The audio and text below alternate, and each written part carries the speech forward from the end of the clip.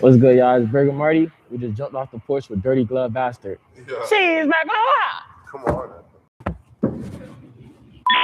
Tommy boy in this I'll make it spaz. One part off this glitz, it'll up your stats. You ain't trying to up no sweat, up the. All right, so we got the one and only Burger Marty jumping off the porch with us today. Welcome, She's bro. back on. Thank you for having me. Nah, I appreciate you pulling up, man. How you feeling today, too, bro? I feel good, man. I feel good. I got my guy with me. Yo, Eli, Mr. Depot Bucker. Hey, one. The vibe, man. We in the A. I ain't gonna lie, it's pretty. So far, this shit been. It's been alright. It's been all right. What's wrong with Atlanta, bro? I ain't gonna lie, we ain't seen nobody. It's a ghost town. This shit, like, bro, we went downtown. The population was 10 people, bro. The population was 10 people. People don't hang out downtown. That's why, bro. We don't know where they at. We went to the club, spots, bro. I'm gonna put you on to some spots. Yeah, so is this your first time in Atlanta? Yeah, first time out the state. Out the state? Yeah. Ooh, man. Man, you ever think that your music would take you, out of the state like this, then, bro? Actually, yeah. I believe in this. You feel me? I believe in this. Nah, for real, man. So, man, I gotta just get straight to it because a lot of people watching this like, bro, what's going on, man? Can you break down Burger Marty? How'd you come up with this shit, bro? All right, so how this really started was summertime. I just moved. Feel me? Like crazy shit just happened with my people. It's been 30? Mm-hmm. Okay. Crazy stuff just happened with my people, you feel me?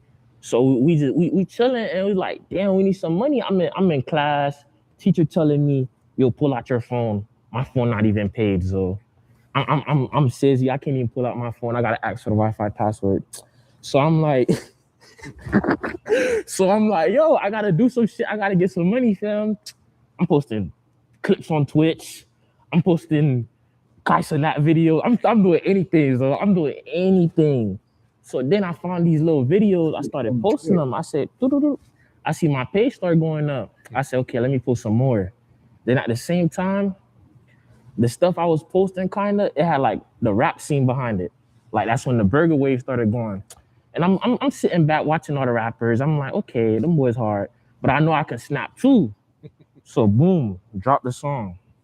Them boys say, yo, drop this on SoundCloud. At the time, mind you, I ain't start this trying to be a rapper, so I ain't have a name. I had like a Walmart organization type shit. Like I had a Walmart type name. My name was Burger Mart. So I created Burger Mart, posted little videos. Then when I dropped the music, they say, yo, post this on SoundCloud. I say, okay, my name can't be Burger Mart on music. So I say, let me just add a Y behind it. That's where I got Burger Marty from. Okay. And then since then, I just kept dropping. Sure, fuck the Twitch shit. I'm on that music. How'd you talk about the mask, bro? Where did this come from, man? The mask, it was like, it wasn't planned. It's just some shit I knew. Like, I'm not showing my face because at the time, I didn't want to show my face. So my original outfit, if you know the Zopapi fit, the fit and all that, the original fit, like I told you, we was broke. So we went school shopping at Ross. So we went to Ross. We looking through a little section. I keep going by this little flannel. It's like, I think that's what it's called. The little, I keep going by this little flannel. Then I'm like, oh yeah, let's buy this shit. My dad like, you wear this type of stuff? I'm like, yeah. I never wore that shit a day in my life. I knew so. When I seen it, I say, this gonna be my fit. I'm not gonna show nobody this fit. Nobody seen it. I'm gonna keep it in my hanger. When Halloween come around, I'm gonna go to the store, get me a mask, boom, drop my first TikTok. I got all them boys on telly talking about, Burger Marty, this really you. They talking about, why Burger Marty twerking? I'm like, what the fuck is up? I'm like, what the fuck is up? So I started, posting little videos of me dancing, little money spreads and all that, and then it just started going up. Like every song I drop, TikTok.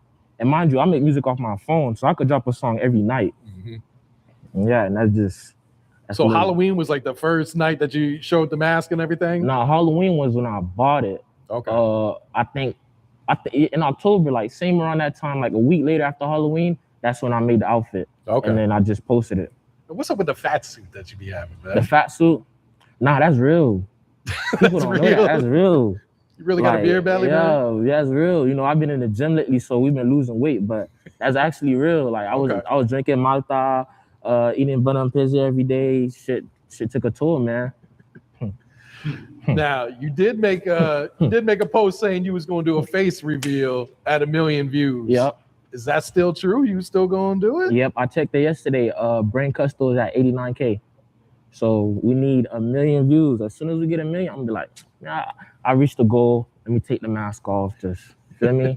For the people. For the people. For the people. For the people. Black power. All right, we'll get back to Burger Marty in a moment, man. But you originally from Haiti, right? Like born and raised out there? Yeah.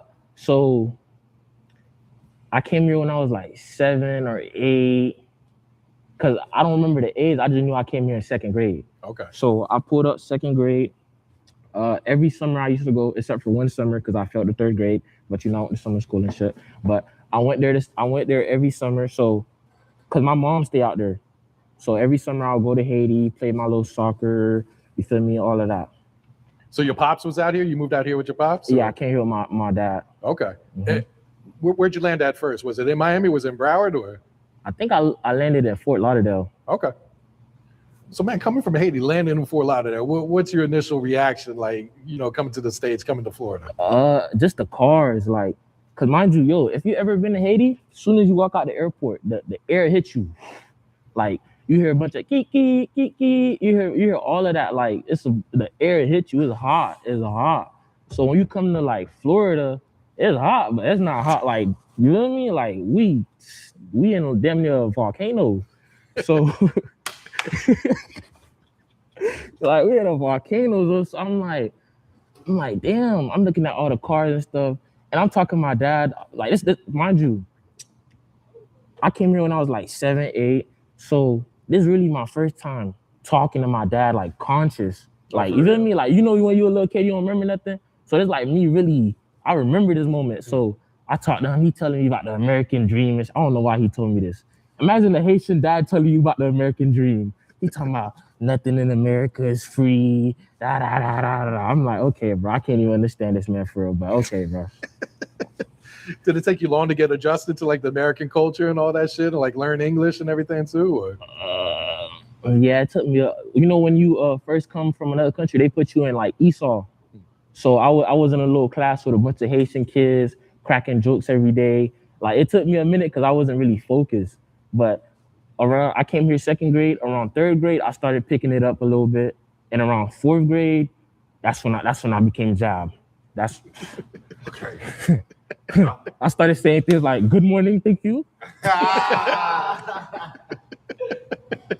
But you were still going back to Haiti every summer, you were saying, yeah, right? Yeah, every summer. Yeah.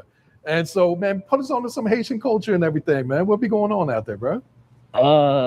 This right here, this one right here, you only know it if you Zo.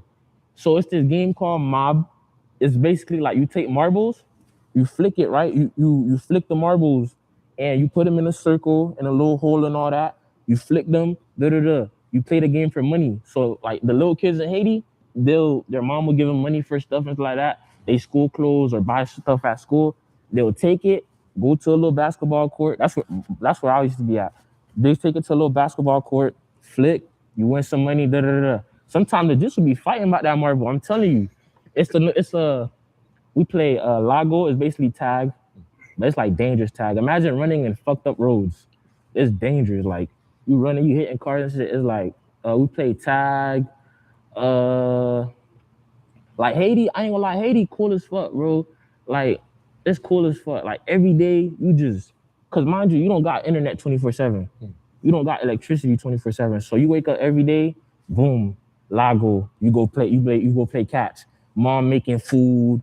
Little sister at home. You gotta watch her a little bit. But you playing at the house. You feel me? You playing hide and seek at the house and shit. Your house small as shit. You hiding under the table, under a small mattress.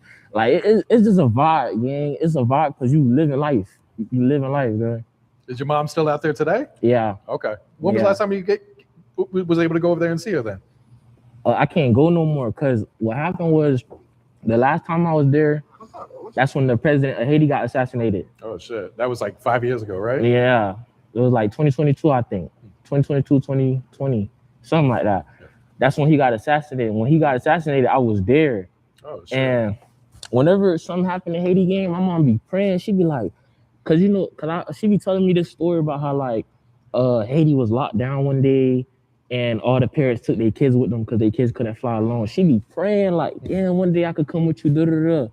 But yeah, so when he died, we live right next to his son, the president's son. We live right next to him. Oh, shit. We walked by his house and stuff.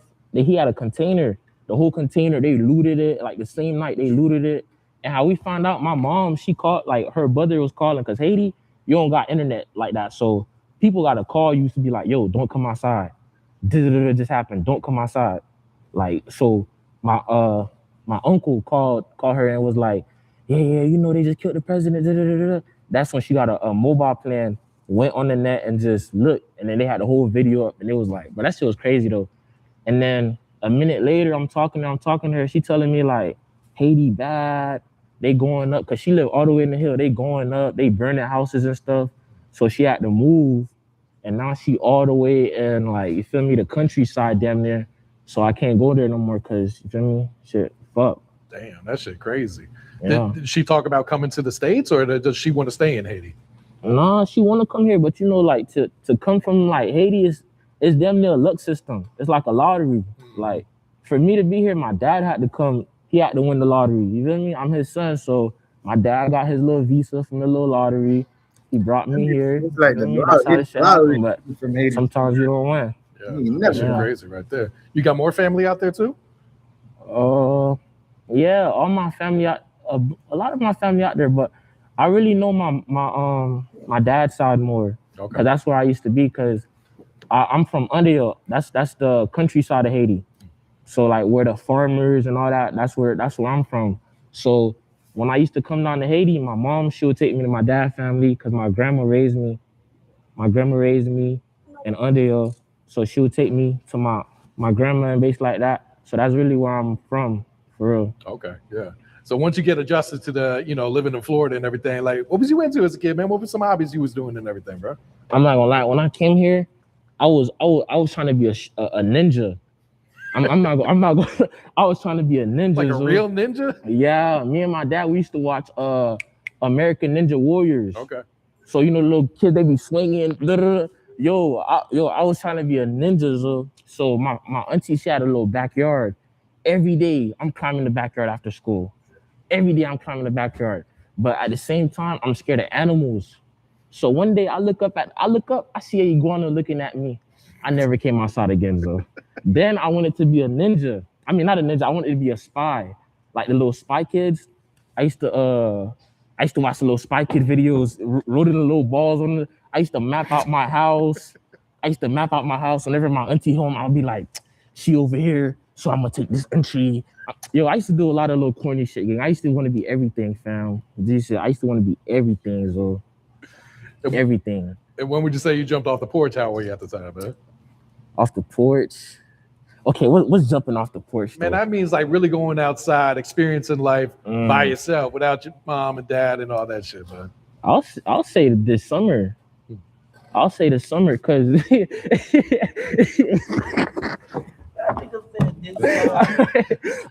fresh off the porch. I'm fresh off the porch. I'm a newborn, so I'll say this summer again because, mind you, I got zoo parents, fam. So it's like they real strict. Yeah, I asked my dad to go to the beach one time. He told me I can't swim. Like, he gonna tell me I can't swim. So like, bro, it's like I had a curfew, and then at that I used to be a little gamer jet because, mind you, I'm not going outside no more. I used to be a little gamer jet. My neighborhood from when I used to stay with my auntie, it had nobody there, fam. Like nobody there. So I used to just be in the crib gaming, playing little Roblox, playing fucking all type of games, though. But damn. Oh, when I got out the porch. So when I moved from my dad and stuff, I'm staying with my other people. I damn got to get it on my own because, like I told you, the shit was fucked up. Like the relationship with my dad was fucked up. Now we good, but the relationship with my dad was fucked up. So I damn had to get on my own. I had to pay my own phone bill. I had to try to get some money to pay to get some new clothes. Come on, Joe, I'm the new kid at school. I just moved. I can't be the new kid and I'm wearing felines, Ain't nothing wrong with it, but I can't be, you know what I mean? I'm trying to be Steve, so I can't be the bum little new kid. So I'm trying to make money my own way, That's when I started getting money, Then, you know, I started being outside. You feel me? I had got some paid, went to Miami, came back the same day. At the time when I was doing that, that's when I first started Burger Marty. So I started Burger Marty around June, right after my birthday. Last year. Yeah, I started Burger Marty around June of last year, right after my birthday. So I had got the money. That shit turned me up, gang. I'm telling you, that shit turned me up. I used to pray for that shit, gang. I used to write down in my notebook, yo, the goal is $100, all type of shit, gang. That shit turned me up. The goal was $100, gang. The goal was $100. I still got the notebook. That shit was crazy. I couldn't pay my $25 phone bill. You got to start somewhere, right? No, that shit was bad, That shit was bad. And now you've been making music since like 2020, right? Like that's when you first started? Yeah, that's when I first started, bro. I couldn't pay the phone bill, bro. Yo, hey, kick these niggas off the porch. Yo.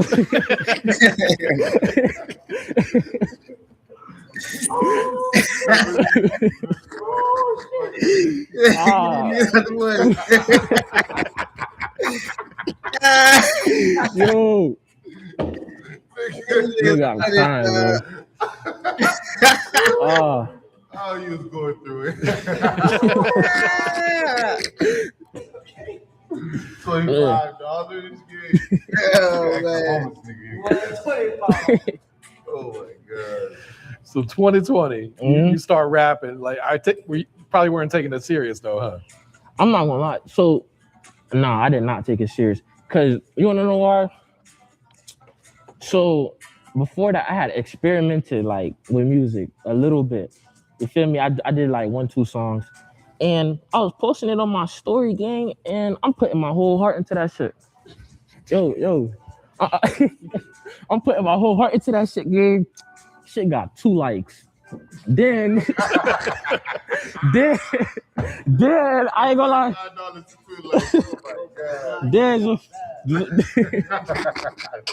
Then I get on this Burger Marty shit, mind you. I'm lit off TikTok at this time, so I'm just experimenting. What these people gonna eat up? I start. I'm with my little 2. I call them my siblings, but they just the people I used to live with, kids. But they like my siblings damn near now. But so I'm with them. They little kids, so I'm just playing around. I'm just saying, cheeseburger. I get on TikTok. These niggas love that shit, bro. I'm putting my heart into this shit, getting 2 likes. These niggas on TikTok, 500 likes, 400 off cheeseburger. So I'm like, okay, let me mutt this shit, man. Let me keep going. I keep doing the cheeseburger shit. Like, and my shit good. Like, I could really rap. So, you feel me? I'm taking over. Everybody like, Burger Marty. Then, what really started, like, getting niggas to fuck with me, because, you know, if you scam rap or whatever people call it, burger rap, whatever, if you do that, it's only so long you could go. Like, niggas only want to hear about money so many times. So I start rapping about my $25 I didn't have. I start rapping about all type of shit, gang. I start being more diverse. And that's what people be like, yo, Marty could actually rap. And that's what really, you know. What was the first song you put out as Burger Marty? Custo versus, no. It's a song called Cheeseburger. Okay. Yeah, that's how crazy it was. How silly this shit was. Cheeseburger. And you said that shit went up? Yeah. And it was literally going, cheeseburger, the whole song was cheeseburger. And then the next song was Cheeseburger Anthem. And it was literally some shit where I recorded and I was like, I'm turning out the regular one, I come custom value, put a custom on the phone, I got an extra value. Like, it was just crazy, so. But that's what people like. People like to have fun. Yeah, you dropped 3 projects last year, right? Yeah, honest, so I was gone. You wanted to pay that $25 bill. I wanted to pay that $25 bill, so never going back, so. All this on BandLab, right? On BandLab. Like, bro, the so projects, like, what the first one was? The first one was Marty Collins. That was a little test. Like, I'm like, okay, I done experimented before. Let me see how I could do with an album. Drop music back to back. So that one, I think it had 2 good songs that I like. 2 good songs. The next one, 90 Day Hibernation, I think. Yeah, it was 90 Day Hibernation. So that one, bro, that one, I was locked in. I'm telling you, I was locked in. I'm talking about, I'm going to school every day. every day. Fuck taking every other transportation. I'm taking Ubers to school every day. I'm coming late as fuck. Like I was in a flow state. I'm coming late as fuck. I'm at school. My grades a little T good. Like they like A's and B's and C's and shit. I'm at school. I'm vibing. Every day I come home, music. I don't talk to nobody at the crib. I don't talk to the kids, nothing. Every day, music. Every day, music. Like I told the kids, they can't even come in my room no more. Every day I'm making music. And you know what really was? You know the 3 a.m. motivation? Like, 3 a.m. you start getting all type of shit on your feed. It was really that, so I be seeing Mike Tyson fighting, bro. I be high as fuck. I be feeling like I'm Mike Tyson. I start doing all type of shit in my room, gang. And then they be like, oh, you be like, they be like, oh, you gotta get greatness, all that shit be going in my head, gang. So I was, you feel me? I was going off of that shit, like just listening to myself, like, cause I'm cutting all voices out, just me and music, gang. That's really what it was. Did anyone in the house, did they know you were making music? Did they know you were Burger Marty? No, I ain't gonna lie. I told the kids though, cause the kids, I don't know. I fought them. They my jets. They them my jets. When they mom not home, I raised them. I raised them niggas. But I raised them niggas, gang. I taught them niggas how to read. But yeah, I told the kids though. I told the kids about that shit. Like they used to record some of my videos when I first started. So yeah, I told the kids. The kids know. They mom and dad, they don't know. They don't know. I be leaving at night and coming home. They don't never say nothing to me, though. For real. They don't never say nothing to me. Now, what about people at school? Did they know you was Burger Marty or? Nah. That's really why I ain't like school. Cause actually at first I ain't like it. In the beginning, I'm steezed because now I got the paper and shit. Like I told you, I want to get the money for school. Boom, I got the paper and shit. So I'm steezed. I'm coming to school steezed, but I don't know nobody. You feel me? We in school, like people stick to their friend group. I don't know nobody. And when I came in the middle of the year. Actually, no, I came at the end of the year. I came around, I think around May, something like that. I came at the end of the year of school. So everybody just, you feel me? Then I started getting along with school and shit. Like I started having friends, That's when I had to leave. But at school, I couldn't have no real close friends, Cause like, if you see my phone, I got a password on everything. All it takes is one slip up. Boom, your phone fall. You Burger Marty? You Burger Marty? Why your shit Burger Marty? Why you on Burger Marty Instagram? All it takes is one slip up, so I got to have privacy screens. I got to be in class. I can't talk to, I had friends at the end. At the end, I was popular, like a little bit popular. Like, everybody in my class used to fuck with me at the end. But in the beginning, it was just, so I had to just, feel me, just be on the low. Like I couldn't be like, yo, bro, come to my house, Nigga would see my mask, like, so I just had to, feel me, just be alone, man. How many people would you say know that you're Burger Marty? At school? Nah, just in general, overall. 1, Let's 2, see, 3, 6 4, here. 5, 6. The nigga living the Superman life. That's what I'm saying. I'm like Batman, so I'll say about 6. Just these 6 right here. That's it. All right, so let's talk about Bring Custo, because this song is going crazy right now. Yeah. Talk about making a song. What was you going through? What was your inspiration when you made this one, bro? Like I said before, I think that was 90 Day Hibernation. I think I dropped that song. Or no, it was Behind the Mask. So after 90 Day Hibernation, I took a little break from that album. I took a little break. I said, oh, let me start making music. But I'm not gonna lie, I'm an addict, so like I love this shit, gang. And plus, I don't got no life. I don't got no friends I can hang out with. I'm in a you feel me, place by myself. So I'm like, okay, what else can I do? Go make music, nigga. So I go make music. I'm locked in again. After 90 Day Hibernation, I got that mindset. So boom, boom, boom, I'm just playing with this shit. Then I go on YouTube. I'm like, okay, let me do different stuff, because I'm making an album. Let me just do different stuff. I get on the Brain Custo beat. I'm like, this shit easy, bro. So I get on it, bro. I do it a little bit. I just say some caca, just it was easy. Like the song was easy to make. Then I just cut it, because how I make music, I'll do a little bit, then I'll get tired, go play Roblox, then come back tomorrow night, make it. I did a little bit, posted on Instagram, posted on TikTok. They all like, yo, post the other half. I'm like, all right, bro. I'm gonna get you nigga, get off my dick, yo. So I get on. I say I drop the other part. Everybody dancing to it. Everybody making TikTok. See the fashion. So when I dropped the album, that's the main song everybody was looking for. And what really made it go crazy, it's the Haitian remix. So the original song is the other nigga in Haiti. Shout out to him. The original song, that shit was like an anthem. When I went to Haiti, they was playing that shit. So I remixed that shit and they all fuck with it. If you Z, you know where it came from. You know what I mean? And why did it take you so long to shoot the music video for it? Cause I was broke. That's real, man. That's a real answer. Cause I was $25 phone bill, gang. So with the music video. The song was enough. with the music video. So what happened with the music video? How I got connected with the guy. This other artist that I worked with, he was like, yo, let's shoot a music video. This person shoot this person. So I'm like, okay, bet. I start shooting with him. I like how his shit do. So I say, okay, let me do another one. So we planning this. At this time, I just had got my little wife. So we you feel me? We planning this shit out. We buying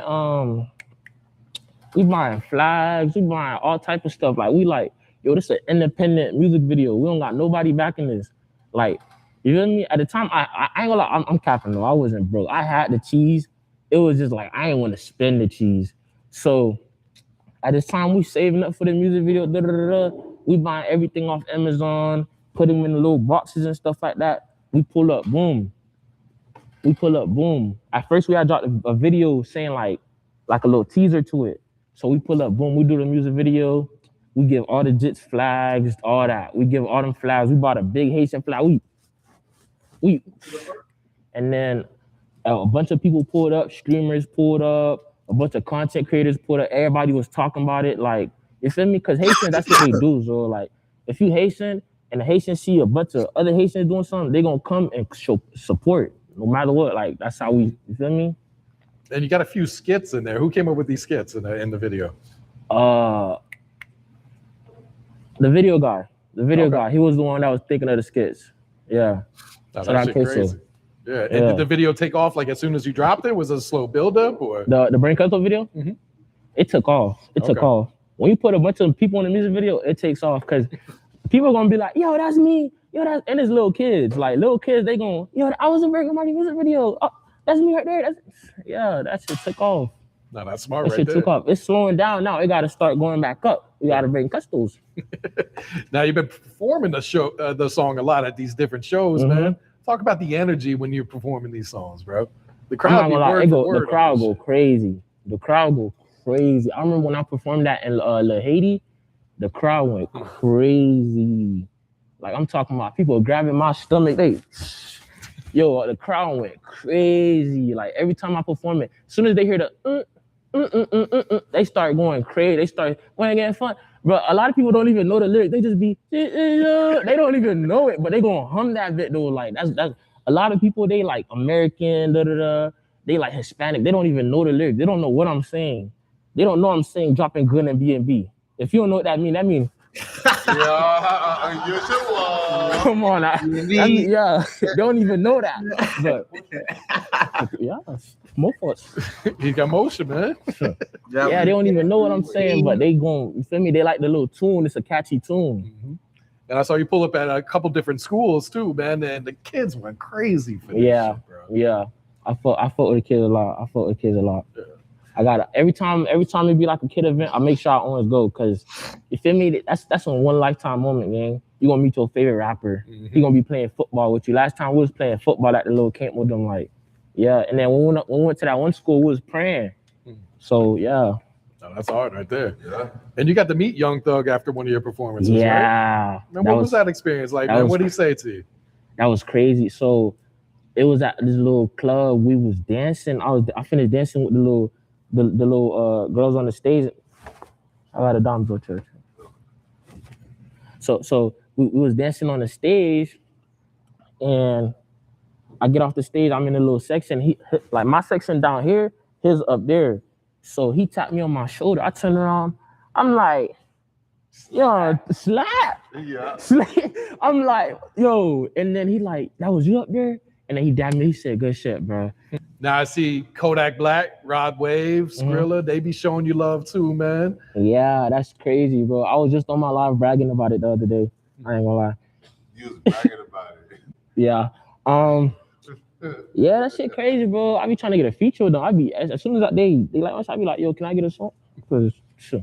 No, you gotta ask, man. Yeah, I gotta ask, bro. But you know what's crazy? I never seen Kodak. I never met Kodak, bro. Never. He be at shows and he'll just pull up late. Like, damn, nigga, I want it. Never met Kodak, bro. So fans want to know where's the new music at right now, bro? We got Navy Ben just dropped. It's on all platforms actually, and we got 48. So what 48 is a New York drill song. I'm a Florida nigga making a New York drill song. So right now it's going crazy because they like, yo, Marty on the Marty on the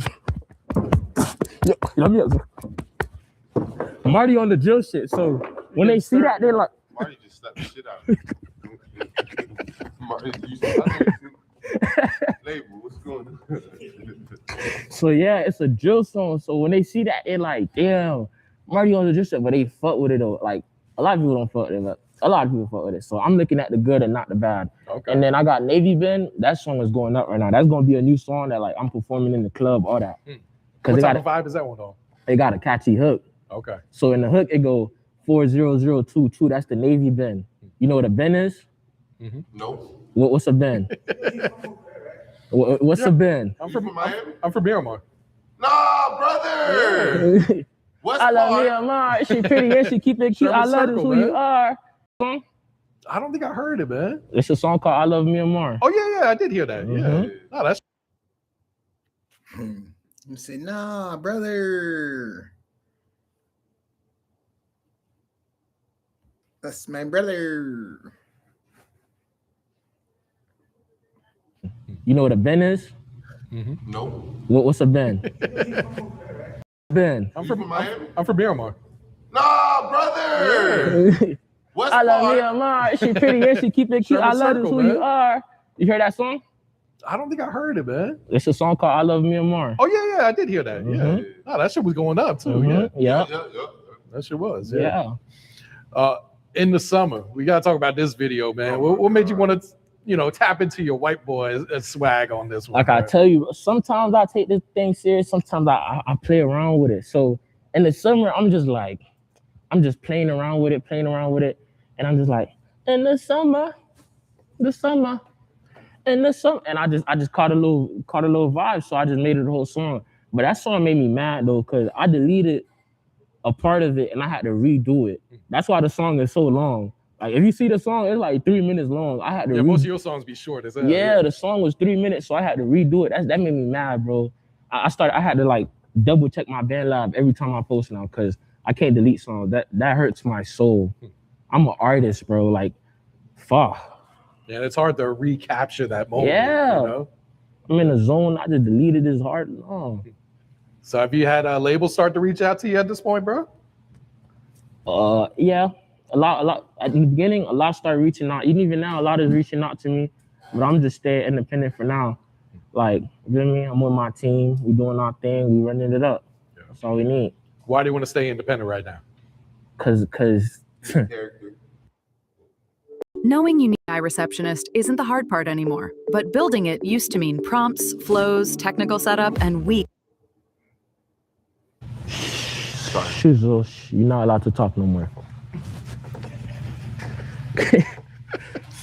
so I really want to stay independent because all the bad news I'm hearing about it, like people sign, they taking your stuff. Like I care about my music, gang. I would feel so crazy if like a song that I really fuck with, I don't even own no more. That's what? Yeah. Like what? Gang? I starved myself to make this song. Is you crazy? Is it crazy, gang? Hell no. Like I can't sign. Like I would sign, but it gotta make sense. Like Like they be trying to throw me little T bread. Like, no, bro, I'm a real life artist, bro. I'm not these niggas who just make gang banging songs or scamming songs. I'm a real artist, bro. If you listen to a song like Haitian Marvelous or I Love Selena is a real life love song. Like, I'm talking about my girl. I dropped that shit on Valentine's. She was at work.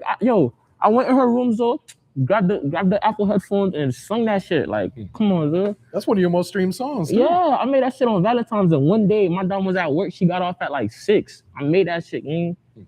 Like, I'm a real life artist. They be playing with me. Do you feel like They be playing with me, gang. Do you feel like they might be playing with you because of the mask and everything? They might think this Bro, shit I don't again or give something. a fuck about the mask, because at the end of the day, bro, music is music. That's how I feel. That's why for the longest I never took off the Haitian fit, gang. Because it don't matter what this nigga got on, fam. It's the music, nigga. Fuck is you looking at my drip for? Is you gay? Damn. Mic drop. Hey, what? I saw it good. So it's a new project in the works, or you kind of just focusing on singles and videos right now? Singles and videos. Because I'm not gonna lie, our cameraman, we had to beat kid the other day. So, Wait, what happened? and we had to beat him. Like, you could go watch the video on Instagram. Shit got brutal. He was leaking all type of shit. He don't like recording, so Wait, the cameraman doesn't like recording? Nah. They bought him brand new shoes. They gave him bread. We feed him. We asked him to record. But he jabbed though, so we can't replace him. He got us in golden handcuffs. Like he good, but he just but he jabbed though. Shout out Street Ninja, man. Yeah. And he's still shouting them out. Yeah. He our people. We beat him because we lost. We love him. We don't beat him because we don't like him. We want you to be better. That's why you beat people. That's how they beat people. All right, be kids, be better, be good. Mm-hmm. You smart. Hey, what? So Marty, are you very hands-on with the direction for your music videos, or you kind of just let the cameraman do it? Hands up.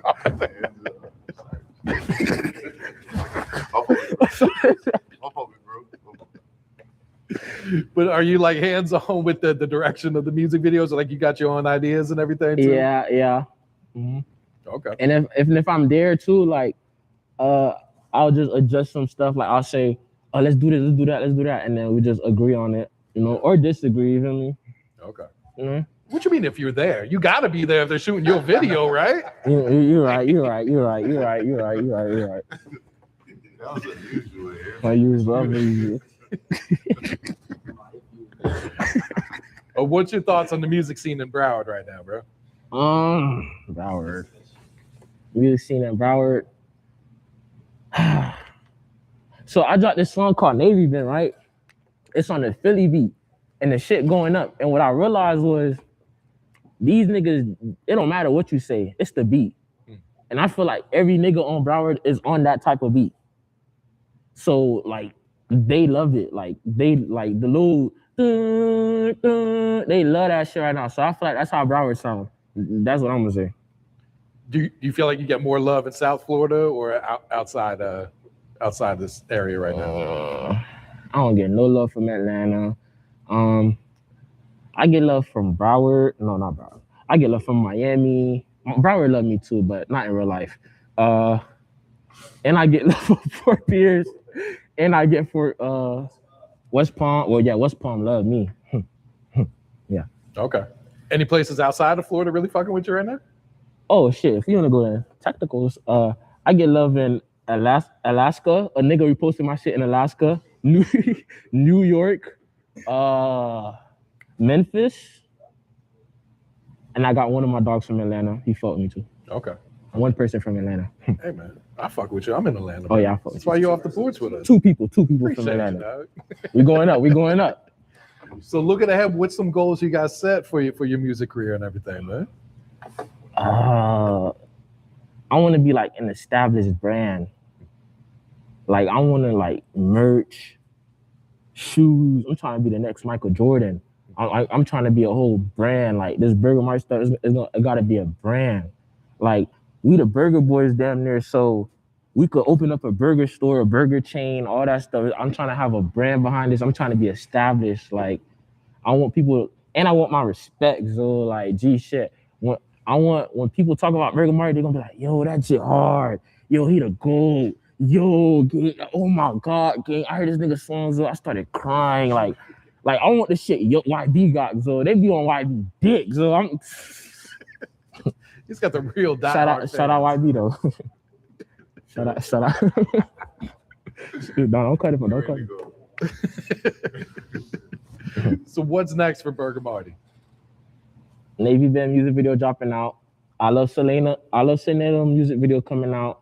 Being Booty Cheeks. If you don't know what that is, that's a twerk song. That's for the club. That's Tuck Them Booty Cheeks. Tuck Them Booty Cheeks. That's Being Booty Cheeks. 48 music video dropping out. Just a bunch of music videos. A bunch of new collabs. You feel me? I'm trying to get some artists like to just, feel me, make a song with people that I really fuck with, like all that. Are you still in college right now, or are you done? No, I'm still in college. Okay. Yeah. But no one in college knows you Burger Marty. Huh? No, I don't talk to nobody, especially now, so I don't talk to nobody.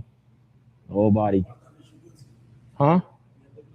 No, I can't let them know what college I go to. What are you studying, or like what's your major and all that? Psychology. Oh shit. Yeah. Yeah. Manipulator. Hey, what? Yo, Burger Marty might be someone's doctor in the future, man. Come on now, ChatGPT. All right, Marty. Any shout outs you want to give before we get you out of here, man? Shout out Eli, young Eli Bond, AB, baby. Hey, what? Reese, my cameraman, Street Ninja on IG, VJ, Top Show, you feel me? Fat Boy, LOR Entertainment, that's the label. Shout out John Security, shout out Zoo, shout out all the employees at Top Show, shout out Top Show, shout out my mom, shout out my dad, shout out my cousin, shout out Big Juicy Angie.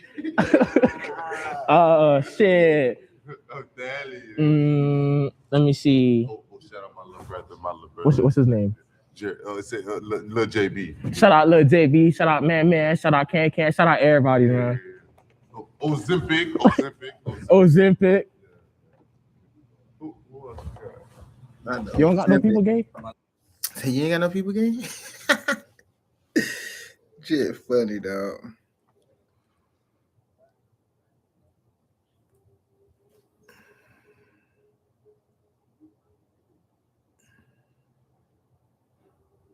Just you ain't got no people game?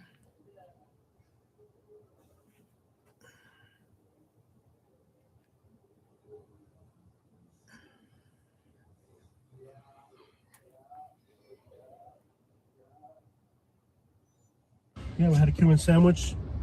It was good. It was great. So we're gonna give you guys a tour of Pompano. And I like it when they put the right amount of mayo on it. Yeah, that was good. Yeah. That was a good Cuban sandwich. Great service, friendly people. I definitely recommend that restaurant. We've never eaten there before. But And if by I'm in the Cuban, area, we mean steak sandwich. Cuban steak sandwich. Yeah, Yeah. not Cuban sandwich. That's not. That's a Tampa thing, not a Cuban It's thing. a real Cuban sandwich. Sun's It's what out for a Cubans minute. eat. It's been kind of rainy today. It's great that the sun finally came out, so we can see the sky, the light, and some palm trees. Pompano has a lot of diversity. You got Brazilians just in that place we're at right there. I think there was Haitians, Brazilians, Cubans, Argentinians, Spaniards. I mean, like the diversity of this place is incredible. Lots of diversity. I'm definitely gonna need to look at the map. I know you're almost ready. I definitely need the map for this one. I kind of have an idea where I'm going, but is that 16? What streets are there? That is ML. Okay. We might have gone too far. Is that MLK? Yes, sir. We may start turning. All right. Well, I guess we'll head down the ugly corner first, and then we'll head into the projects afterwards. Look at the map real quick. So yeah, this is the intersection. Going so quick. I know. I need it. I know. So we're on the corner of Okay. Oh, I see. It's like. Oh, we should have turned at that last intersection. But we can go to the ugly corner, and then we'll come back around. Or if I can pull. Why is it called Ugly Corner? Probably because it's a bad neighborhood. Not sure. Why is it called Ugly? That's what they call it. So there's a lot of famous people out of this neighborhood. There's Kodak Black, and there's Jack Boy. So Pompano, Palm Beach and Broward counties have been producing a lot of artists. Also, the artist XX Tentacion was from this little area of Broward, Palm Beach County. So it seems like there's been a lot of A lot of artists come out of this area. Florida's starting to produce a lot of the mainstream artists are starting to come out of Florida. Out of regular neighborhoods, you know. Can you look up the M rate for Pompano? I think we already looked at it, didn't we? Yeah, we looked at it. It was 9 out of 100,000. Yeah. Can you pull it up and let me look at it? I want to see with my own eyes. Pull up that link you had it earlier. There we go. Off to the ugly corner. So now we're turning eastbound on MLK in Pompano. I'm glad the sun's out so we can see. I hate when like you speed up and then they speed up, you slow down, they slow down. So we're gonna stop by what's known as the ugly corner. Usually a pretty deep hangout spot. There's a wing place here. It looks like they got some good like Chinese little crab ragoon things I like. But we already ate. This is what they call the ugly corner right here. This little intersection here is known as the ugly corner. Right here. This right here. There we go. There's always like a hangout spot. Somebody wearing a ski mask for some reason. It looked really hard at us. Okay. Alright. That dude definitely noticed the camera. But this is what's known as the ugly corner right here. So population right.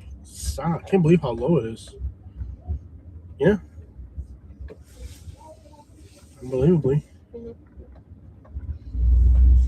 100,000 people live in Pompano.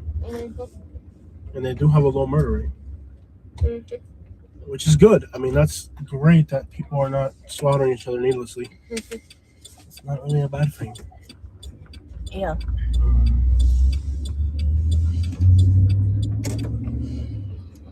This is Palm Beach or Broward? This is Broward. Yeah. Palm Beach is just north of here, if I'm not mistaken.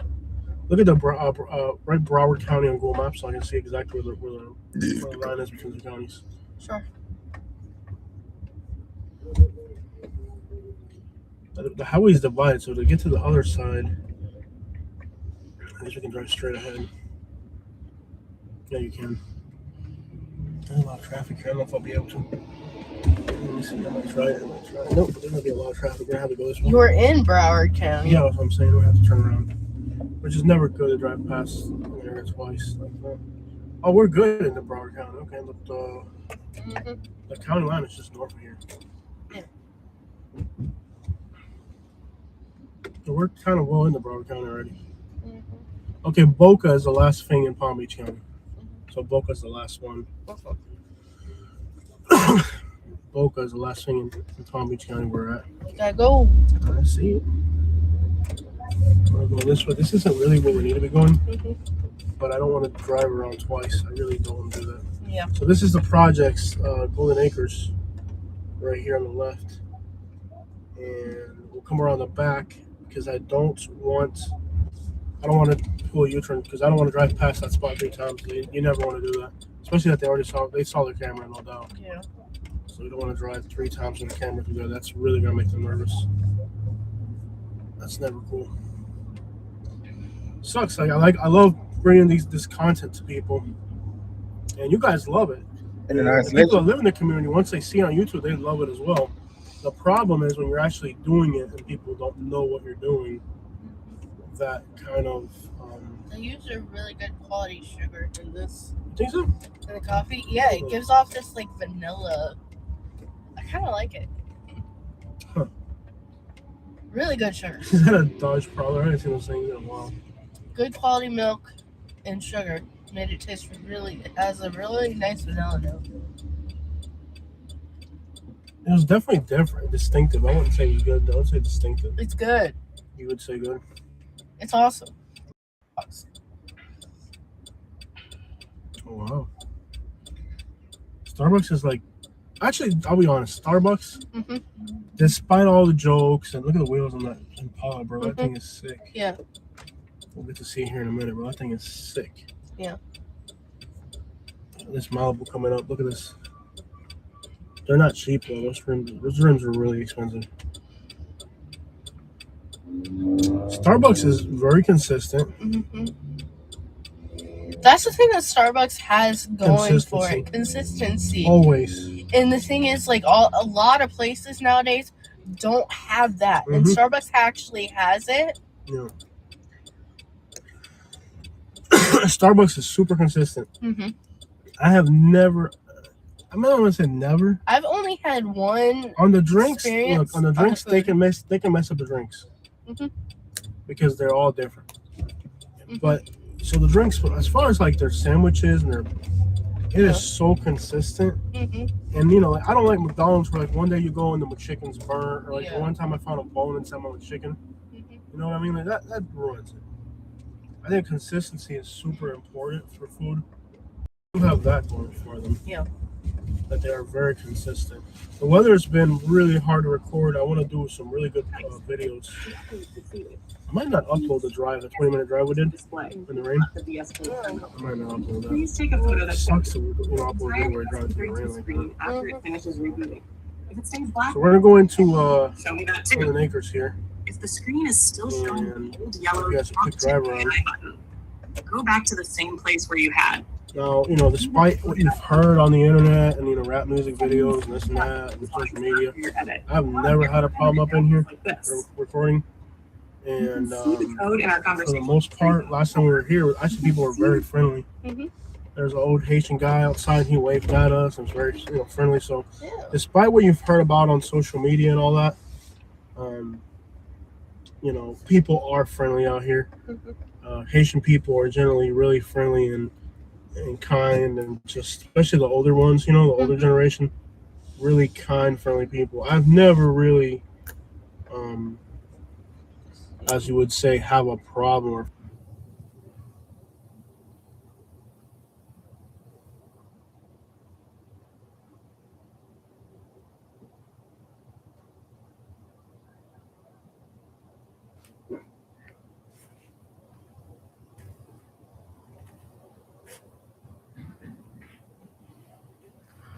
Right, 100, the police, man.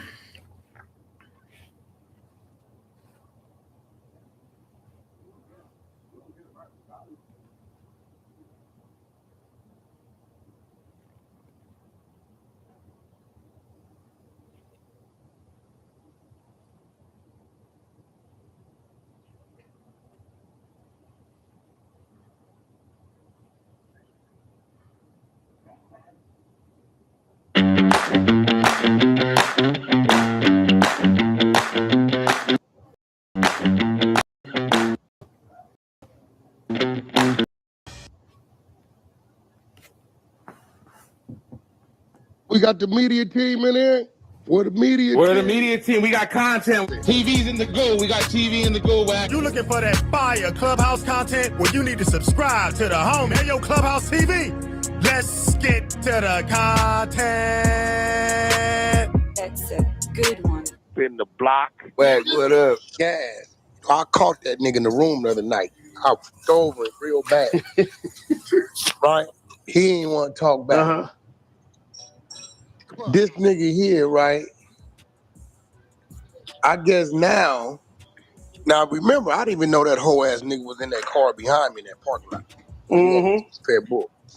So now they tell me he changes his story. I was running around the parking lot. Oh, he a bitch, dog. I go find the replays. You better stop playing. Yeah, he came in, man, Wack standing on his own. He held them nigga by himself, nigga. I'm like, we like, nigga, what you were doing? Shit, nigga, so we was on I didn't even know that nigga was in the car. Yeah, I didn't even know. Because, see, in my head, he lucky because I was going to hit, the car was going to get, you know what I'm saying? Because I didn't know who it was, you know what I mean? So I didn't know until after I left and Pitbull called me. I don't think this nigga don't know we got the replays of the media team got it. Like, you weird ass. Yeah, nigga. we got it. There's no way we don't have Not only that, I had to pack the bitch Phoenix up for violating this nigga every day on y'all floor. Yeah. Oh, God. So that's why I'm looking at this nigga. I guess he's following the weird bitch lead, where she gonna keep playing and she gonna go out and find out. I don't know why she playing. Nigga been trying to leave her alone, but she gonna try to find out, right? But I'm looking at this whole ass nigga. I guess if I ever catch you anywhere, I don't give what homies you with. If I, matter of fact, won't you just come out and play? You always want to come to the studio. Cause you's a whole ass nigga, bro. Yep. This nigga's a whole and a half ass nigga. I don't even remember what started the plot. I don't know what the whole ass nigga did. But he had to do some whole shit. Cause he a good burger nigga.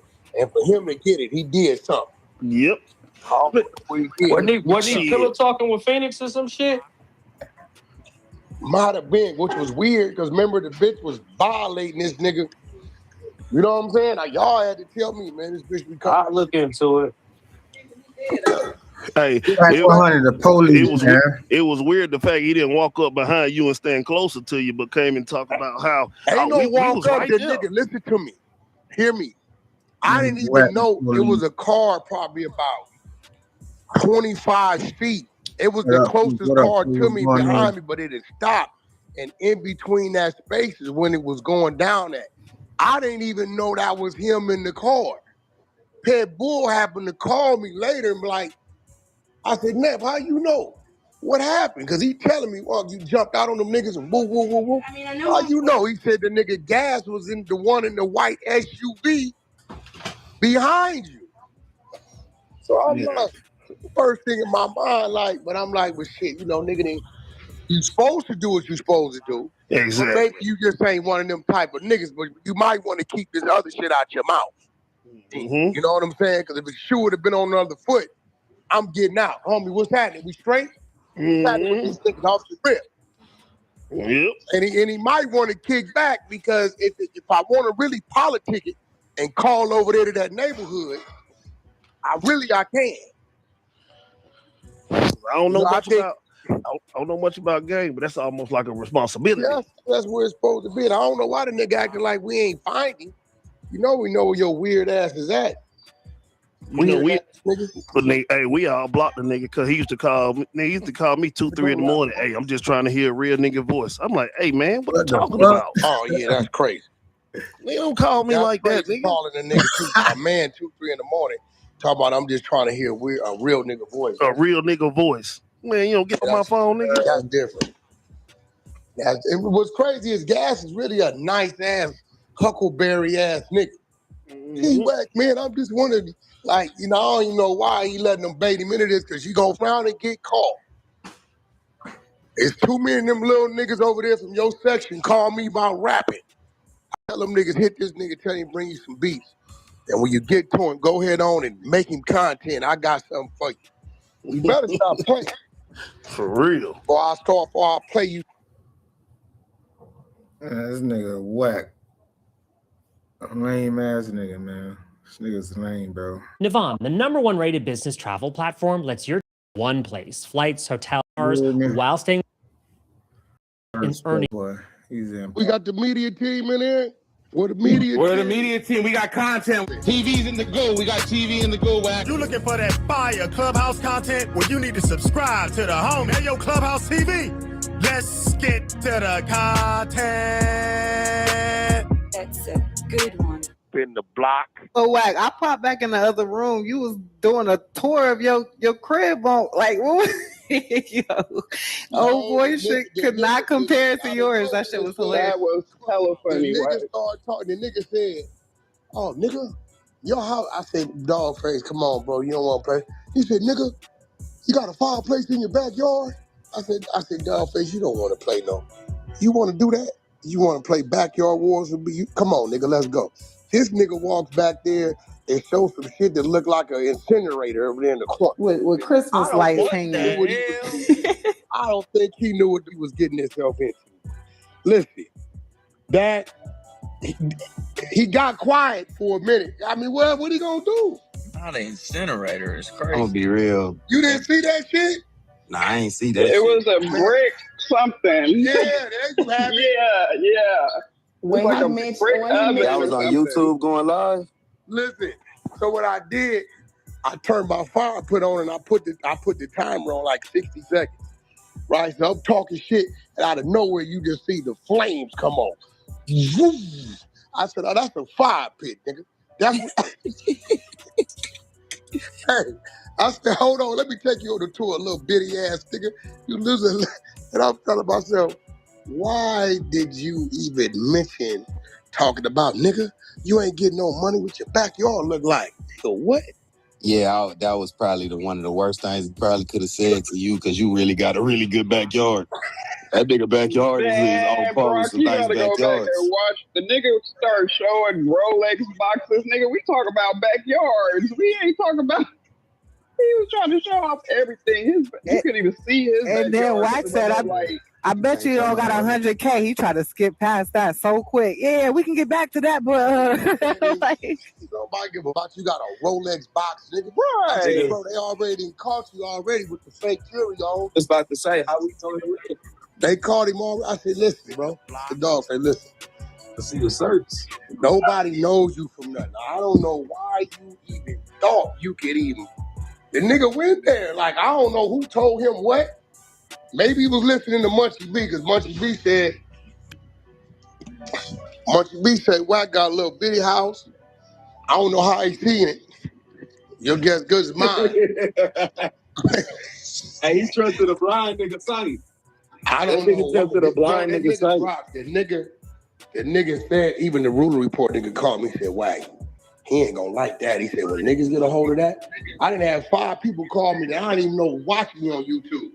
Whack, the backyard shit got me crying over here, bro. You gotta run that back right now.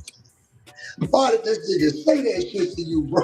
Yo, that shit was hilarious. We finna run that back. I don't want to argue. I came in to correct the brother and let him know. I never said I know Tamara. I've been talking to her for years too, but Cuffy personally directed me to that daughter who deals with legal. So when you put out the content saying it's a lie, I never said it was her. So what I did was provide you everything showing is her. It ain't her. I don't gotta lie. They contact me, bro. I didn't contact either one of these dudes. Meek called me at 11 o'clock at night. Cuffy contacted me a couple weeks ago for the 10th time. I ain't gotta lie about none of this shit, bro. You ain't talked to Big Meech at all, not one time. Huh? You have not talked to Big Meech. You say you talked to him. The fake ass text messages. Do you want me to send you the screenshot of our FaceTime? I want you, send me the screenshot and send me the audio. You recorded it, didn't you? No, for what? Why would I record it? He requested that he not. He requested because he asked me not. Hey, listen, did you just message? But guess what? Since then, I've talked to him 10 times. I've talked to Ruler Report 6-7 times. I ain't never recorded him ever in life. Hey, listen, if you believe that you talk to Big Meech about anything, I don't record everybody. I don't need to because I can call him right now and he'll pick up. Call him right now. You know what I'm saying? He texted me 4 or 5 times a day. Call him right now. You want me to show you the text from the day? Call him right now. For what? To talk? What you mean? He for don't what? want to talk to you. Hey, I don't give a fuck to talk to. Call him right now. And while we at it, since we're not gonna argue, because this is like one of the first times that we're gonna have. Fuck wrong with this computer, man.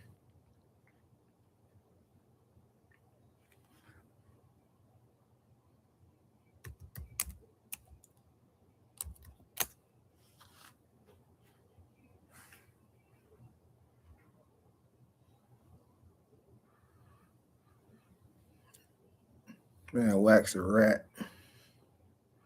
Yeah, I know Wax a rat. Whack 100 the rat.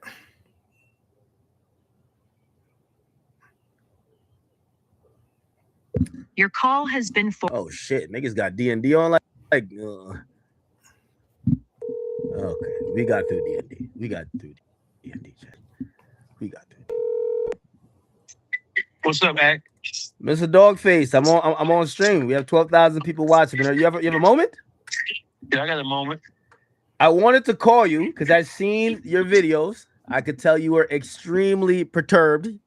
You accused me of allowing Whack 100 to misuse the platform to spread his propaganda against the recent, information that came out that a story that he is told frequently online about him chasing Future has now entered Big U's indictment, According to Wack, he says that came from a snitch on Big U's team saying it because the story isn't all the way accurate.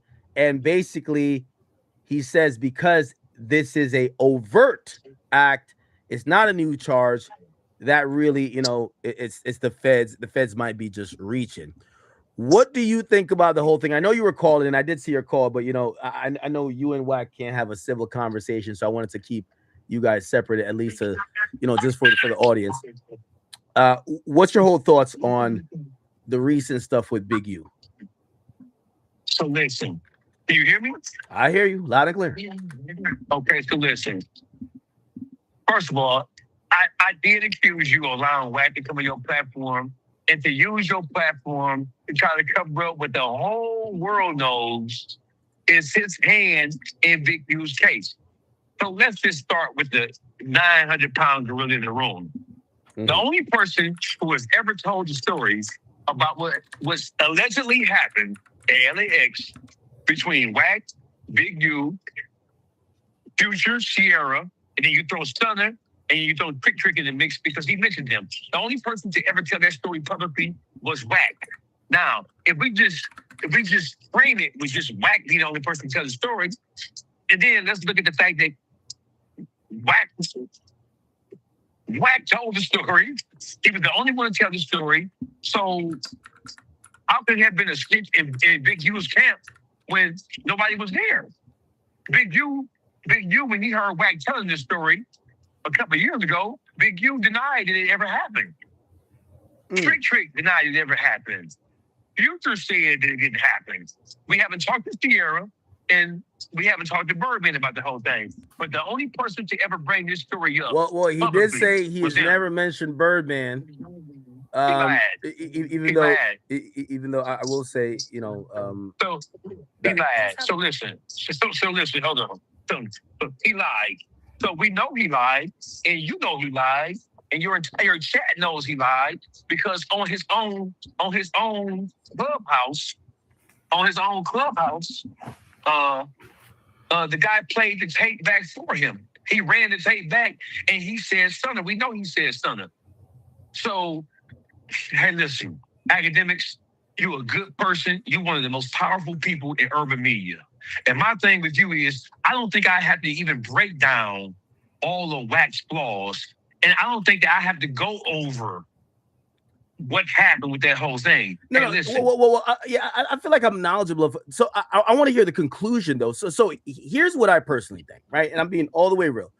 What I believe is that, I think Wack has slightly a little bit of egg on his face. I maybe this came from someone, as he's saying, like, who's snitching or whatever, but I feel like a story that he told that he thought was innocuous and innocent, the feds consider that actually as extortion.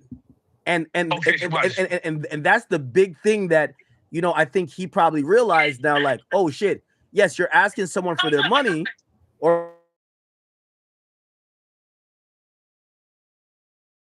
if you threaten to violence, if you do it in a certain way, that is part of what people or the feds would call extortion.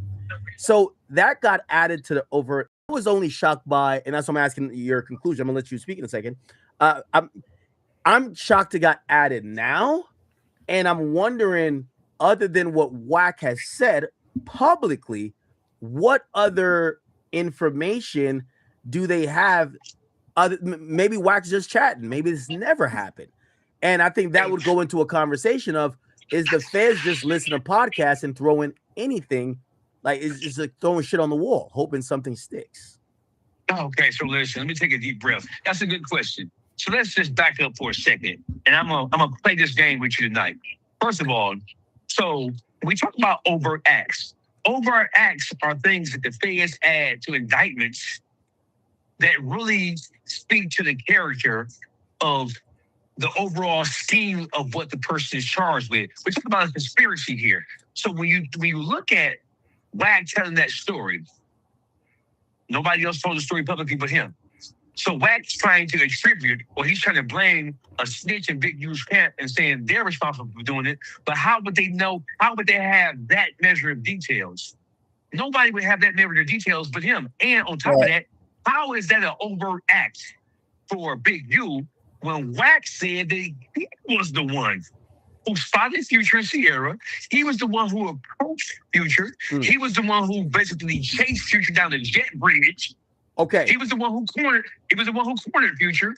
And when Future called Stunner on the phone and threw the phone at him, Wack was the one who had the conversation with Stunner, and Stunner, and he said that when Stunner said, "Oh man, what you doing, man? I'm busy. I don't want you to be busy." Okay, well, I know you're being busy, but I don't want you to be busy. And Wack said, "Well, he owes Trick $50,000, and he can't be in my backyard and owe bro no money. He either gonna pay him money. He gonna pay the money." He said, quote unquote, he gonna get fucked up and pay the money, or he gonna pay the money. It's his choice. So that's a threat. That's extortion. Now, here's my point. He's doing all this shit. He never said that Big U did anything except get the luggage off the goddamn conveyor belt after they went through TSA. So how could this be added as an overt act to Big U and contributed to Big U when Wack is the one who's guilty of every goddamn thing? Okay. Big U didn't do shit. All right, perfect. Yeah, Wack do got an egg on his face, bro. Because Wack, this nigga here like to run his mouth. You feel me? Like he know everything going on. You feel me? He thought this shit would never come out. You know what I mean? He thought that shit wasn't gonna be on Big U case. And now look, that egg done hit him in his face. You feel me? Fat mouthing, talking too goddamn much. And let's stay there. Right? So we're staying with that same train of thought. So when I first read this, I thought the alarming thing to me was that they said that essentially Big U and now when you see that word in an indictment, it tells me that the police or the feds have in their mind, in their story, they believe that there is a co-criminal. So when I looked at that, I said, wow, this is kind of serious.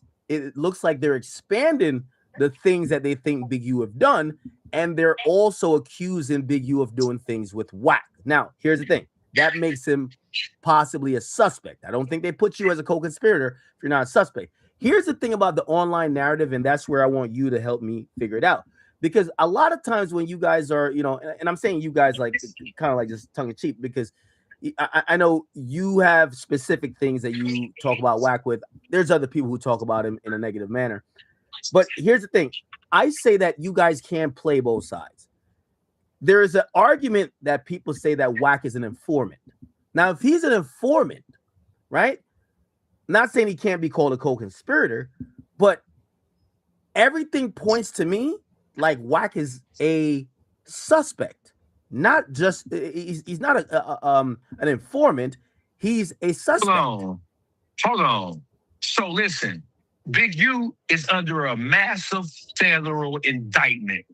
Yes. So if Wack is a suspect, if they're saying that he is a co-conspirator in any way, then he should be indicted with Big U.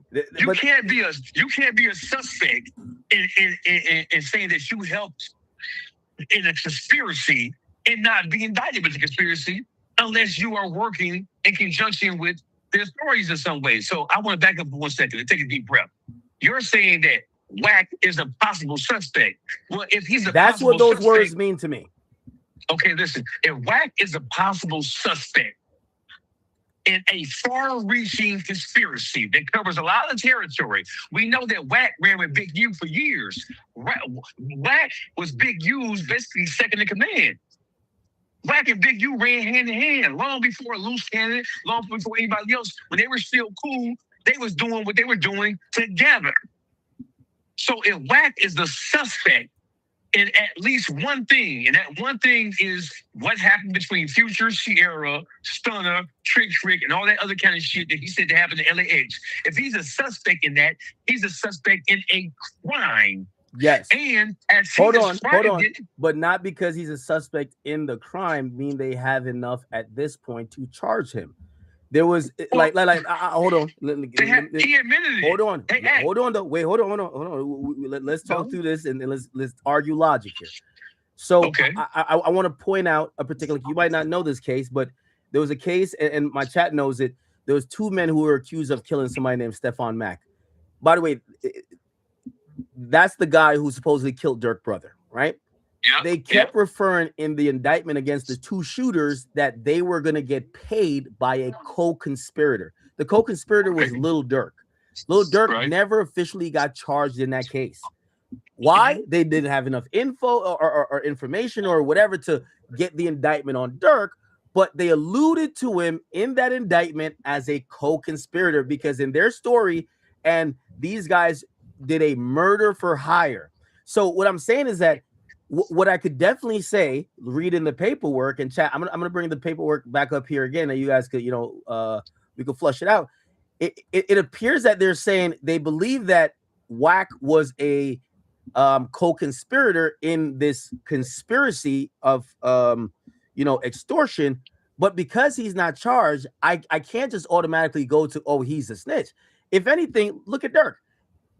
Even if you're 6'9", they'll charge you if they feel they have enough to make you guilty of a crime to actually make you flip. They wouldn't leave you out there uncharged where you could be just doing whatever. So that's where I kind of like jump off the train where I'm like, I don't believe Wack is an informant. Let me put you back on the goddamn train. Listen, everything you just said about the whole Stephon Mack and Lil Durk thing, all that's correct. But let me introduce something else. They would leave that motherfucker out there and let him work if he's working. Wack 100 is working in a concerted effort to take down everybody in the Crip organization, starting with Big U. That's number one. Number two, when you look at everything that he has done... Hold on. I'm asking one question towards what you said. How does him telling a story that, yes, involves Big U, but he clears Big U's name because he said he did everything, how does that help take down Big U? I think Wack running his mouth and saying that put him in hot water, not necessarily put shows that, because he never said Big U told me to chase after him.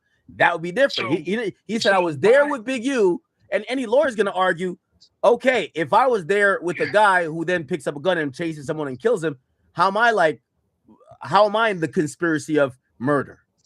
Good question. Let me answer your question. Okay. So the incident that transpired in that airport, we know about it because Wack talked about it. Big U didn't talk about it.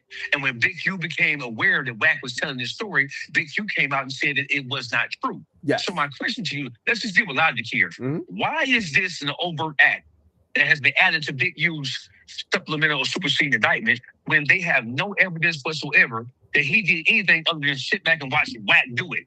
So if we know this because Wack self-admitted that he did it. So if he self-admitted that he did it, if he self-admitted, he admitted that he initiated it, he started Future, he initiated the contact with Future, he chased Future, and then he forced Future into a situation where he cornered him on a jet bridge, where he extorted him under the threat of violence. So you tell me, how can a person do all that shit, and then the feds put that on Big U, and don't list Wack 100 as a material witness or as a co-conspirator because he's the one who did every goddamn thing. I'm glad you said that. So now this is where I think there's a middle ground.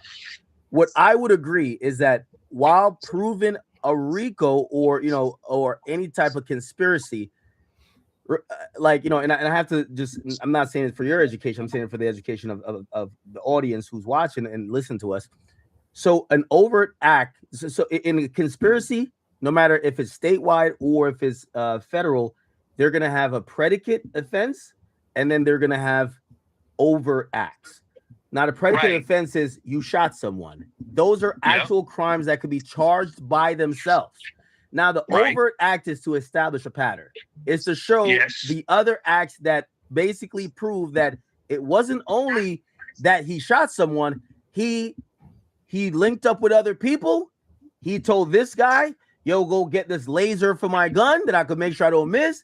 Yo, could you book him for the club? Like booking him for the club to make sure he gets there is an overt act. That's not a. So watch You this. can't get charged by. So I guess I would say I said all that to say, for this overt act to be proven, Wack, if he's the only one who's ever said the story. Now Wack has basically told us he feels like one of Big U's homies has told the story, but whatever. So he's not the only one to tell the story again. So let me Go ahead. pardon me. Let me interrupt you for a second. Go ahead. So listen, you just described what an overt act was in relationship to overall conspiracy. So listen, all the stories that WAC 100 has told about Big U, they really speak to Big U's character, because he's telling them about what happened with Nipsey Hussle when Nipsey got killed. He trotted Loose Cannon up on Adam 22's platform, and he pushed Loose Cannon to say a story about Big U calling him and telling him that Nipsey was dead before Nipsey was dead. And then he interviewed another person. This is all Big U. He interviewed another person who identified himself as a Crip, saying that Big U paid him to steal a U-Haul truck filled with $40,000 of Christmas toys from in front of Big U's house. The guy said that he was supposed to get paid once they got the money from the GoFundMe. He talked about that. So all of these things that Wack has described about Big U. So again, I'm asking you, like, in any debate, you try to state what your opinion is. Me, I say, if anything, Wack is a suspect. Wack is not a cooperant. And if he was a cooperant, I think he would be listed or described differently. Now, will they try to get him to testify? Of course, right? But the idea, and this is a public narrative, that Wack is a cooperative and he's a snitch, I can't buy into it when I'm watching them describe that they basically could lock him up potentially if they have enough on him too. So back to your story, right? And you mentioned that he did these interviews with these guys. Wack plays dirty, and I guess you being from the street, your opinion. No. Oh, wait, hold on, let me just finish. Your opinion, I'll weigh more than mine in this. This is how, and I've heard Wack say this many times. If he doesn't like you, okay, there is no street nigga code that he protects you from getting in trouble with the law if someone else that doesn't like you is on a podcast with him and is willing to snitch on you. So that's what he's always said with the Loose Cannon situation. He's like, I don't fuck with this nigga anyway. And Loose Cannon's his own man. If he's willing to do this, notice Wack didn't say, hey, I was with Big U in X, Y, and Z, and Big U did anything. The only story is this situation with Future, and he said Big U did nothing. So no. Oh, no. I beg to differ. That's not the only story. Listen, when WAC 100, when he sat next to Loose Cannon, and Loose Cannon described that he had received a phone call from Big U talking about Nipsey being dead before he was dead. That is WAC put him in a position. He can't hide behind what somebody else told the story. Not me. That's the Crips did that. Ain't no rules on Big U's indictment. He helped put people who he knew had fell out with Big U. He used those dumbass niggas. And he used their anger at Big U. He used that for his benefit to get at Big U, who he didn't like. That's clear as day. That's number one. Number two, you talked about what the overt act was. Everything that WAC 100 has said about Big U over the last 3 or 4 years, it has all led to establishing the overt act. It all has led to speaking about the character. Everything he did, he was shooting at Big U's character. Big U's a thief. Big U's a murderer. Big U set this play up. Big U set that play up. WAC has been using podcasts. He has been using platforms like yours, like No Jumper, and like everybody else. But are you saying these, like, again, my caveat was that has he probably allowed or platformed people who have accused Big U of actually committing crimes or said, oh, I was there committing a crime in Big U? Yes. But I kind of do understand his So nuance. if you're saying yes, academics, if you're saying that, so listen, you're academics, you're the most powerful person in urban media. No Jumper is no small fish. And so when you talk about who you are and what access he has to you and what it means when he tells a story, you are a bullhorn for WAC 100, brother. All right, hold on. Let me ask you a question. because I seen you just had on Moses Malone Jr. in your podcast, and Yes. I'm not gonna lie, very entertaining. I suggest everyone watch it, and we're gonna play some clips. Thank you. We're gonna play some clips from it today. So there are some people that will say, well, just like how Whack 100 allowed Loose Cannon to say certain things, you allowed him to say that James Harden is a criminal. Like, I'm not gonna lie. After that interview, I said James Harden, needs to go to jail. Like, James Harden is out here like Aaron Hernandez. About 8 years old. That's what Whack has done. Like, Whack has just allowed people like Loose Cannon and others to basically tie the rope around another man's neck and hang them motherfuckers. I'm not gonna say it's not diabolical, but it is. I don't know if you could directly blame Whack for like cooperating or snitching when he's allowing someone else who's willing to do it to do it. Let me tell you the difference between me interviewing a person who's telling his story, right? So listen, here's the difference. Whack 100, he is orchestrating these things, and now we are sitting back debating whether what he said is true or not true. So why are we debating? He's saying that he has full knowledge of it. He was there, and he has expressed his intent of taking Whack 100 down. I mean, taking Big U down, and he has said out his mouth that he's going to use the Crips against the Crips, and he's pointed out that the things that have taken place with Big U, those things were all done by Crips. But what he has left out is that he himself have put these people in positions, and he's ushered them into positions for their voices to be louder. That's number one. Number two, the stuff that he's talking about, he was rough with Big U back in the day. So he had precise knowledge of what was taking place, like the whole airport thing. Who knew that except him? So what he's trying to attribute that somebody close to Big U, one of his Confederates, one of his partners, told the story. But the only person that we know for the record who has told that story about what happened in that airport is him. Okay, so again, I'm trying to get to that top line understanding. So do you believe that Whack is either feeding information to the feds? Do you believe that Whack is cooperating in this case? Or do you just think he's just a slimy dude that's, when he's in beef with someone, he finds a way to, publicly tell on you, like maybe bring other people on? A, B, C, and D, nigga. I believe A, B, C, and D, nigga. A, B, multiple choice, all of them, nigga. I'm a circle E. A, B, C, D, E. I'm choosing E. He's all of the above. Whack 100 is operating minus any type of moral compass whatsoever. Whack 100 would do anything. Oh, okay. Is that unethical or is that snitching then? So there might be unethical because put it like this, you know, not to evoke like a movie or whatever, but like some people how they look at cooperation or whatever. Oh, I could just use a real life situation. We found out in the YSL case that apparently the YSL dudes were okay with one of their members telling, as long as they told on the people from the Inglewood mafia family or whatever. Like if you told on the ops, we're not gonna shun you, but if you told on one of us, so is it one of those where it's like he's just playing dirty?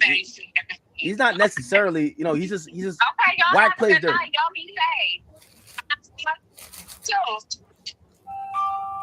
So it's a couple of different things, Ag. We know that when it comes to people trying to get at people they don't like, people employ whatever tactic they have to employ in order to do it, in order to reach their goal. Yeah, I hear Whack say he'll delete people's YouTube channels. I don't think there's no bounds what Whack would not do if he dislikes you. Okay, so you just answered your own question. So he's not above and beyond doing what I'm accusing him of doing then. What do you think that's snitching? Anything, do you think that's snitching? Listen, whenever you're trying to help, Whack 100 is an orchestrator. He's sitting behind the scenes and he's taking people that he knows are dumb as a motherfucker and are just operating out of anger and frustration at Big U. And he's using their dislike and their anger at Big U. He's using it to his favor and in his favor to get at Big U. And that's what he's been doing for the last 3 or 4 years. So Big U already, listen, Big U, in my opinion, in my estimation, he had already done enough to expose himself, but Whack 100 wanted to make sure that he pushed his ass all the way over the edge. We on a date. Our first date. I mean, And you ordering extra food. So you believe that this was done by Wack? You think that's well? That story was told before the indictments and stuff like that. And so listen, they're grabbing everything they possibly can and throwing at Big U. Everything. They're grabbing shit out of the sewer. They're grabbing it out of the gutter. They're grabbing it from people who don't like it. They're grabbing it from the investigation. They're trying to make sure that it sticks. Because like you just said, the overt act, it speaks to character. It speaks to MO, modus operandi. It speaks for it speaks for what he's most likely to do based on evidence that substantiates. It mostly speaks to intent. So it shows that these things, it's one thing. You get into a parking lot argument over a parking spot, you pull out a gun and shoot someone. That's one thing. If you drove there, make sure you stalked the person. You told people to park in every other spot that you could have this argument. Now it's a conspiracy, and that goes to your intent. Like you intended for this crime to happen, right? So okay. So watch this, Act. Hold on, Act. Listen. So let me simplify this for you. Back 100. He does utilize every tactic in his disposal. He utilizes every tool in his arsenal to get at the people that he doesn't like. Some of these things may be above board, but some of these things are clearly not above board. Now, just because you don't like somebody, don't mean you can do all the shit he did to Big U. You can not like Big U, but when you're trying to stories of criminal activity, and when you're putting people in a position and putting them in front of, putting them on platforms to tell a story that all go to intent, that all go to a character, you're doing it so somebody can hear it. And then he's taking these people on these platforms, and then he's backing out when it comes to the Fed saying, "Oh, we heard you did X, Y, and Z." You put these people in a position to be heard, and he's doing that in order to muddy the waters. Still, like the whole thing with the LA with the airport thing. He told it. Now he's saying somebody else told the story. Who was the person who told it? Who could have known it? He told the story himself, first-hand accounting, because he was there. So what he does is, and I'm gonna talk real slow. What he does is that he purposely talks about these things in public, and then when these things become somebody's reality, he can then say, "Well, I ain't the one who did it. I may have said it once, but somebody else may have said it too." Like he lied about the Stunner thing. He's a liar. He lied and said, "I never said Stunner name." He's only saying that because Stunner put a bankroll in his pocket with that Cash Money West, and Stunner called him and told him, "Look, bitch, this shit getting serious. You get my name in this shit. The band's gonna come talk to me because you said I paid the ransom." Hey, by the way, I will say, shout out to Birdman, but I remember the last time they were trying to put Birdman name in some stuff. That was the Jimmy Roscoe thing with Young Thug, where they were trying to say right after he shot at Lil Wayne's tour bus back in I forgot what year it is, 2013, 2014. They said after it happened, the first two people he called was Thug and Birdman, and if you look back at the court documents, the police were looking into Birdman, and I'm pretty sure Birdman was like, well, from what I've heard, they said that was it for Birdman in Atlanta, because Birdman was going down there doing the rich gang stuff. They said Birdman was like, "You know what? You niggas gonna have me up in y'all crimes. I'm out of here, man. I'm good." Yeah, I have a question for you, academics. What up?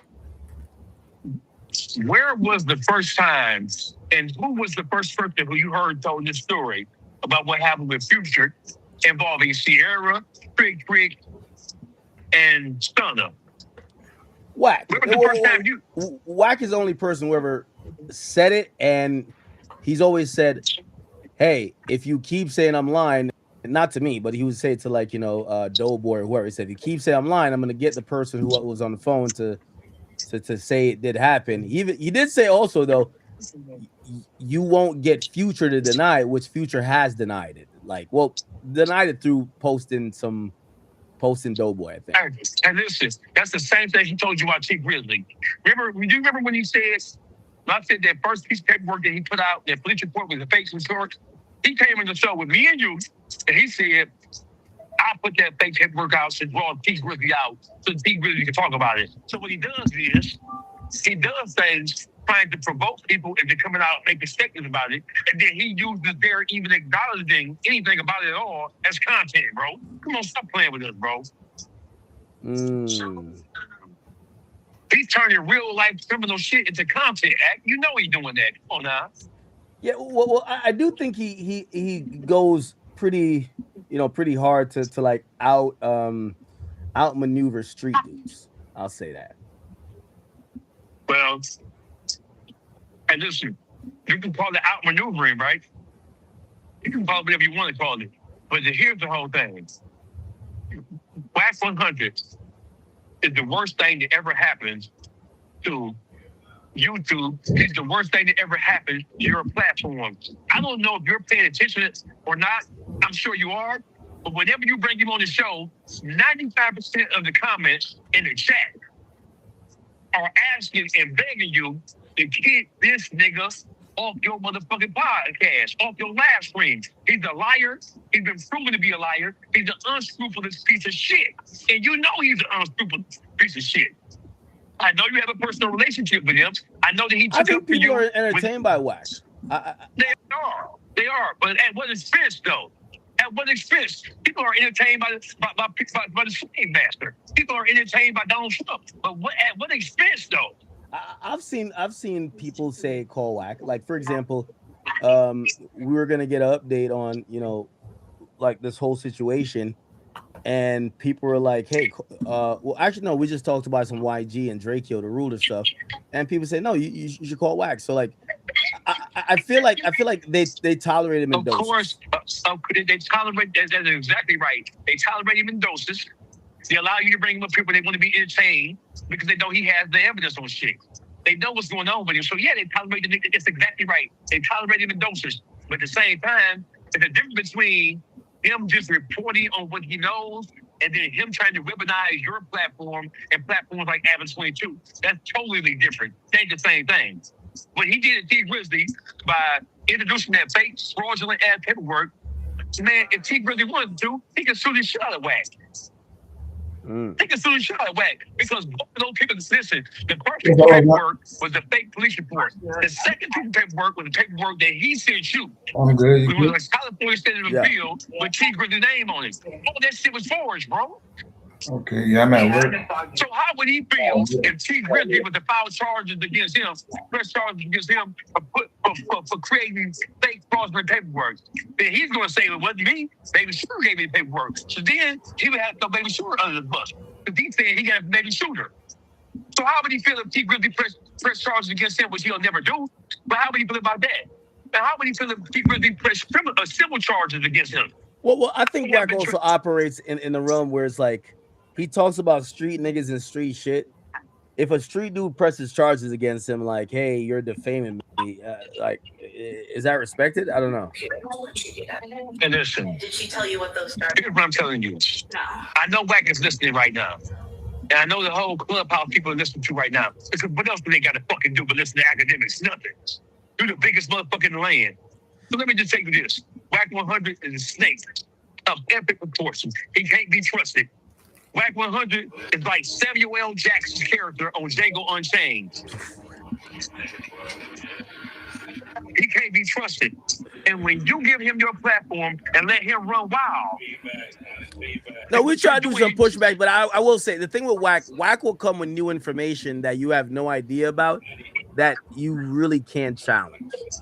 And after he puts it on the table, and now people get to vet it for maybe like a couple of days, you could come back afterwards. Like, for example, now I could come back afterwards and be like, oh, okay, well, Wack, well, maybe when you said that wasn't all the way accurate, but a lot of times he definitely does come in with, he mentioned some person who's named Vet or whatever. He was like, hey, that's the person that's probably telling. That person's out on bond. That person was accused of like.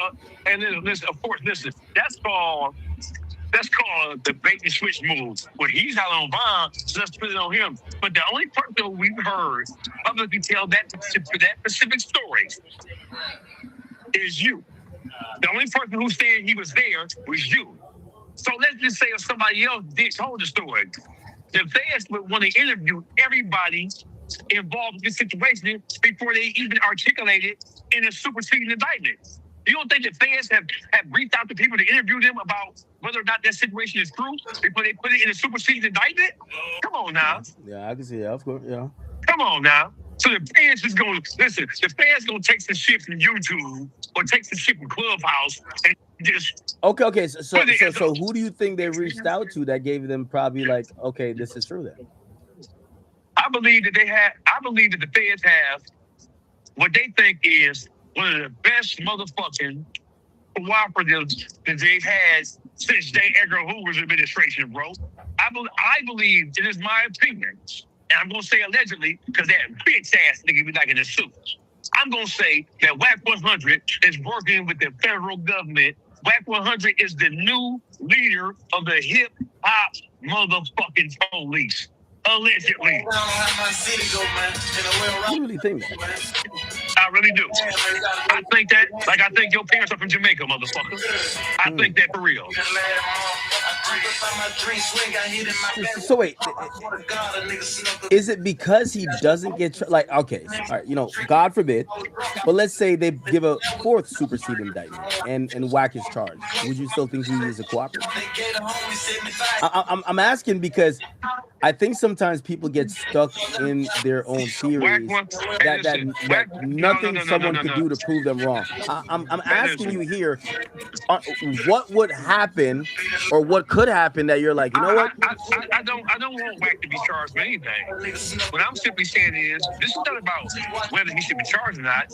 I'm just pointing that out because it is extremely odd and it is really telling and it really showcases what the fuck is going on here. Wack will never be charged by the feds. He's not going to be brought to this indictment, right? But he certainly has to be called as a witness. So listen, when you talk about something being an overt act, okay, cool. It's not an actual charge. It just speaks to the overall character or the MO of a person. Well, Big U's lawyers still has to address it because they're using that to establish foundation. No, of course. They're using that. So Big U's lawyers still have to address overt act 38. Hey, by the way, so I'm wondering how the feds are going to even try to, because usually when they're trying to prove a conspiracy, they address these overt acts. And I'm wondering if Wack is the only person supposedly that said this. I don't think Wack is getting on the stand.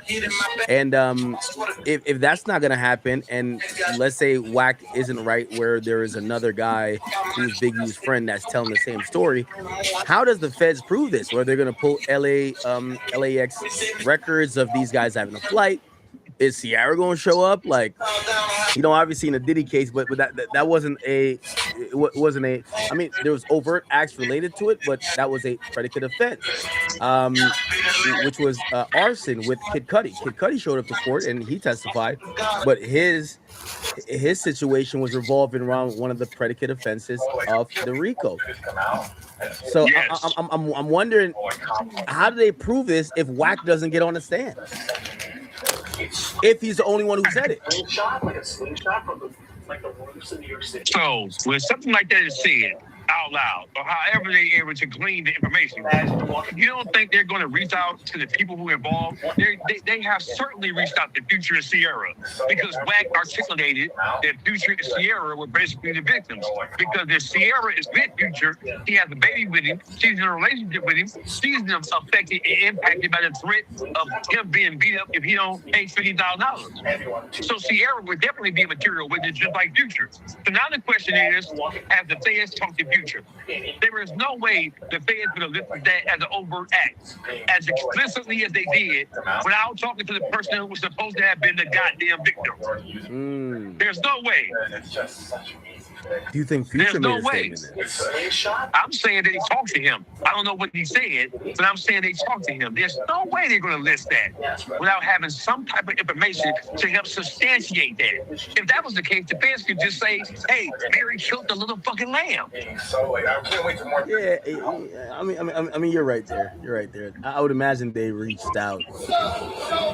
I wonder how Future could get around, like either affirming or you know, somewhat I guess it would be cooperation to a certain. They'll be doing the Gucci man. Listen, there's no way the world Future's going to acknowledge that, right? The whole thing is Future never told the story. If Future gets questioned by the feds, he's only being questioned by the feds because somebody told the story and put him in a situation where he had to be questioned. That's it. Future, even if Future denied it, if they feel like the information came from a reputable source, a solid source, like Wack, they're going to run with what they think they know, despite the fact that Future is not cooperating. Because why would Future cooperate? He doesn't want to destroy his public image.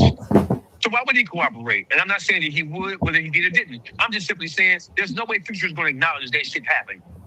And even if Future did not say it happened. He said the opposite. He said it didn't happen. But the fans feel like the information they got was so strong that they put their overt act anywhere because they trust their fucking source over future denial.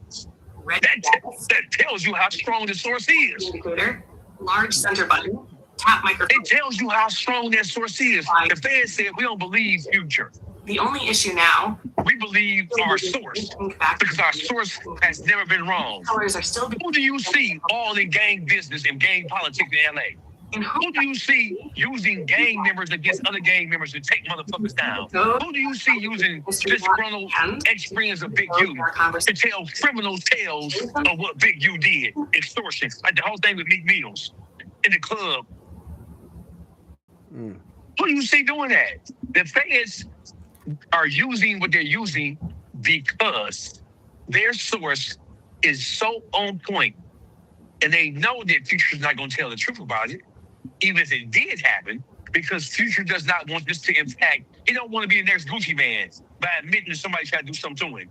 So of course Future is not going to admit or acknowledge it is true. That's source that they got in Big U case is a bad motherfucker. And the only people who we see who's telling stories about Big U's criminal past on platforms such as yours and No Jumper is Wack 100. Most of the people who have been trotted up on those platforms are people that have close association with Wack 100. That's not a coincidence, bro. What do you say to the some people believe that out of him beefing with Big U, he kind of helped jumpstart or hasten this indictment that came down on Big U. Do you believe that too? Hey, this is what I believe. I'm gonna answer your question. You know who said that? Your chat said that. That's who fucking said that. Your chat said that because we all know and believe it's true. We believe it's true. I believe that's true, like I believe Jesus is black, nigga. I believe that's true, and so does the whole goddamn world. I also believe that I heard him say Stunner agreed to pay that $50,000 to Trick. I believe it, your chat believe it, and you believe it because you heard him. Wack 100 is acting like Donald Trump. He's asking us not to believe our ears and not to believe our eyes.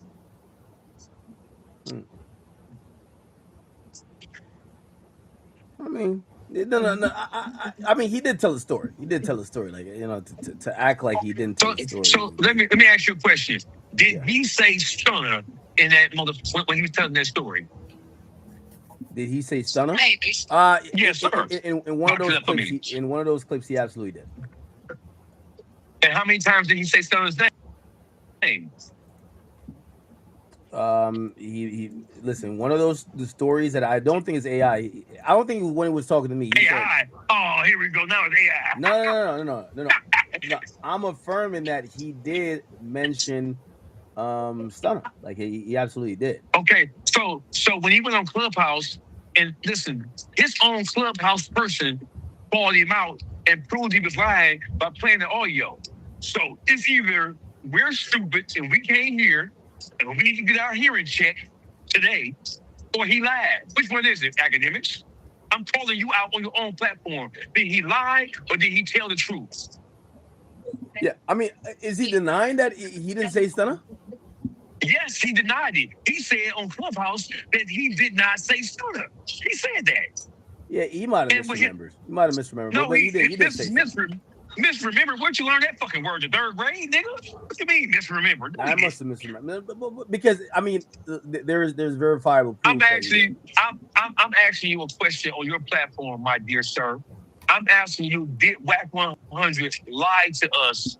Did he lie when he said that he did not say Stunner's name? I'm asking you straightforward, man to man.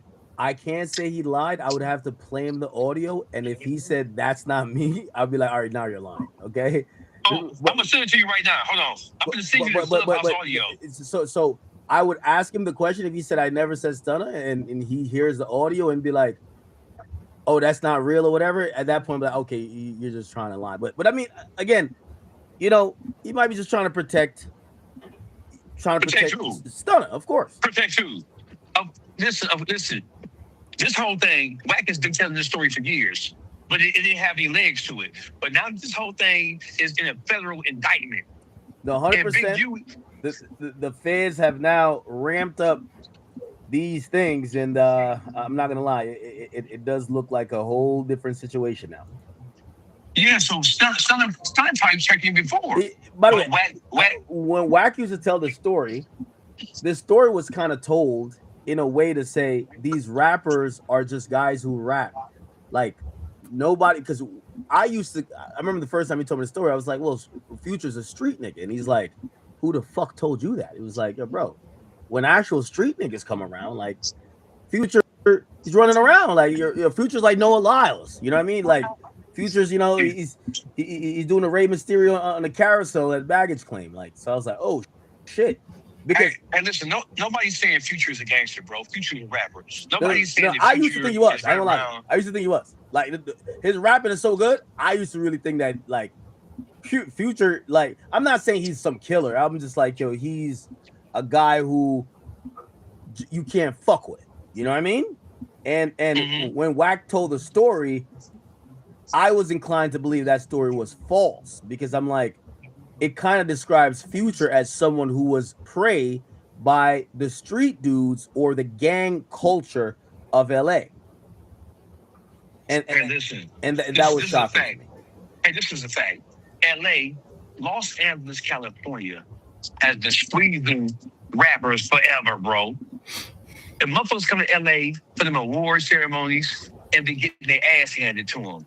Them goddamn gangbangers was getting motherfuckers together. That is absolutely true. They prey on these weak-ass, coward-ass rappers. That's true. That's true. You've been in the entertainment business at the highest level of it, bro. You didn't just come around. You've been investigating these things for years. You know these rappers, but by and large, not all, but most of them are not what they rap about, and you know that. You know they've been coming to LA, being forced to join gangs, being forced to check in. Or if they didn't check in, they didn't acquiesce to the pressure, it was getting their ass stumped out. You know that. Yeah. And I want to make sure that I'm clear here. What I'm saying is that I believe, based on what I've heard, based on all the information that I've seen, I believe that Whack 100 is playing an integral role in getting Big U knocked down. And I think that he's trying to do everything in his power to make sure that the charges stick. That's what I believe. That's what I believe. And I'm going to send you the Clubhouse video where his own Clubhouse person called him out. They called him out when he said, I never said Stunner's name. He said, yes, you did. Then he played the audio. When the guy played the audio and Whack said Stunner's name 4 times, Whack told him, oh, you acting like the police. You acting like the police. Ain't that about a bitch? How you gonna ever accuse a motherfucker of acting like the police when you're the king of acting like the police around this bitch? Wait, Whack told the dude that he was acting like the police? Yes, when he played the audio and proved that Whack was lying, that he did say Stunner, then he switched up. He said, well, but Stunner ain't the one who paid me. That's not the question. The question is, did you say Stunner? So then he switches up. Well, he ain't the one who sent me the money. I know who sent me the money, and it wasn't Stunner. But that was not the point. That's not the question. You said that you never said Stunner's name. He played the audio back, and he proved that you did say Stunner's name. And then Wack went on to say, well, but Stunner ain't the one who paid me. He ain't the one who paid me, though. To know where the money came from, and then went for Stunner. Alluding to Stunner not paying him, it was somebody probably in association with Stunner who sent the money to somebody somehow, some way. But here's the whole thing. You're saying that you did something for Trick. You're putting Trick in a Trick bag. You're bringing Trick. Has Trick said anything about this? Trick would never, ever. No. Never. I had no history of doing no shit like that. What the fuck would he ever do something like that? I call it a different area code. No one never said it. Nobody's saying Wack is lying. The only person saying it did have a person. Go ask that person. Hey, listen. The people who have spoke on this, they said Future said Wack was lying. Big U said Wack was lying. Everybody else has been mums. So listen, Wack has been telling this story with intensity, trying to convince us. And he even said, if you don't believe me, go ask this person. Or don't make me call this person. Don't make me call that person to verify this is happening. He's trying to force the public. He's trying to prove his point beyond a shadow of a doubt. Who does that? Why are you so hard up to prove that this shit did happen? Well, he did the same thing Loose Cannon did. Loose Cannon got himself in that indictment because his stupid ass was telling shit that he did, or was telling things that he was involved in. Wack 100 did the same thing Loose Cannon did by telling this story about what happened at the airport. So why is Wack not charged with Big U? Yeah, I'm in Broward as well. We'll find this out, man. Dogface, you make a compelling argument. Send me that audio. Is back on the show. I will ask him about it. I will confront him with the audio. He doesn't duck really any type of things from what I've seen. I'm pretty sure. I'm pretty sure he'll give me some type of answer. All right. I expect him to. And after that, we could go from there. We could go from there. But yeah, no, that. Don't go nowhere. I'm gonna send you right motherfucker now. All right, good. I'm gonna send you right now. Well, you got 2 or 3 today. You ain't gotta go nowhere. Tomorrow. I want to make sure you get this shit. Let's see.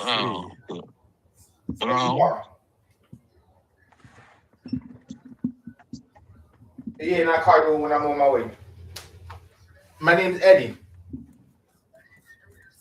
I got work. I got a crew.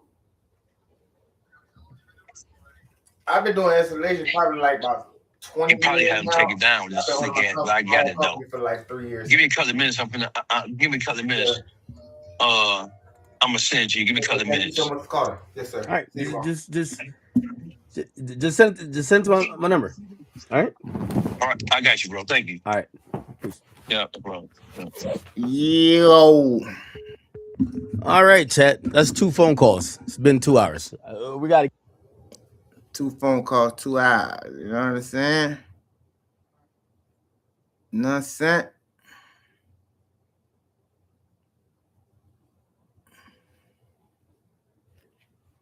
Why get a GoDaddy domain for just $4.99? Here's one reason. Before I got a GoDaddy domain with a professional email address, people.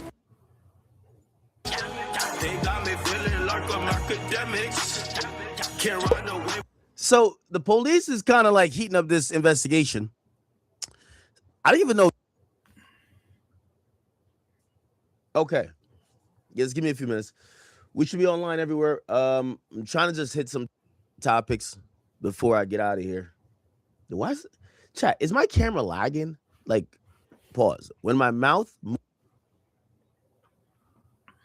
Very early age, hustlers, pimps, prostitutes, and drug addicts. I grew up in that kind of environment. You see guy with nice cars, jewelry, that difference between him, he didn't have no structure though. See, I went down there and put down organized crime because I had been around it. I organized it over there, man, and I got that thing in order, man. And we made a lot of money, man. That spot, boom, man, that was a gold mine.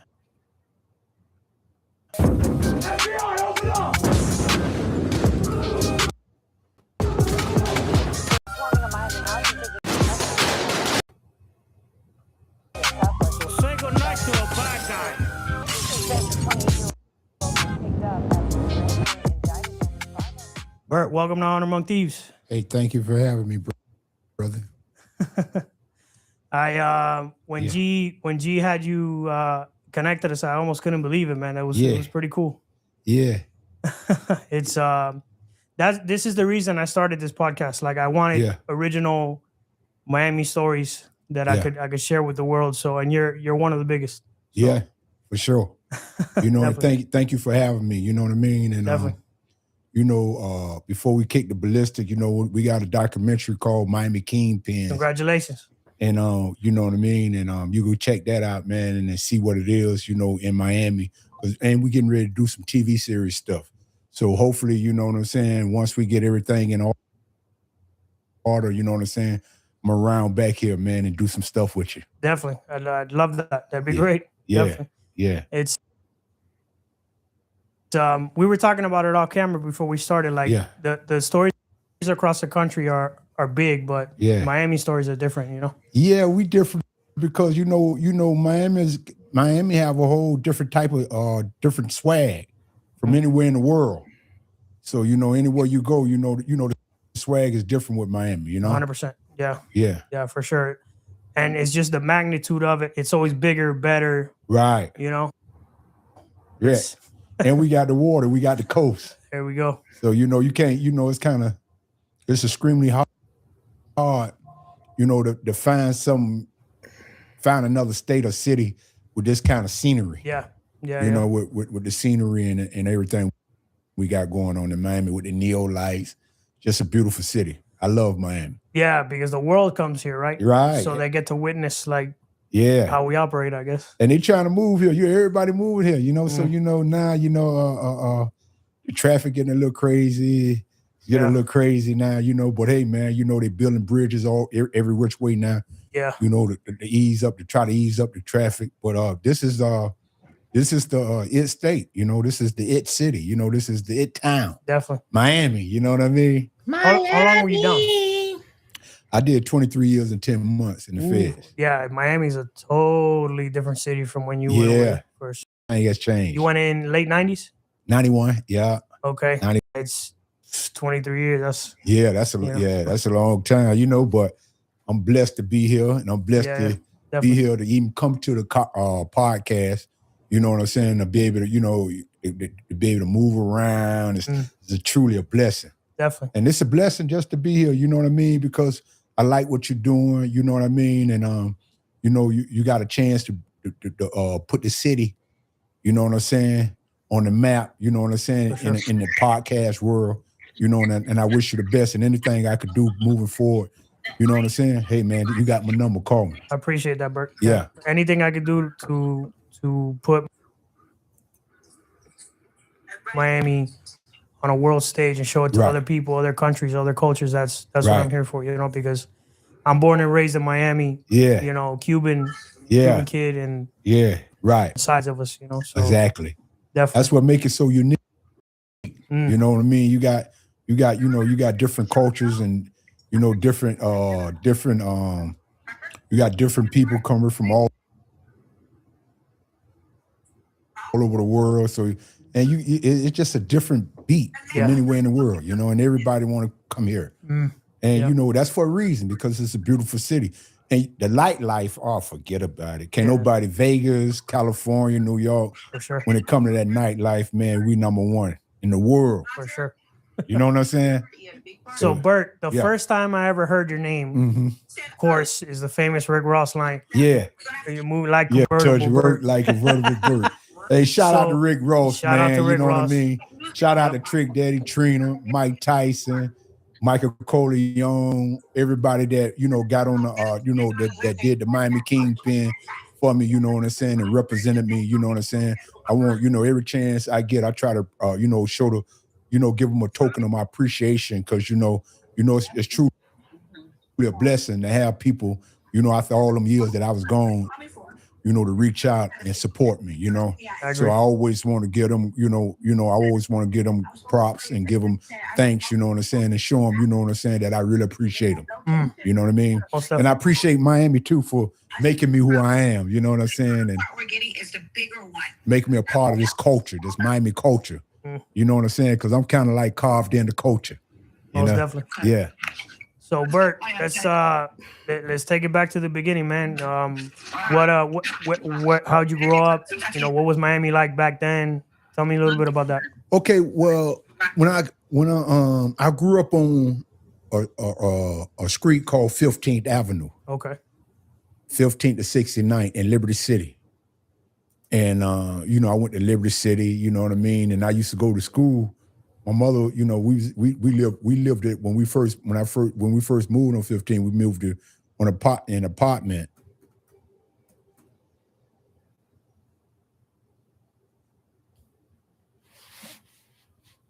And then 4 or 5 years later, we moved.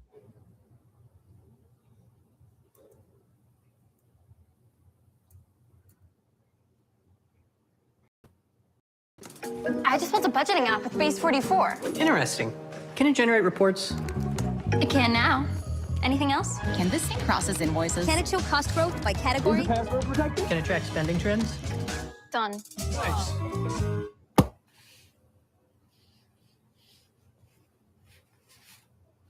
Very early age, you know, like, you know, hustlers, pimps, prostitutes, and drug addicts. I grew up in that kind of environment. You see guy with nice cars, jewelry, that really inspired me to want something out of life.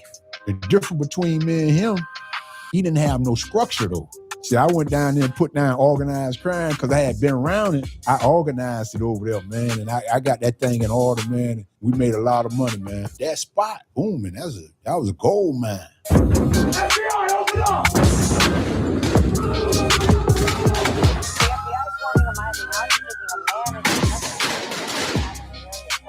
Say goodnight to a bad guy.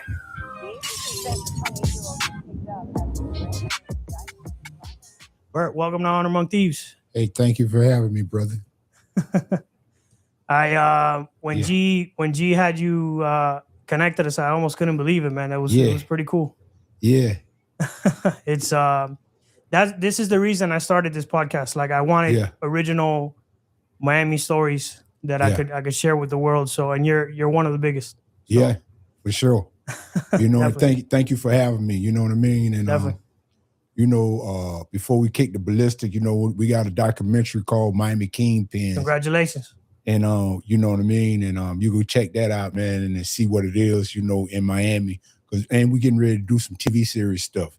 So hopefully, you know what I'm saying, once we get everything in order, you know what I'm saying, I'm around back here, man, and do some stuff with you. Definitely. I'd love that. That'd be great. Yeah. Definitely. Yeah. It's we were talking about it off camera before we started. Like the stories across the country are big, but Miami stories are different, you know? Yeah, we different because you know, Miami have a whole different type of different swag from anywhere in the world. Yes, sir. So, you know, anywhere you go, you know the swag is different with Miami, you know? 100%. Yeah. Yeah. Yeah, for sure. And it's just the magnitude of it. It's always bigger, better. Right. You know? Yeah. And we got the water, we got the coast. There we go. So, you know, you can't, you know, it's extremely hard, you know, to find another state or city with this kind of scenery. Yeah. Yeah. You know, with the scenery and everything we got going on in Miami with the neon lights. Just a beautiful city. I love Miami. Yeah, because the world comes here, right? Right. So they get to witness how we operate, I guess. And they trying to move here. Everybody moving here, you know. So you know now, you know, the traffic getting a little crazy. A little crazy now, you know. But hey, man, you know they building bridges every which way now. Yeah. You know, to try to ease up the traffic. But this is the it state, you know. This is the it city, you know. This is the it town. Definitely. Miami, you know what I mean? How long were you down? I did 23 years and 10 months in the Feds. Yeah, Miami's a totally different city from when you went away, for sure. Yeah, everything has changed. You went in late 90s?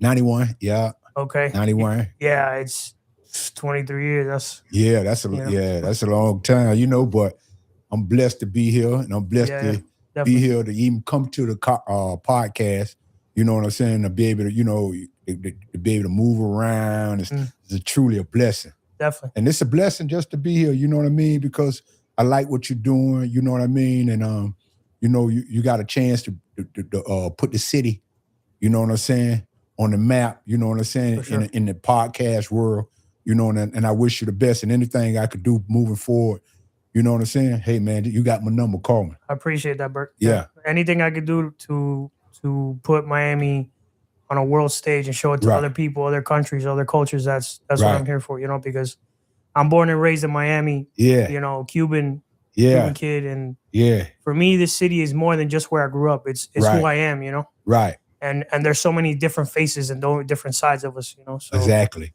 Definitely. That's what makes it so unique. You know what I mean? You got different cultures and, you know, different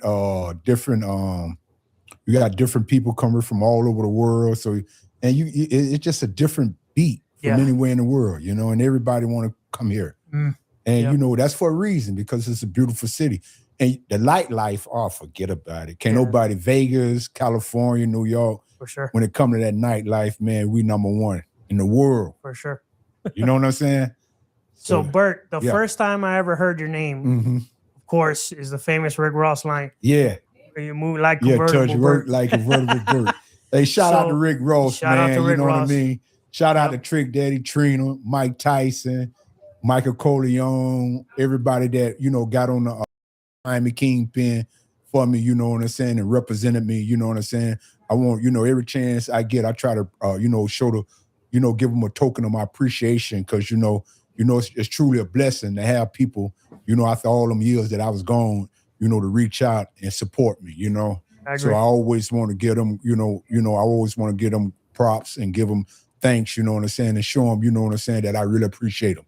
You know what I mean? And I appreciate Miami too for making me who I am, you know what I'm saying, and making me a part of this culture, this Miami culture.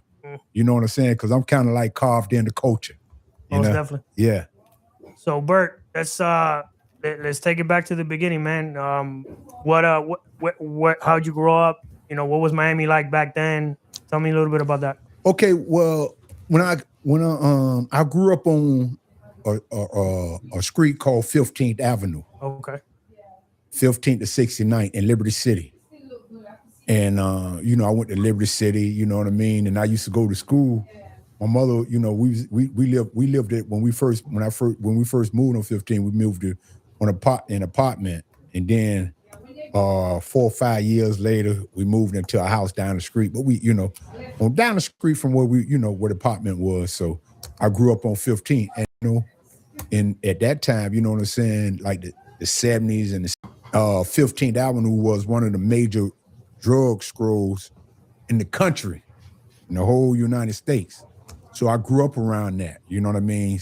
So in reality, you know what I mean, you know, the game ain't choose me. I didn't choose the game chose me. It was just, you know, because everything is environmental and I came up around it. Yeah. I can relate. I grew up in humble beginnings. Yeah. I tell everybody, don't let the slick back hair fool you. You know? Yeah. With me, it's like all of us that grew. How do I explain this? Like when you grow up rough in Miami, right. It's unlike other places. Yeah. You know. Yeah. Like you have all these cultures that come together. You got, you know, Cubans, Venezuelans, you got Jamaicans and Haitians on the other side. Yeah. You know, the minority blacks. Like we all come together and it turns into this wild place. Right. You know, and we're all trying to survive. Right. You know what I'm saying? So 15th Avenue in Liberty City, this is the 70s? Yeah, it's around the 70s, 80s. Okay. I'm around up in there, you know. Okay. And then, you know. What kind of kid were you? Like, what were you into? Were you on the, like, were you just like up getting into trouble all the time? Were you kind of like a cool or chill kid? I was a cool kid, you know what I'm saying? You know, but you know, I was a cool kid, you know, when I was on 15 because I was young, you know, but I was exposed to a lot, you know, at an early age, you know what I mean? You know, like you know, I seen a lot at an early age, very early age, you know, like, you know, hustlers, pimps, and prostitutes and drug addicts. I grew up in that kind of environment, so I saw more at a young age than the average kid would have. 2, find market hubs. Would you say that era, like the 70s, because nowadays you don't see it as much, but was like pimping a hustle? Was that like a thing? Oh yeah, pimping was a big hustle. You know what I'm saying? You know, pimping was a big hustle. You know, like I grew up on 15. They had the Clyde Club, the Ebony Bar, And they had another spot called the pool. That's where all the action was, you know, the pimping and all that stuff there. Right. So, you know, I grew up around that. Hustlers, you know what I'm saying? Players, hustlers, you know what I mean? The pimps, you know what I'm saying? I grew up around that. So, you know, I was influenced, you know, I was influenced to a lot of game early at an early age, you know? Would you say it was already embedded in you to kind of look up to the guys that were doing that kind of stuff? Or was it more of like, you didn't really want to do that? Did you make up your mind at that time, or you? Like I said, you know what I mean? I grew up around it. So, you know, if you see, all right, okay, growing up on 15, right? Like I said, that was like one of the main drug scripts in the country at the time. Now, you got all players, hustlers, and all kind of players hustling a different type of personnel. And I'm exposed to this. So now, you know what I mean? If you see a guy with nice cars, jewelry, you know what I mean? Jewelry, nice cars, jewelry, and all this stuff here, you really, you know that kind of, that really inspired me to want something out of life at a young age. You know, a lot of people they don't see the things that I saw on the level that I saw it on at an early age. So, you know what I'm saying? So I picked up on a lot of that stuff, you know what I mean? And it made me a hustler, you know what I mean? It turned me, you know, I see it every day. You know, when I was in elementary, probably about 10, you know, 10, you know what I'm saying? When I come home from school, you know what I mean? I used to look out for the hustlers, you know, the drug dealers, you know what I mean? You know, that's how I get my little money, you know what I mean? And I was a kid, so I was exposed to it at a very early age, and they weren't doing it to make a bad kid out of me. They was doing it to, you know, like, hey man, look out, yeah. Hey man, look out, make a fruit out, stay out of trouble. So they'll let me look out, make a fruit out. So that's how it all started, you know. Okay. Are you an only child, or you have siblings? No, I have siblings. I have three.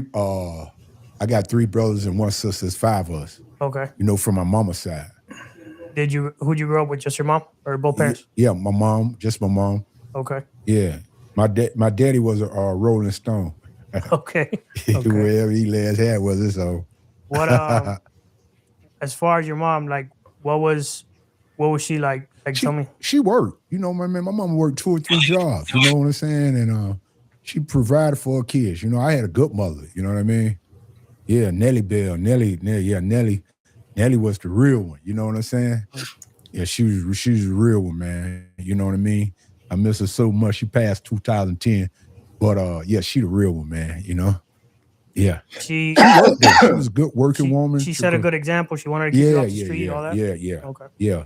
Everything good she wanted for her kids, and you know she didn't want, you know, she didn't want me to be in no kind of criminal life or nothing like that. You know what I'm saying? But you know, like I said, you know, I grew up around it, so that's all I seen. So if I seen, you know, and then I had a chance, you know what I'm saying, that to go the other way, but you know, I choose that because that's what I grew up. That's what I was fascinated with. Right. You know what I'm saying? You know, like I said, you know, I was around some of the top tier hustlers in the world. So at that time, so, you know, they had Cadillacs back then, you know what I'm saying? You know, few of them had Mercedes and stuff like that. And there was high-end cars back then, you know, before all that other, all the Ferraris and back then, you know what I'm saying? In an environment like that, Cadillacs and Mercedes was really the car, you know what I mean? Back then, you know what I mean? When back to what you were saying about the guys that would just pay you a little money to watch out and that kind of stuff. How old were you when that happened? I was like 10. You know, I was 10. I was coming from school, you know? Right. You know, when I get out of school, you know, I'm standing my doorstep. When I step out, you on the app. When I step out of, you know, where we used to stay on 15 on the apartment. When I step out, you know, we right there. You know, we lights, camera, and action. This is where all the action at. As soon as I step out. Okay. So is it kind of like a slow progression into the game? Like you started out as a washout, then they offer you something else, you did something else. Was it kind of like that? Yeah, once you exposed to it, you know what I'm saying. Like kids today is very smart. You know what I mean. And so it don't really take them long to get up on, to really find out, you know what I'm saying, different things and which way they gonna go with it. Cause a kid, a kid is like a sponge. They soak it up. They all sponge and all that. So, when it came time for me, to make a move, it was an easy transition.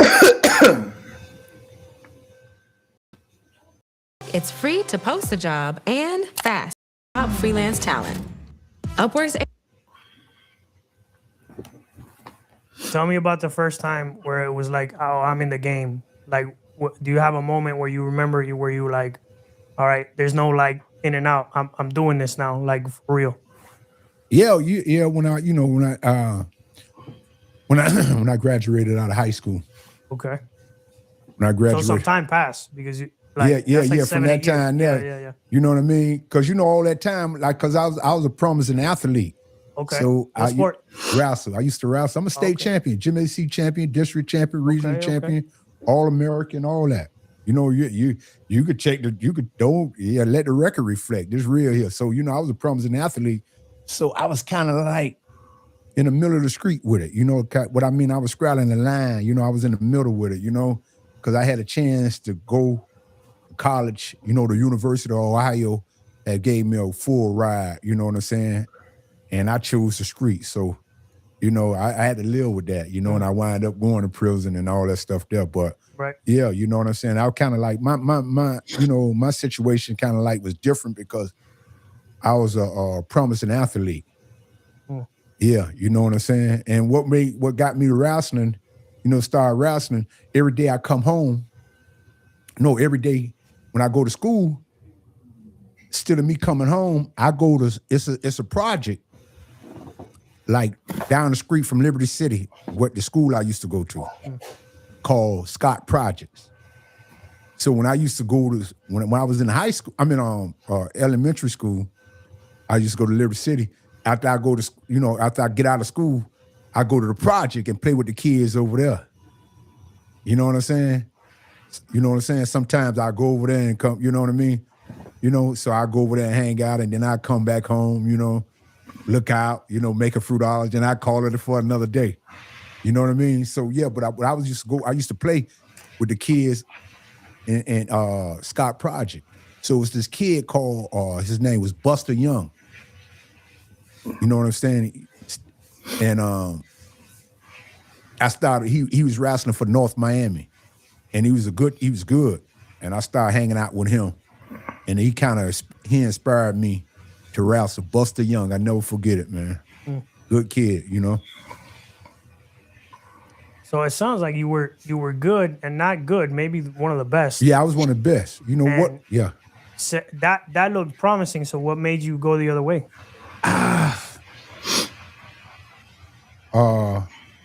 Influence. I was infatuated with nice things and money and stuff like that, so when I got a taste of that, it was kind of like it was the done deal for college, you know what I mean? So it was like that, you know what I'm saying? It was really like the nice things got me. I wanted something nice. I wanted to be straight. I wanted to have nice cars, jewelry, and clothes and stuff like that. Nice home and stuff like that. So these guys here when I was growing up, they had nice cars, nice homes, had nice clothes, stuff like that. So it's kind of like lured me in. Was there one specific guy that comes to mind that you were like, I want to be like him, or was it just everybody? At this point here, you know what I'm saying? You got to understand, I grew up on a scroll, so it was, and I was on the main part of the scroll where it really goes down. But the whole script, they had different hustlers and stuff like that. Okay. But that's what I was saying, so many different hustlers getting their money. So they all of them kind of inspired me in one way or another. Okay. Yeah, wasn't no really specific, you know what I'm saying? You had Crack and African Ernest and all, you had so many, 46, you had so many Calico, you had so many different ones, you know what I'm saying? You had so many, you know, Powell, you had so many different others. Kike, you had a lot of forget about it. You had a whole lot of variety of hustlers, you know what I'm saying, that I picked up. So you got Charlie Baby. You know, Charlie Baby was a girl made a song about him. He was so bad. Boy, he was so bad. So you had all these guys here that it was kind of hard for me to just, you know, say one, because I got a lot of flavor for different one of them. Right. You know? Gotcha. So what year is this when you decide to get in the game and you're like, all right, I'm not going to wrestle. I'm going to go down this route. You're what, 17, 18? Yeah, exactly. So this is like all that time, bro. I was hustling off and on all that time, but I'm straddling the fence because I got a promising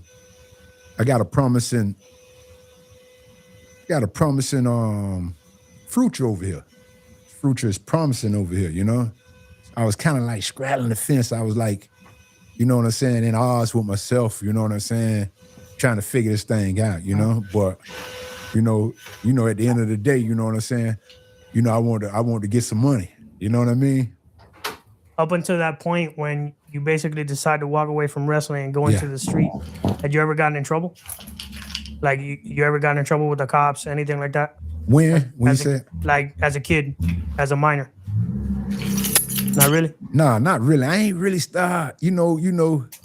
It was until when you made that decision after high school that you really went in. Right. I started, okay, like, I stayed up there, I stayed on 15 till I was about 12, right? Let me see what's happening. They say 5 to 12, right? Mm-hmm. Your device is still running. And then I moved to another spot, a project, a housing project, PJ's called the Graveyard. It is likely still part of the project. And that's when I started getting into a little trouble because I'm around kids. I'm in the projects now.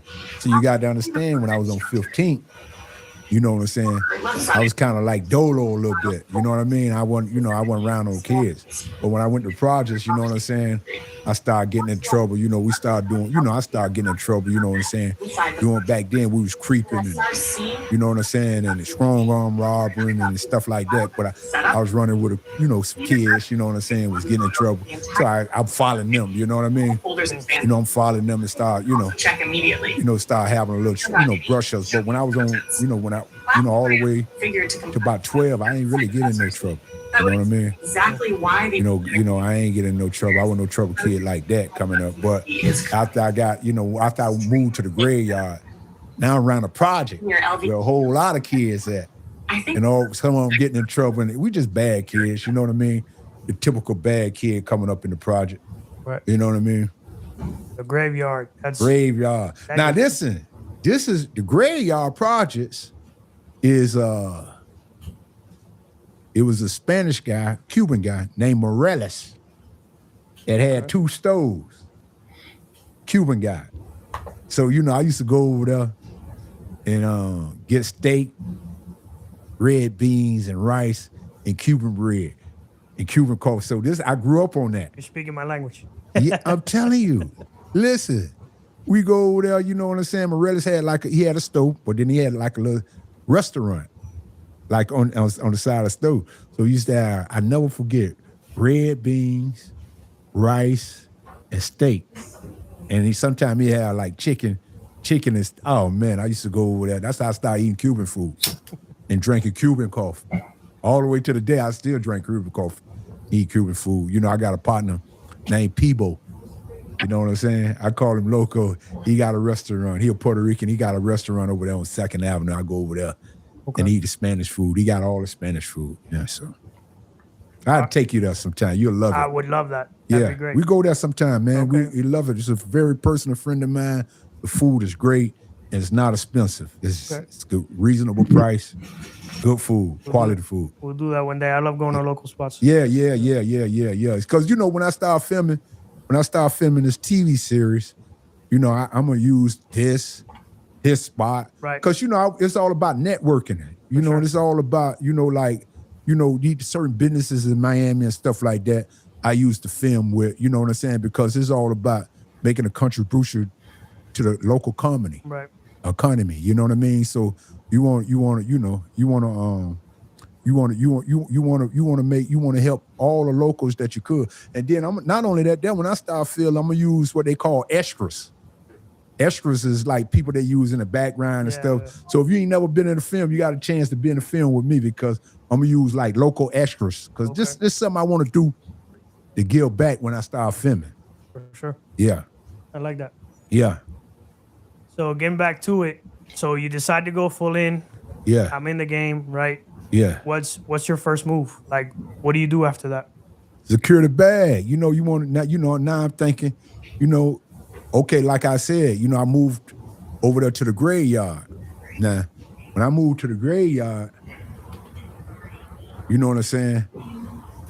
We were just hustling weed and joints and dollar joints and stuff. We had a spot like that over there where it's like it was a bar. And then the white, you know, we had the people that come in the graveyard. So it started out like that with the weed. And then when the crack epidemic came out, you know what I'm saying? Oh man, it got over there, man, and I made a lot of money out of that project there. That was kind of messed, but I made a lot of money out of that graveyard, you know, the graveyard project. It's still up over there on 2nd Avenue and 71st, you know what I mean? I made a lot of money over there, you know what I mean? And that's what really, you know, got me over. But like I said, I started hanging around. There's a lot of kids, you know, my age, doing other stuff. And that's how, you know, so that's when I, you know, found out, hey, man, that's what I'm going to do. Okay. Since you live there, did you already kind of have a way in? Because obviously when you decided to do this, you're not this big guy yet. Nah. So no, what happened was, right, I had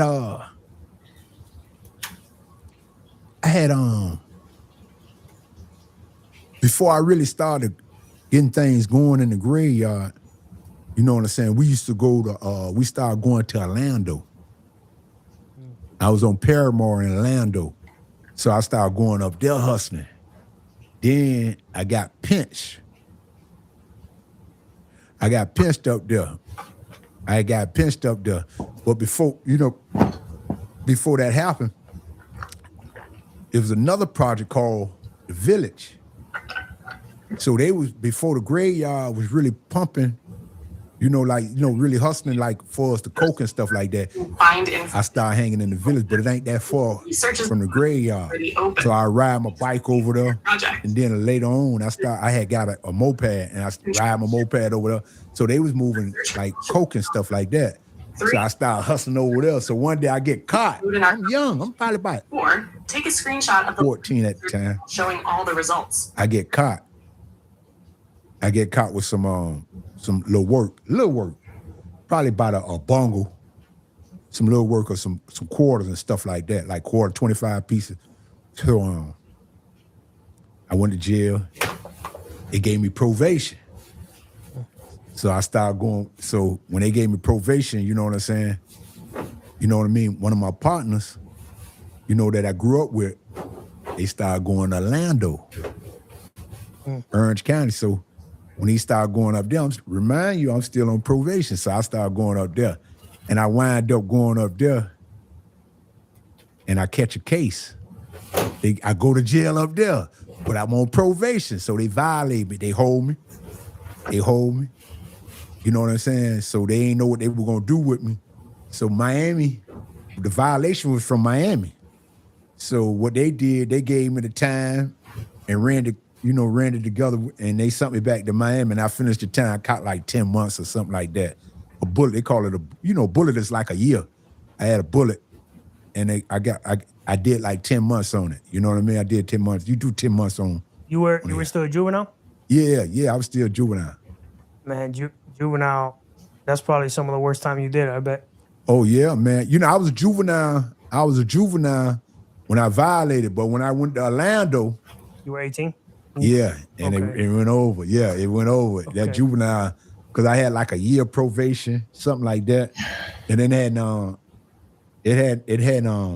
I still had it. So I still had the probation. So when I when I violated, they sent me back to Miami. They kept me a long time. I split the time like up there and down there. But they had me a long time, you know, up there in Orlando. Then they sent me to Miami, and I finished a little time up there.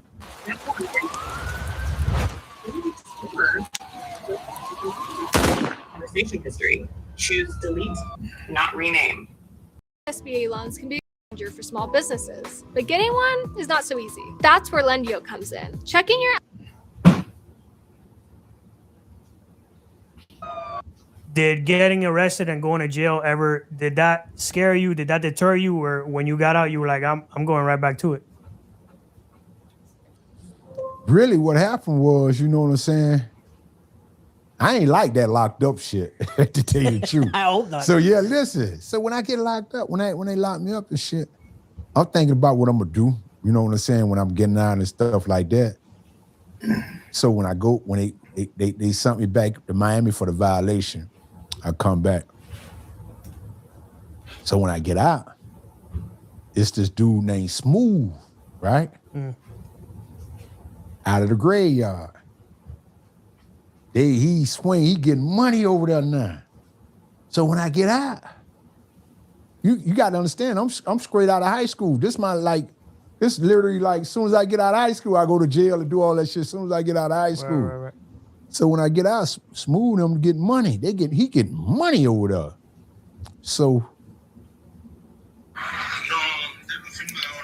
I asked him, I said, hey, Smooth, man, you know what I'm saying? You know, I'm just getting out or whatever, you know what I'm saying, or whatever. Can I get some money around here? I said, you live around here. Oh, man. That's all I needed to know. When he said that, you know what I'm saying? Man, I took off, man. And I ain't looked back.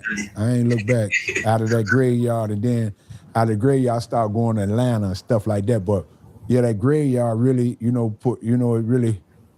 really put me in another stratosphere. Yeah, that graveyard probably. Mind you, I was gone. So all that, remember I was telling you, we were just hustling the weed over there. So when I come back, they swinging, they got the other thing going. So when I get out, I couldn't believe it. They swinging. So I asked the dude, because he getting the money over there. I asked him, man, you live around here. Oh my God. So when he did that, the difference between me and him, he didn't have no structure though. See, I went down there and put down organized crime because I had been around it, over there in the village. So I'm seeing different things, you know what I'm saying? And so I put that I organized it over there, man. And I got that thing in order, man. And we made a lot of money, man. Did you get there with the intention of like, all right, I know what to do here? Like, was that, or did that kind of come up organically? It came, but you got to understand I had been around it. Right. But like I'm trying to explain to you, right? When I first get over there, when I first move over there, I'm on 15. They hustling a little weed and shit like that. They ain't no coke, ain't none of that, ain't no coke or nothing like that over there at that time. Like they moving like that. You see what I'm saying? Everybody on the weed hustle. Actually, good news. But when I get locked up, update clock no. I come back. That means the old code. They on a whole different level with it. Last check. And it kind of like blowed me out. It kind of like blowed my mind. Because when I left, Wi-Fi. Use the capital W. We was just hustling weed. You see what I'm saying? When I come back, they on a whole nother level. No results. So I really got, final issue. But I was familiar with it. Right. So I had more experience than the dude Smooth, who I was telling you about, who I grew up with. Right. You know what I'm saying? I had more experience than when it comes to organized crime, organizing. Right. I had been around it. I seen it as a kid. So now I put some structure over there and we took off, man. Made a lot of money over there in the graveyard. Once you got there and you knew that's what you had to do, what kind of structure? Like, was there like a lookout? I put structure in there. I put, I really brought organized crime in that. You know what I'm saying? And I defended the spot. You know what I'm saying? And we wouldn't, I wouldn't let nobody come around there. Nothing. I just I put locks on it. Like I just took over. He was like, really, you know what I'm saying? Between me and you. At first, anybody could just, when I got there, all that was out. Wasn't no more of that anybody, all the scragglers or nothing. It was me or him. And me and him grew up together, and he started out before me, so I got respect and love for him to even, because if he would have said no, that I couldn't hustle over there, I would respect it. I would have respected that because I had to respect it because you that's knew each other from back in the day. right. We come up together. So if he would have said, "Nah, man, this is my thing," I would have respected that. But he said, "Shit, you live around here, man. You can get some money." And boy, that's all it took. And I, went to another level with it. So, how fast once you put structure to it? Like, how fast do things take before they really start taking off? Does it take a minute? Is there like a trial and error period where you kind of figure things out? Or does it kind of just click and everything takes off? Well, it's it's trial and error. You got to figure it out. But see, it not really, because I got straight to it. But like I said, I was a little bit more experienced than him because I had came around that being coming from 15, then hustling in the village. See, I'm seeing different parts. You know what I'm saying? That's before in the village now, they hustling coke over there. So I'm a young kid over there hustling, you know what I'm saying? But I'm familiar with it and I'm up on it because of 15th Avenue. The experience I get from 15th Avenue. You know what I'm saying? So then, you know what I mean? Once I started going to the village, I found out what it was. And then I was able to move, I kind of like, foot the structure. That's like I was saying, when I seen the village was kind of like organized too. Anybody really couldn't come around and they started getting organized, stuff like that. So that's pretty much what I did with the graveyard because the village was getting money before the graveyard was on, for us on the coke tip, Okay. So at this point you hadn't made real money from when you kind of take over the spot. When did you in your mind was like, all right, now I'm getting money? Like, how long did that take? It ain't really, it ain't really take that long because that spot, booming, that was a gold mine. You see what I'm saying? That was a gold mine, you know what I mean? But it was this task force. See, there Miami had a task force called the Jump Out Boys. Jump Out Board. So I started getting monies and I started buying cars and shit, all kind of stuff. And then them boys ain't like me. So they started coming over there in the graveyard. You know what I'm saying? And then they just had an all-out war with me. You know what I'm saying? The Jump Out Board. You know what I'm saying? They were like crooked cops, but we started beefing, man. And I'm talking about fighting and all kind of shit. Every time they see me, they take me to jail. We was going at it, man. And so one of my little partners named Smoke, he grew up in the graveyard with me.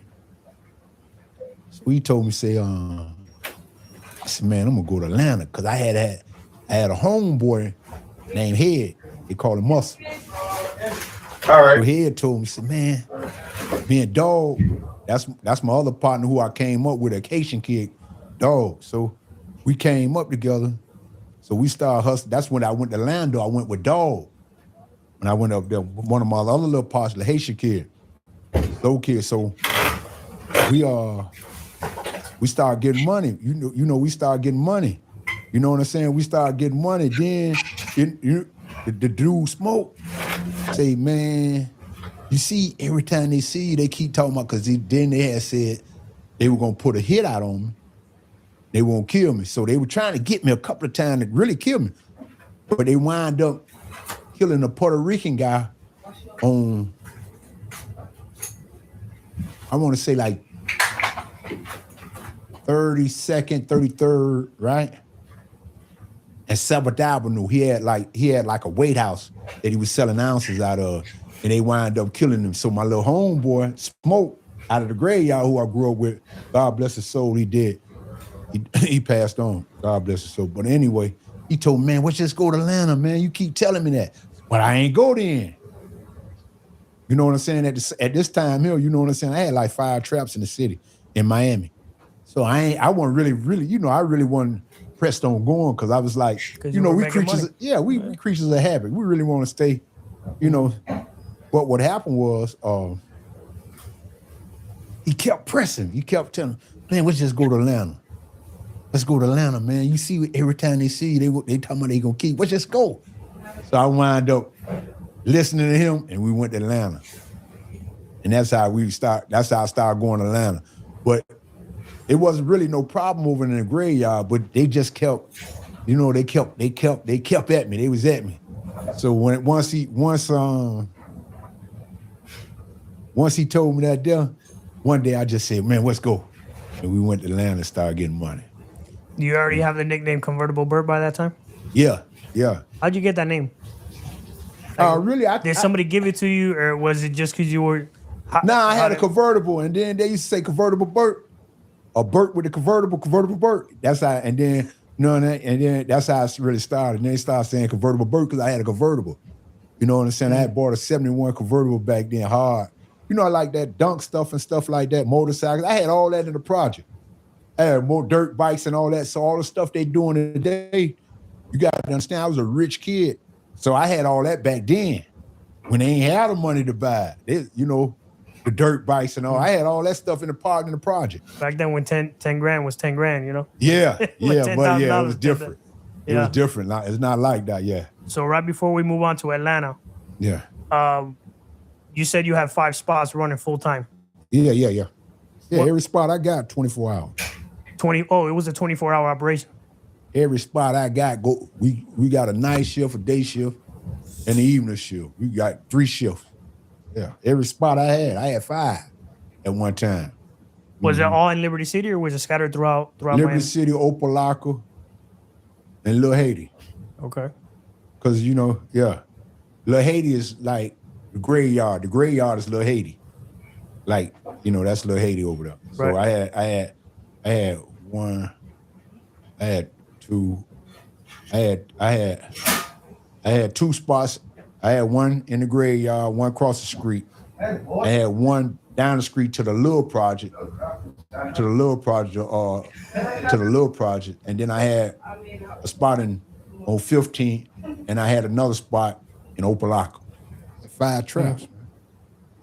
What, in a well-oiled machine, 24 hours with a 24 hours a day? Yeah. I was moving in. You know what I mean? What could one good spot give you? Like, how much could it produce per day, dollar amount?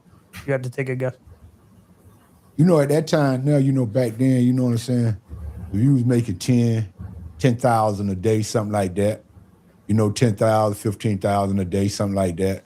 5,000. It's various. You know what I mean? But you got 5 spots. Yeah, but it still varies because, you know what I'm saying? They like offset. One spot does good, one spot does bad. Right. See, you can't never gauge how a spot gonna do. You know what I'm saying? Right. Because they're in different areas. But since you had 5 running at the same time, there's always some money coming in. Yeah, it's always money. I had money circulating. Okay. I mean, even 5,000 a day, Bert. That's money. Yeah. But that's the kind of money we were bringing in, 2,000 or 3,000 a day, 3, 4. It's playing on because you got to understand. Sometimes the heat be on. You can't really move, so you got to shut down the spot. 1 or 2. Yeah. You know what I mean? So it all varies. Right. When you running all 5 of them, it's a machine, boy. Yeah. So before you decide to go to Atlanta, were you one of the more serious players in Miami? Oh, ain't no question. I had to establish my name, Convertible Bert. So I'm a major player at that time. When I go, you know what I'm saying? When I go to Atlanta, I'm hitting off all cylinders, firing off all pistons. I'm gone, and I'm a young rich guy. So when I went up there, I took a crew up there. Yeah, you know what I mean? So like now, this is a whole different time. It is. The things we did back then. No, you can't do that now. You can't work. It'll never work again. No. Yeah. G was talking about that. He was here the other day, and it's like the rappers rap about the old guys. Yeah. They don't rap about the new guys. You can't do that anymore. It's an era. It's like a golden era. It's a golden era. It's over with. You know what I mean? It's kind of like over with. With all the modern technology. Yeah. It's like you got to be extremely lucky. You got or an foreman. Thank God that there was no social media back then. Oh yeah. Thank God. Yeah. Yeah, but them guys, what I don't understand about that social media. Them guys get on TV and tell. They get on social media and tell on themselves. That's crazy. That is wild. They record themselves chopping up the drugs and all kinds doing all kind of shit, showing the guns. They convict the fella. They just I just, you know what I'm saying? Whatever they then they'll go rob somebody and then talk about it. And they'll talk about it with the same clothes on. And so the people saying it's crazy. Yeah, it's crazy. It's just, but for the young kids out there, man, don't never be so social media and driven. Yeah. Well, you actually so immune to it that you actually commit a crime and tell on yourself. Never do that. Yeah. You write, what if you could hear a song? Go to suno.com, switch to custom mode, and paste in your lyrics. Then describe the sound. I'll go with soulful R&B ballad, emotional vocals, piano driven. Hit create. Suno turns your writing into 2 fully produced songs. Your words sung back to you with real production behind them. Now shape it. Remix to hear your lyrics in a completely different genre. Rewrite sections to tighten the phrasing. Extend to build the full track. You can also use Suno to face writer's block head on. Create new lyrical ideas and flourishes that you can then reinsert to complete your composition. Your lyrics fully produced from a paste and a prompt. See what your words can become. Subscribe at suno.com.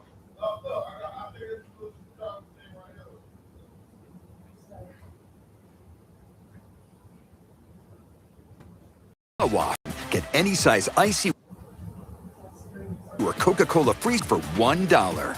Any flavor, every afternoon. The sips you're craving, just $1. Only at your all-day drink destination. Gotta have a Wawa. So you get to Atlanta, you take a crew with you. Yeah. Is it a little different because that's not your city and where you're from? Or were you confident walking in there like, all right, I know what to do here? Nah, what happened was, like I said, I had a homeboy that's getting money up there for a good while. Right. He kept telling me and my other homeboy named Dog, he kept telling us to come up there. And y'all need to come up there. I'm telling you, man, I'm on a quarter tank now. He was talking about $250,000. And he getting money, right? So $250,000 in the late 80s is a lot of money. yeah, so he's sitting Especially on when the you're quarter. from the hood, right? Like, Right, he's sitting on the quarter. He out of the Scott Project, the dude I'm telling you about. He out of the project. Yeah. So he said it once, twice, 3 times. So my other partner, Dog, he took off first. I'm the last one. Like I said, I got 5 traps.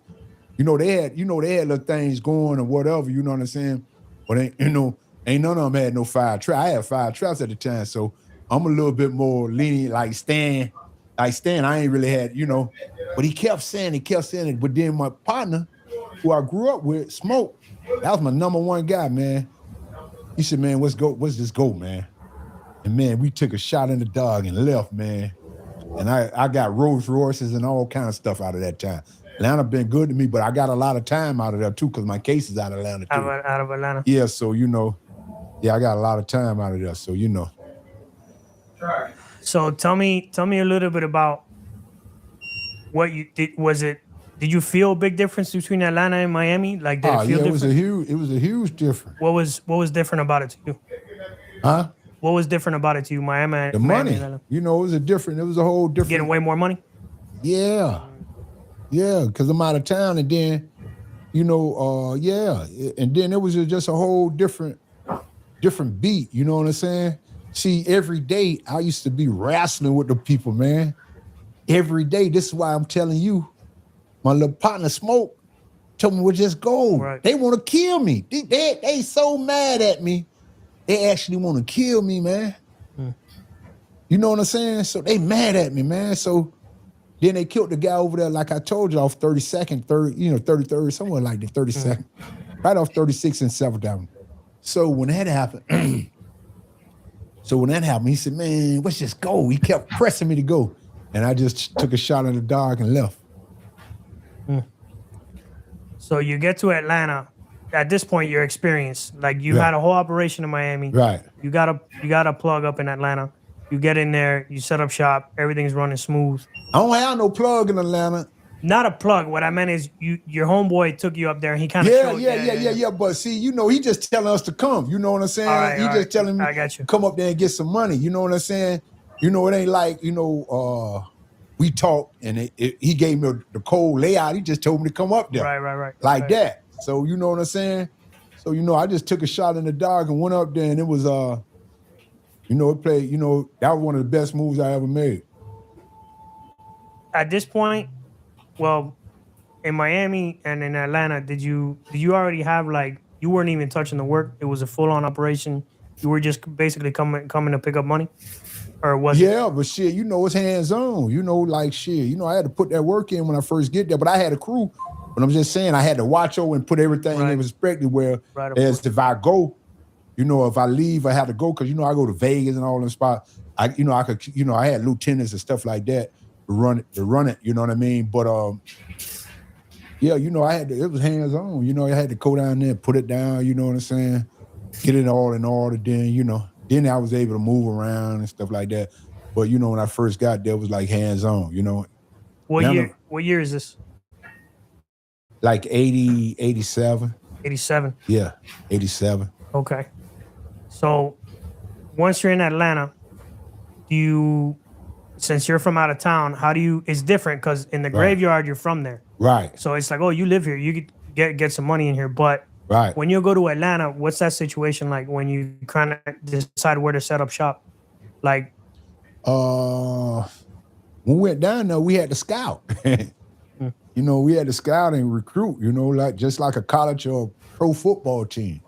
You got to go down there and see what. I'll show you something crazy happened, though, because when I first went down there, my first time going down there, it was, I go straight to the dude's spot, but I don't know it.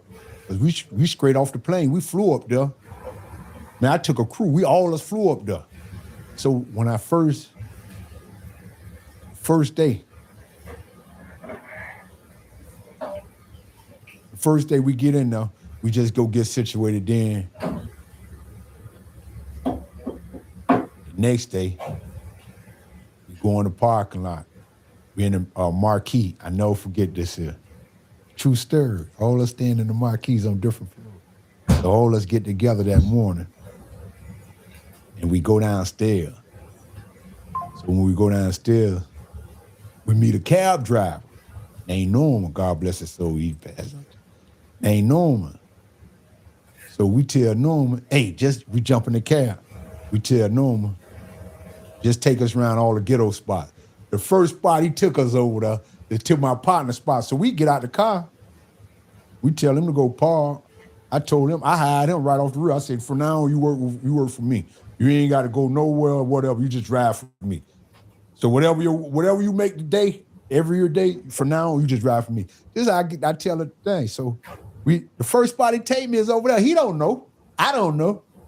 So another one of my homeboys from Miami that worked for my partner Head called Head and said, we just looking around. We ain't really did nothing. So he called Head, so and tell Head, I'm down there trying to take the spot to put down. So Head, my partner pull up, he said, no, man. I said, no, man, he ain't say that. It wasn't nothing like that. We just looking for a spot. He said, yeah, this me. But he say down the street, right? He say, it's a dude he was warring with named Terry White. He from Atlanta. So they don't have the little walls or whatever. So when he tell me about that, he asked me about it. He said, man, but you might have the wall down now. So I said, man, fuck that shit. I ain't going down there. So listen, so when I said that, mind you, I still got the cab driver. That's my driver. So when I start walking, I meet a dude named Blind. He smoked though, you know what I'm saying? So, by me running from Miami, I'm hot in Miami, so I don't really want to tell nobody my name. I don't that convertible Burt shit. I ain't want to really say nothing about no, because the name hot like a motherfucker down there. So I ain't really want to say that about that. So the dude asked me my name and I ain't really said nothing. So he peeped game. So he said, I'm gonna call you Goldie, because I had a mouthful of gold. So I'm gonna call you Goldie. Goldie your name. And man, that's all they know me by. The whole Atlanta, they never know about Convertible Burt. They know me as Goldie. Yeah. And that went on for a long time. Yeah. Norman, and then we call them clunkers or smokers, but Blind, I never forget that, man. Cabs that must have been expensive. You got a whole cab driver to yourself. Huh? Like, how much did you pay Norman per day, that cab driver? Like $500. Yeah, like $500, because you know what? You changed his life. Yeah, you changed his life. Nah, but you got to understand, it was real. On my behalf, it was well worth it. Let me tell you why. Because I don't know the town. He know where everything at. So when it's time for us to go get anything, food, to the hotel, and learn our way around, or wherever we need to go, you know, he was on payroll. Shit, I had him on payroll. You know what I'm saying? And he's such a good guy. Just put him on payroll. You know? Oh, Norm, God bless his soul. Yeah. You know, that's something I noticed about like the stories from the guys back in the day, like yourself. Like, yeah, I always hear like, yeah, you went to prison and did all that, but there's so many people that come up and say, no, he did this for me. He did that for me. You know what I mean? Like, that doesn't exist anymore. Nah. Because you don't have to be like, if you're on the street, that doesn't mean you have to be a horrible person. Right. You know what I'm saying? Right. Like, you're not the only guy. I've had many guys. I don't know if you know George Valdez, the Cocaine Cowboy, but like same thing. Like people interact with him. He's like, yo, he did this for me. He did this for me. He did this for me. So it's crazy how different things are. Yeah, but back then you want to do, back then, you know what I'm saying? You really want to do something for somebody. Third up, you know, you making money to help people. That's making money for. I wasn't just, I did my thing. I had all kind of nice stuff, but I really enjoyed helping people. Right. You know, with light bills, they come pay their rent or whatever. Getting the clothes, buying food, whatever I could do for a person to help them, I always took pride in that. That always, that make me feel good. That make me, that make me feel good to help somebody. I feel good. It ain't really about all me. Like right now, you know what I'm saying? I'm in the process of doing some great things, in this TV and movie industry, you know what I mean? And my whole thing is really, to really help people, you know what I mean? To help people, you know what I'm saying? Right. I got a non-profit called Convert a Life. And it's really to help people, man. I really want to, I'm trying to run it up where I could really help people, and I ain't got to, I don't have to, count on nobody or really ask nobody from that. I could do it myself. You know what I mean? Right. It's a non-profit, but I want to raise my own proceeds where I could do it as I want, free. Right. And it ain't up under no sanctions or nothing like this, just from the heart. You know what I mean? Right. You know what I mean? So let's get back to Atlanta. Yeah. How long from the day you get there? How long until you're fully operational?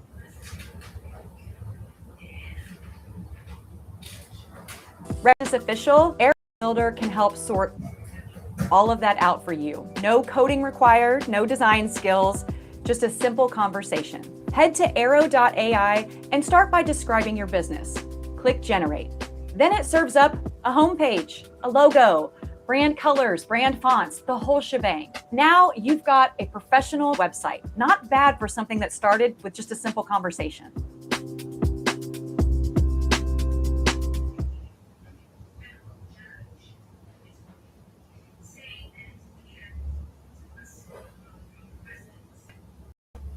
Whoa. What's that? I just built a budgeting app in Base 44. Guys, Nina just built an app. Impossible. Nina can't code. Interesting. Can it generate reports? It can now. Nice. So you're saying we can all build apps now? Yeah. I'm on lunch. I gotta make a call. I'll be in my office. Just built an inventory tracker. Protein calculator. Book there an app. A workflow manager that Tracks who still owes for the group lunch. Trash duty schedule. Since no one seems to care. I just created a goal tracking system. We built the same thing, didn't we? Yep. Can this thing manage contact? I want to animate this graph. Create a party planner. Profesor de español. An inter-office dating app. For dogs. For office dogs. You know what I mean?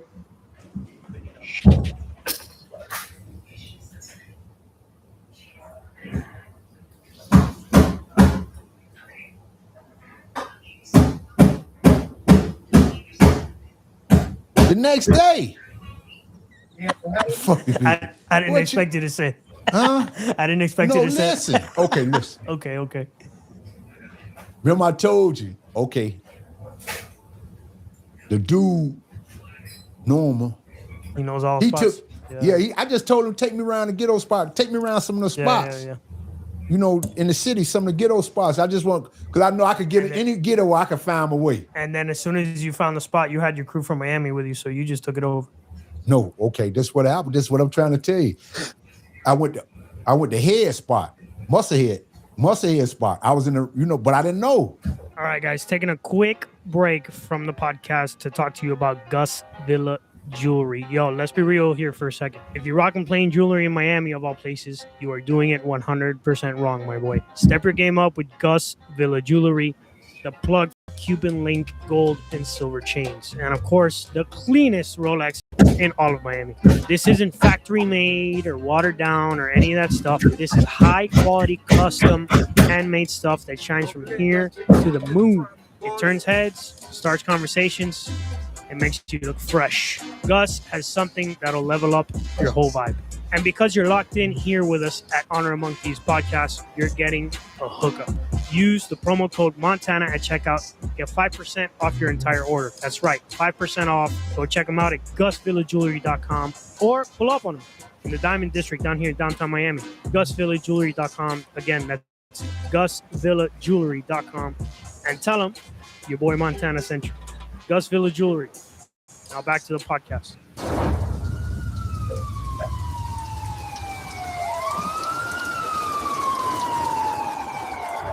So when Brian took me to the other spot, we hung, okay. Just say at 5 or 6 o'clock, we go to the other little spot, right? So we try to see what we could do a little bit, fill it out a little bit. We tried to do a little like something that same day. Or the next day, we was in full swing because we had found the spot. Went there, started moving. Then there's some dudes that's already around there. After a while, they started telling us we got to get from around there. You know what I mean? Because they from around there. Because you're an out-of-towner. Exactly. But they call us the Miami boys, so that's where the Miami boy stuff. So boom, we stay down. So the first thing I do, right, is I go buy all kind of artillery. I told you I'm like in the organized mind state of frame. So once I get the artillery, I start putting it down. Then I'm ready. Now I'm ready. It took me a little while, I had to find my way around a little bit, a couple of days, but we hustling, but we on the move, just trying to find out what we do. But once I got that artillery, we in full swing, boy. Once I got situated, we in full swing. Then some of my boys started getting girls out of the project, because we went to another project, Harris Home. You know what I'm saying? And then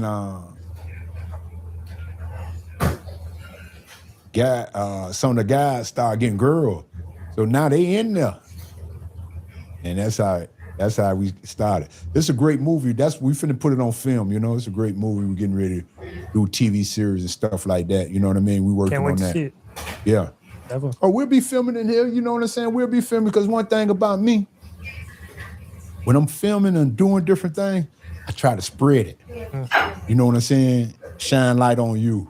Shine light, all the people that I don't came in contact with. See, one thing about me, I'm always show love. You know what I mean? I ain't gonna never, I don't care if I get $1 or $1 billion. I don't care if I got $1 or $1 billion. I don't never change. I stay the same, because I've been getting money.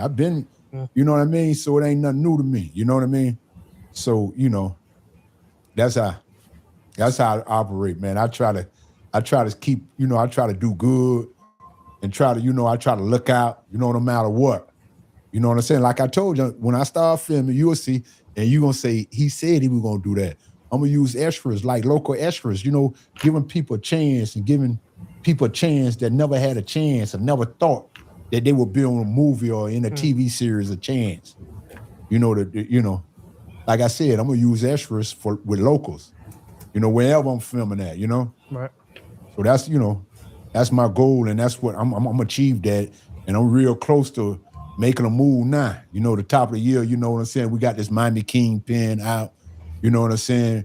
We got 3 phases of it. We got 3 documentaries, the 3 documentary series, Miami Kingpin.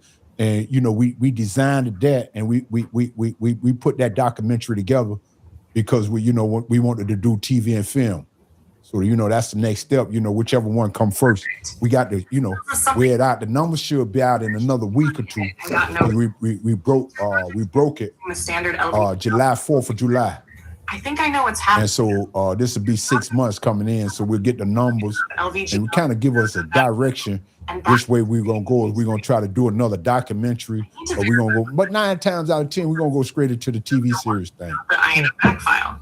Scroll to the very top. If you're looking for a business loan, an SBA loan is one of your best options. Why is that? To start with, the Small Business Administration, or SBA, partially backs these loans to reduce the risk that lenders take on when issuing a loan. That's good for lenders because it means they have some protection if the loan doesn't get repaid.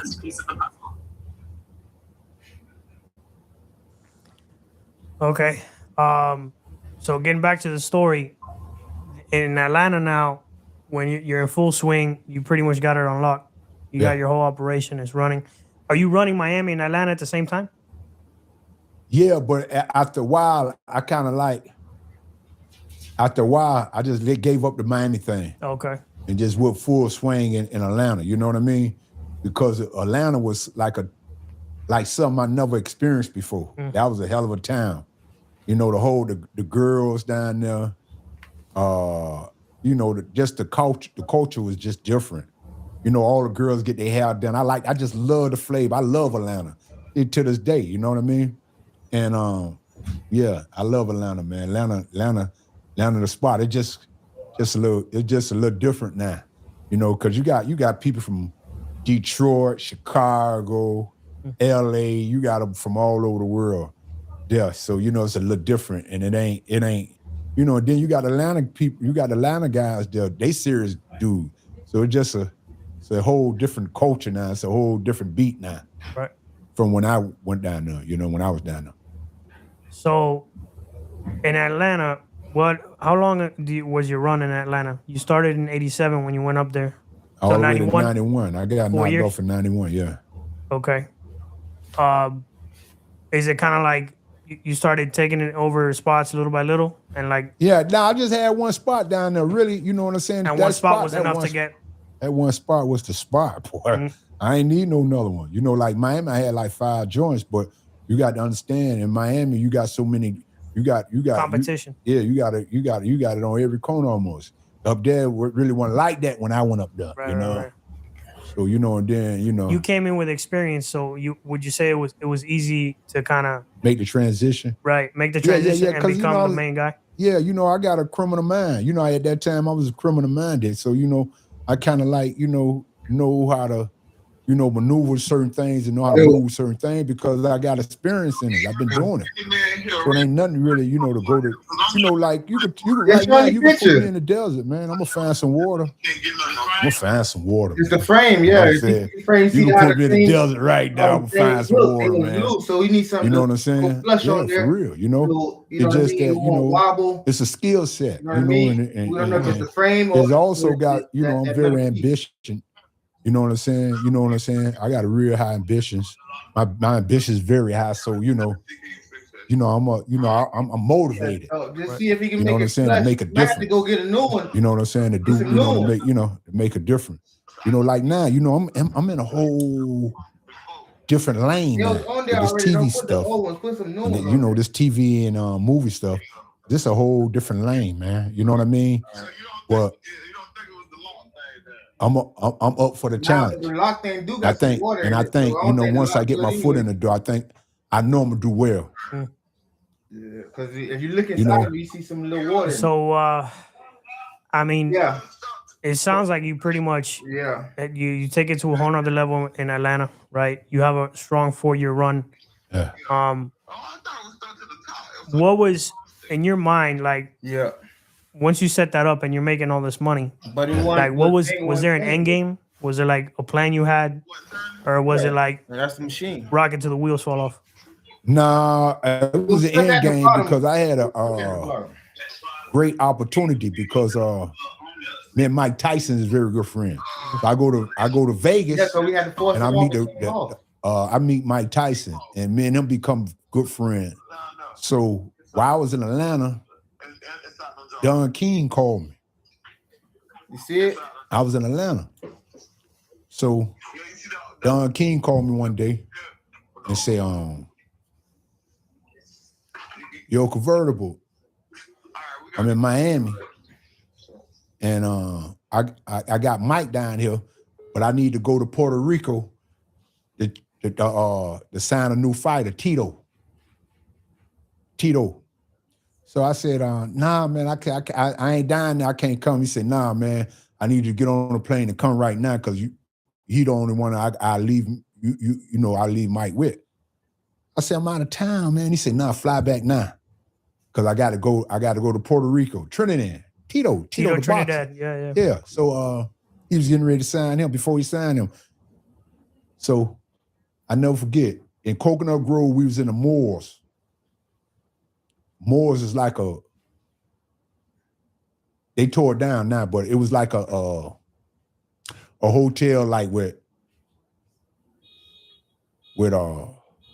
like stores and stuff like that, high-end stuff, restaurant. So I fly back. I go up there and meet Mike. Don fly Puerto Rico to sign Tito, Trinidad, the boxer.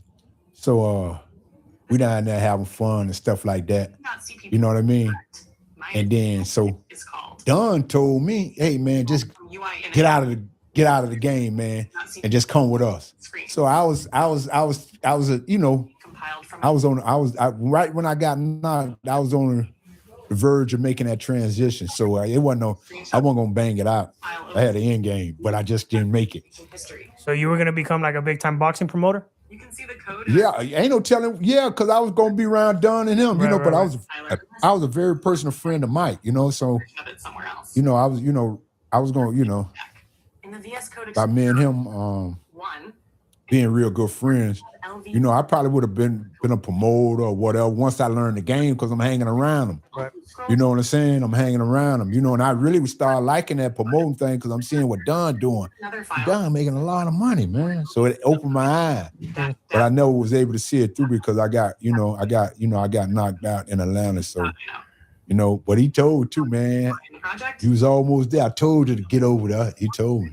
fully expanded project tree is Don King told me that. that's overriding your new dashboard. So I missed the opportunity, but hey, man, we here now. We can't cry over spilled milk. Hey, man, we here now, man, and whatever God got for us, man, we gonna face it head on and take it. So, do you start? When did you really start becoming friends with Mike? Like, was it later once you started going to Atlanta, or was it when you? Yeah. Really, I went to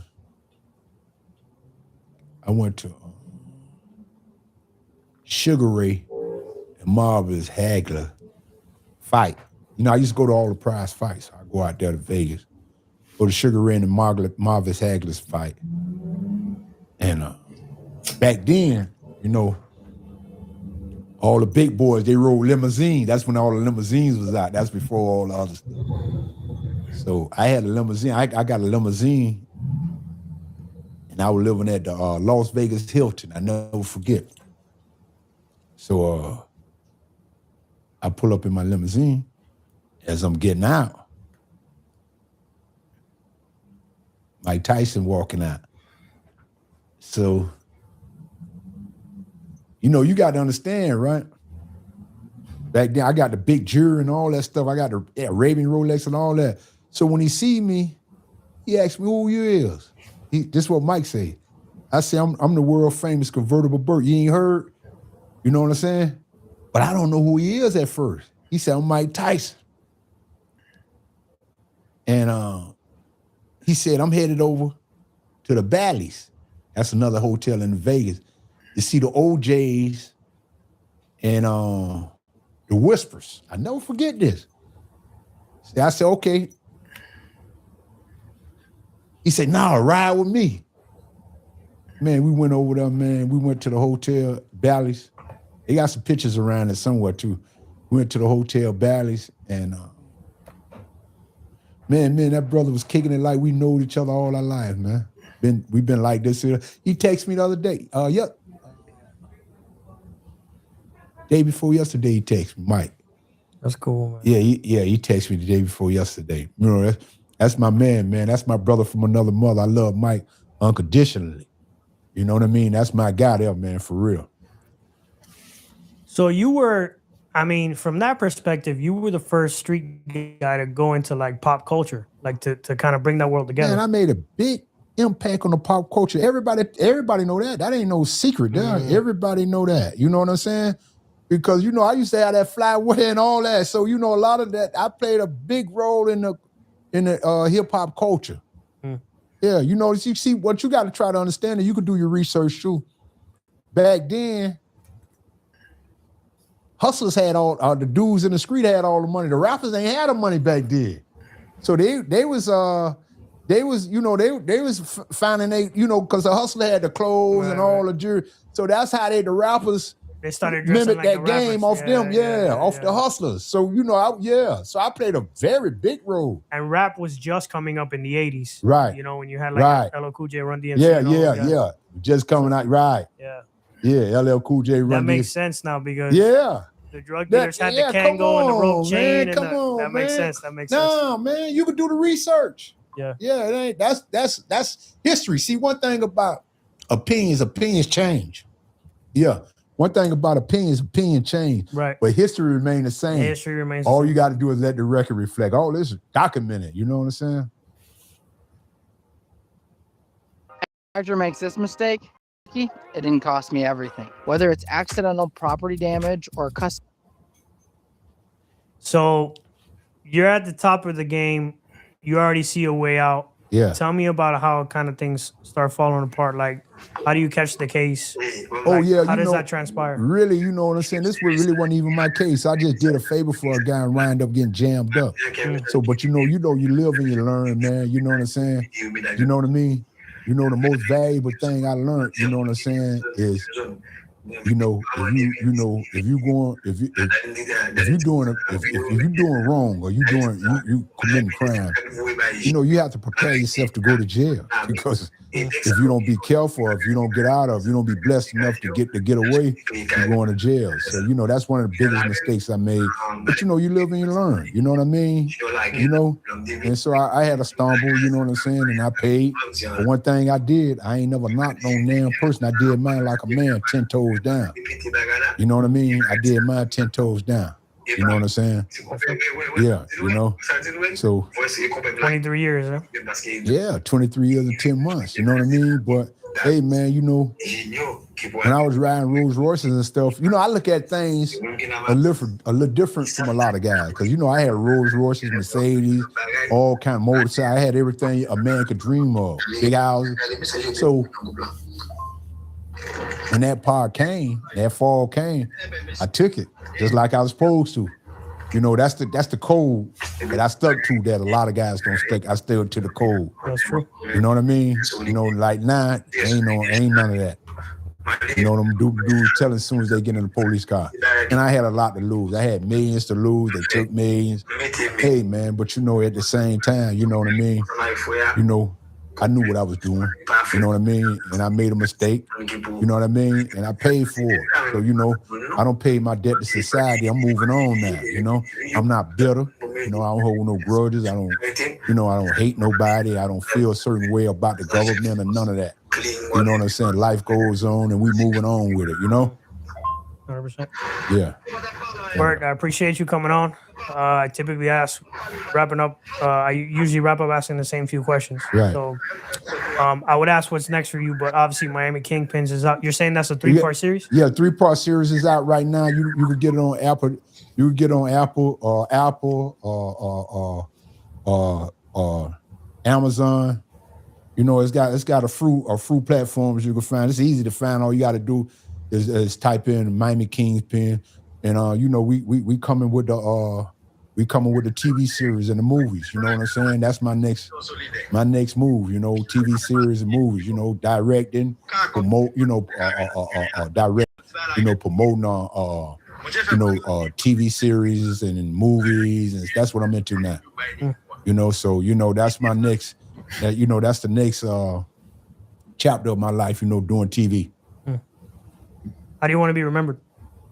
Hey man, as somebody, you know, I'm already a legend, so you know, I just want to be remembered as somebody that's tried to make a difference and did right.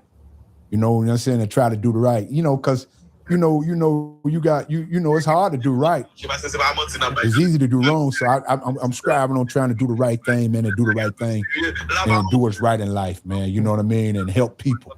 My thing is to help people. I want to really, run it up so I can really make a difference and help people that's in need.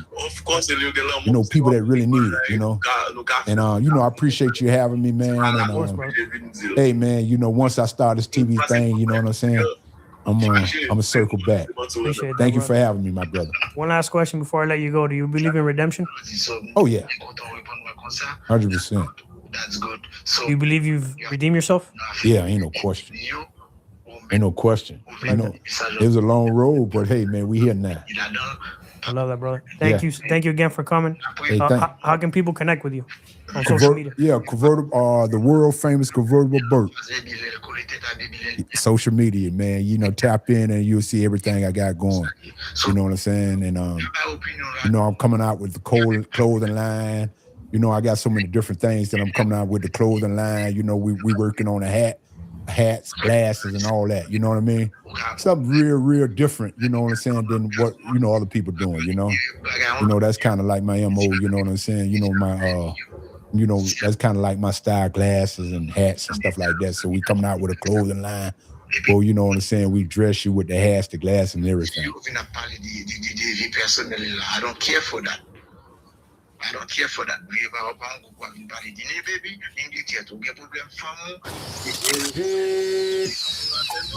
Hi, Mrs. Thompson. How can we help you today? Automatically route calls to your team and get detailed call summaries and recordings with Quo's business phone system.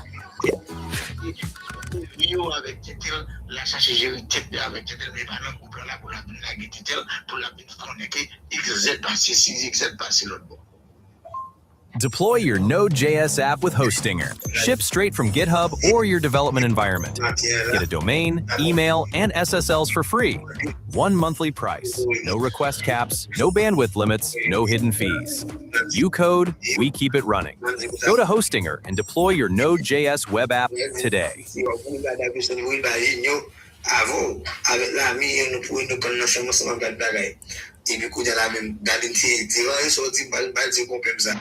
Yeah. What's really happening? Miami, what they do. Florida, what they do. It's your boy OG Gigavelli with another real one, man. On What They Do podcast. I got a treat for y'all. Let me give him an introduction like you posed to, man. Finally, I got my boy.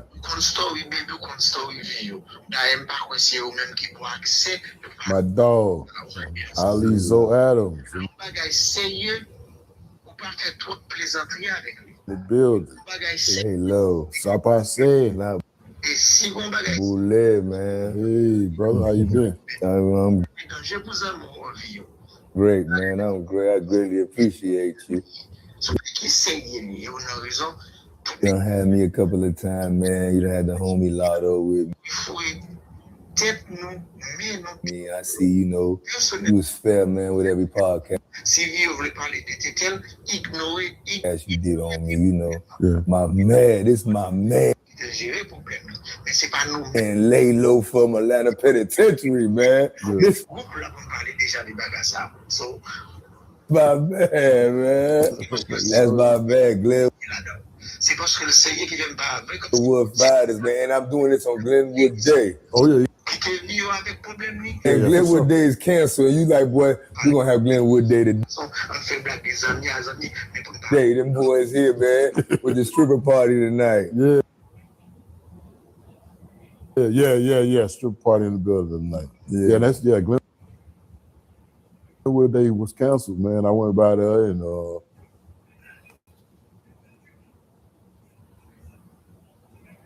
Cat County Police 21 Department. Savage in Glenwood, right? Yeah. High school in Glenwood. I don't know what high school he went to. He's like a generation behind me. So he probably, I mean, if he was registered in that particular area, he probably went to either Towers or Southwest. I'm not a flea market though. Oh yeah. 55. Yeah, you was at the 183rd. Yeah, you was at 2. Yeah, to get my scully. Yeah.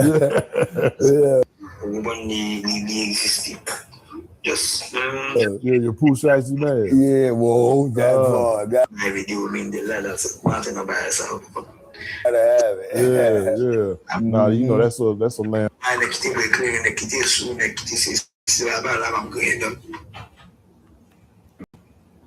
Why they cancel Glenwood? Oh.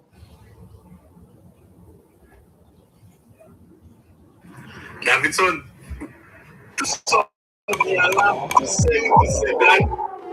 Bagay ki verite, men ba kon sou men li.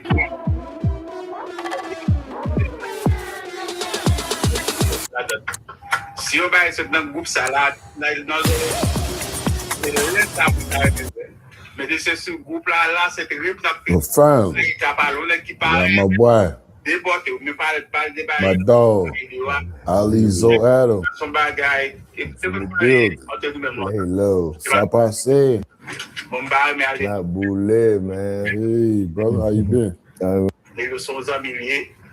I'm great, man. I'm great. I greatly appreciate you. You done had me a couple of times, man. You done had the homie Lotto with me. I see, you was fair, man, with every podcast you did on me, My man, this my man, lay low from Atlanta Penitentiary, man. This my man. What day today, them boys here, man. Really went to high school in Glenwood, right? He went to, he's like a generation behind me. So he probably, I mean, if he was registered in that particular area, he probably went to either Towers or Southwest. I'm not a flea market though. Oh yeah, 285. Yeah, you was at 183rd. Yeah, you was at 285. Really get my scully. Yeah. Your pool shots you mad. Yeah, whoa, that part. Gotta have it. Yeah. Nah, you know that's a landmark. Why they cancel Glenwood? Oh, I'm gonna be honest with you. Cause we've been doing Glenwood Day for years. Like, it's videos all online. If you just type in Glenwood Day on YouTube, TikTok, whatever, you'll see the video. They probably did it because recently there was a officer that was shot on Glenwood. I'm talking about maybe a couple weeks ago. And Glenwood is notorious for shooting police. Yeah. So. Oh man. Yeah. So they probably the SWAT came. When I left, the SWAT came. Yeah. Yeah. When I left, the SWAT came, and boy, SWAT just came. You left right on time. Yeah. But yeah. But thanks for having me here, though, man. Yeah. So let's go on and get into this little introduction real quick. All right. So tonight we're sitting here with a man whose name carries weight, not just in the streets, but in culture, history, and influence. Born in Haiti and coming to America during a time of struggle and transition, he turned adversity into power and went on to become the founder of one of the most well-known Haitian organizations in the United States, the Soul Pound. From the streets of Miami in the 1980s and 90s to connections that reached into the world of hip-hop, film, and entertainment, his story is one of the survival, leadership, and transformation. This isn't just a conversation about the past, This is a story about legacy culture and how the street influence can cross over into music, media, and have a real impact. Ladies and gentlemen, welcome Ali Zoe Adams. Thanks for having me, Glenwood, man. Glenwood, Decatur. Glenwood, Decatur, right? Yeah, that's Decatur. Right. Thanks for having me, man. You know what I'm saying, Glenwood. You know, but so what's going on with the podcast? How's Atlanta? I'm loving Atlanta. I went to Zaytoven party. You know what I'm saying? Yeah, Trap Fathers, man. Good movie, you know what I'm saying? But you know what I'm saying? You know, so got a new movie? I mean, yeah, Zaytoven got a nice good movie out, man. Okay. Yeah, we went to see the movie premiere. Okay. Yeah, how was it? It was good. It was cool. The movie was all right, though. Yeah, I'm about to get back into the movie field. I just been laying low for a minute. You did the Brian Nichols movie, right? Yeah, I edited that. You know, shout out to Vito. He's still locked up. He orchestrated that whole thing. You know what I mean? Yeah, he participated with Terry. She was on there, and Big Bank was on there. So shout out to them. You know, yeah. So go check that out. The Brian Nichols story called America's Worst Nightmare. It's on Tubi TV right now. But we ain't gonna talk about that. We're gonna talk about you, man. Man, it's been a long time since Atlanta USP, man. Yeah, man. Atlanta USP was Atlanta USP. That was 2012. You know? Was it? No, it was before then. Where it was? I got out in 2012. How was that? What? I don't know. I can't remember. You was there a few years ago. Yeah, you was there for you. Yeah, when you touched down, you know, everybody came to me and was like, man, you know, so proud, you're so here. Yeah. You know, I said, okay. You know, that ain't my car, so, you know, we I'm in was Atlanta. the same unit. Yeah, we was the same unit, you know. We walked the track together a lot. And everything we talked about we were going to do when we got home. So, I did most of mine. You just getting home. How long you been home now? A year and 7 months. A year and 7 months. So you just really get your feet back wet again, you know. Option one. I see you moving, shaking in the industry. But More project. yeah, no, that was a time. Atlanta USP. Atlanta USP. I remember y'all shot caller. I think his name was Drake. Don't do that. Drag. Yeah, old Drag from St. Pete. Yeah, old Drag from St. Pete. You had a fight with old Drag. That's how me and Laylo met.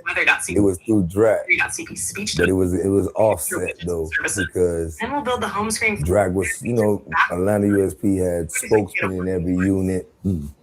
And, you know, my man Big Trav might, you know what I'm saying, go ahead and make sure he had been down a long time, Big Trav. But you and Drag in my unit and shit. He done had a fight with Drag. Man, Laylo, long story short, I remember. And this nigga Drag, I go in his cell, he like, what you want to do, man? I recommend He like, man, so I got law work to do, you know what I'm saying? I don't really want to do nothing. I said, you want to do nothing? All right. Walked over there to Laylo, and we've been like, with a clean code base. Wait a minute. So after me and Drake fought, you went to his room? No, it was before. I went to his room after y'all. I went to his room after y'all fought. AI. Oh, and he said, what now? He didn't want to fight no more. He didn't want to fight no more. Oh, Drake wow. 6'7". You know what I'm saying? He from St. Pete. But, you know, I had expected him, you know what I'm saying, to really, like, fight. But when he said he didn't want to fight, but, you know, he had a life sentence and shit. Yeah. So that was his thing. He like, I'm all right, man. I ain't going no more. Yeah. I like, you started. Yeah, you started it. Yeah. You know what I mean? I ain't never been a pushover, but yeah, that situation, that kind of like, because I ain't getting to a lot of fights. I ain't bothered a lot. You ain't getting a lot of fights, but they seen at least you didn't take advantage of your power to see his way ready to shut it down for you. Right. I saw Georgia Savannah, say Columbus, you know, of course Atlanta stepped in, but you ain't wanted the Florida and Georgia thing to happen, but you know, it be, you know, here and there, you know? Because, you know, to me, it's always 11th Circuit, man. You know, Florida, Georgia, Alabama, we got the same laws, and it be like, try to figure out how it go. Yeah. You try to, you know what I'm saying, communicate sometime to try to figure out how to go. You need the more heads you can get, you know? Right. Mm-hmm. Now, since you say Drake wasn't a shot caller, I thought, so who was the shot Man, you caller? know, he was a spokesman, man. I don't know about no shot caller anyway. He's a spokesman. He got 20 goals acting like he's a spokesman and shit. Yeah. Doing all this shooting and out. He don't want to finish it. You're right. So, but he took it on the chin, though. And just he took a walk of shame. Like, you know, he ain't tripping. Like. Yeah, who was y'all shot caller? Nah, we ain't really Trav, big Trav from Miami, Trav Williams, you know, and me. Oh yeah, I remember Trav. Yeah, me, Trav, and Don Juan, Horsehead, man from Tallahassee. Yeah, a couple of us. Yeah, Florida was deep though. Yeah, we was deep. That was it was a money-making compound. We partied like no other. Home screen. Yeah. Atlanta, you know they shut it down. Large microphone. They shut down. Yeah, they shut down. They had to. Live call. Yeah, too much controversy. Yeah. They might have had it. They might have had to. I think the camp's still open though. I'm not sure. Yeah, I think the camp's still open. And you know it's still a holdover. Yeah, it got a lot of disease. That shit that was infested, you know what I'm saying, with paint. Soft shadows. The coat of paint. Animated trend. You keep putting coat of paint on there. For 50 years, you painting, you just painting that shit on there. Yeah. That shit coming back out. Yeah, I be like, man, y'all gotta scrub this shit before y'all paint it. You done put coat of paint for the last, you know what I'm saying, 60 years. That shit fucked up. Yeah. So, Yellow circle. if you don't mind me asking, like, how did you end up in the Fed? AI orb. In the feds? Yeah, I ended up in the feds, you know. I was locked and loaded, you know what I'm saying, as you know. Who's when speaking? A drug dealer, and all I ever wanted to be and became, and just still is a gangster. So, I just want this, you know what I'm saying? It was from 9th grade, you know, the American, you know, dream. I guess those that sent from Africa, from Haiti, everywhere from here, it was what it was to just be still alive. You know what I'm saying? I think we finally got a 50-year history, some kind of history besides the plantation history we talked about. Or the 60s history we talk about. Now we got a little last 50 years hip hop to talk about, and all the black prominent people that really did something, you know? Yeah. But you done worked, you know, with the likes of, you know, people like Wyclef and Jimmy Henchman, you know, that was your man. Trina, you done work with Trina, right? Yeah, that's my homegirl. We've been messing with each other. We talk industry talk all the time, yeah. Oh, y'all still talk today? Oh, yeah. Okay. How Trina doing, man? Trina doing all right, man. Trina, she just did something Cardi B, and you know what I'm saying? It seems like she's back within the industry where, you know, people be like Queen of the South, you know, on some industry situation. You know, when I talked to Trina, you know, she had a little situation with the industry where she felt like, you know what I'm saying, the French Montana thing and Khloe Kardashian, she kind of, she put down the G code law and they flipped on her. So she took it harsh, but it looked like she found herself where she can, you know, she know how to maneuver around snakes, you know what I'm saying? So she gonna have to repeat, and you know what I'm saying? Right. It ain't nothing to it but to do it though. Right. She doing all right though. Yeah. Trina, she was my first industry fantasy girlfriend. She the one that got me into red chicks, matter of fact. Oh yeah. Yeah, I wasn't into red chicks until Trina came out. Into You don't the know, baddest. man. Yeah, she doing a lot of conference now in Miami. Yeah, she got, you know what I'm saying, got Valerie Jarrett, a lot of Obama, you know what I'm saying, cabinet. They doing a lot of conference in Miami now. Yeah, old Trina, man, the baddest. Trina, you know, Is she the same queen? era. Is she the queen of Miami? She what? Is she the queen or one of the queens of Miami? Yeah, but you know, it's a commission of tables. Is she on the table with a high vote? You know, with a high vote, right? Yeah, I'll give you. She's definitely a legend. She earned a high vote. Yeah, she from there, like you know, like you know what I'm saying. Like we gotta eat. You know what I'm saying. Get on the road, like you know what I'm saying. Yeah, she ain't gonna mess it up. You know what I'm saying. You ain't got no stories you want to share about with Trina? Like a hood, some kind of hood shit. Her stepdad might own the store, Mr. Wonderfuls, and crackers selling in the front. You know, so, you know, I mess with a girl in the pork and beans and shit, you know what I'm saying? So, you know, Trina, she be want to get her little Friday night. We got to go to the party at the TD Bopper, you know? Yeah. So she know how to, you know what I'm saying, steal a little bag, whatever that is, that's left around and, you know what I'm saying, give her a little $1,000, you know? Right. Yeah, she was on me, you know what I'm saying? We go to movies, she, you know what I'm saying, 12 years old, 11, we cool. Oh, you been knowing her that long? Yeah, we know, you know what I'm saying? We like come out the house, like out the porch. Yeah, we like out the porch running around. You know, she had a car at 12. I had a car. Trent had a car at 12. A car. Yeah. A Sterling with a paint job worth 10 grand at 12. Yeah, me too. Yeah, 11, a 7 tray, bowling ball, you know what I'm saying? Purple and black. You know? That's how Yak grew up though. Yak? Yeah, Kodak Black. What you mean? Yeah, he had a little car when he was. Oh, Kodak, that's big now. Yeah. Yeah, be doing it early that age. Yeah, you got kids now, man, 28, don't much want to get they license or nothing, man. Yeah. I'd be like, gosh. Yeah. You don't want to get your license to drive around? But I guess, you know, a lot of people don't really want to do that. Yeah. So it's like, what's her name? Tia, Rick Ross' baby mama. Is she from Miami too? She from Miami. She from Kansas City, boy. Yeah, she is a funny motherfucker. Tia, the truth, boy. I fuck with Tia. She from the projects too. She's a girl you gotta say, okay, be mingling around.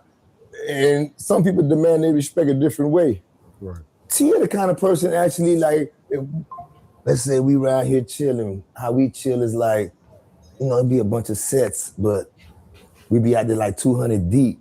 But you know, a girl like Tia would have respect as far as when it's her man, like she fuck with Ross. And then, but you know how Tia is, where he at? Y'all motherfuckers, I'm out here.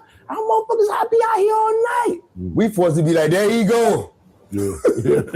Every time you gonna respect Tia. Yeah. Where he at? When she get her man, and she wanna know where he at. Yeah.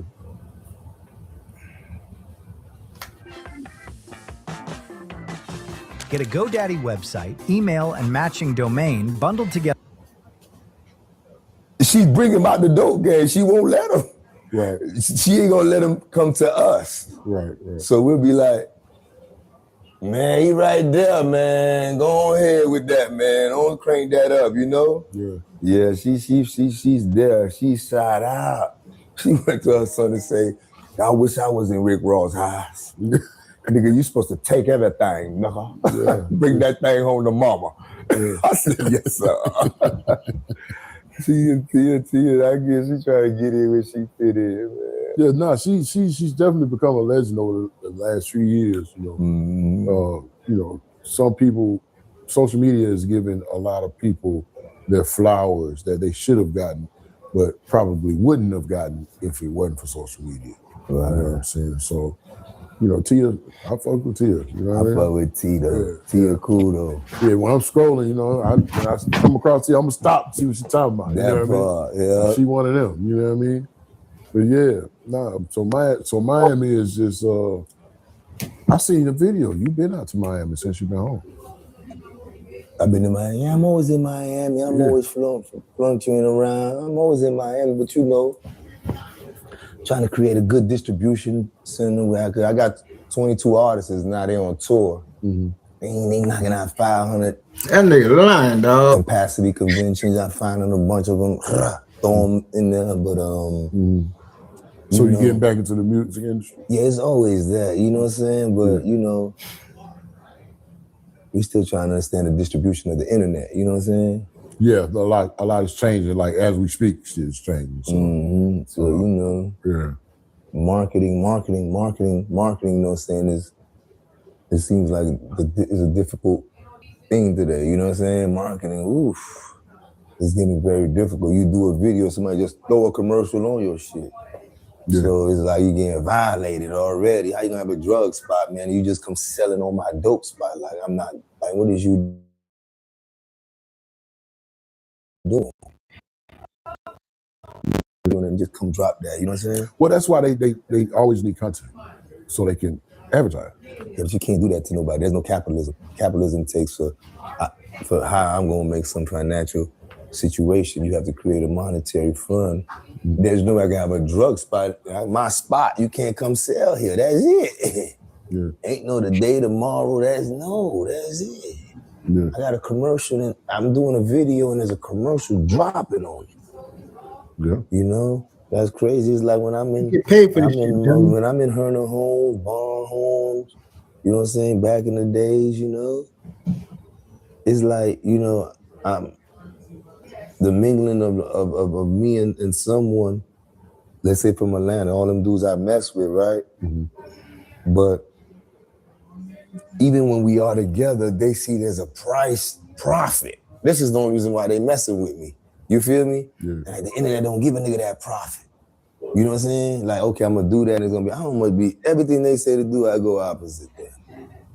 You know what I'm saying? I'm like, I ain't rapping for that, you know what I'm saying? Because I have seen the convention where, you know, cars can, you do like this, it get open, you know? Yeah. But it's something to very much study. As far as distribution is good in the internet, but marketing, because some dudes are ready, and the numbers are showing they ready. What you mean, like the artists? Yeah, they done did it on their own and got 100,000 views. But now it's on me and as a management to make sure. That's why I'm into radio a lot, and iHeart Radio. That's the first person I went and signed understanding a contract with BDS, so I can read what's going on. You know what I'm saying? But you know, there was no songs on the Billboard charts from hip hop. So, you know, no Cardi B, no Nicki Minaj, no NBA Youngboy. So, you know, it shows that there's a glitch. And with the glitch, it's like, you gotta find it in the internet. You know what I'm saying? Everybody got, you know what I'm saying? I'm messing with a lot of people that creating apps. So I'm like, I'm gonna put 4 apps together and merge it off, but I gotta still merge it off YouTube, merge it off IG. I be trying not to merge it off them, but I'm forced in a way, you know? Yeah. But you know, we gonna get it. Yeah, you're gonna get it. So you're in Atlanta now. Yeah. And ATL, shawty. Whoa. Again, today is Glenwood Day. Whoa. We got a Glenwood Day, man. We got a big stripper party tonight, boy. Yeah. They got ones, they came. I had to change the schedule up. One came last night and slipped, right? Yeah. Yeah, we had to change the schedule up because not APD, but DCP, Cat County Police, they done shut down Glenwood. They on Glenwood, man. Yeah, so everybody moving around doing different things, setting up parties out. So we got a stripper party here tonight. But that ain't what I wanted to talk about. Yeah. So when you came to Atlanta, I know you've been here a couple of times already, but when you hit me when you came, you know what it reminded me of? When Meech was here. Oh, yeah. Yeah. And you kind of moved around with Meech a little bit, didn't you? Yeah, you know, opposite, you know. But he was there everywhere. You know, he was around. You know, I've been coming to Atlanta since 91. You know what I'm saying? Yeah. I done been over there in your Bluff too, boy. You know what I'm saying? Me and Young Jit. I've been over there, you know what I'm saying, the Bluff, doing hair run. I done been fucking with Big Bank and Lil Ricky, you know what I'm saying, with Duct Tape. When Duct Tape would really salute, like, Allen Boy and all them. Yeah, that's like me, my culture. Allen Boy, God bless it there. Allen Boy, Trouble them. Yeah, I used to get them hair run. Yeah, God bless it, Trouble. But yeah, them was mine. They was Lil Ricky. I was mostly died with Lil Ricky, but you remember Lil Ricky? Gucci Man took 2 bricks from him. Oh, yeah? Yeah, it was a crazy little situation. But you know, Duct Tape was, like, you remember, if you had a Duct Tape shirt, it was like the Navy gave it to you. That was no one can buy. You feel like, oh. It's still like that. You official. Yeah. Oh, yeah? Yeah, it's still like that. Oh, that's what's up. I ain't never roaming like that, huh? Yeah, you just can't wear a Duct Tape shirt. Yeah, you can't just wear it. Yeah. So that was my little circle, though. Duct Tape, Sweet, Tank, Todd Strong. Yeah, Tank used to be taking shit. I remember I used to be around them boys there. Yeah. Heavy, strong. But in Atlanta, you know what I'm saying? This has been like a cousin like no other. My man Damien here got 21 baby mamas. Yeah. They got 15 baby mamas.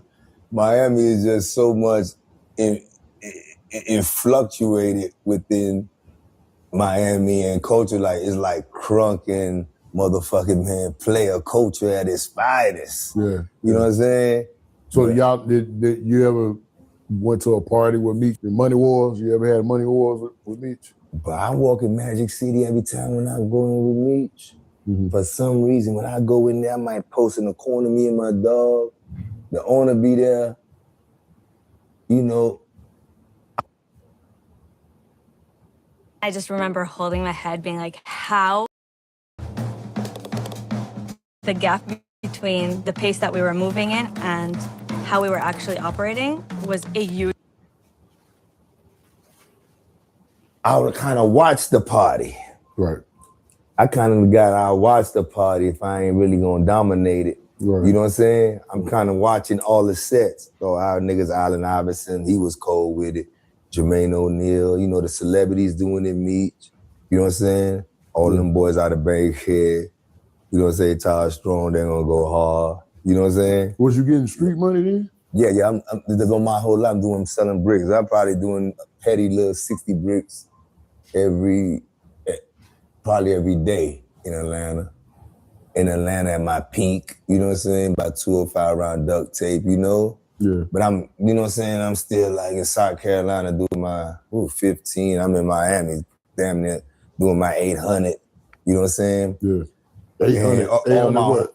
Bricks. And all my whole what? Yeah, 2 days I might be from this one street. Yeah. And you know what I'm saying? Like, you know what I'm saying? Like, yeah. I'm systematically, I wasn't all like, you know, you ain't got no business around. Right, right. You know what I'm saying? We here. There's gonna be niggas saying you got 5 minutes. Yeah. Okay, I'm about 200, 300, 35, 4, 10, 20. We cool. We on a Terry Street, dead end. We, you know what I'm saying? So how we brought the frequency, you know what I'm saying? Y'all boys just, you know what I'm saying? Niggas use the word plug in a crazy way, you know? 10 grand, you a plug. 15 grand, you got a plug. You know what I'm saying? Yeah. But you know, my only man, you know what I'm saying? Like I keep him solo, you know? But then they don't talk me into it too. Mm-hmm. Give me the plug, my nigga, something can happen. I done got played by the homies, but we still on the block. Mm-hmm. You know, so I graduated from that kind of schooling too. You know what I'm saying? But I always was here. You know, 176, Murder Grove. Mm. So they gonna stamp 800 bricks every 2 days. Every 2 days in Miami. No, they gonna, 800 119 niggas told on me, but they gonna stamp and say, yeah, like that, you know? Yeah. I be letting it be known. My man Alex, remember now, my man Alex that died in the Lamborghini, you know? At Alonzo Mourning Barbershop, 202, he running Lamborghini. Him and Meech, he's doing the money fight with Meech. He get a billboard in Miami, 2 billboards in Atlanta, Zila, spelled backwards, Xela. You know he my, but you know that's my nigga. Yeah. This nigga gonna move 200 in a day. All he do is get money and scratch his head. And how much he died? He gonna do 200 every day. No, I mean, how did he die? Oh, he was in Alonzo Mourning Barbershop, man, chilling. Him and Todd, God bless their Todd, and 2 dudes. Alonzo Mourning, the basketball player that played for Miami Heat. So, you know, man, come on, man. Street nigga ain't really trying to go in no Alonzo Mourning to do him, you know? Yeah. But 2 people went in there, you know what I'm saying, put your son down and told him, you know what I'm saying, and went on ahead and dumped on him and killed him. And killed Todd too. So, you know what I'm saying? He was in front page of Miami Times, everything. He was like my right-hand man then, you know what I'm saying? When I lost him, I'm like, that was like a loss. Cause you know what I'm saying? He's his own entity, you know? He got damn near 40 young dudes, you know what I'm saying? Yeah. He don't chill on the block. He's not the block. Right. He has his own, but he come get his shit solo. None of his little mans, they done went through my little mans, them, you know?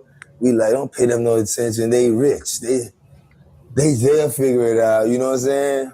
But we always been cordial. We might have had a one-on-one one time, but he always stayed in line. But I lost him, man.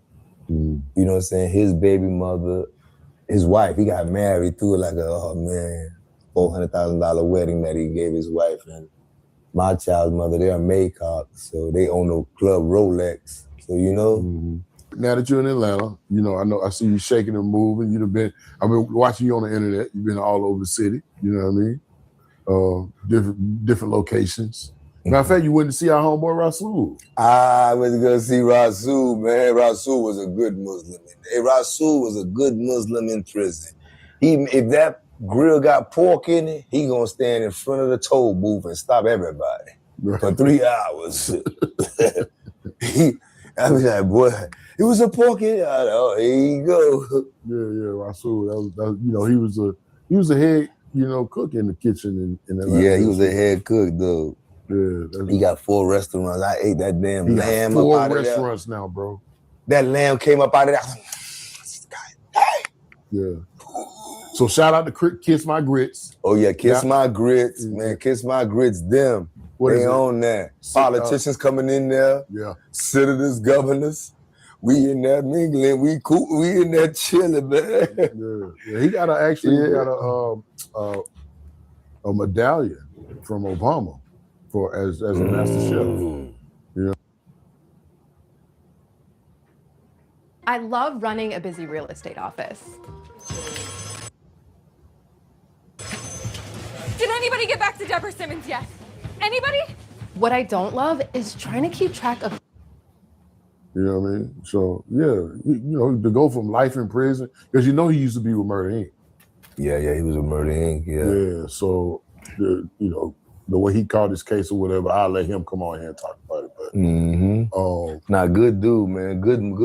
There's so many people in Atlanta, man. I be name dropping all day. Muff in Savannah. Yeah. And Junior, I mess with Muff. Gangster, man. That's my nigga in Savannah. You remember that big Cali nigga I whooped? Yeah. I whooped him though. Nah. You remember you walked up to me and said, yeah. That was all right, so. That was all right. Yeah. Got with knocked him out with my knee. He said, split open. I said, yeah. I was mad because the Crips pushed me back. I'm like, man, I got them stopping fights. Yeah. You know what I'm saying? But Muff saw that. He like, so? Yeah. I don't like they touching you. Can't stop. I was like, I fuck with Savannah. Yeah. Savannah, I fuck with it's a lot of Junior Ferg, them niggas, Junior Ferg, Yeah. Ferg was on my line the other day. Yeah, and good man. Because Junior handled the law library the whole time. Junior had life. Yeah. Junior had life. He beat it himself. He was there at the law library the first day. That's his job. Yeah. He really walked there every day. Yeah, people don't be understanding, man. You know, a lot of, especially in the federal system, a lot of convicts that spend time in the law library, they can literally be attorneys, good attorneys at that. Junior could be an attorney. Yeah, good attorney. He turned right and went to the law library. I seen he didn't wear them gray shorts. He wear the same clothes for 20-something years, went to the law library. Yeah. Junior. Muff was fly. Muff had a baby in prison. Yeah. For sure. Yeah, Muff had still doing it. You know. See, you know a nigga ain't bugging. Yeah. Yeah, he had a baby, man, my main man. Yeah, prison. Have you seen any of those prison videos nowadays? You know, everybody in there got a phone now. They all everybody hit me on FaceTime now. This shit, they doing time better, man. We was with the blue forms. Yeah. You filling out blue forms, man. Yeah. You got to put out 80 bubbles in one phone call. Right. And can't get through. You miss one bubble, man. You can't call nobody. Yeah, you got to reset the bubbles. Miss Hawkins, Miss Dawkins, Holly, they mad. Yeah. That was a wild one, man. That Atlanta penitentiary, man. So that Atlanta penitentiary, I'm talking about, that's crazy when the CEOs tell you, fuck the warden. I wish you would go to the warden, motherfucker. I said, what the kind of prison? This black race. This bitch here bad. I was like this. I tried to stay there, man. I didn't know what it was until I left. That was the best one. Besides, you know, button of that medium. Yeah. I saw when he got transitioned from the pen. He's about to get transitioned. Yeah. I saw it was black and white side. Remember? Mm-hmm. I was there. We there chilling too much. I saw when he got transitioned. They said, you, White, go over there. I'm looking like, what the fuck? Nah. Yeah, ship him. You go there, like, huh? Oh yeah, they gonna ship you there. You get out of line. They changed that. They made it a medium in 2 days. That was crazy. Yeah, ship. Yeah. If you wasn't bowing down, they put down for about 3 months, man. They made man. I gotta see with DC. I don't give a fuck. All right, ship him. Yeah. As my man, hey CEO, give him another question. He might. Nah, ain't no one question. Huh? Virginia, hey, Ohio, what's going on? You're gonna sit together? No. Yeah. I said they ain't trying to leave a ladder, boy. Yeah, Atlanta. That visit was sweet. You could do your thing in Atlanta, baby. Well, you know, I taught a photography class in prison, so I took over all the visiting. Boy, you was antisocial. No, I was fucking with everybody. You couldn't see I was fucking with everybody. You couldn't see it. I was quiet. I was quiet. But that's why you ended up chilling though, and not going to many spots. Yeah. No, I done. Well, I've been. I went to Beaumont USP. That was my first spot. That's your first spot. Yeah, the bloody Beaumont. So that's when it was bloody Beaumont. Yeah. We was locked down 9 months out of the year. And, that's why I tell niggas sometimes I like the pens and it's raw, but that Coleman 2 as a pen, everybody was trying to get there. You know why they was trying to get the Coleman 2? Because Beaumont, you out 2 months out of the year. Yeah. But Coleman 2, they found out, boy, you out. Yeah. I'm talking about you catch a body and you back out 3 days later. Yeah, but at Coleman 2, you was out about 5 months out the year. Yeah. So that was like a little better for dudes doing life. That's where I went to. After Beaumont, I went straight to Coleman 2. Oh, yeah, you had with the Coleman 2? Yeah, okay. I was there with Matula Shakur.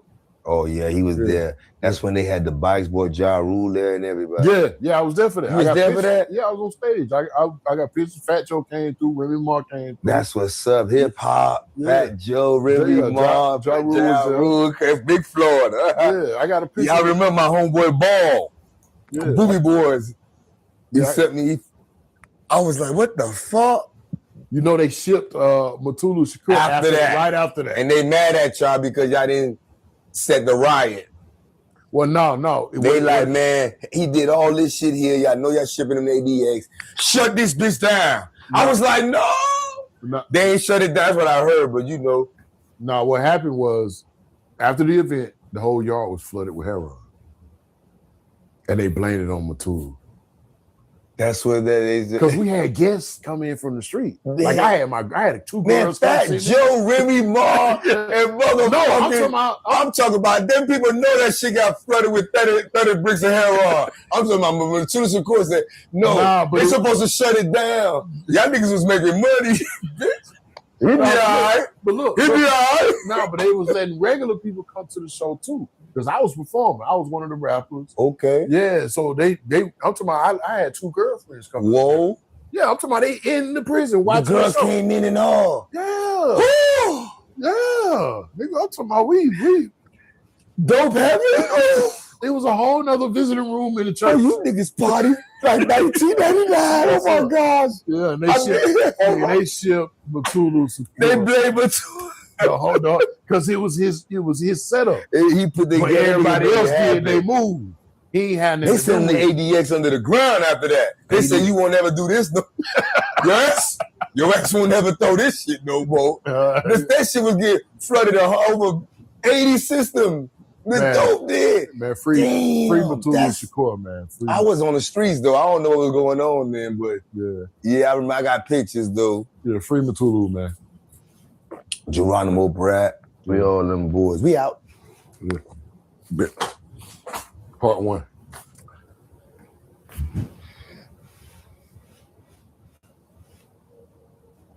I want my garage to feel like a bonus room, not just a makeshift storage unit. My neighbor's looks like a luxury gym, while mine has this oil stain on the floor that I swear is judging me. Do I paint the floor? Do I try to epoxy it? Is there a difference, or do I just like saying epoxy?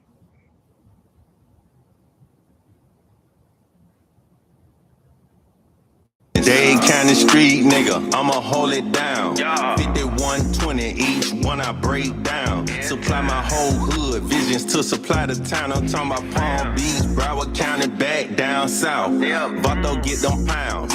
JG Wentworth, I need that money.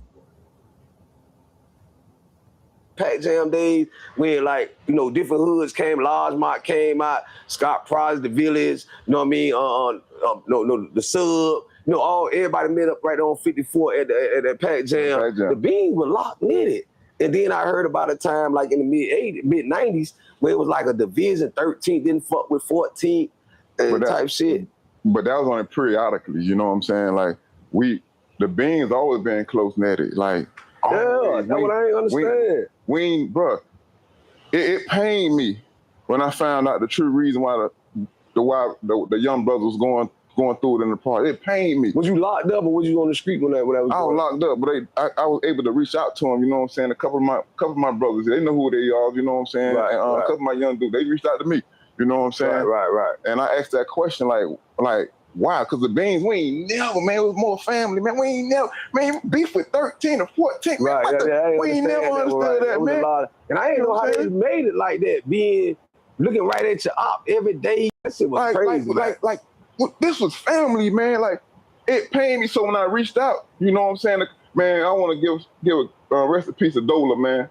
You know what I'm saying? One of our realest youngster was Dola, man. Rest in peace. And Shout out to Dola, man. You know what I'm saying? So I reached out to Lil Dola, man, and he told me the true story. You know what I'm saying? Why?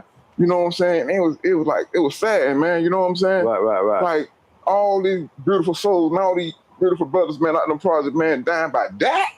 Right. We ain't never, man. We was family, man. So it still pained me, man, the separation from them young brothers. You know what I'm saying? Right. But you know what I know like pained me.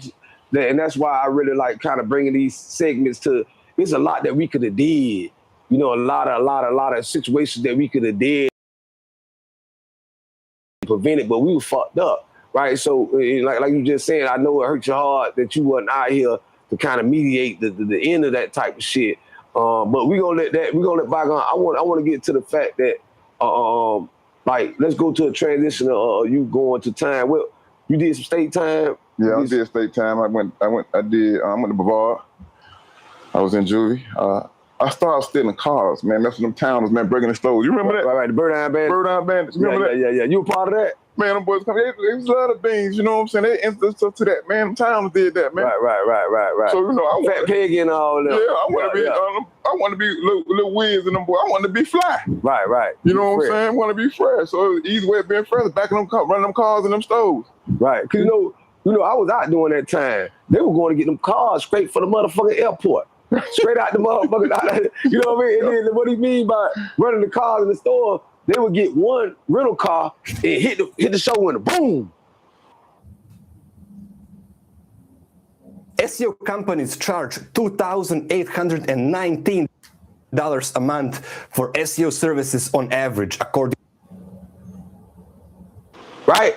And that's how I go, and then everybody just rush in and grab. Got two more cars already. Just load them in. Just load them in. And so, I got to give you some of the Bird Eye Bandits on here. I ain't know you was part of the Bird Eye Bandits. I was part of it. You part of it? Damn, you know, 2 times for them talents, man. Them boys are resident. Shout out to them talents. They definitely brought that to the table. Yeah, them talents did that. Talents did that. Hey, but okay, you say you went to Brevard. Yeah, I went to Brevard, man. So you did some time on the 10th floor?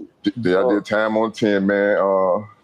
Anybody ever did time on the 10, man, you know what I'm saying? Boy, it's different. You remember the mama lines? Did I? You know about the mama lines? Come on, man.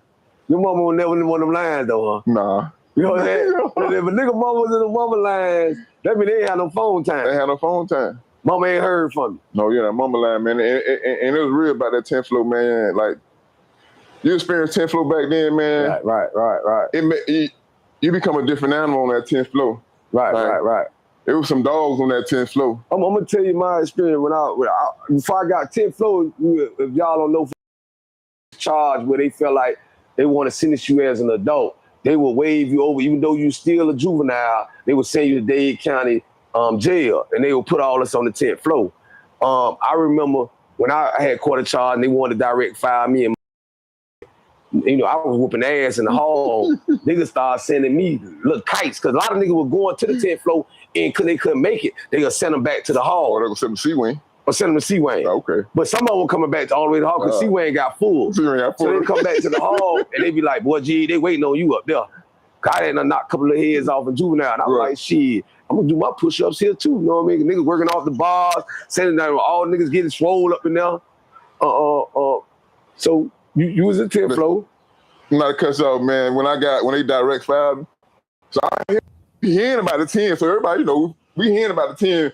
So I'm in juvie, so I get direct file. So I go to the county. Right. So the old head, I'm in the city, Almax is on. Right. So the old head like, boy, youngster, but they gonna get them up there.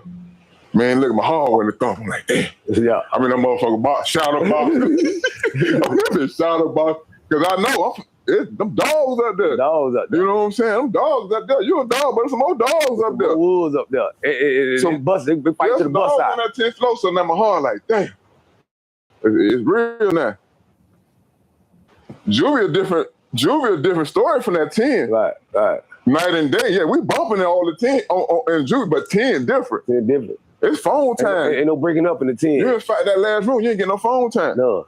I'm talking you literally phone time, man. Can I get some phone time? Selling trades for phone time. Right. So that 10 was different, man. That 10, you make 10, you can make anything in the world. Man, anywhere in the world, man. You make anything in the world. 10-4 had us ready for the joint everywhere, man. Damn real. Nigga 10. bumping. So what happened with the Air Maxes? I still had them. So I went on up there and everybody hitting the window. Like, man, Ant, come over here. But up there, they niggas still trying to rock you to sleep, too. Rock you to sleep, get you in that space. Get you in that cell. I was scared, too. Right. So I'm like, fuck it. What it is? The unknown. Yeah, the unknown got me like, all right. Unknown. Once you get in there, get a few phase. Yeah, you good. Season now. You good. You good.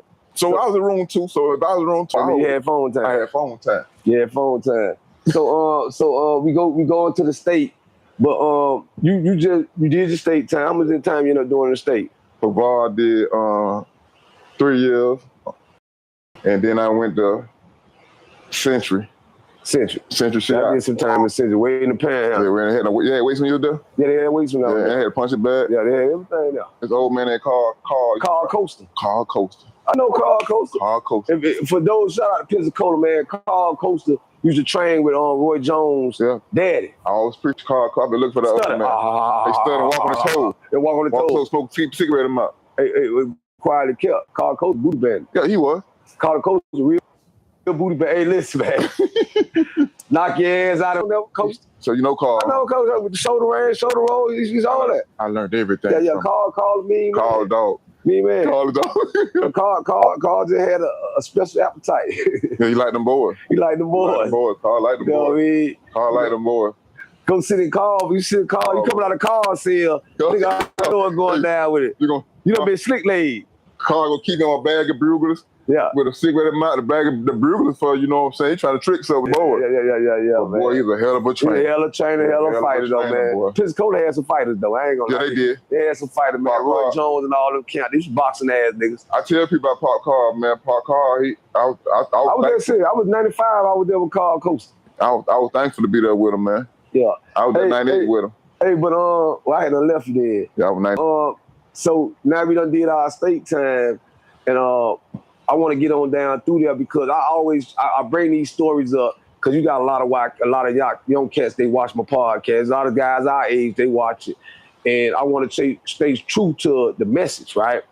You end up doing some state time, but you end up going to a big case. This one I want to get into, and you had to fight for your life, right? In the federal system, right? And that's when I already heard about you in the streets, but I really went to hearing your name in the feds. Hard. Take us to your Fed charge briefly. You ain't got to get into no hell of a detail, but your Fed charge and what got you there? What got you to go to the feds? How you went feds? Members of a Miami-Dade crack cocaine distribution ring were so intent on getting drugs and money that they held a small child hostage last year and tortured a drug supplier with a hot iron.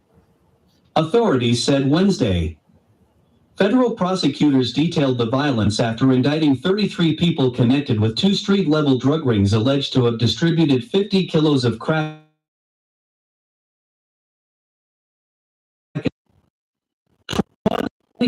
People were in custody Wednesday afternoon. They could spend the rest of their lives in federal prison if convicted of drug conspiracy charges. It's been a clean sweep of an entire group, said Marcos Daniel Jimenez, United States Attorney for South Florida. The indictments were the result of a joint investigation by the FBI, Miami Police, and Miami-Dade Police. 9 alleged gang members were named in an indictment, accusing them of resorting to kidnapping, extortion, and robbery. They were Gary G. Wilson, Derek Bull Scott, Anthony Ant-Man Collins, Charles Wu Wooten, Harold H. Town Wiggins, Rossini W. Belizaire, Michael Mikey Hahn Roberts, Larry L. G. Green, and Gina G. Wiggins. And the double abduction prosecutor said 2 dealers planned to rob their alleged supplier Rudy Rude Boy Leaguer, who brought his 3-year-old goddaughter with him to a meeting last October at Collins' house in Miramar. After being beaten and tortured with a hot iron, Leaguer escaped by jumping out of a car trunk as he was being driven to another house in Miami-Dade. Prosecutors said the child, identified in the indictment by her initials ML, was released unharmed after being held overnight. 2 wiretaps were used during the investigation, said John Solomon, special agent in charge of the FBI's Miami field office. He added that agents had passed on intelligence about drug-related homicides to local authorities, seized about $40,000 and a 1999 Buick as part of the investigation.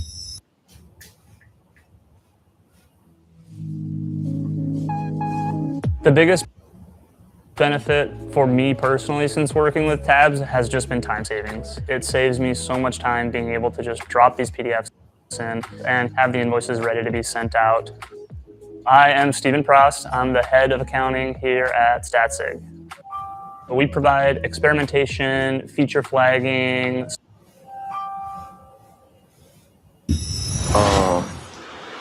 Was up on indictment in a poker beam. Like on the federal indictment, we ended up getting indicted. Man, I want to give a shout out to my co-defendant, Gary Wilson, man. He's still in there doing a life sentence, man. You're going to be home, G. Stay prayed up, inshallah, man. So I want to give a shout out to G, man. Poker beam finally. So we get indicted. And, you know, I got one of the longest trials out of Miami, 31 days.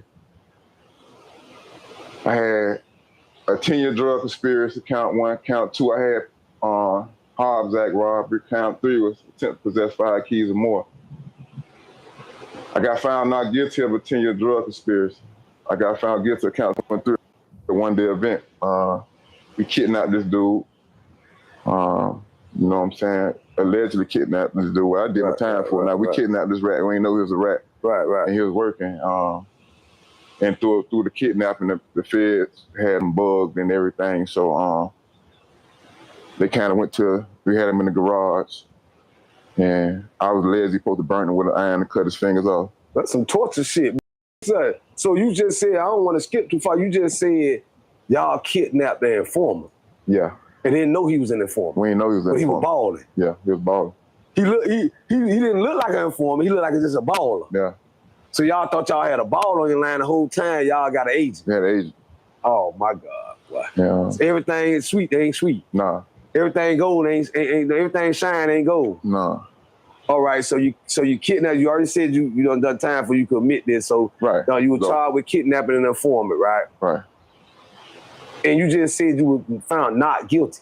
Oh. That sounds like you went to trial. Yeah, I don't know nothing of that, Jig, bro. I'm going, man. I'm going, bro. I'm a warrior, dog.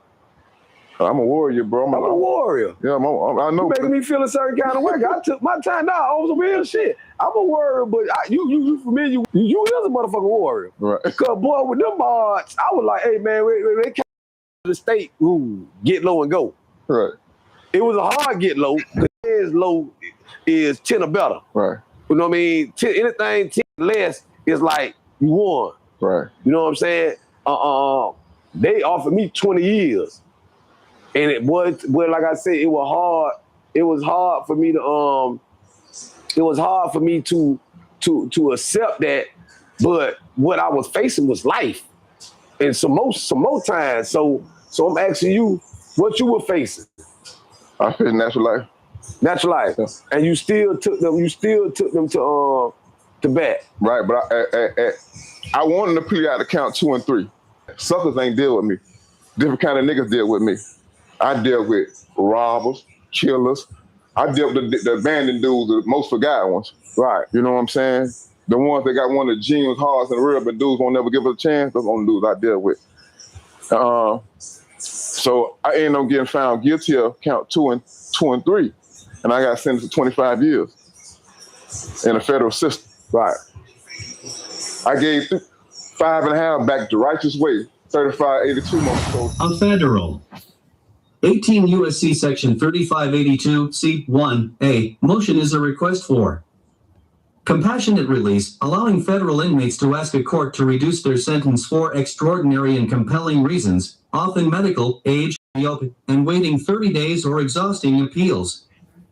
The First Step Act in 2018 allowed inmates to file these directly, making it a key way for early release, but courts must still find the release consistent with sentencing factors, 18 U.S.C. Section 3553A, and Sentencing Commission guidelines. That's kept me with 17. What that had to do with the Hobbs Act? Yeah. Because I remember when you mentioned that you was up under the Hobbs Act, that I remember they in the Hobbs Act it was a form of robbery, right? Form of robbery. That they considered wasn't an actual robbery no more, or whatever. No. It was like ghost dope type robbery, right? And I remember that, and I was hoping that I would have some damn Hobbs Act when that was coming out. Cause I remember that play. But Obama looked out for us though when he came out with that. Obama did that. You know what I'm saying? Cause I thought I couldn't get it because I was in the prison wild and say like, man, you ain't gonna get it, la la la, you ain't wild. But man, you know what's so crazy? I paid all that money for all them lawyers in this world, man. And I gave me $150, man, file this motion, man. I got more time took off from that $150 than I ever paid on these appeals. But you know, me and you was talking off camera and you were mentioning that you went to trial, right? And I asked you, and I was like, damn, bro, that wasn't the answer that you gave me earlier. You gave me an answer that you went to trial.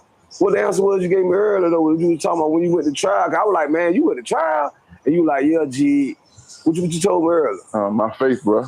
Like that's the one I was looking for, boy, because you just admitted you gave a lawyer a bunch of money, right? My faith, bro. It gotta be the faith, because the feds don't care about no motherfucking money. Faith, man. I just believe, my faith all my life. People look at me and judge me from the outside, you know what I'm saying, the clips of my life, but they don't know my heart. You know what I'm saying? I'm like Jada, bro. Like Jada Kiss, man. Jada Kiss like that, but dudes don't give him that, man. You know what I'm saying? Right. And I always feel like undervalued. I'm being honest. You know what I'm saying? Like I love my homeboys. Like when I love, bro. Like when I love you, I love you. Right. You know what I'm saying? I don't know how to love less, man. You know what I'm saying? So I felt, you know what I'm saying? Like, you know what I'm saying? I wasn't treated fairly. Even dudes try to scandalize me, man. Like, dog, that's one of the most painful things I ever had to do. Right. You know, like, I love my name, man. Dignity and my integrity is all I got. All I got. You know what I'm saying? That's all I got, bro. So I'm just here now, man. It's time to get it real. So let me ask you something. I mean, I see you getting emotional a little bit when that question. I can dig it because a nigga love the game. I mean, a nigga love the code, right? And I'm like you. I'm similar to you too, man. When I'm with you, I'm with you. My loyalty is everything, man. And you just said something made me think about where we at in this culture right now, right? One of the biggest messages that I be putting out there on the streets to the young kids now is the game is dead. The part of the game that me and you came out the house knowing to be true was like, I'm gonna give you a prime example. In Miami, when the dude that served the bomb, we called him the bomb man. Right. And we called him a bond man. It ain't a bomb like blow up. It's a bond man because he was the one taking the most chances on the block. Right? So he was the one most likely to end up going to jail. But if he went to jail, his bond was gonna be posted. That's right. You know what I'm saying? If he had to be in there a little longer, his kids was gonna be taken care of. You know what I'm saying? It's like that part of the game ain't existing no more to where it done got so flawed out here, right? Hold up to me, I'm going somewhere with this. It done got so flawed out here, and I know you agree with me. It done got so flawed out here where there's no loyalty amongst real street niggas, right? To where it done gave shape to a new form of rats. Like I'm just the only best way to put it. Like telling is cool, keeping it real is dumb. You know what I'm saying? You understand what I'm saying? Does that make sense? Yeah, it makes sense, bro. It's acceptable now. It's acceptable only when a nigga get a few dollars. Nigga get a few dollars, nigga like hoes. We gonna call it what it is. Nigga like a bitch. You know what I'm saying? I go right now, man, tell on the world. But I got that bag, guess what a nigga gonna do? He ain't tell on me. Or they gonna follow. Right. They gonna follow, bro. I don't give a fuck what you got. I don't give a fuck who you is. That's why niggas don't fuck with me now. Niggas said I got a cousin cold-blooded rich on the streets of Miami. An agent, a DA agent. And niggas know who he is. I put it out and I can speak on it. Right. But niggas brace them niggas, you know what I'm saying? Right. It's all right to be that, my nigga. It's all right for niggas to tell. Cause that's my homeboy. But that shit, it's certain way. It deals certain, it's all right for him to tell, but it ain't all right for him to tell. I done touched the nerve, man. You know what I'm saying? Hold on, let me break it down a little bit. Hold on, I understand you because you passionate about. I've been one of this. No. I feel you because you passionate about. Because like we got niggas that dedicate their life to this code, man, right? And I'm glad I got that out you. I see the realness coming out to you, right? Let me ask you a bunch of young men sitting in the room with us right now, and they active. They out here in the streets active. What would be? I know what I'm telling them. What would be your advice to them about participating and being active in the streets right now? Man, it ain't worth it, bro. Your freedom ain't worth it, man. I'm gonna tell you, like, dealing with me, you could be my friend. You my friend on the streets, man, right? I only getting a glimpse of your life, Jig. I really don't know you. I may see you an hour, or 2 hours, or 3 hours out of a week. You really don't know my hurt. You may assume my hurt.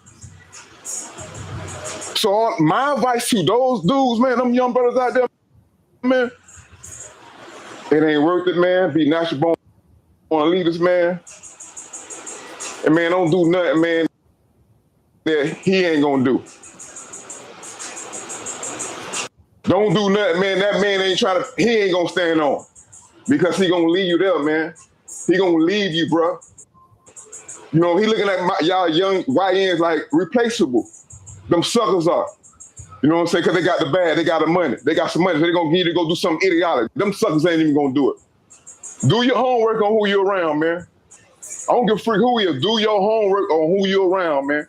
You do. Let me ask you something, right? So you know, the culture now out here, right? It's like people, guys, they want to participate. Like that you saying guys ask somebody else to do something that they won't do, and then once they do it, they abandon them. They abandon them. And then I get that, and that's why I be trying to tell. But let's do some math right now, right? You know, you got. It's hard to kind of tell. We just talked about the poker beans. We just talked about the poverty. Shit ain't changed. It's still hoods. It's still projects. Poverty is still there. Somebody's still sharing electricity. How can you deter that young boy, right? Young cats. How can you deter them away from an easy play? Here's a play right here. There's 100,000 right here to be made, right? Or here's 60,000, 20,000 I can make in a day, right? And I ain't got to do nothing but serve this person, right? How can you offset that with some information or some guidance to say, hey man, you know, this is the way that I do it. And I just want to know if you agree or you got another version of how you'll put this. I look at the math. It's $100,000 play right here, or there's $27,000 I can make every day. But knowing the atmosphere that is an amazing model that creates low poly right away from the image, and they call it smart mesh. You just said y'all went at informant. And he looked like he was the plug, right?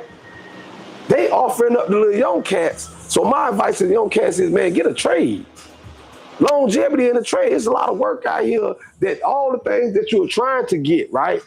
You can require within a length of time, and you can own about going to nobody's prison. What's your thoughts on that the math part of it? I agree with the math part all day, bro. I just know it ain't me now knowing that it wasn't worth it, bro. Like, it's too much out here now, man, to get money like the legal way. Right. Like trades, engineering, they gain away now, man. You know, they gain away schooling, man, educating yourself, man, on your craft, whatever your craft may be. Right. One thing about this young generation, they wise, man, before their time, man. You know what I'm saying? Like, they gifted, especially when it comes to education and computer wise. Hey, okay, I'm gonna hear a gear on you, right? I think they understand the reason I got you here today, right? When I was talking about the Fed time. You went to trial, right? I want to get this out. I want to make sure this get out in the interview when I had you here. Your name I was in the Feds. I just did 16 years in the Feds. I was in different spots from you. And if I left a spot like Atlanta, I would hear your name and they'll say, boy, Ant-Man had the car. Ant-Man had everybody on paperwork time. Ant-Man was running dudes up. Like, did you become that man, like running niggas up in prisons? And give us a story, like give me something out of the Feds where you got to a spot and you had to clean it up. Okay. I'm gonna go to Coleman 1, then I'm gonna go to Atlanta, right? All right, go to Coleman 1 So when I first went to Coleman 1, Coleman 1 was that spot. We had, you know what I'm saying, 2 times with my homie Eddie Gardner, you know what I'm saying? Right. Coleman was that spot. So when I get to Coleman, some sucker wanna come inquire me about my paperwork. And this time I'm like, the old heads know I done showed my paperwork, so the old heads, and they know. Man, I said, nobody ain't. Come on, I said, all right. So I go holler at the old head. I said, I'm gonna crush that boy. He said, you got the green light. So I know he gonna come, he gonna ask about that paperwork. I had my paperwork, I'm sitting up on the hood. And Coleman 1, we got back in the old Coleman 1, you can find a shack, shoot dice and everything. Right. So I know I'm gonna trick him. I'm gonna know he gonna come holler at me. I'm sitting on the bench. I said, yeah, I got it. I hit him with that left hook. When I hit him with that left hook, it was over. I stuffed that paperwork in his mouth. From that day on, you just took off on the man? I took off and put my paperwork in. Let those know that who I need to know that my was he from Miami who you did it to? I don't know what that nigga was for. If he was, man, I ain't give a why he checking you about your? Come on. I think you I'm missing something in the story right now. No, why he decided to ask you about your paperwork? Was you his seller? Fuck no, I wasn't that nigga selling. You supposed to hit that nigga in the mouth. No, he one of them niggas, when a nigga new nigga get off the bus, he one of them suckers portraying something they ain't. But he had the wrong new nigga. Right. And I want to make an example because all my life, niggas, oh, that's a pretty boy, and he ain't about, nigga, I'm gonna make an example. I want to make an example because once I make an example, they gonna know he ain't, don't play with that boy, and they ain't gonna know that boy paperwork legit. I ain't never, Anthony Collins' name ain't never been a nigga so you knocked the nigga out with the left and put the paper right in his mouth. That's some cold shit right there. True story, right in his mouth. Nigga ate your paperwork. Right in his mouth. Fast. So now, I'm moving around the system. And I see all my little homies. I got little homies from around the globe, the whole Florida. You know what I'm saying? I'm running for the whole Florida. You know, you got the gang members, you know what I'm saying, trying to get them boy knives and drugs. I said, you ain't got to get that, man. Go to the education department. They want to holler, come holler at me. So I rubbed some niggas the wrong way, but I wrote it for the right cause. So this is how I became that voice in each spot. Because I'm standing for right. I'm standing for them young niggas who ain't trying to be in that bullshit. You know what I'm saying? Niggas make them do jump out there, go stab them nigga for what? Ain't gonna give him a commissary bag, ain't gonna do nothing for him. Ain't gonna send him a stamp or nothing in the hole. You know what I'm saying? So yeah, I'm dealing with the bullies. I was a bully equalizer in the federal system. I wasn't in the meet, I was in USP. So when I get to Atlanta, this is when I left Big Sandy with Atlanta. You was in Big Sandy too? Was I? Tell about Big Sandy, man, because Big Sandy is one, if y'all don't know, man, when you talk about federal prisons, right, pens, Big Sandy is one of the top most violent federal prisons in Florida, in the United States of America. I leave McCurry, another bloody spot. I go to Big Sandy. So now I know I'm at this spot, Big Sandy, that spot. So, you know, you hear about this, you hear Big Sandy is that spot. Kentucky. Yeah. Inez, Kentucky. Good news, everyone. We're switching to Quo. What's up, bro? What's good, fam? So when I get to Big Sandy, there's 25 dudes on the bus. But when I look back out of R&D, and number 3 niggas on left. Everybody else checked in. These niggas supposed to be so I ain't hear all the stories on the bus. Oh, nigga ain't gonna check me. Man, listen. When you got an R&D,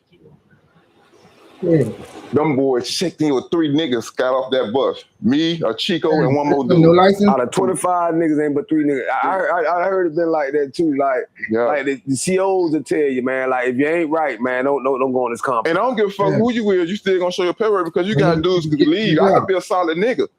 My paperwork could be dead. But year 11, I'd have left. And when it told on Dick, Tom, and Harry. I heard a story, right? I don't know if you want to get out. No, go ahead. I want to make sure you get this out. Go ahead. Crazy. I heard a story, right? Because your name was ringing in the joint, man. Your name was ringing in the feds. I heard a story, man, and I want to ask you. This ain't no messy shit. I don't want to come off messy. But I heard a story, man, where you was on the compound with Big Meats. I was. Big Meats from Detroit. Yeah, I was. You mind talking about that? So he didn't check nothing in the wall? I mean, yeah, I was on the yard with Demetri. We was a holler at the left. You know, I'm a paperwork nigga. Right. I'm still gonna be on paperwork, bro. Where y'all was at together? Was at Jessup. I was too wild for Jessup. I'm coming out of cold, man. So that's a Jessup medium? Yeah, and it was with the hot niggas and meat. You know what I'm saying? So Jessup was a cupcake camp for real. Right. We gonna call it what it is. Niggas with paperwork ain't right. Niggas who fucked up. Niggas sit at Jessup, dog. That cupcake Jessup. But me coming out of cold with one of Jessup. And niggas are testifying on me, hot niggas. So I'm on niggas, you hot. I'm robbing them. I'm knocking niggas out, going in their drawers. Let me get their weed. Let me get all that. Doing that. Right. So I'm on some other shit. Yeah, I'm mad. Right. I'm mad. So Meech was there, you know what I'm saying? We holler, you know, we fuck with each other on spurt, you know what I'm saying? He leave. And for the record, man, we had a whole bunch of sucker niggas putting this BMF. She didn't even know this nigga putting BMF all on their backs, the next niggas from Florida and all. So let me ask you something, right? Being at Jessup, right, with Big Meech, right? Jessup is a South car. It's more Florida, Majority Florida, Georgia, Florida and Georgia. So at this particular time, you know, and shout out to Georgia too, man. Big Meech got along with a lot of Miami niggas, a lot of Florida niggas, right? Right. You took a particular I guess to say, would it safe to say, like an attitude to the fact that you niggas ain't got no money with Meech, but you put BMF on your back. Yeah, I just did it because what a nigga doing for you? Like, nigga, I ain't branding myself for no nigga. Nigga, who this nigga is? I ain't branding myself for no nigga. Ain't a nigga who ain't certified. Nigga, you don't even know a nigga. You just hype. Nigga did that now. From all over the globe. Met the nigga 2-3 weeks. Cause I had seen, I wasn't at the same spot with Meech, but we get the Don Divas and we'll see, and I would see the BMF jewelry that they were making it with the leather, the leather bands, and they were like they were putting Meech might have been putting them down though. He was getting put down. If you're there with the CEO or the head man, and he say, hey, it's just kind of corny. A nigga be 30, 40 years and get ready to get put down. Man. I mean, I don't know, man. I'm just saying. I keep trying to tell this nigga. I mean, dude like to be led, bro. You know, sucker like to be led. And when dude came on that yard, man, he did the nigga put all that shit on him, man. You know what I'm saying? Again, I just holler at the nigga till he left. Okay. You know what I'm saying? And when the nigga leave, come back and who else? But, you like that gotta be, because I remember Bert was there with me. No. Shout out to Bert. No, I'm just talking about throughout this, right? Shout out to man, the real famous Bert, man. You know that's my homie, man, all day. But being in the system, who all else like kind of some names that you ran into in your time in prison? Like give me a few names that maybe everybody know about. Right. Man, where you want to start at? I can start anywhere. I want to give a shout out to Trav, my homie. My homie, the Boogeyman. I want to give a shout out to him. I want to give a shout out to legendary Boogeyman. I want to give a shout out to man, Daniel's finest man, Eddie Gardner, man, one of the legendary. You know what I'm saying? I want to give a shout out to BG too, man. The ragged motherfucker. Yeah, bitch, you need to get at me too, motherfucker. You know, but yeah. What you said with BG? Oh man, BG was there. Beaumont and McCurry. Yeah. Was he rapping? Or what was he doing when you were around? BG was doing BG, man. You know what I'm saying? BG looking good right now. BG look real good. BG done snapped the goals out of his mind. BG look real good. He look healthy, man. I'm proud of him too, man. Hot boy got me around. Yeah, he had. I like the track that he dropped when he came home. That motherfucker. What do you say? Oh, Christopher. No, I'm trying to remember that track he had dropped. To Get Back a Motherfucker. Get Back is a motherfucker. Yeah, Joe, that when he came home. When he came home. Right. That Get Back was a motherfucker, man. Shout out to that though. But I was actually, I ain't gonna bullshit you, man. Everywhere I went, people were like, oh, you know your homeboy Ant-Man? I'm like, yeah, man, I know Ant-Man. You know, we ain't never got no money together, but I know Ant-Man stand-up dude, you know what I'm saying? I done heard nothing but solid shit about him, man. That's all I kept hearing. Every time I hear your name, I heard paperwork. Right. I mean, I did a paperwork party. First nigga ever did a whole paperwork party at Atlanta. Nigga, you hot. I don't give a fuck where you're from. You got to go. I did a real paperwork party. And then they put the police on what they do. They put a police. There's an SIS nigga named Monroe. Gangster. I heard about Monroe. I know about Monroe. Gangster. You going to get Yeah. So when I first get to Atlanta, he come in with a stack of form. Cause I had something word, man, tell all nigga out of Florida, nigga, that's paperwork check. I'm saying, I want paperwork check. So he sent a note back like, yeah, man, I got all these cop box on. Anybody been in the Fed know what cops out there? Nigga write notes on. So he came there with all the stack on. I got a whole bunch of them on you. He said, but I love men like you. He said, do your thing. So I was a green light, like, oh shit. Oh yeah, hardcore press now. I'm like, damn, boy, we ain't going to the hole for this. I ran it. You know what I'm saying? I got me about 2 dudes on my line and we cleaned it up. Like, nigga put that paperwork on the table. If they ain't want to put it, they gonna get crushed. I'm a crush. I'm a frontline general. I ain't sending no nigga. I'm on frontline. That's right. And, but it opened up a lot of doors for me in Atlanta, man. Atlanta was good to me. Even the CO, man, Atlanta was amazing for me. Hey, but you know, go through the feds, they sacrifice a part of their manhood, man, with the 5K1s and Rule 30. They say there's only 2 kinds in the feds, right? Yeah. They say those, you heard it, those who told and those who wish they told. But you and me sitting here saying that's a core real niggas in the feds, man, that's hold it down, that stood solid. You know, the OG got stopped snitching on his arm. Right. You know what I'm saying? You know, paper real solid. You a man of faith. I'm a man of faith, man. I'm Muslim. I pray 5 times a day, man. I like to say, man, you know, it wasn't for the Most High. I wouldn't believe that I would have made it through my federal system. Cause like the feds is there to break men. They done broke a lot of men, a lot of real men, a lot of dudes that stood. And since we've been talking about this culture, we've been talking about this rap, we talking about a lot of different things. A clip come out of my head, right? You know, we from Miami, so we know we love. I done watched Scarface maybe 1 million times, and I remember that scene right in Scarface where when Face Tony and the rat went over to see Sosa and they went to go make a deal, right? I'm trying to remember the rat nigga name was the same one that crossed Tony, right? They went to go meet Sosa, and Sosa had did his homework. Sosa had done got the phone call and found out that Buddy had done told him some dude way in the 80s. And fast forward to the little clip, y'all go watch it. Maybe it's time to watch Scarface again. But this is how sweet the game was. Dude was doing their homework on you. Dude was checking on you before they dealt with you, right? And he ended up dropping that boy from the helicopter. Yeah, I'm sure did. Right there. But when he did it, he spared Face because he seen that realness in Face, right? And he told Face, son, he said, and Face looked up, say, Face, man, I never liked that rat. Yeah, sure did. As far as I'm concerned, you know, he had set me and my homeboy up. You know what I'm saying? So Sosa was like, man, you know, and this is a lesson to a lot of young cats. Sosa was like, when you're guilty about association, being in line with niggas that you ain't done your homework on, right? You ain't fact check. These niggas coming home from the feds. These niggas, know what I'm saying? They get right back into, you know what I'm saying? Niggas, they ain't trying to tell you that the game is dead. They get right back into the, you know what I mean? Them the niggas y'all need to be worried about. Niggas that done motherfucking came home and they back active like ain't shit going on. Like motherfucking the feds ain't snatching niggas' souls out of right. Tony told that nigga, look Sosa in the eye, he said, man, I ain't got but 2 things, my word and my motherfucking balls. And I don't break no for nobody.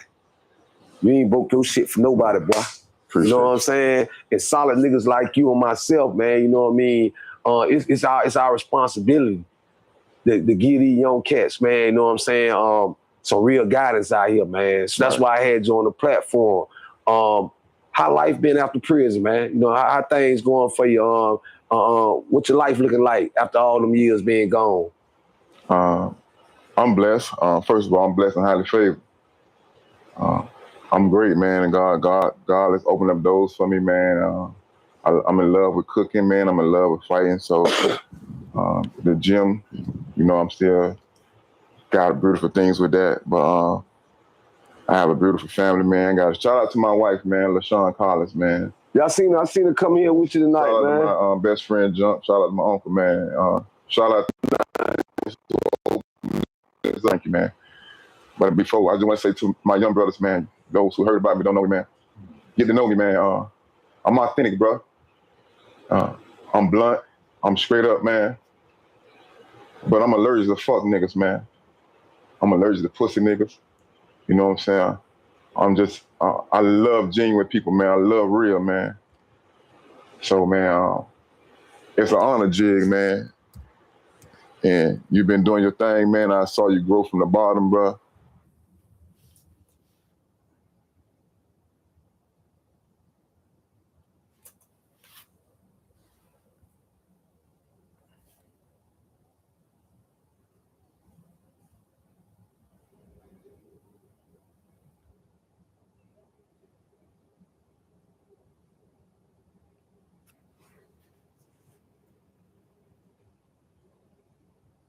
Do you need funding for your small business, but don't want to be stuck waiting in the never-ending process with traditional banks? With Lendio, They got me feeling like I'm academic. Okay. Now, we should get into this. It's kind of like a lead topic for us, but Cameron is in the news today with Cardi B. Now, you know, Cam went crazy. Wait, they're live? Okay, they're not live. Well, I guess maybe the channel is live. So, Cam supposedly, you know, he went nuclear. And Giles, nigga that look like this. He finally addressed a few things that's been, you know, on his chest. Now, I'm going to react to Cam. And before we get to the Cardi B thing, Cam responded to Vic Mensa, someone who, you know, Vic Mensa is really interesting. By the way, Vic Mensa is another saying this to down him. We did squash our beef, whatever, but I think Vic Mensa will admit that, you know, at a certain point in his career and life, drugs affected him. And that may have related to some mental things as well. But I'll let him speak for himself. Anyway, Cam on bad timing, and you do know, we do love us some Cameron, all right? Killer Cam, shout out to everybody. If you were born in the 90s, okay, or maybe even the 80s, and you grew up on Dipset, okay? Now, granted, I wasn't one to wear a pink fur or a pink, you know, bedroom t-shirt tee. But I was definitely one at some point to say, no homo. Pause.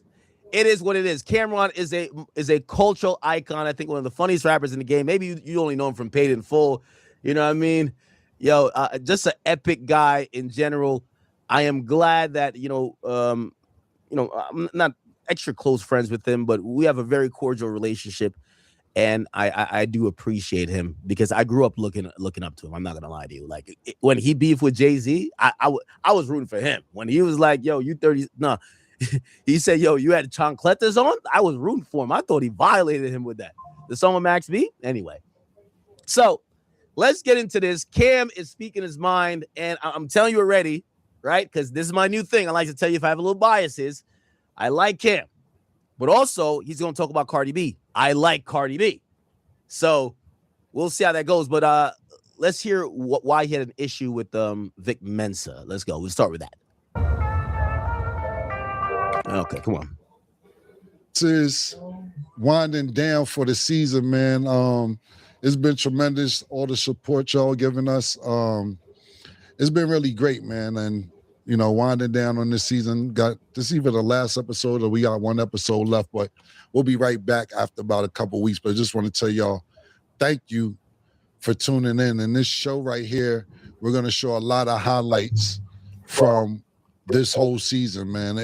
All right. So they're going on a break. I just, I wasn't even going to start the show with this.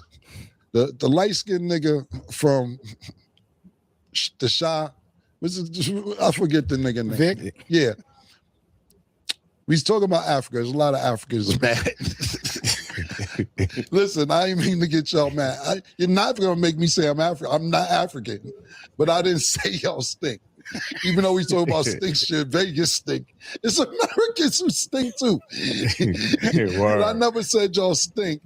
And that kid, what's his name, Sin? Sin is in the building, by the way, PT. Yeah. My nigga Zeke say everybody here, Sin is in studio today. But what's his name? Vic Mensa? Okay. Yeah, Yo, homeboy, why is you clickbaiting, talking about I said the people in Africa sing? Because I didn't say that. I was repeating what somebody said. You clickbaiting and you clout chasing. I'm disappointed in you. But what do I expect from a nigga with a Rockefeller tattoo on his neck? He did say he was a fan of yours. I don't give a fuck. See, that's what niggas do. They try to diss and then be like, but we cool. Respectfully, Yeah, and see, all that's perfect. And niggas ended with respectfully, which is the most disrespectful word to me. Word. When niggas ended with respectfully is mad disrespect. You know what I'm saying? Hell yeah. Yo, respectfully. You know what I'm saying? But at the end of the day, I'm just trolling with the Rockefeller tattoo. I don't know why he has one. Jay-Z don't got one. But I'm just saying, I don't know. Yeah, he was signed to Rockefeller. No, he was signed to Rock Nation, I believe, not Rockefeller. He was signed to, and by the way, if you want to know some real lore, part of even my Rock Nation thing stems with Vic Mensa. It goes even back to Everyday Struggle. Every person that Rock Nation sent up to what's it called? We always had an issue with, and they would position in a weird way. Anyway. Really understand. I have the Rockefeller tattoo. That's tough. Yeah, I seen it's tough, man. Especially when they broke up. What you do with that? You know what I'm saying? But isn't the Rock Nation? Oh, the Rock Nation logo is a plane. Oh, he wasn't on Rockefeller. He was on Rock Nation. He was on there saying he tried to go through my last name and this and that and this. Look, if you want to believe that, would you try to acknowledge, nigga? If you want, nigga, fuck out of here. He said you was a slave owner.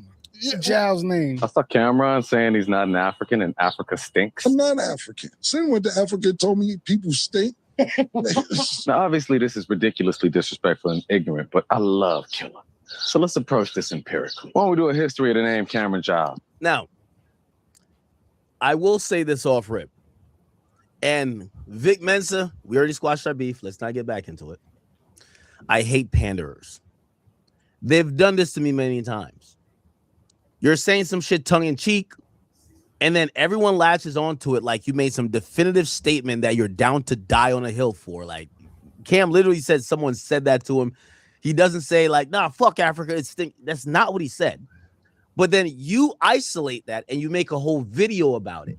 They used to do it to me when I would give commentary like this. I would say, I remember they did to me about a friend of mine, 21 Savage. 21 Savage had said at a point, he wanted to show financial literacy, this and third and blah, blah. And, show size that's not violent. And I said to him, that's great. You could have personal growth. You could show other things on your social media, but I do want to let you know, if you think you're about to go rap about doing taxes and niggas is still going to listen to you, it's not going to happen. Niggas want you to rap violently. I'm sorry. That's what people like you for. They took that and they said that academics doesn't want positivity. He only wants violence.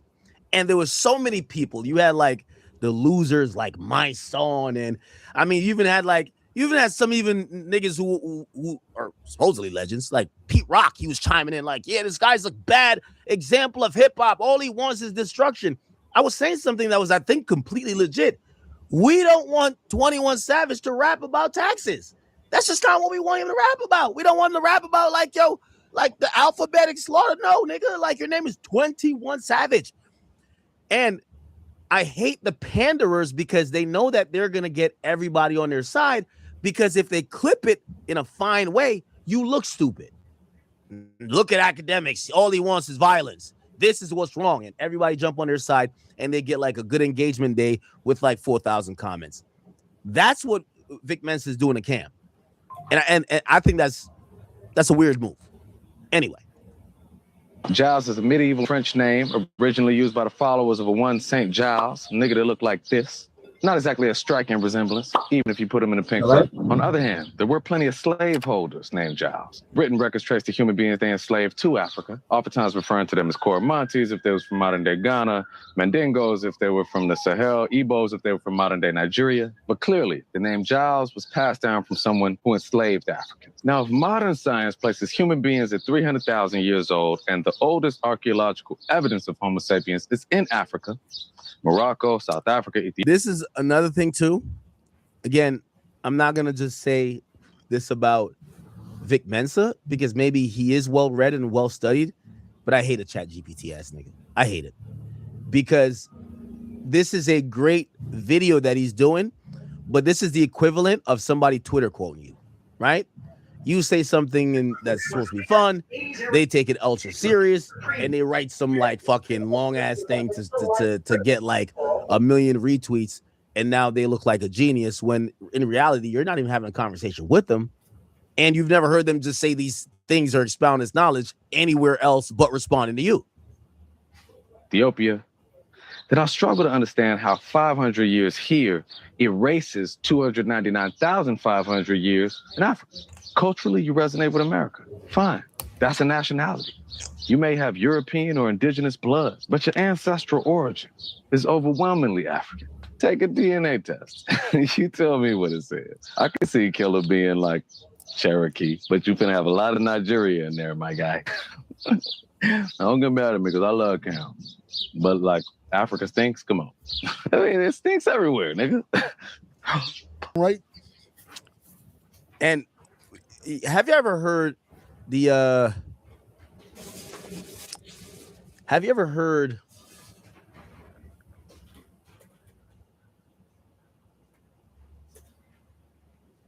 Atera is the IT painkiller. Remote monitoring and management, remote access, help desk and ticketing, smart automations, patching, software deployment, scripting, and the amazing.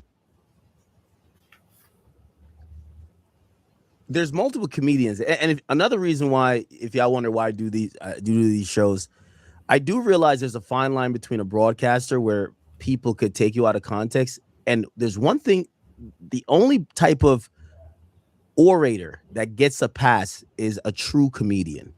A true comedian could say stuff that is politically incorrect, and he could just say, "Yeah, bro, I was joking." Anyone else, when you attempt, they're like, "Well, you're not a comedian. You don't get that pass."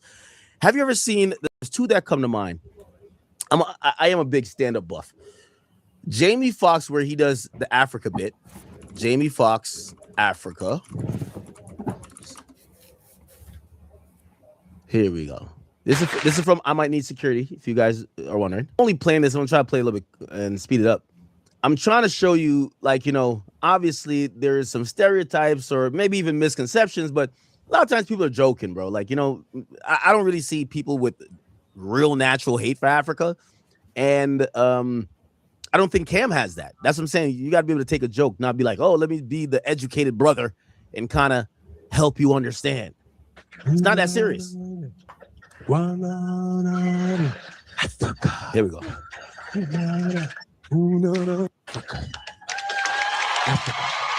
Fool you make to click on because you're gonna burn those. Here we go. Bring you an extra set of nostrils. Look.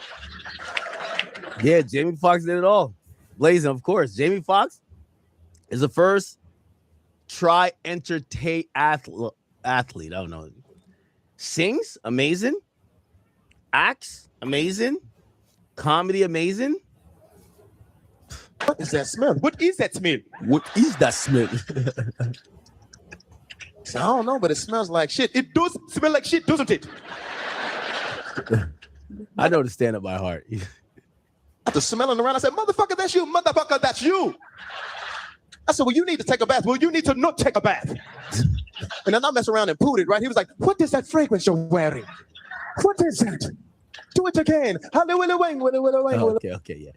And there's another stand-up, Steve Harvey on the Kings of Comedy. He has a similar thing too. Steve Harvey, Kings of Comedy, Africa. He talks about Africa too.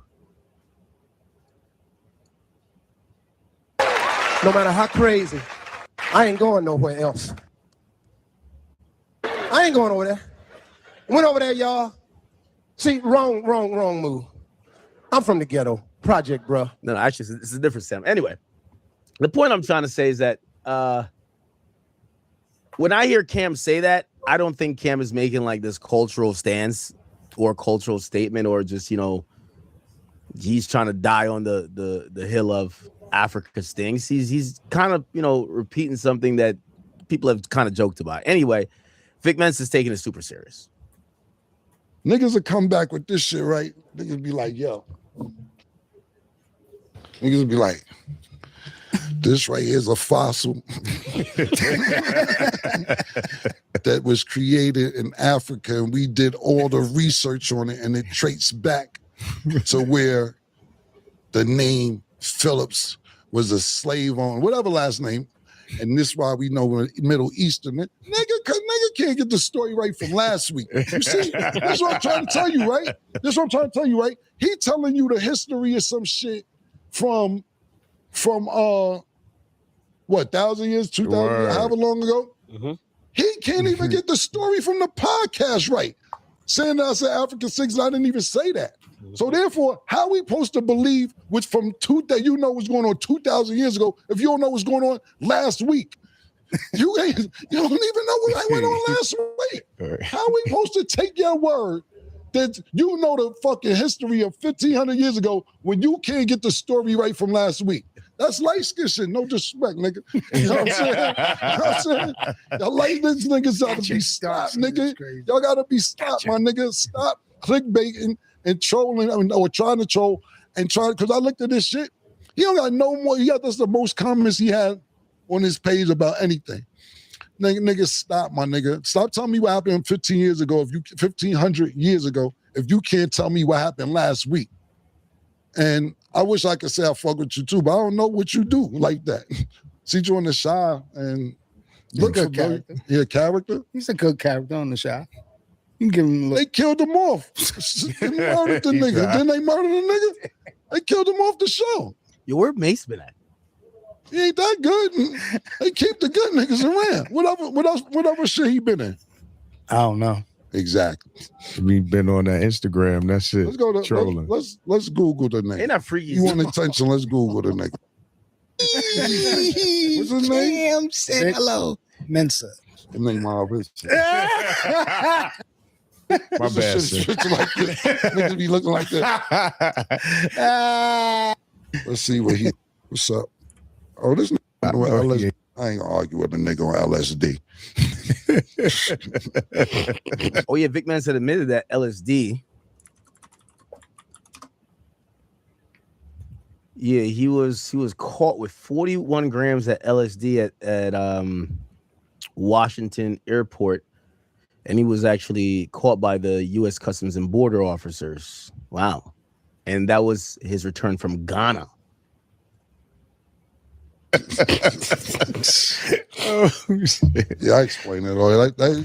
You gotta realize the niggas on LSD, they start getting, well, the slave owner and you know LSD, nigga, you hallucinating, nigga. You hallucinating. So I just want to say that about that, man. The next thing is we're gonna talk about is accountability and responsibility and leave me alone. Okay, so now he's gonna get into this situation with Cardi B. Now, I'm not too familiar about this situation. Apparently, it stems around a song, but he says he has no problem with Cardi B, but he's calling out.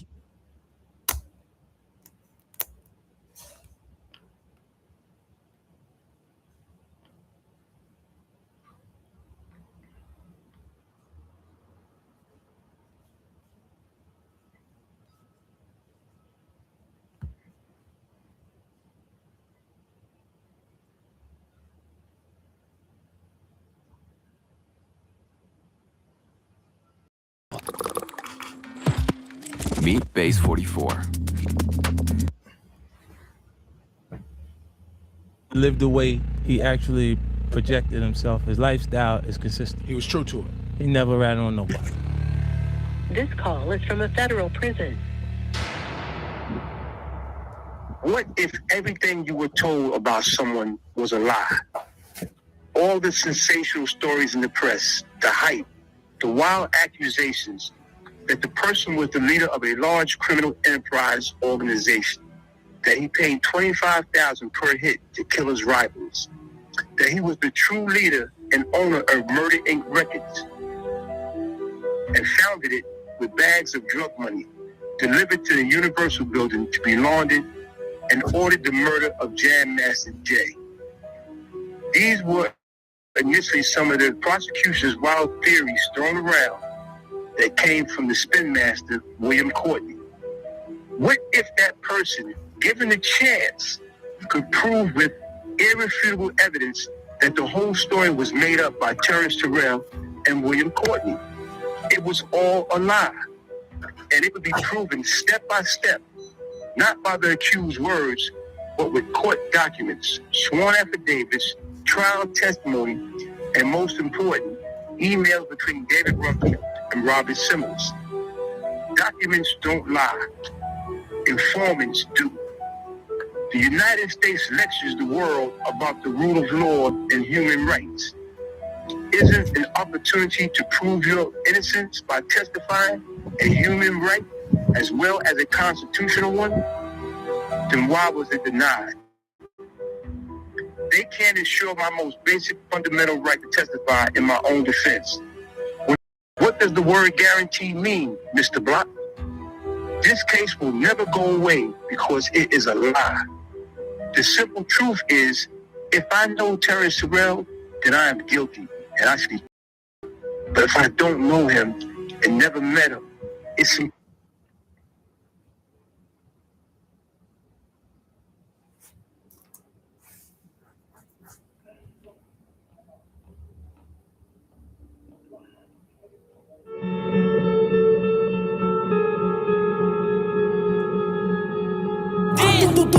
pick your mans up. Just because people used to come through shooting us every day. And this block, words can't even explain. Can't even explain. Hey, man. Let's go back on 5-way on money. Young Money, man. He in the building. 600 boy LA, man. LA Capone, man. Get it to him, man. OC2 boys, man. Mine's on number 9, man. Number 9 shooter, man. Hear me? Hey, Ricky Low, bitch. Yeah. What is wrong with you? Hey, I don't drink squad. Drink squad, boy. Fuck is you talking about, bro? You have to be willing to die or go to jail for 100 years if that's the lane that you're stepping in. You have to understand that whether you're 15, 16, you got to think like a man. You know what I'm saying? So don't be in it. Oh, you're not? Why does everybody say you're only 16 years old? They say what they want to say. How old are you? 300. Why get a GoDaddy domain for just $4.99? Here's one reason. Before I got a GoDaddy domain with a professional. The story of NLMB. NLMB is based around 77th to 79th, from Essex to Saginaw. They control a huge chunk of Terror Town, which they share with Black Mob. NLMB stands for a few different things. First and foremost, it means No Limit Muskegon Boys, but it also stands for Never Leave My Brothers and No Limit, No Law. Originally, No Limit and the Muskegon Boys were two separate gangs that ended up merging to form NLMB. Muskegon Boys started as a small GD set on 78th and Muskegon, right off Exchange. They came out of the low buildings and were officially formed and named by Adosky and White Bread. What a lot of people don't know is that some of the most famous NLMB members actually started out in Muskegon Boys, including both Fazo and Kobe. Aside from No Limit, Muskegon Boys were cool with CMB because of family ties. They were also tight with Folly Boys because both sets were EBK, and they linked with Tim through family connections as well. If you check EBK Juvi's Instagram, you'll see photos of him with members from Tim, Folly, and ABK, who No Limit is heavily affiliated with. Back in the day, Lakeside and Muskegon Boys were actually cordial. Lakeside was way bigger at the time, with over 100 members compared to Muskegon Boys, who only had around 20. Because they were on good terms back then, some Lakeside members used to claim that Fazo was originally Lakeside.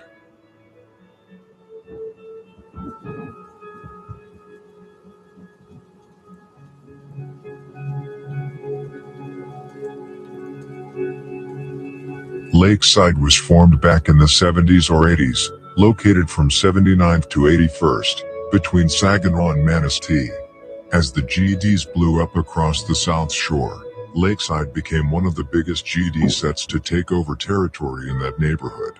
They were constantly warring not just with the Stones, but also with Mexican gangs like the Latin Kings and Latin Counts. They got the name Lakeside because they were right next to Lake Michigan to the east, but back in the early 2000s, they actually called themselves the Lakers. Many also heard about KTS, but people often get confused about what KTS actually means. Originally, KTS wasn't a single gang. It was an alliance between the GDs from Lakeside and Pocket Town, alongside the 075 Vice Lords from EBC. Over time, that alliance fell apart because of internal beef and personal conflicts, turning KTS into its own separate set. Today, KTS is mainly based out of 75th and Cottage, operating as its own group right alongside EBC.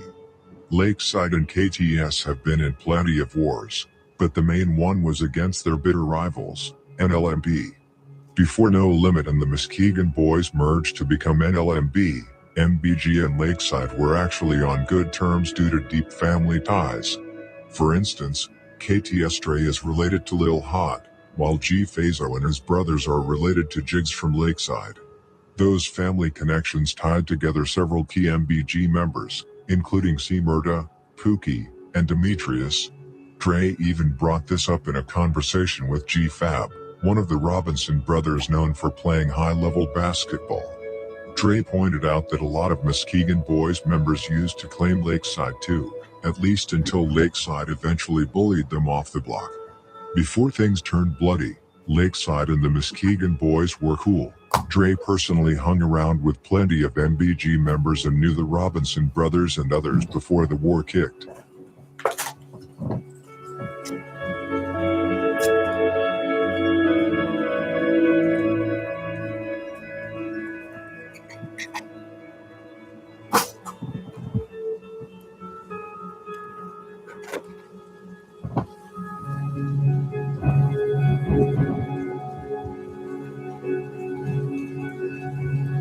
Lakeside basically bullied the Muskegon Boys off the block, though the full story was a bit more complicated. Back in the early 2000s, members from both sides were cool with each other, and a lot of them even went to Myra Bradwell Middle School together.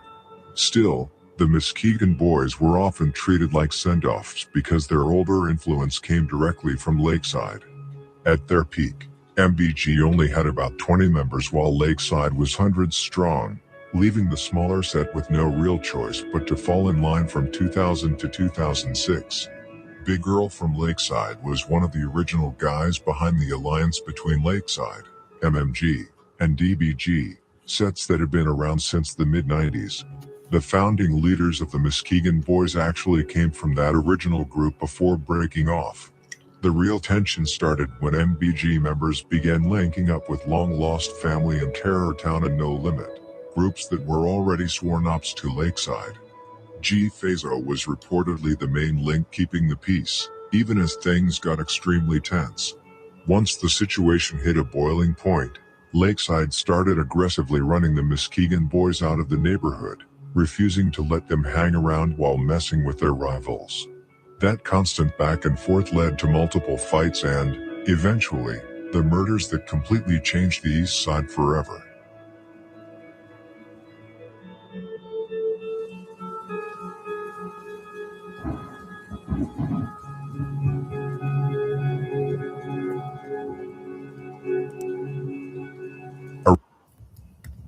This summer, get 80% off hosting or unlimited.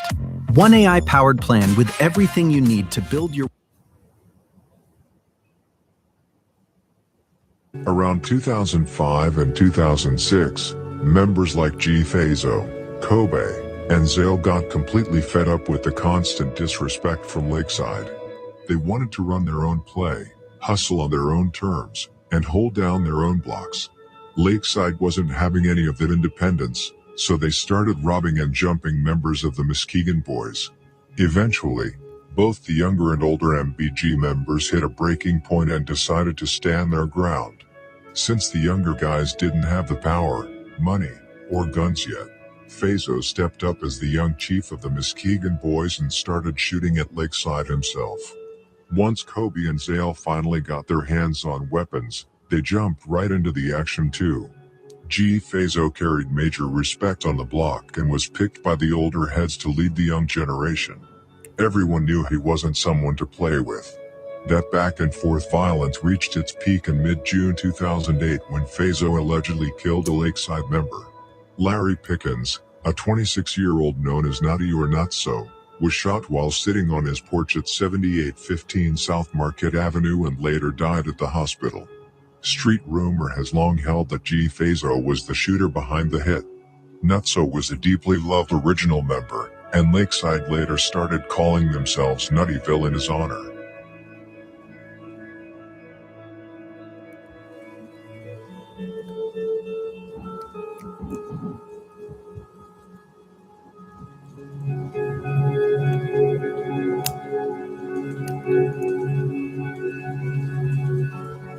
The conflict between Lakeside and MBG was slowly growing, but the streets were still relatively quiet for a while. While there were shootings, robberies, and fights going down, the non-stop back and forth killings hadn't fully taken over yet. However, less than a year later, the Muskegon boys lost their prince, G. Fazo. Fazo was one of the few who actually had the heart to stand up and fight back against Lakeside after years of being bullied. Fazion Robinson, known as G. Fazo, was shot and killed on April 12, 2010. He was found with a gunshot wound to his back on the 2900 block of East 79th Street and was pronounced dead at South Shore Hospital at just 19 years old. Fazo had three brothers, Fabian, Fabius, and Farrakhan, who are all still alive, though Fabius was recently locked up for the murder of J.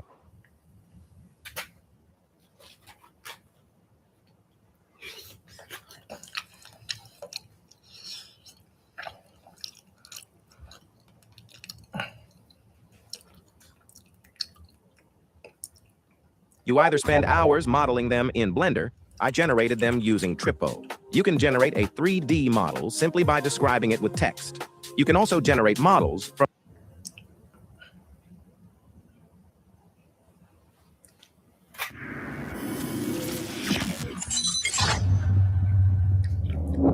Well, speaking of jail, Big U has new charges. Allegedly, him and his crew chased Future at an airport in 2014. Wack been told us about that. Wack, I guess, was involved in this. Wack been told us about that. Yeah. They said Wack was lying because in our mind, we can't see Future in Sierra running through the airport from some crib. We can't fathom that. We thought, well, most people thought he was lying. I believed it. Most people say, man, he lying because we see Future as the type of nigga based off his lyrics. I ain't running from nobody.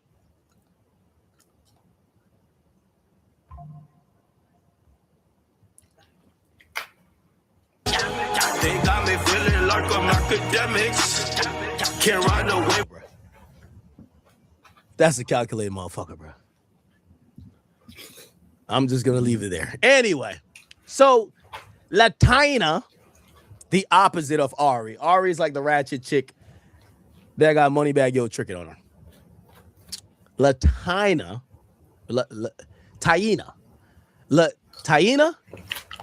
she says the things that money can't buy, and obviously this is a diss towards G Herbo, and I wonder why girls like say this shit. Like, you know, you don't want a broke nigga, so why do you like comment on, you know, oh, this is what money can buy? Well, I guess they're saying they want those things too: morals, integrity, boundaries, and character. So clearly she sneaked this in G Herbo. You want to know why? There's some chick that's stirring up a lot of drama on TikTok. Her name is Woo Lady. She just recently came out and said that Ben the Don told her some shit about Boston Richie and his ex-girl Tati, and Ben the Don had to get on live with her, like kind of clearing it up, saying, yo, that's not the truth. Like basically what she had said was that she said the reason why Boston Richie and Tatiana Chanel aren't together is that Ben the Don is the one that snitched on Tatiana Chanel cheating to Boston Richie. And this is her, and Ben the Don got on live with her to kind of clarify. You said, ask me in my fucking line. That's the truth. No, it's not the truth. Because me and him never had a motherfucking conversation about Tati not once. And listen, that's what was said to the table. Ask Boston.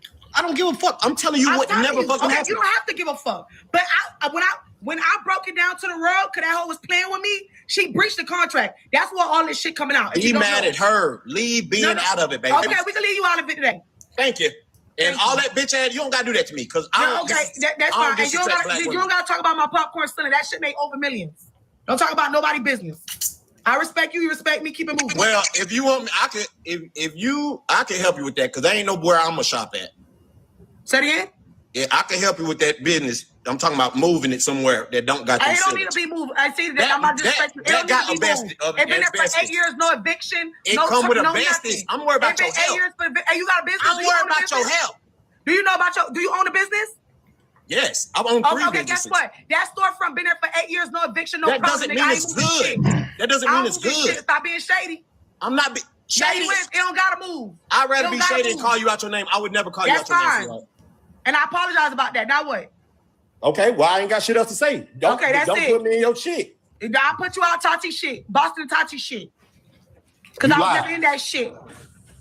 I know you somewhere out there somewhere. Listen. I ain't worried about that rented ass penthouse. When you own it, talk to me, bitch ass nigga. Oh, shit. What? Yeah, when you own it. Fuck nigga showing me a rented ass condo. Stop playing with me. Pimp my ass nigga. These niggas out here flexing. Ho, show me a mortgage, bitch. Fuck out of here. Nigga, I own cribs. Don't let me go to my property and show you what I own. Over there showing me clouds, bitch. I don't want to see no clouds, hoe ass nigga. Go grab a cloud and bring it to me. Then you gonna show me some real flex shit. Go grab, while you in that 30 floor, grab a cloud and bring it to me, nigga. That's how you gonna amaze me today. My nigga own a penthouse. Do you want me to go show y'all penthouse? Nigga. Oh, shit. She one of the mouthy motherfuckers. Holy. Anyway, so that's what she's kind of known for. She's back again, but this time she said that G Herbo been talking to Boston Richie's ex Tati behind his girl Taina's back. Check this out. And then you was friends with Ari. How you friends with Ari? Moneybag was trying to talk to you when you was 17 years old. How you friends with Ari? And you be talking to G Herbo. I just want trying to figure out why G Herbo when he got married. You talked to Tati, calling, telling you loving her, you begging her, all this stuff. Y'all. Ooh, so apparently it's not even. I guess the woo lady person brought on a fan who's now quote unquote spilling the tea, claiming G Herbo been trying to cheat on his future wife by talking to this Tati girl. Leave me alone.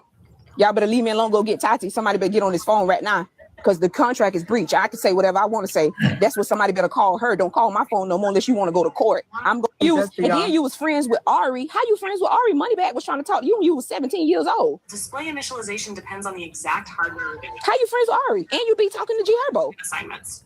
I just want trying to figure out why G Herbo when he got married. You talked to Tati, calling, telling you loving her, you begging her, all this stuff. Y'all better leave me alone. Y'all better leave me alone. Go get Tati. Somebody better get on this. Okay, so now G Herbo is now addressing it. He said this. And you be talking to G Herbo. He says, I never cared to address a rumor, but I'm tired of hearing shit attached to my name. If y'all think I ever, if y'all think ever in life I begged a bitch and confessed my love for them, that ain't mine. Y'all dumb as fuck on this internet. Be for real. All it takes is for a motherfucker to be loud and wrong. Y'all believe him. I don't know why. Don't be silly.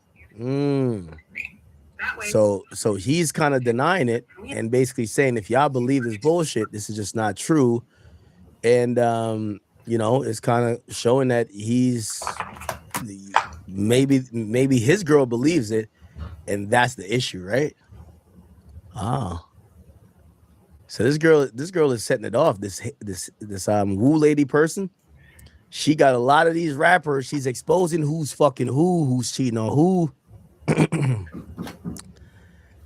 Don't know if she's telling the full truth about everything, but clearly it matters enough that these people gotta address it. Your history contains a conflict.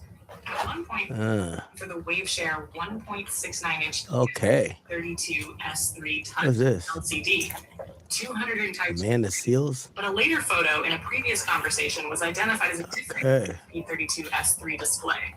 Since you want to continue with the same WaveShare 1.6, all right, so I don't really know what that means. This is actually great news. From your photo, your firmware compiled successfully. The ESP32-S3 websites your competitors don't want you to know. Part 2. All you do is go to this website, and it lets you find out exactly how much your competitors are making. Capacitive touch 240x320 board, not the 1.69 inch board. The screen saying, tap this button to talk. Okay. The firmware is already alive. Yo, G Herbo, man. Fighting the compiler. We're building features. Next step. We love you and your girl, bro, Taina. Tap the yellow microphone button. Listen. Tell me, does it beep? Does anything happen? Does the screen change? We know you ain't no fucking cheater. Touch the screen. Friends with Ari. How you friends with? Press the I downloaded it and y'all took. Anything happen? Now all of them just. You tell me those three. Now all of them just drop tape. All of them on tour. What we talking about? Can you hear me? Mainstream, Yeah, we hear you, Maj.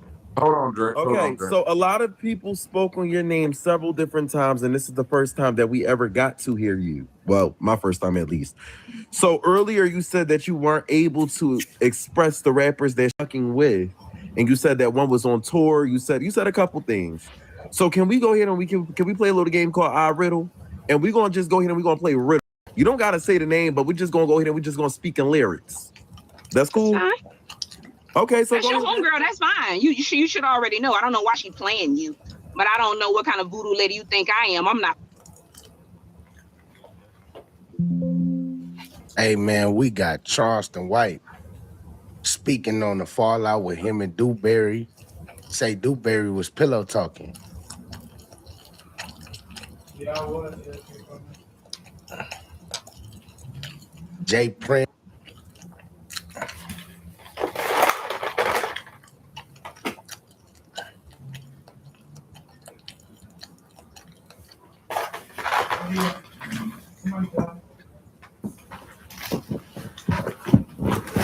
With some podcasts I'd never heard of that didn't have a following, and he's talking about investing and so forth. So I hit him up. I said, "Yo, man,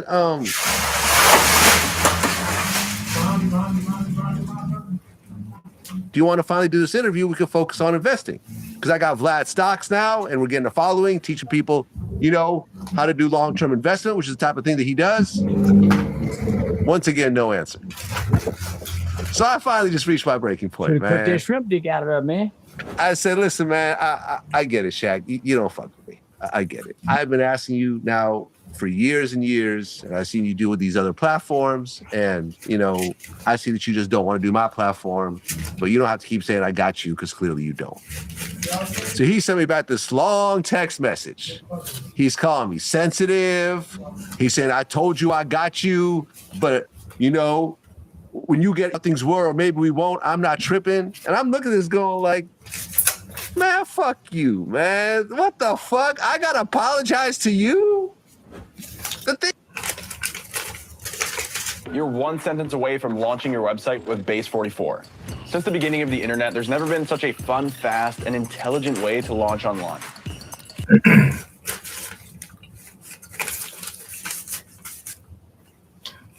The thing with people like Shaq, and this is what I realized over the years about these celebrity types, man. They have this image. Oh, I'm the nice guy. I'm everyone's friend. But most times they're assholes. And they keep the celebrity status and keep people around that will do shit for them without any sort of feeling that they'll ever do anything back in return. For 16 years, I've been asking this man. No, hold on. For 18 years, I've been talking about this interview every so often, and he's never done it. And he calls me sensitive, and he wants me to apologize to him? Man, fuck Shaq. But he reached out to you about the interview with the shrimp dick. Right, and he would reach out to me about posting his freestyles. I'm screen capturing, saying like, yo, remember when you posted this? Over and over again, year after year. And the thing is, man, fuck this dude. Because people like this feel that talking to you is just payment enough. The fact that they're somehow responding is enough of a payment to you. Man, fuck that. I don't care about celebrity friends. Listen, I care about doing business with people. This is how sensitive Shaq is about this situation. And I still don't know what the nigga mad about. And me for. Other than we know some mutual females. I was hosting a boxing match in New Orleans for June 19th. The promoters was promoting it as if I was gonna be boxing.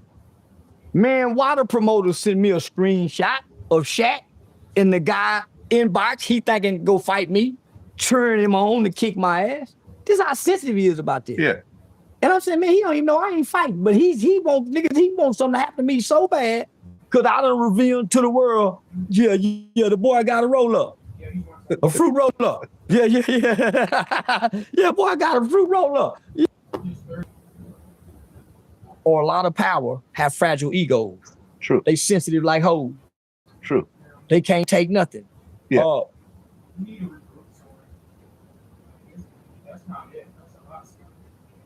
So that's why I have no problem with getting on camera being the worst I can be. Why? Because when the camera come out, when the cameras go off, I'm nothing like what I am when the cameras come on. So I don't come on here and act like I'm a nice guy. I'm a nice guy in real life. Mountable, respectful. But online, me and my mother hate. Me and my mother so mad at me about these. But like I told mama, who putting some money in, mama?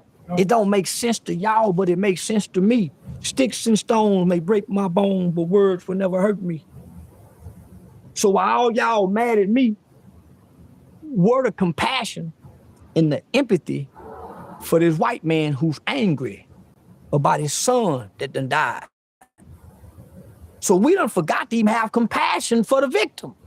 Cause we want to be mad at somebody as, man, please, at the end of the day, this means nothing when 2 kids' lives are affected forever. And 1 kid deserves mercy. 1 kid deserves mercy. And I just want to remind the black people in that area, not the black people in America, because all of y'all on the outside looking in. I'm from this city. I'm from this metropolitan area. I'm one of the largest youth advocates in Texas.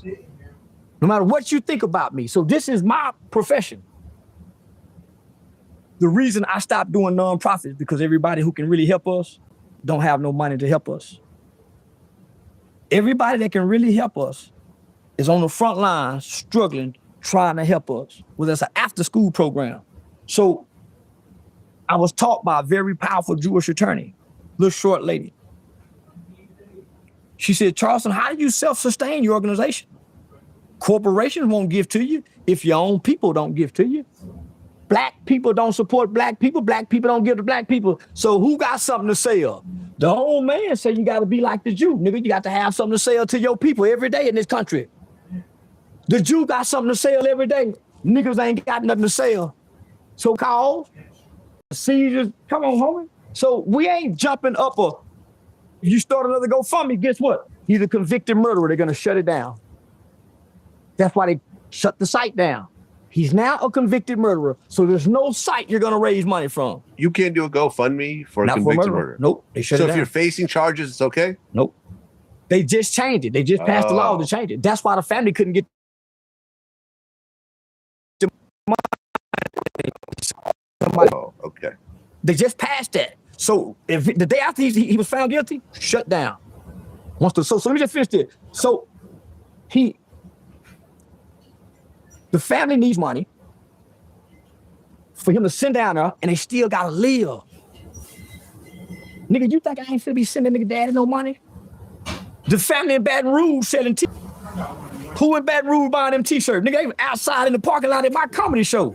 Come on, nigga, y'all come in. We selling some we selling watermelon selling t-shirts and free Carmelo Anthony t-shirt all at once. Why? Vlad. Lowest priced website builder guaranteed from GoDaddy. You pay for all this knowledge and information and footage you got. And a lot of time we get mad if somebody die and you come back and commemorate the death with the video. Right. It's only reasonable to do. When I pass away, I want everyone to post up their Vlad TV interviews. I tell everybody. This is what I want for myself. I tell everybody who booked me, nigga, you making money right now. But when I die, these interviews go make so much goddamn money till it's pathetic. Am I banking on that? No, but I know it is. If I'm doing $4 billion alive, imagine what I'm gonna do dead. So nigga, you got a vault, nigga. You got something to pad down to you. I got 3 terabytes full of shit. So I understand. Not that I'm picking on the Jew, but the Jews capitalize off everything. Everything. And they're not in their feelings about nothing but personal attacks. That's it. If you don't personally attack them, they don't give a damn about nothing. Hey, if you personally attack you, who cares? So you nigga, doing business again. There you go. So this is what I'm saying. It'll make sense later. It just don't make sense now. Well, you mentioned comedy. I do something called This or That, where I go through my list of all the stand-up comedians that I have interviewed or have been on the platform, and you pick who you like better as a comedian, and then that person goes up against the next one. Gotcha. Okay? A lot of these lists also. I don't know if you've seen it or not. I have. So, T.I. or Will Mills? T.I. T.I. or Bubba Dub? Bubba Dub. Bubba Dub or Country Wayne? Bubba Dub. Bubba Dub or Affion Crockett? I gotta go with Bubba Dub. Bubba Dub or Ari Spears? Bubba Dub. Bubba Dub or Pierre? Pierre good, man. That's a good say, man. Comedian wise, I go with Pierre. Pierre, AJ Johnson. Shit, man, you know you gotta go with AJ. Man, niggas, yeah, AJ is so raw. But man, Pierre a bad motherfucker. I gotta go with AJ. AJ Johnson or Lil Rel? AJ. AJ Johnson or Capone? AJ. AJ Johnson or Ricky Smiley? I'm going Ricky Smiley. Ricky Smiley or Tony Rock? Damn, boy, you going hooks. Ricky Smiley. Ricky Smiley or Michael Collier? Ricky Smiley. Ricky Smiley or George Wallace? George Wallace. George Wallace or Charlie Murphy? Charlie. Oh, man, god damn, man. Charlie, man. George. I'm going George Wallace. Yeah, I'm going George Wallace. George Wallace or Ryan Davis? George Wallace. George Wallace or Arsenio Hall? George Wallace. George Wallace or Bill Bellamy? Going with the old school George Wallace. George Wallace or Sinbad? Gets harder. Sinbad. Sinbad or Joe Torre? Sinbad. Sinbad or Guy Torre? I'm going Guy Torre. Guy Torre or Hope Flood?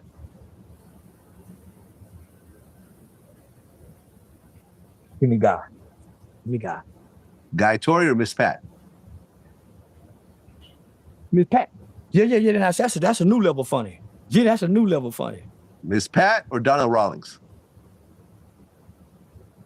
Man, that little motherfucker Donnell Rawlings, man, yeah, that motherfucker, yeah, Donnell Rawlings, let's shout that. Yeah. Donnell Rawlings or Carlos Mencia? I'm going to Rawlings. Donnell Rawlings or D. Ray Davis?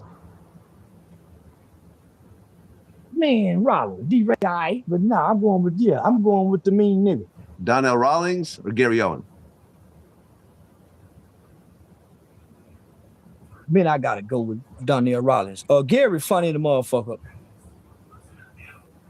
But y'all won't let Gary get real funny. Yeah. Gary can be way more funnier, but y'all keep him in the white box. Exactly. So yeah, I got to go with Donnell Rawlings, yeah. Donnell Rawlings or Ali Sadiq? Rawlings. Donnell Rawlings or Bert Kreischer? Me Kreischer. Bert Kreischer, Andrew Schultz? Entertaining wise, polarizing, give me Schultz. Because he ain't all. Yo. What it ain't.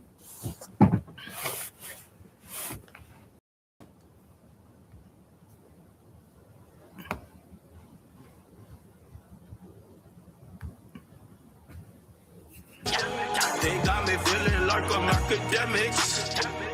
I guess a new song, but it's called Nightmares and Dreams. Let's hear this. Hello. It appears that Meek What's Mill is. good? What the fuck? I was in connection. Just chilling. Ooh, I almost lost connection. What the fuck?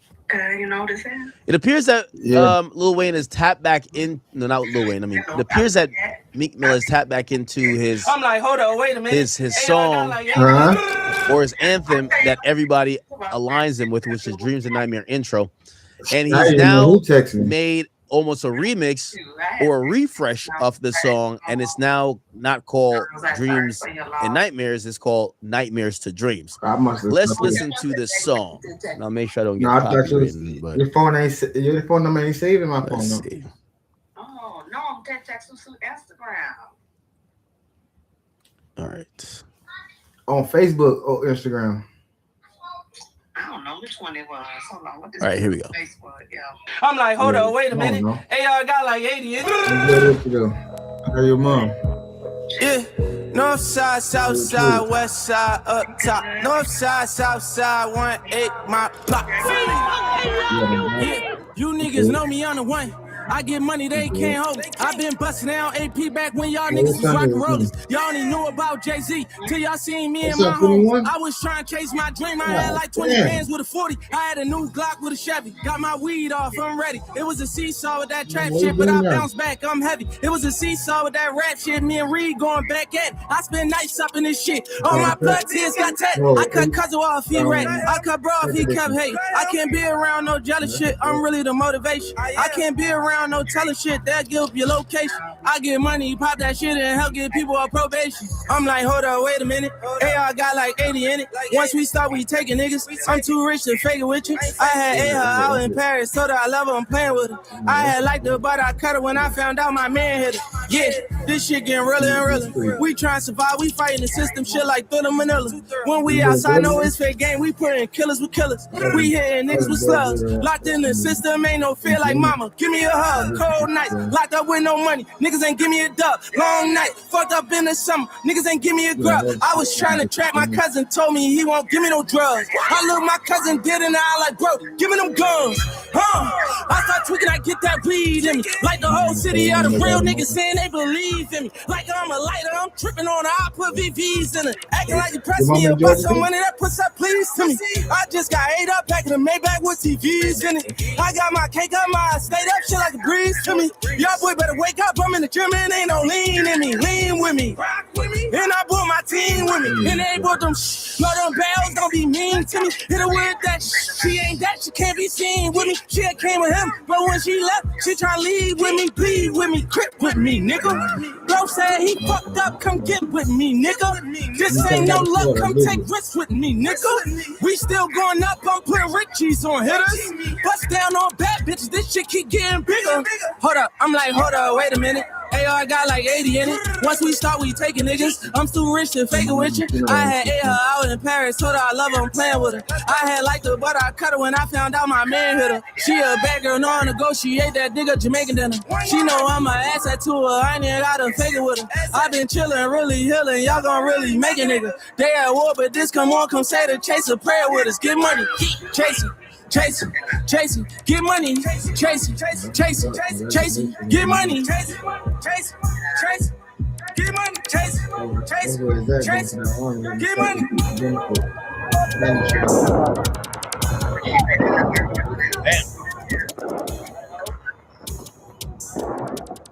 I'm gonna keep it a beam with y'all chat. I low-key didn't even want to review the song.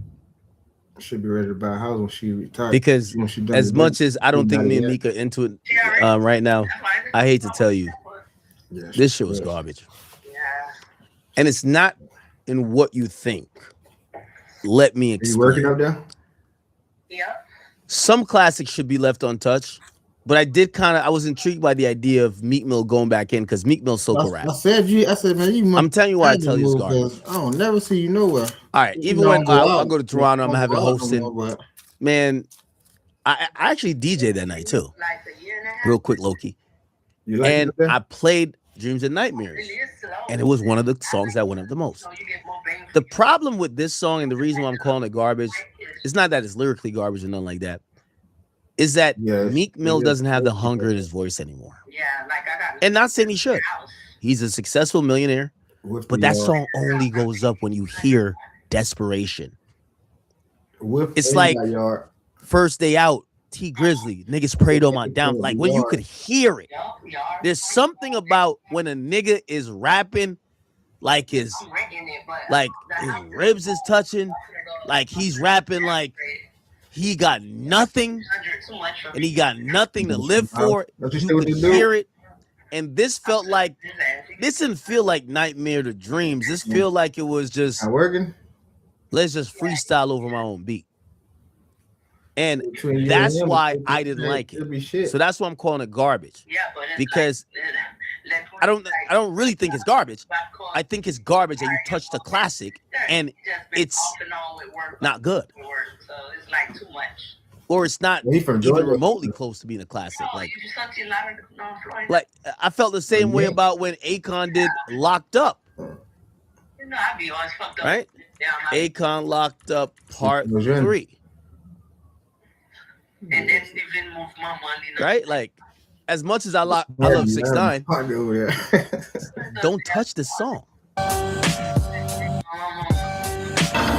Having dreams about living my life. And she came forward, move there. Oh hell no. Still trying to find that moment. Wanna talk the street code. Didn't work. Okay. Here's my point. I don't like. Hold on, wait a minute. I don't like this. I don't like this Meek Mill song. It's not nothing against Meek. There's no hunger in it. There's no hunger when I'm listening to it. The vibe has changed. And because the vibe has changed, I don't like it because when I hear that beat and I hear Drew Ready, I used to pray for times like this, to rhyme like this, and I had to grind like this, and some lot. Listen, when I hear that, I hear desperation. I hear the ultimate hustle from the bottom story. And I know Meek has been through a lot. Yeah. And obviously this song has defined his career. But why touch this song to just kind of like, that's crazy, almost like swag rap? Like, I don't hear no hunger. I'm gonna stay single for a while. What? That song's about hunger. That's my perspective.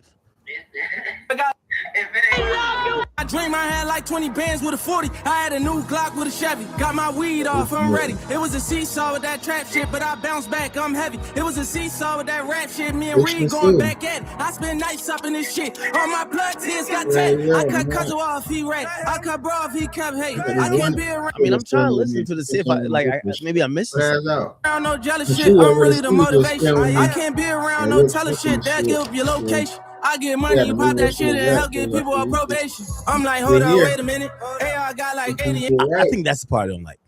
I'm like, hold on, wait a minute. Like, he's kind of like swagging it out. Like, wait a minute. Yeah, she like 3 I don't know. Go by. No, I wanted to hear some anger in his voice. Ain't gonna go look for no work. I wanted to hear anger, frustration. Ain't getting no money. That's what I felt I heard when I listened to the original Dreams of Night. When I get to the house from work, I heard anger, frustration, but arrogance.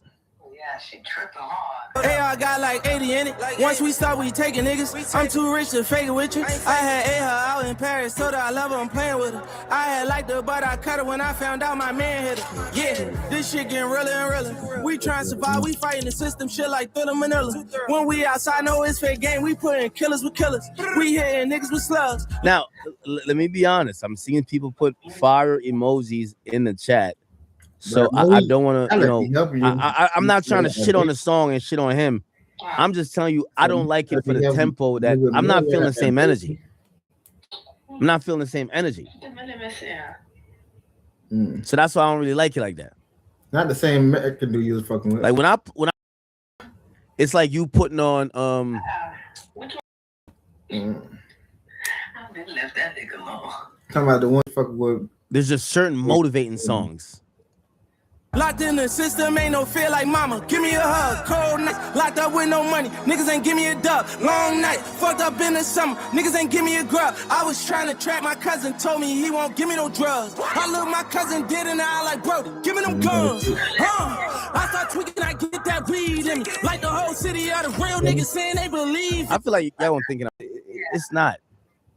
And maybe I'll back off the garbage thing because it doesn't sound like sonically horrible. It's just that there is no feeling. Like what's popping about that song is the feeling when you hear it. Hold on, wait a minute. Y'all thought I was finished. When I copped the action, nigga, y'all thought it was rented. Flexing on it. Like I'm telling you, niggas know that shit word for word.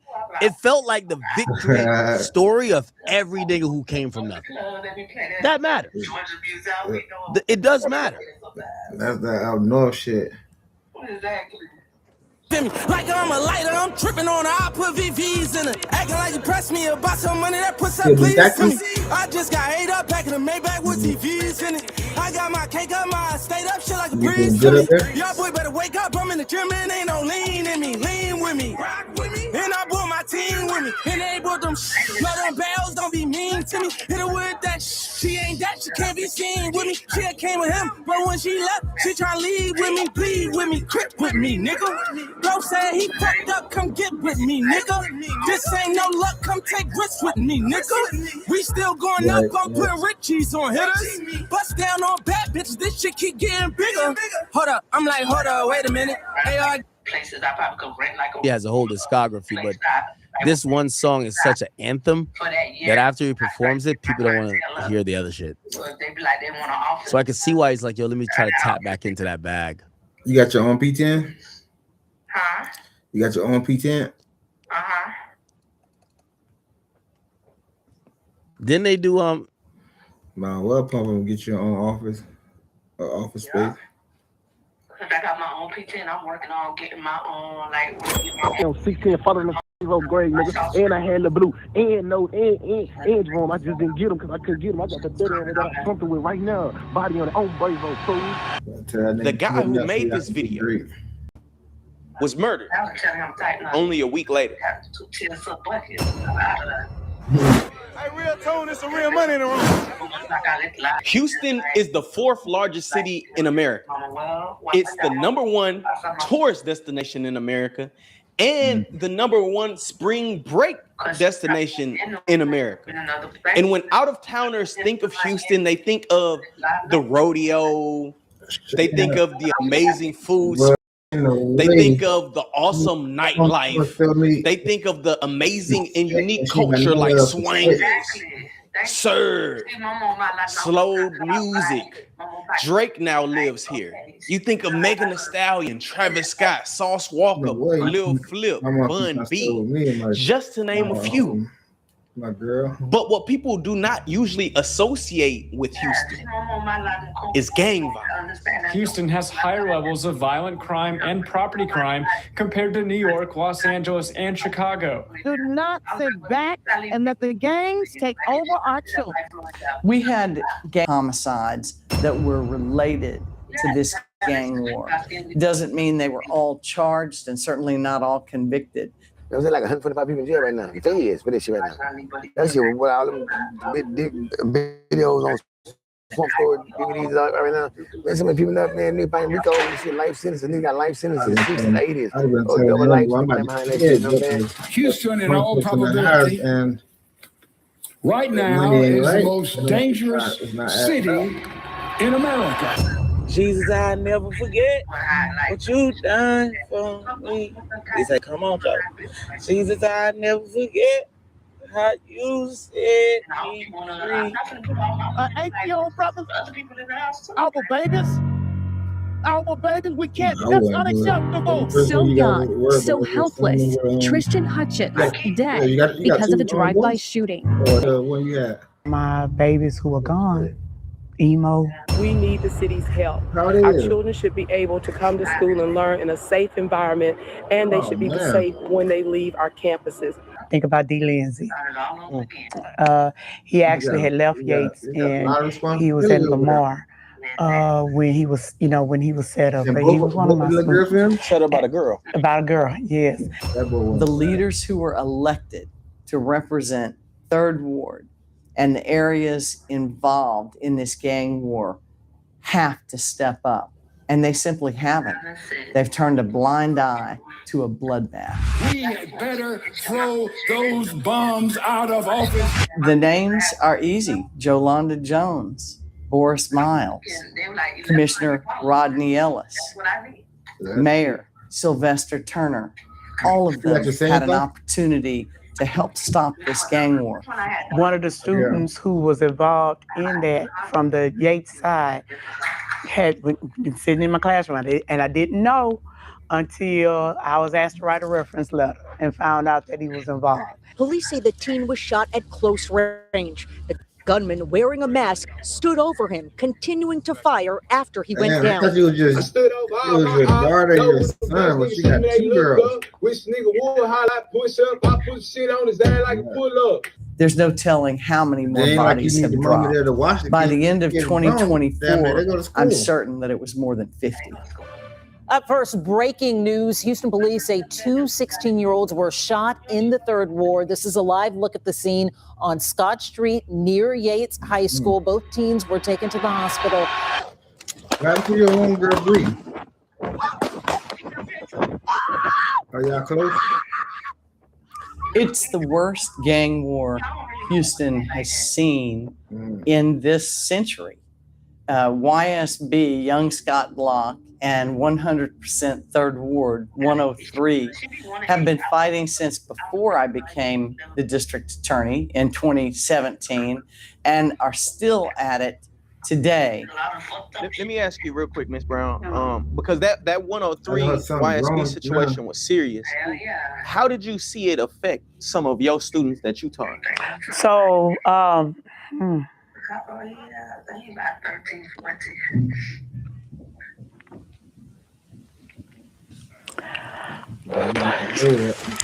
excuse me.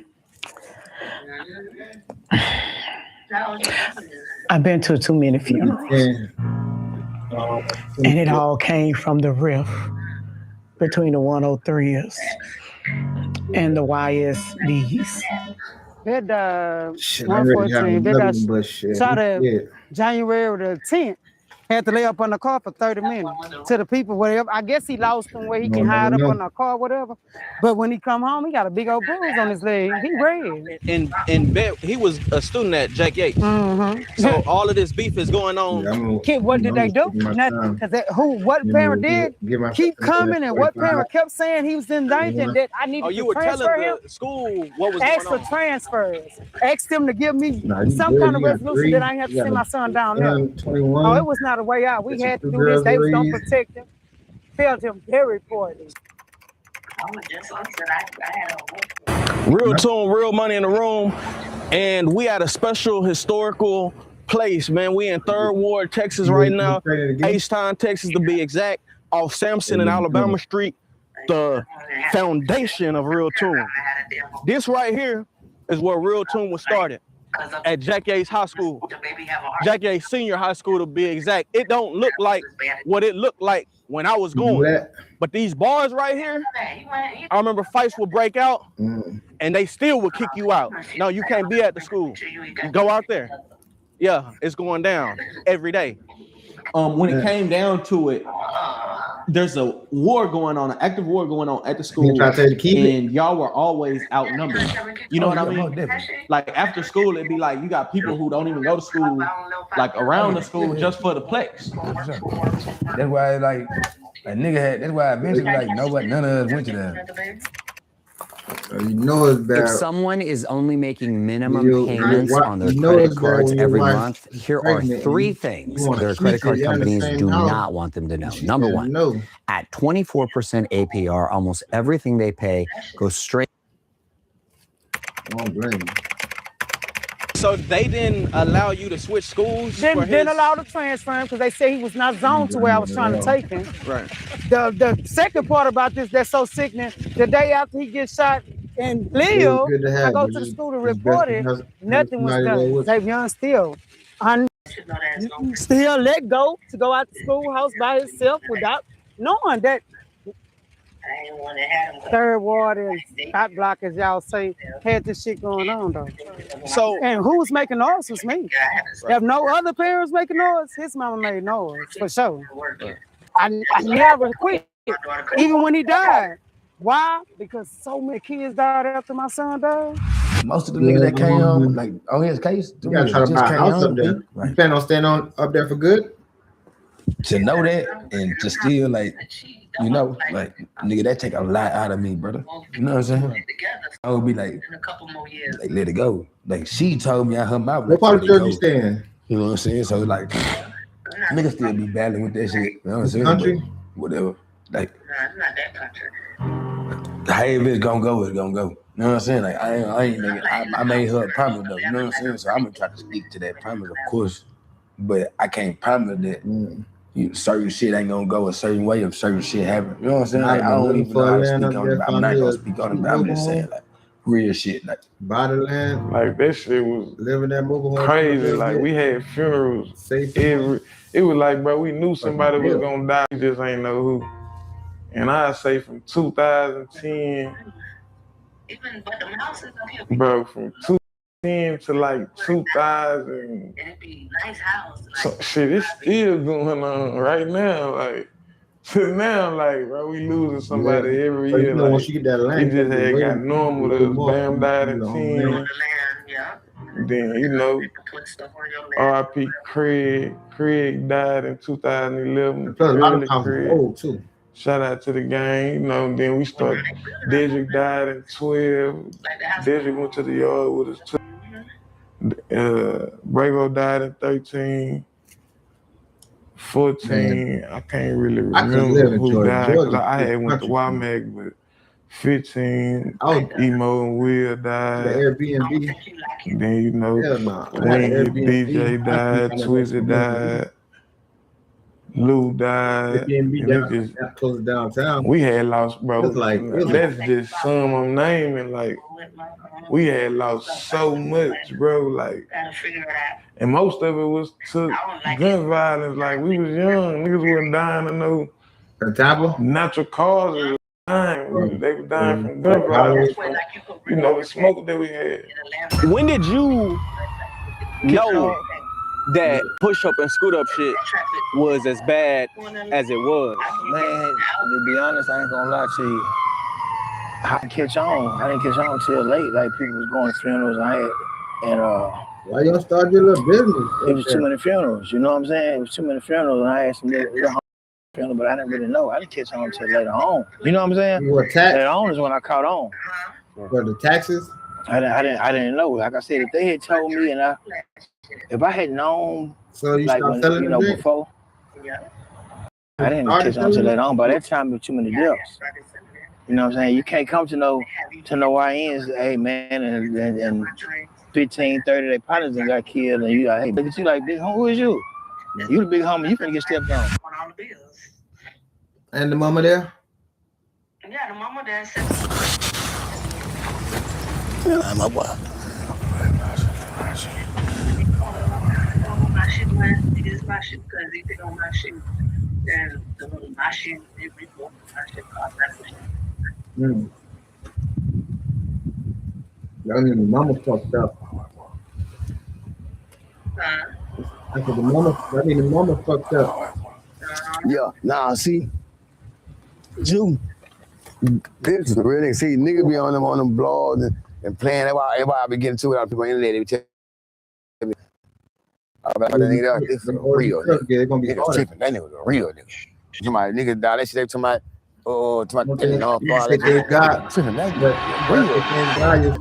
2020, national outrage will come after a video surfaced of law enforcement kneeling on the neck of a Jack Yates High School graduate and member of the Third Ward community who went by the name George Floyd.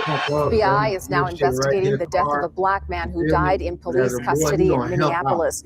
A disturbing video shows the man pleading that he can't breathe as a white officer was kneeling on his neck during the arrest and kept it there for several minutes, even after the man stopped moving.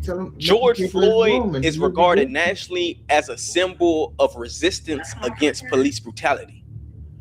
But to his community, he's much more than that.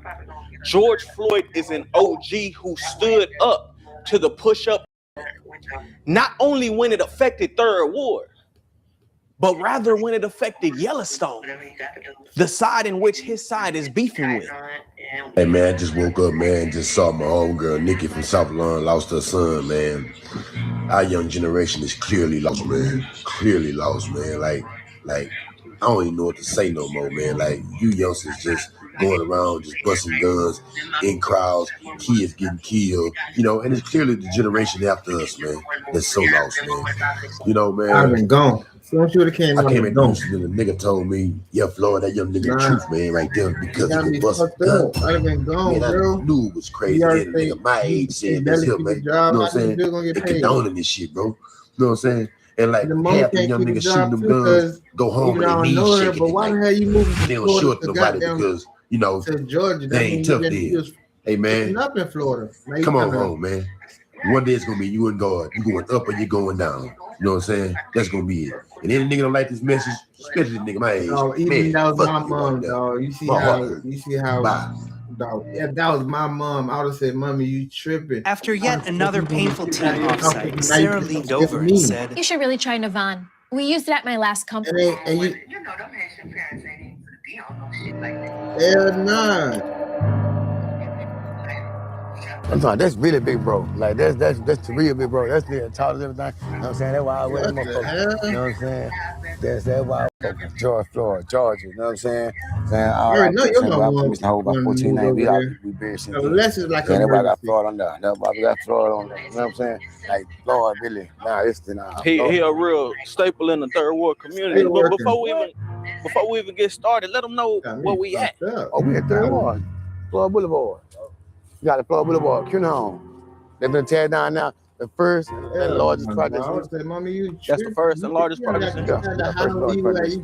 This the blue store right here. Over here. I had to shut it down because too many murders and shit though. You know what I'm saying? But all these things, what they tomorrow, but Skite said on that freestyle. He say, ain't no rap in the game, but the more pain than Cal Wayne. All the names on that stove. Get the names on the stove. Yeah. You know what I'm saying? My grandpa. The first Cunha Home OG, the legend. Cunha Home Calvin Mouse. That's my name. That's my papa. That's my grandpa, the first OG. You know what I'm saying? All these is real name 429. Now. Up first, breaking news. Houston police say two 16-year-olds were shot in the third ward. This is a live look at the scene on Scott Street near Yates High School. Both teens were taken to the hospital. So what happened is we had three males that were here at the restaurant behind me. We believe they have some kind of an ongoing argument. During that argument, one of the males produced the firearms and shot the other two males. They're 16-year-old males. They've been transported to the hospital. Real Tune, Money in the Room, man. I'm here at Burger King, and I'm not gonna lie, I won't be here long. For some, this might just look like a regular Burger King. Or behind me, the practice field. For us, this used to be a hangout spot, but it turned into a war zone. The sick part about it is them kids that got hit in front of Burger King, they're 15 and 16. Now let's just do the math on this. These kids are 15 and 16 years of age. Bet died 12 years ago. These the kids are still fighting with this battle 12 years later. These kids are getting off the bus. They go to DAP. I can speak on this situation due to the fact I got a little cousin who got shot in the midst of this. A stroke at work. So with that being said, yes, I'm very angry because it's still happening in the same spot. Nothing's being done. On the bus, a guy got his jaw broke. Yeah. By the police officer. By the police. I know the police officer when Yates did this shit on my team, nigga. Slammed me on the computer. Yeah, it was going down at that motherfucker. Like they got 9 people cooked right here. So this people fighting and they trying to slap this. You all gang banging too. Yeah, Tyrone was rocking with for sure. With the niggas for sure. So you rocking with them. I ain't gonna say These same police officers that we're depending on to help our kids and keep our kids safe, they ain't shit. They ain't no help to our kids because they look at our kids as black people who they ain't got no business down here. They know they don't belong down here. But see, it was so much going on back then. That probably was just something normal. I hate to say that. It's crazy because my first year up there, little nigga named Bam, little short nigga. This how I knew whatever little clique they had started, it started in the summertime. Cause the very first day of school the next year, that's when niggas was riding and shit at the school. You know what I'm saying? I'm walking to school with my partner, nigga, and I think we was at Burger King in front of that bitch, nigga, and out of nowhere, nigga, a whole bunch of niggas just walked up and niggas start pressing niggas, you know what I'm saying? Somebody niggas from the other side of the bayou can't come over here, and I was walking with my nigga, he was from Yellowstone, you know what I'm saying? And they just start pressing us. And shit, we fought them niggas that day, you know what I'm saying? Niggas jumped us. But the problem is you got your, you know what I'm saying? But isn't that you can't let that light shit, that go shit off. was a long time ago. Niggas, you know what I'm saying? That shit dead. Like, damn, I can't So sometimes I be going to the place they be paying. A lot of the young men that we dealing with in this city here is that they've been born in it, so they come from families that was already a part of this traditional trauma that's been passed down from generation to generation, that they have not been able to get the real help in these communities that I've been hollering for, to get trauma-informed care centers there to deal with the problem, to stop the violence from keep passing down. So yes, we have a serious problem. The Sky Block niggas had fights with they older niggas. Like, they had their own shit going on, fights and whatever they had going on. It just trickled down to us. Feel me? It just, I don't know. Yeah, that shit, like I said, it came out of nowhere. I ain't even gonna say that because even before we hit the yard, you will hear about water in Yellowstone having eight. Like that shit was going on before we even was older, before we even got to high school, you know what I'm saying? So I ain't gonna say it just came out of nowhere, but you know, you got niggas, as we grew older, bro, we grew older in the streets, it was like shit, we learned how to rip outside, and it was like shit, it's us, if you ain't with us, fuck you, like, you know what I'm saying? So it was stuck into an age, like, damn, who you with? That's my problem with 021 Third Ward right now. That's my biggest problem. Our kids don't deserve to be saved because, somebody established 103 and YSB, because you had to know before it was our kids, YSB and 103 was already existing. Oh, but 103 is not a game. It's just something we say, 100% Third Ward. I mean, when you really day one from Third Ward, I'm saying a lot of people out there lie to that shit. You know what I'm saying? Well, like I said, a lot of people are saying a lot of people right now fight for that shit. You know what I'm saying? They've been 100% Third Ward. That's what we were saying it before. You know what I'm saying? Or whatever. And like you got niggas in jail now. They say jail now. I'm saying, you know, it's like pushing the school. Like that's it's like you go in jail, you got to choose a side. You pushing on your school. That's some shit that you come from gotta my choose here. a side. Yeah, well, jail right now. They say you can either push on your school. That's my that shit come from my here. School up came from Kenny Lou. You know what I'm saying? Kenny Lou and Blood Bath, and like all of us clicked up. And like Sidewalk and the Mash Mode, like that was the people that we clicked up with. All that Kenny Lou, Trey, the KTM, all of them is little Mash Mode babies. You see what I'm saying? All the niggas that looked up to Mash Mode that had a big cousin or somebody that was a Mash Mode they wanted to be in it. I was like, AJ for the graduation. I love running a busy real estate office. After he graduated, I got Did anybody get back to Deborah Simmons yet? Anybody? What I don't love is trying to keep track of who talked to who and when. Good news, everyone. We're switching to Quo. Quo's business phone system transcribes and summarizes. Fucking off with that crazy man. Over being in the South Park clique or something like that. Or Mash Mode, Sidewalk and them. You got or early. That's Kenny Lou, them, all them. Our people hit 103. All this was Click Tight and Kidnap the Money. You know what I'm saying? Click Tight, then you had other niggas, Ski Chase, all them dudes, them, they was with other niggas and shit out there. But like it's an active investigation going on about this shit, and it's not a game. I'm telling you right now, not a game. It's just something we said. It's 100% Third Ward. That's all I mean. My side of town, where I'm from, you know, they're gonna push up. I know how to do it. But I got some. It was family members through family members like that, baby mamas and stuff like that. That they were schooling. And I, you know what I'm saying? And I'm talking about them niggas got a little bit on the blood side. So I really wanted to stop it. You feel me? But everything I hear, like on the dub, they push it. That's facts. That's just what it is. It's just facts. If you ask anybody, they're gonna tell you the dub. You know what I'm saying? Because the people that was involved in certain things. I don't really know too many of the situations, but I'm just telling you. Right now, like I said, the push the school. They got niggas in jail now going to war about that shit. And niggas went away from 1960 some up over. Is it true they say that in the county jail that it ain't about you being blood or crip no more? Niggas asking if you pushing or you schooling. If he do decide to come to Florida, I ain't gonna lie, yeah, that's true. He's gonna be it good. depends on what take you falling. Like, if you fall in certain takes, like the take I'm in right now, like when I first walked in, like it was like 8 days, like what you is type shit. I'm like, young money hunter, like it's different. Like it depends on what take you in. Like a nigga go extra. But 9 times out of 10, like the niggas that's asking that shit, like them niggas be from the north side, them niggas don't be knowing shit about that shit. Like them niggas just came and got around some niggas, and that ain't on y'all scooter. And if you really ask a nigga like, hey, who you scooting for? The nigga gonna be like, I'm just scooting, I'm scooting. If a nigga say I'm real, if a nigga say scooting for Lou, that's a red flag. No flag on the plate. He lying. And he got to graduate. Niggas don't even know, bro. Go do it. they don't know, bro. You know what I'm saying? You gotta thank God for that, bro. A nigga just gotta really get the sexual side, like nigga really gotta get unspoken words when a nigga be asking about shit like that. A lot of these little niggas, especially in my generation, they don't be knowing what the fuck going on.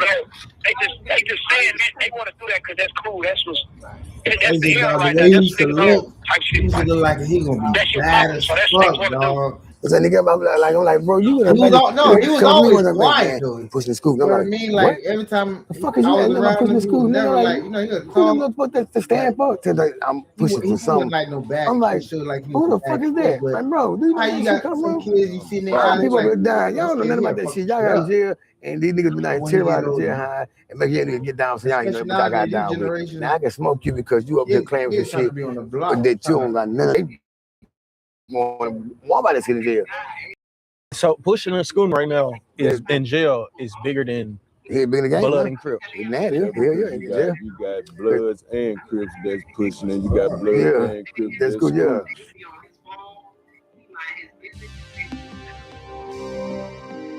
Kenny Lou popularized the phrase "scoot up" to the point to where scoot up is no longer simply a gang, but a movement. There are people scooting in different areas of Texas. Opened a lot of niggas' eyes, which is what he's supposed to, what that scoot up gang shit really is. No, that's a good thing. I'm happy that I let my mama raise him because she was raised in the suburbs. Good thing. All right, here we go. Whack 100. Welcome back to Vlad TV. Man, I ain't been here in a minute. I stepped through the door.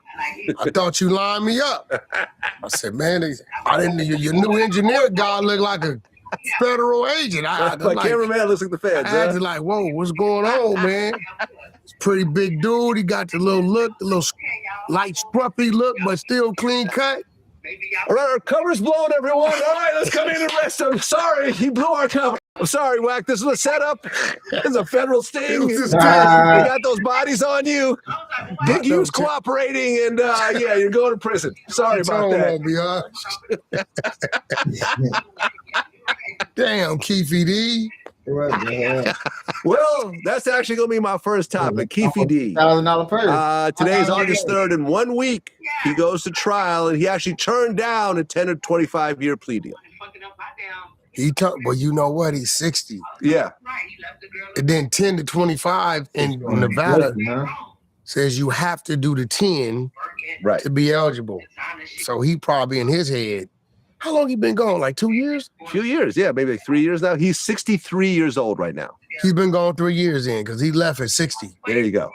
So he like 7 more. I'll be 70. He like, he going for what he know. I guess he in his head, if they find me guilty, I got access to an appeal, which I think they're gonna find him guilty. Yeah, I think so too. You know what I'm saying? I think they're able to use the book now. Well, yeah, because the judge actually mentioned Vlad TV when she did a ruling, because they try to get the book thrown out. They try to say, oh, the book is just fiction. It's made to make money and so forth. But I guess at the end of my first interview with him, he holds up the book and this is my book. I wrote it. If you want the real deal, go ahead and purchase it right now on Amazon. You know, it ain't fake like everyone else's. This is real. Clear that Mr. Davis adopted the statements there. It is his own new publication, promotion, and subsequent ratification. In his interview with Vlad TV, he promotes this book as his book. He encourages people to buy it to get the real truth and not from the law enforcement or industry people. He also repeatedly said it's something like the whole truth of the situation. I really find there is no legal argument to exclude the book. You know, Keefy D gonna speak his mind. Sometimes he say a little too much. Sometimes I think he gets a little overzealous. He don't mean nothing about really thinking about it. You know, Keefy D came from hustling in the streets. I don't think he was really. I mean, when he said, I looked shook dead in his eyes when the shooting started. At that point, I was like, whoa. You just put yourself there. You know what I'm saying? So she's gonna have to find a man. And then how they did it, how he's doing his time. You know, he caught this assault. Yeah. So they gave him like a year, 18 months for the assault. In the state, right?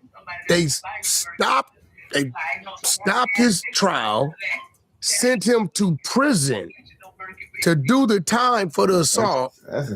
Now they're sending them back to continue the trial.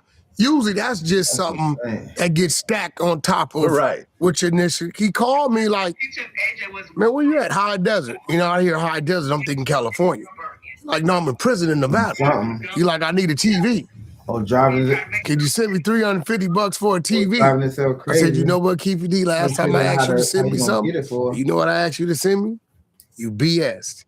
So now we even. We can jumpstart. So now the next time you ask me, then it's all right. So do you think that once he gets convicted, because I think he'll get convicted, you know, educated guess at this point, and he gets to wherever he's going to be at in state prison, he's going to have problem with Tupac fans and so forth. I mean, you know, he's an older dude. I don't think Tupac fans are like in prison, like on that like that. You get what I'm saying? I don't believe or tripping who killed Tupac because people understand what Tupac did. He, you know, you kicked it off. You know what I mean? You know, Keefy being an older dude and, you know, he going to be in Nevada, so they got the California card. Work far too? You know what I mean? Work far? I think he'll have more problems with it being exposed that he did some prior cooperating. Right, that came out too. You know what I'm saying? I think he'll have more problems there than the Tupac thing. So you think he'll be labeled a snitch in prison? Definitely. So does that mean they'll put him in PC?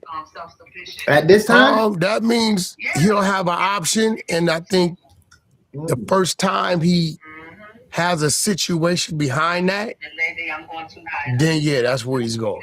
He's 63. Keefy, if I could recall, I think he has cancer. He had cancer. He may have beaten it. I don't think a lot, you know, you hear Lil Yachty, who are these people? So the youngster's not tripping it now. You know what I mean? He'd have been in there for doing something NBA YoungBoy. He might have a problem. You know what I'm saying? But Tupac, man, those are people that's born in the 70s. True. That's tripping that. And if they're in prison, they're trying to do the same thing Keefy D trying to do. Hold on. Get out one day. Yeah, bro, you go to this calculation because his new fake girlfriend called in the other day. Australian chick. How about like 2 I don't know if you might have heard the snippet on my No, I haven't heard. You didn't hear it? What is where she cussed him out? Okay, we'll go ahead and play it. Yeah. You a motherfucking liar. You said what? You a motherfucking liar. Dad was right. You only thing you trying to do is get your name out there. I didn't get my name out there when I'm the one with the motion. I moved out here for you. You've been lying to me this whole fucking time. Yeah, I got my own motion. I got my own motion. Okay, so why you missing my name then? I couldn't be at all. Why would I? Because I had your back with her. You told me you don't know this girl. You think you don't know this girl. You think you don't know this girl. I told you if you keep posting you, What girl you AJC. talking about? You told me you don't know her. You think you don't know that bitch. I don't know that bitch. Okay, so I You told hang you with she that posts bitch, you you- again. I'm going to listen. Fuck you and leave me the fuck alone. You understand me? You might want to interview her. She's from Australia. Okay. And she moved out to Atlanta. And she'll convince her to move to San Diego. He was going to get her a spot and pay it up a year. She got there. That didn't happen. She ended up sleeping in her best friend's son's room. Okay. And then she went and got a few gigs. She tattooed Suge's name on her in red. And Suge told her this what did it. Why you ain't call He me? said, yeah, Wack. He was going to help me with my music career. I said, let me guess. He gave you a Tupac song. She said, how did you know? I said, let me guess. Was the song 18 years old? How in the hell did you know this, Wack? He gives a song out to I everybody. said, he gives it to everybody. I got to ask Elio. And the next day, she got on the phone with him and went ballistic. Wow. Shout out to SKG. She set the whole play up. And, you know, it's just, I don't know, man. Like, Vlad, I'm amazed on how some people are still working in the pocket. Really, all my dog, to me, and I'm looking at the young lady, beautiful lady, right? And I'm telling myself, called an Uber. How the hell did you go for this? We done split up. I got you know, it was different. I'm gonna send you pictures of her and all that. And she's an artist, but yeah, man, I just. Cause one of my other dogs, he about to go to jail. I don't know, man. I don't know. Like, fuck that. Social media, this camera is a different animal. So, Keefe's going to trial. You think he'll be found guilty? Yeah, I think. So, if he's turning down a 10 to 25, what do you think he'll get in the verdict? Life. Life. To him. I think he's turning down to 10 to 25 because if he take the deal, he don't have an appeal. I think he'll fuck with somebody. So in his head, if I take this 10 to 25, that means 70 but you know he's drunk, or 80 or 85 years old. Because out there, you got to do the minimum, the bottom number before you go in front of a board. In California, if you're not a lifer, they give you a date. And you know when you come home. There, you can come home your 10th year, 15, 18, anything we're between 10 and 25. So in his mind, if they give me life, at least I think I can get back down and appeal in 5 years and try to win. I don't think he's acknowledging the fact that he said enough to where they can convict him of conspiracy, accessory to, because he's saying he passed a weapon. He's saying I'm there. I look Suge Knight in the eyes when the shots are fired. They know you didn't fire the gun, but you have kind of put yourself in a situation where you had something to do with the gun. Yeah. You get what I'm saying? And everybody's in the car is gang related, gang orientated, all these things factor in. And I think he went on this rant because he had some immunity here, but it had nothing to do with the state of Nevada. Right. And Nevada PD investigators reached out to me and they kept calling. They left voicemails, and I could play the voicemail where he's asking for the raw footage. And I just chose not to respond. Good afternoon, Mr. Vlad. This is Alfred, investigator from the District Attorney's Office. I left you numerous messages in regards to, receiving a video for an interview that you've done in the past with KPD, and I've not heard from you. Please give me a call back.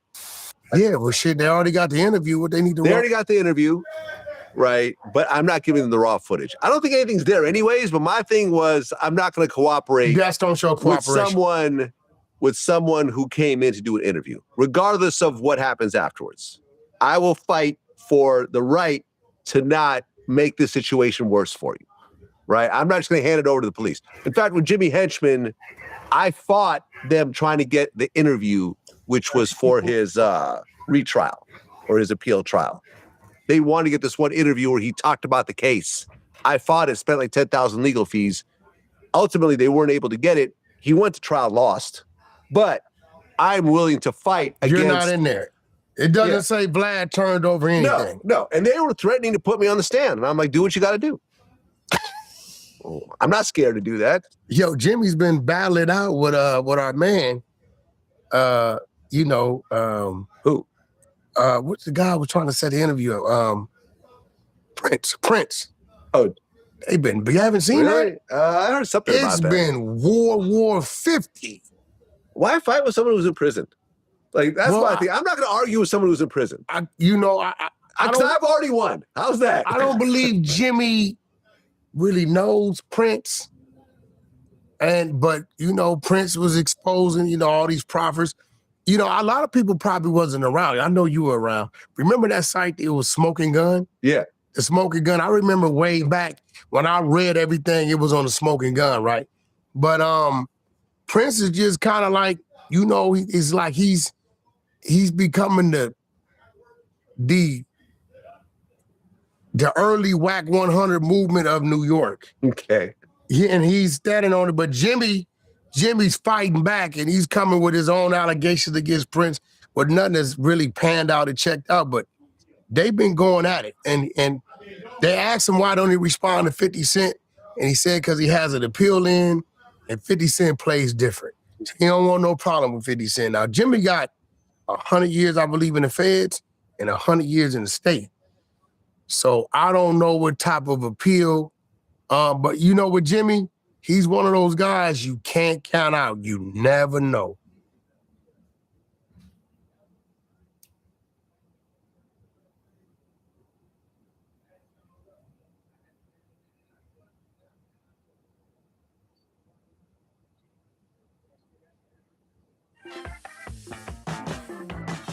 Get a GoDaddy website, email, and matching domain bundled together for one low price. It's everything you need to bring your business online, bundled together to help you grow and save. Start today at GoDaddy.com.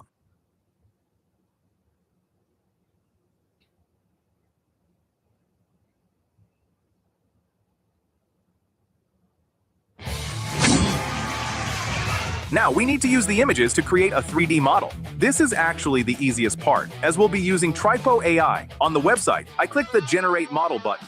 Next, I uploaded the images of Gemini. You'll notice a Generate button located at the very bottom of the page. Simply click it. Our 3D model has now been generated, and the quality looks quite impressive. Tripo offers a wide variety of animations that we can apply to the character and even download.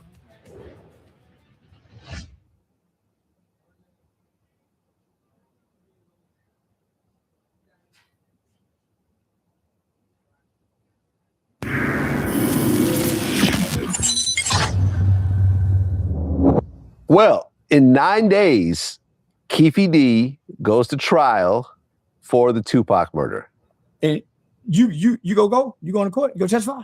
You got to testify. You subpoena. You're subpoena, Vlad. Well, no, they reached out to me for the raw footage from our interview, but I didn't cooperate. You're not going to go cover the trial or nothing? I mean, I got to go to Vegas. Cover the trial, Vlad. You owe us that one. Maybe do I like will. Trapping the Roy, do Trapping the Ross, do over. Yeah, man, do that, nigga. Man, you owe us that, Vlad. You brought this motherfucker back out here telling the story. And listen, until he did that, we didn't know. Yeah, it's actually kind of crazy because people have always accused me of my footage is getting people arrested and so forth, but this is the only case that I know of that one of my interviews is actually going to be part of the trial. Vlad, he told us how Tupac was right before he got shot, while he was getting shot. He gave us 2 detailed descriptions, how his body was jumping and shook. That mean that nigga was up close and personal. We say, man. Well, what had happened was leading up to the trial, his lawyers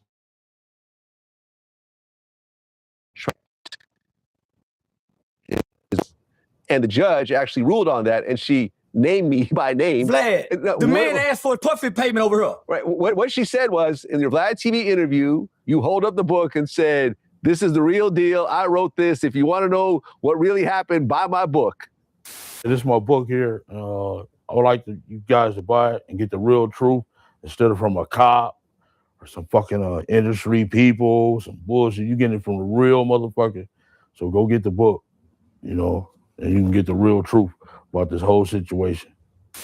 And then when the ship started to sink, he got on her and said, goddamn, brother love. Shit, goddamn, brother love. He started trying to add Puff and say, man, give me some kickback on that money. He's still on your platform. Yeah, well, actually, we were supposed to do a 3rd interview, and he asked for a deposit this time, which I sent him, and then he got locked up right afterwards. Yeah, they tried to use that money to make his bond. They said, nah, they just let him do it. For whatever book deal he had, whatever interview he had coming, had he got out, they wouldn't let him do it. Yeah, I mean, look, at this point, he's in his early 60s. Whatever they give him is going to be life. Yeah, he might as well go and play, Triple OG Southside Crip down there. You might as well just go and walk it all the way out now. Because I know he got some ailments that's kind of hurting him. I found the guy very fascinating. So I used to watch him when he used to walk in the neighborhood playing Paw Paw. He had a nice neighborhood in Vegas. If you go look at his personal pages. He was trying to transition into Paw Paw role until he got on the motherfucking camera. Why do you think he did it? Because before I did the interview, they sent me the book. And the book was on Amazon already.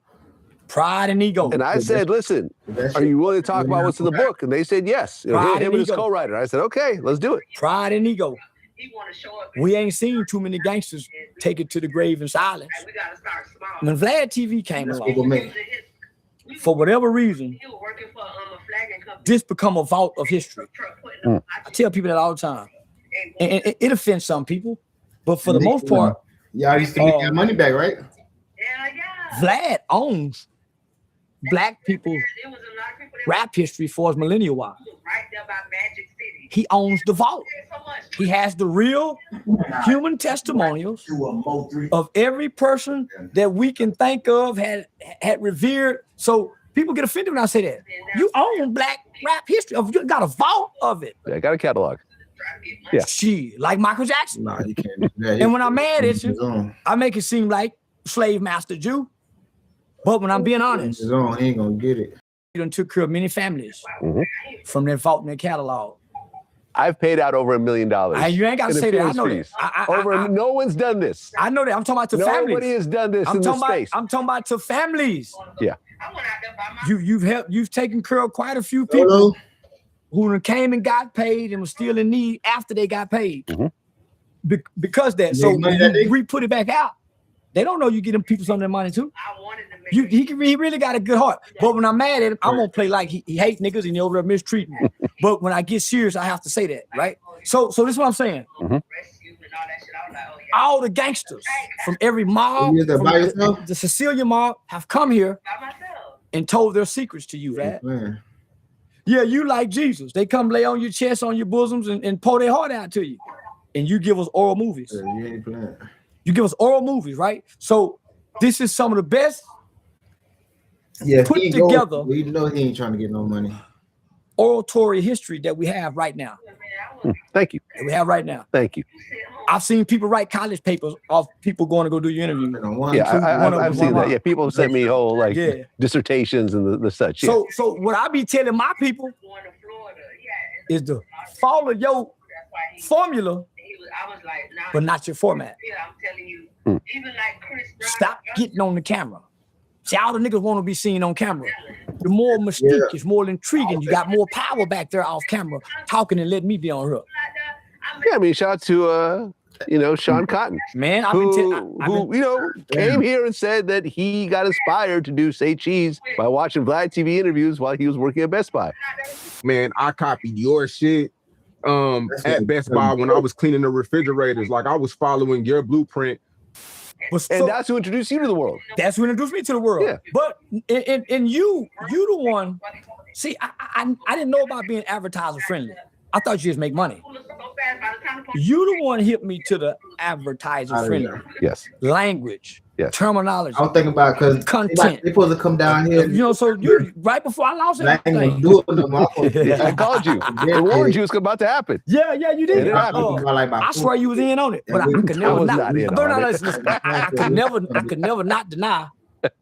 You called and gave me the game. How can I be in on it? What do I gain? No. I tell people all the time, Vlad called and gave me the game. So you have a formula that if they stay off the camera, they can be better content creators.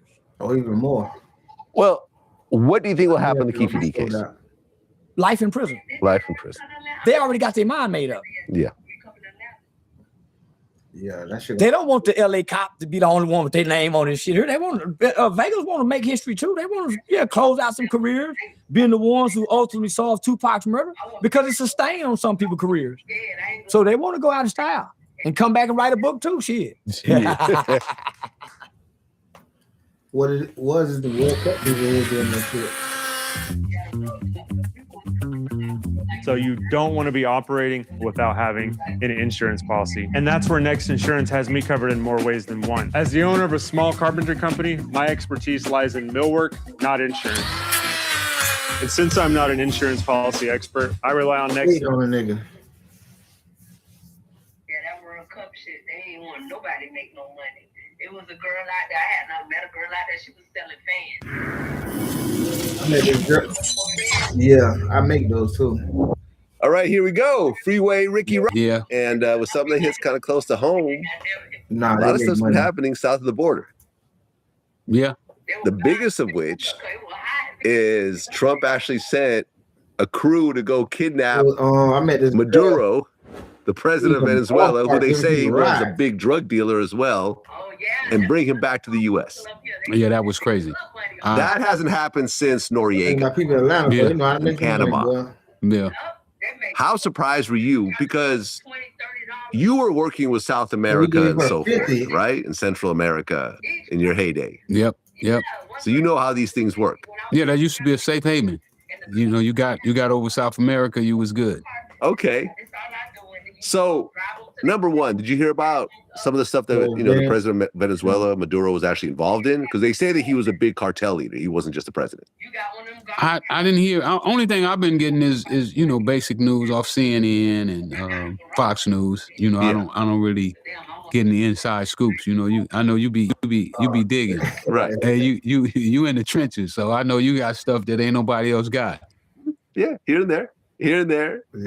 So South America was a safe haven. Once you got over there, then it's anything goes. Yeah, that's where you put your money. The drugs is cheaper over there. That's always been the norm.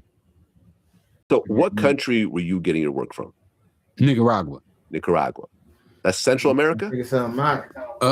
Yeah, I think it is Central America. Okay. They're gonna want a lot. So when you look at this particular situation, like in Nicaragua, were you hooked up all the way through the president? No, I was working with a guy named Danilo Blandon and Norm Menezes. Now, Danilo was the Minister of Agriculture. Oh, so an actual government employee. He was a government employee. Okay. When they ran the country. Remember, they got kicked out the country. They lost the war. They got kicked out. They lost all their positions. And Norm Menezes, if I'm correct, his brother was the head of the military. Yeah, that's These are not low-level guys. Danilo's dad was one of the biggest landowners in Nicaragua. They were all hooked up with Somosas. Somosas was the president of the country. Aha. Okay. So in these countries, this is how. Oh, I know a girl who do that right now. I'm gonna show you this. It's actually kind of an interesting little thing because you can actually relate to this. They go everywhere. This is where the term came from. So in the early 1900s, a lot of big American companies were doing business in South America, particularly the United Fruit Company, which is now Chiquita Bananas. Right. So they set up shop in these South American countries and have these huge farms that they owned or had deals with and so forth. And when the government started to push back, raising taxes, whatever, labor issues, they would overthrow the government. And since this was a banana company, they started calling it banana republics. Because the actual banana company would overthrow the government, put in a president that was more friendly to them, and then just keep the business going. Hence the term banana republic. That's crazy. And a lot of these South American countries are banana republics. They're basically run by little farmers, bananas, coconuts, cocaine, whatever else, and then things kind of move around. Yeah, well, cocaine been running them for a while. Okay. So now you have the president of Venezuela sitting in an American jail cell. What do you think will happen? Wow, he's probably gonna do like they did with Noriega. He's gonna be found guilty. In the feds. Man, it's really tough to beat the feds. Nah, you can't make it in Atlanta. You don't get the normal evidence that you get when I've been to state court when I first went to the feds, and in the state court they got what they call a preliminary hearing, and that's when you go in and the cops will come up and they present all their evidence, and you get to see everything that they got against you. Where in the feds it don't work like that. You always was a hustler. You don't know what they have. About your money. No, you don't know what they have into trial, really. They give you what they call discovery. And that's all the paperwork. If they got pictures and they got tapes, they're supposed to give you that stuff. But as far as the actual witnesses and talking to the cops and all that stuff, you don't get to do any of that until trial. You got to figure something out you can do every day. Okay. But Noriega, I think, got sent back to Panama at one point, right? He didn't actually After he did his time. Oh, so he did his time in America. Yeah, he did his time in America. Oh, then he got released. Remember, that's where the rapper who took my name, says Noriega owes me 100 favors because he was in Miami in jail. Oh, Noriega was actually locked up during that time? Yeah. You got to listen, dog. Okay. Okay. That's where that saying come from. When Noriega owes me 100 favors because Noriega was in jail, so he knew about Noriega being there and came up with the phrase. Okay, so he'll be found guilty. Yeah, I would bet.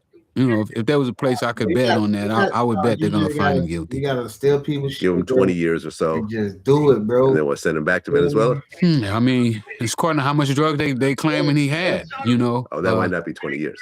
It might not be 20. Might be life. With the feds, it goes by the quantity of drugs. From Georgia, if you had 10 keys or under 10 years. The tuna with the crackers? I think 50 keys, 20 years. And it goes up from there. 200 keys would probably carry 30 years. Never had that shit no more. That shit nasty. Yeah. And one scorecard of any website. I'm talking traffic, keywords. It don't matter what no one says. Yeah, I mean, look, it's a very blurry situation because he was the president, but then again, they say that he actually lost the elections and stole the election. Essentially, that people actually voted against him, but somehow he became president again. And I think they said the final straw was he was making videos mocking Trump's dancing. The petty guy, man. Yeah. You can't really you can't mess with Trump right now. Can't mess with Trump. Well, south of the border, another big thing that happened was the killing of El Mencho, like $20, who was one of the biggest drug lords in Mexico. He was the head of the I had this shit one time. Jalisco New Generation Cartel, the CJNC. He had a $15 million reward. Copy and paste. He had a $15 million on his head? Yep. Yeah, paste. It's a Wi-Fi. Wow. Yeah, 50 years old. Yeah, it tastes like he was a top target for U.S. and Mexican governments. This shit like really tastes due like to the that violence really around the drug trafficking. Have you heard of these guys? The CGNC? I never heard of the CJNG. I never heard of him until the day he got killed. And that was the first time I ever heard of him. But I've been away from the scene, so it's not something that I'm familiar with. Being out of the loop.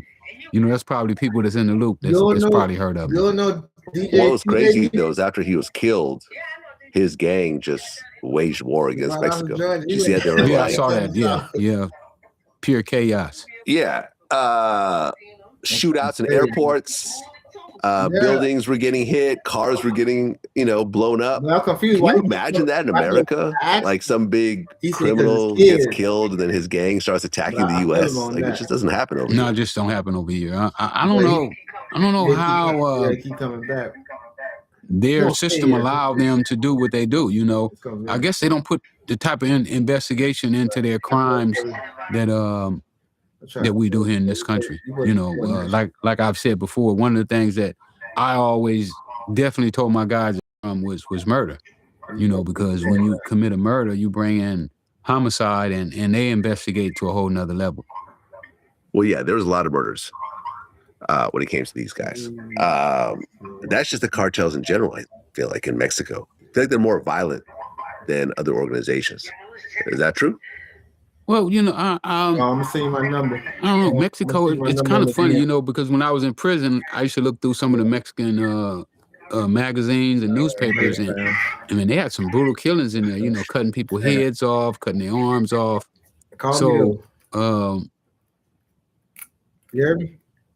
As it's a violent situation over there. Being in the drug trade, and don't get caught snitching over there. They'll probably cut your tongue out, and it's just a different environment, totally. Yeah, look, within hours, there was violence across 20 states in Mexico. Hundreds of blockades, burned vehicles, attacks on businesses, and I mean, it was just crazy. 25 members of Mexico's National Guard were killed in the fights. But this was a long history of violence. Like in 2015, they shot down a military helicopter with a rocket grenade, killing 9 soldiers. 2015, they ambushed and killed 15 cops in Mexico. Those guys got to be making a lot of fucking money, man. How much money they say they worth? See the code in our conversation history. Wi-Fi. You know, to carry on like that, that's like a small army. Code in our conversation history. Wi-Fi. El Mencho at the time of his death. Wi-Fi.cpp. So his organization has assets. See the code in our They conversation. say are worth $50 billion. Oh yeah, so he's like a small country. Conversation history. Dot with your Pretty much. Pretty much. And you figure that income, how they take care of their families, so they're gonna be pissed. Were you working with Mexico at all? No, I work strictly with Nicaraguans. Okay.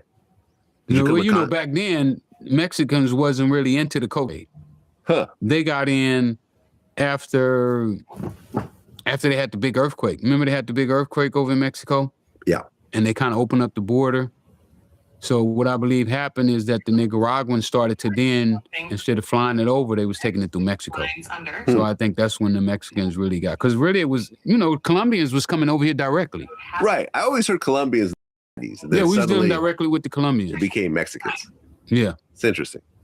And then, you know, First, replace the when we all went to jail, details.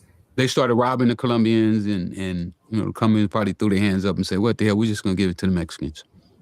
The blacks don't want it no more. I mean, how do you really stop drugs from coming from Mexico into the U.S.? Is it even possible? You can't. No. They can't stop drugs from coming into our maximum security penitentiaries. So if you can't stop it from coming into a maximum security penitentiaries, you definitely can't stop it from coming into the country. You know, and I've told people many times, you know, it has to be educational. You know, you can't. People have to have a desire not to use drugs. Yeah? Because if they have a desire, they're going to get it. Sure. I mean, down to the fentanyl, down to taking stuff that'll kill you. But it'll give you that high. Yeah, they want it. And if somebody wants it, they're going to go out of their way to go get it, you know? During your time when you were pushing coke, were you also pushing weed at one point or no? No, I couldn't really find the weed. You know, I sold weed once in a while. You know, somebody would come through and especially when I smoked. When I smoked, you know, I had a pretty big habit when I smoked. So when they came through it, I would buy all they had, but it wasn't something where I could get a steady flow like it is right now. You know, everybody in LA grows weed. So well, yeah, I was going to talk about that. So when you first came home, you were going to get into the weed business. And no, not when I first came home. I didn't even know weed was legal when I first right. came home. Well, at some point after you came home, you decided to get into the legal weed business. Yeah. And we've talked about this multiple times early on when you were about to do it, when you got your license, you had your dispensary and so forth. But then the business started to change. Where are you right now with the weed business? Right now I'm on the sideline. Okay, so you're not in it anymore? No, not right now. Okay. Was there a reason why you tapped out? Oh, well, you know, my grow, I was building a grow out in San Bernardino, and somebody broke in and took all the carpet wire out. I lost about $700,000 on that one. Damn. And then with the dispensary I had in Sun Valley, I lost about $200, maybe $250 in that with everything. And I was losing $10,000 a month. Just because people weren't shopping there? They wasn't shopping there. I couldn't get the prices. I wasn't getting enough foot traffic. Yeah, it's a tough business. I was doing like $1,500 a day. But you know, my rent, I got, you know, they was gouging on the rents. The way the city did it, the city really set everybody up to fail. Because they put this zone where you could get a store. You know, you could only get a store in these zones. So when they did it, all the people with the money went and bought all the places in those areas. And so now they control the rents. Okay, I didn't get a license, but I control the buildings. So now, my place, I was paying $13,000 a month for rent. So you start off $13,000 a month for rent. Then you got to have a security guard. Security guard was, I think my security guards was running me like $3,000 a week. Bud tenders, I think bud tenders was like $3,000 or $4,000 a week. So right there, you had those up. You're talking about $6,000 a week. times 4, that's 24,000. Then you put the rent in there, that's what, 37,000. Then you add lights, electricity, cameras. Now you're talking about $40,000 a month. So you got to make $40,000 a month before you can even break even. Right. There's the product. And you got to buy the product. Right. We're not even talking about that. You got to buy the product at wholesale and hope you can flip it. Otherwise, it's just sitting there. I needed to do about 80,000 a month. And it wasn't happening. It wasn't gonna happen, no.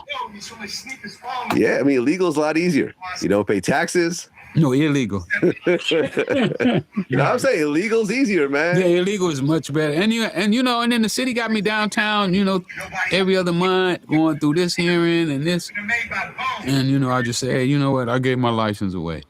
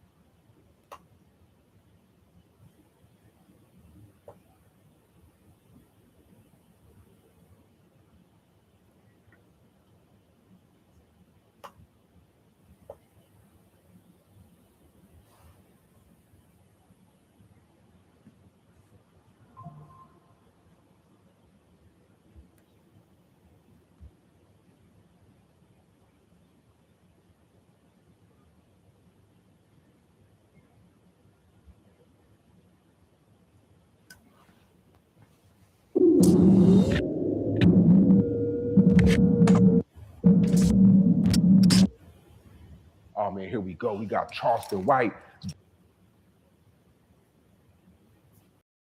Don't say cheese, man. A lot. This last. For example, you can see the code in our conversation history. 3 weeks been crazy. It's been like a movie. And you can't make people believe I ain't staging this shit. This ain't a skit. Everybody thinks you're playing. It's a play. Yeah. I play. It's like the Bible says. You wake up with plans and intentions to direct the steps. It's a lot of people think I wake up in real life and run out to crash out for the internet viral sensation moment. I never knew how to go viral. I mistakenly went viral from the first time I ever went viral. I didn't start learning how to go viral until me and Kwame Brown met each other. That's when I started learning how to go viral. And I called it running the play. I didn't know, because I started noticing, man, everything it do good, it can't fuel the algorithm. What's the water sound? So everything that a nigga, so I started noticing, man, no matter what a nigga do good. So I'm here to feed the algorithm. Is it dangerous? It's no dangerous than the streamers streaming in LA. Miami doing some stupid shit. Is it dangerous? More people die texting and driving than they do uploading videos. So now nigga, I'll be able to teach this at the end. Well, let's start from the beginning. Yeah. I want to start with Dewberry. Yeah. I met Dewberry through you. Yeah. Dallas OG, West Dallas. I mean, a lot of people who have a lot of respect for Dewberry. You knew Dewberry since you were a kid. This isn't shocking. He changed and bring him with you. He was the guy who was not your security guard, but when shit went down, he was ready to do whatever. He was front line. And now look. You say what you say about Dewberry. Now he's making videos about you. What's really going on? It seems like to the people. Don't friends outgrow each other? In most cases, yeah. In all cases. Yeah. In all cases, friends outgrow each other. So Most of my friends I have a disagreement with. Me and Rainwater, me and you, me and Dewberry had a falling out. I learned in this industry. In the beginning, I had everybody with me. In the beginning, you saw I had everybody, all my friends were with me. And the bill was only on me. So that includes the flights, the hotels, the food, the club, and I like the club now.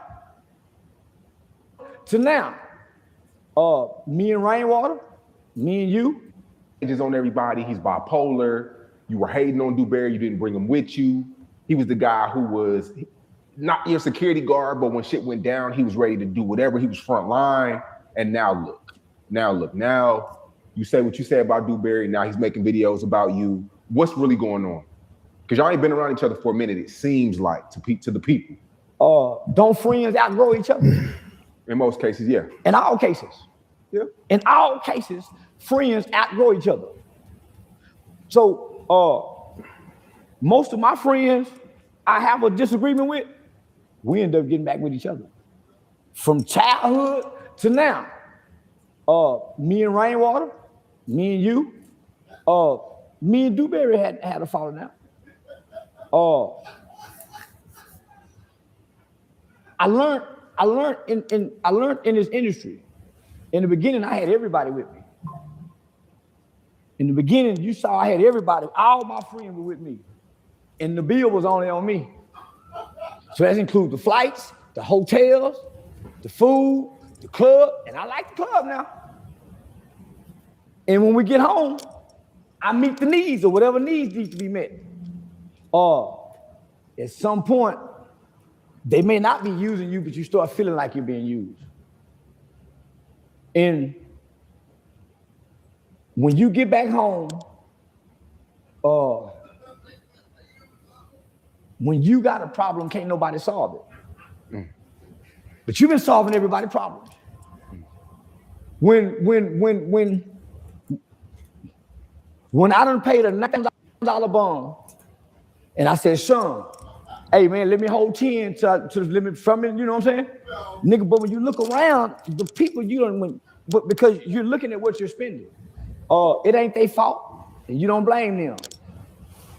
At some point, when we start getting to the gas station, I ain't always got to pay for gas. We just putting 40, you know what I'm saying? So everything started to become on me. Your friends don't know you the breadwinner. You the head of the household. The whole burden on you. Even when you feel like they ain't doing, but you ain't saying that, you still carrying the burden, but they got feelings. But you paying. Why? I paid for flights for 3 years straight. When we come back from the club, guess who the burden on booking the flights? Y'all over there asleep. I gotta make sure we get home. So I fall asleep. And we missed the flights. And 4 more flights I got to pay for that I ain't put no insurance on. You on the phone with your. Is it their fault? No. This is your heart that you have for them. Remember all your homeboys, all your childhood friends, when you changed your life and gave your life to the Lord and started working with kids, they kept pimping and selling, they kept doing crime. You changed for the better. When all of them came home, you said, hey man, I got this for us. We can touch kids' life. They went to the streets, you stayed this way. They left you when you went right. They went wrong. All of y'all started together, walking straight. You turned right and went right. They went left. So when I hit it big, but during the struggle, when y'all saw me in the car, who y'all saw me in the car with when that her was napping? Nobody. When that ceiling was hanging down, who y'all saw? Nobody. Whose voice did you hear? OG saying, chopping wood, and the old man Pops. So nigga, when you saw the come up, who was in that raggedy car? When I was in the big pretty house, who was there? Whose voice would you hear? OG saying. Nigga, I remember trying to move one time, my nigga. All my niggas had been with me with height. If getting evicted, you gotta be out today. My nigga pulled up with a trailer that you put a lawnmower on and pack shit down by itself. So you never say nothing to nobody when you the leader. You never say nothing to nobody when you the head. You take it on the chin. But boy, you secret. You looking online and you seeing your niggas balling like a motherfucker. You go borrow Michelle boyfriend watch so you can hang out with them niggas and play pimping with them. They drop you back out. You got to go play daddy. You seeing where they living their life. Nigga, they got record labels and everything, balling like a motherfucker. And you're rooting for them. But you're struggling, so you can't root for too long. You go to secretly feeling some kind of way, but you don't. Why? Because you went right. So that life don't bother you. That life that don't bother you. Laying down, putting this baby to sleep, and every time I get up, Daddy, where you going? So nigga, I went through that phase and stage. Everything you saw me when I got on, when it was dark. OG saying that old pops. Need a gas money, nigga, ride through 3 cities. Don't know who to call. I done went by the West. I ran out of gas right here. Don't know who to call. Mama said, baby, call, I got AAA. It'll get you to the house. So I remember I got on. I got that call. I hadn't talked to my nigga in years. I was offered a podcast like Gillian Wallow. We got a deal on the table. They was gonna call it Gangster Chronicles, Digital Soapbox Network. That's Charlemagne them. Got a deal on the table, but I don't want to be a gangster. So I said, we gonna call it game related, not gang related. And God put in my spirit Dewberry from Dallas, Percy from Fort Worth, put them two together, and you go to Atlanta with the contract they offered you. I called both of them. I ain't talked to money in Europe.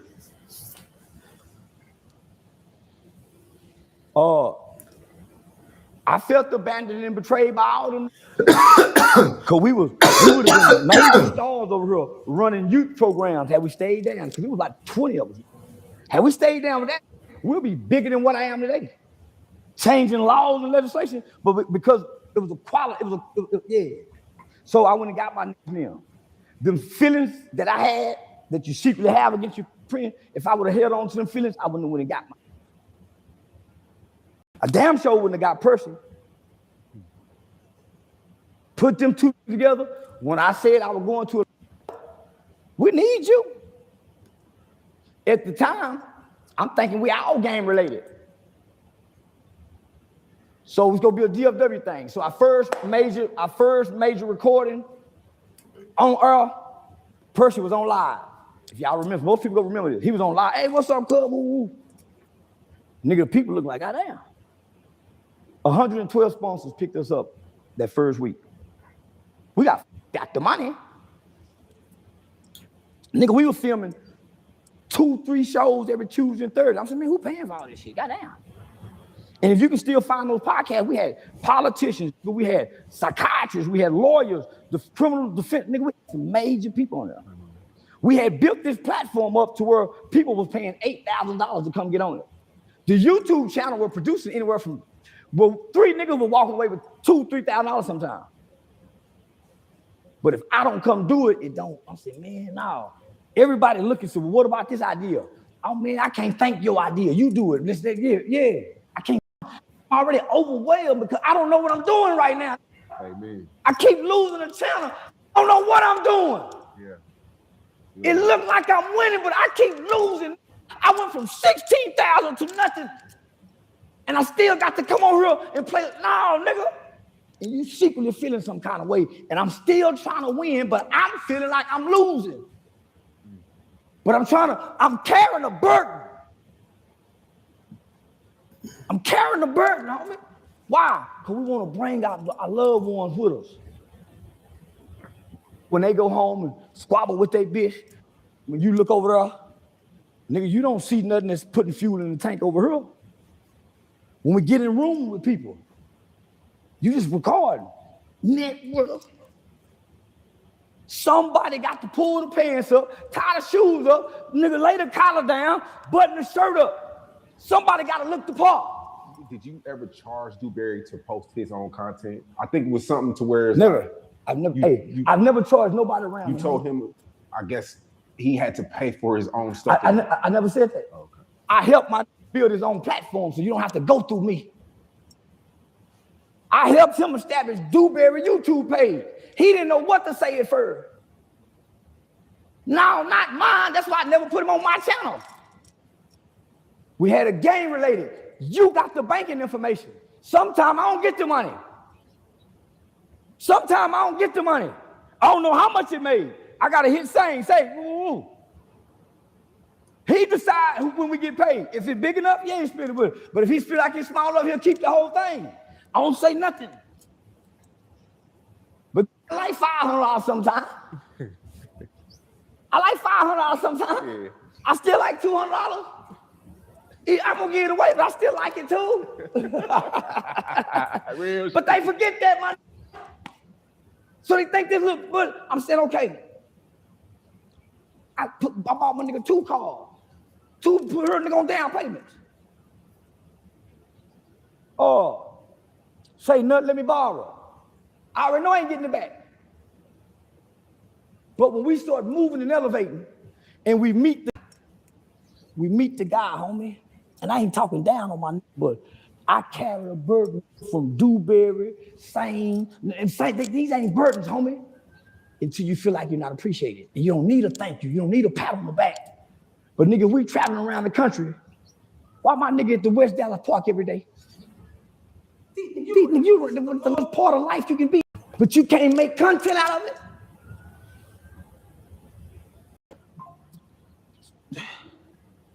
Nigga, I cried one time. I ain't got no footage of nothing I done done, homie. Nothing. If I ain't went to the internet, nothing. I done been to over 400 comedy shows that I've done. I ain't got one nothing from no friend, no nothing. He got an inbox. I need a nigga, Jonathan Stewart. When I look sometimes, nigga, they be having some shit. I be saying, they waiting on me to die. They waiting on me to die, homie. Got to be. Why they won't let me have it?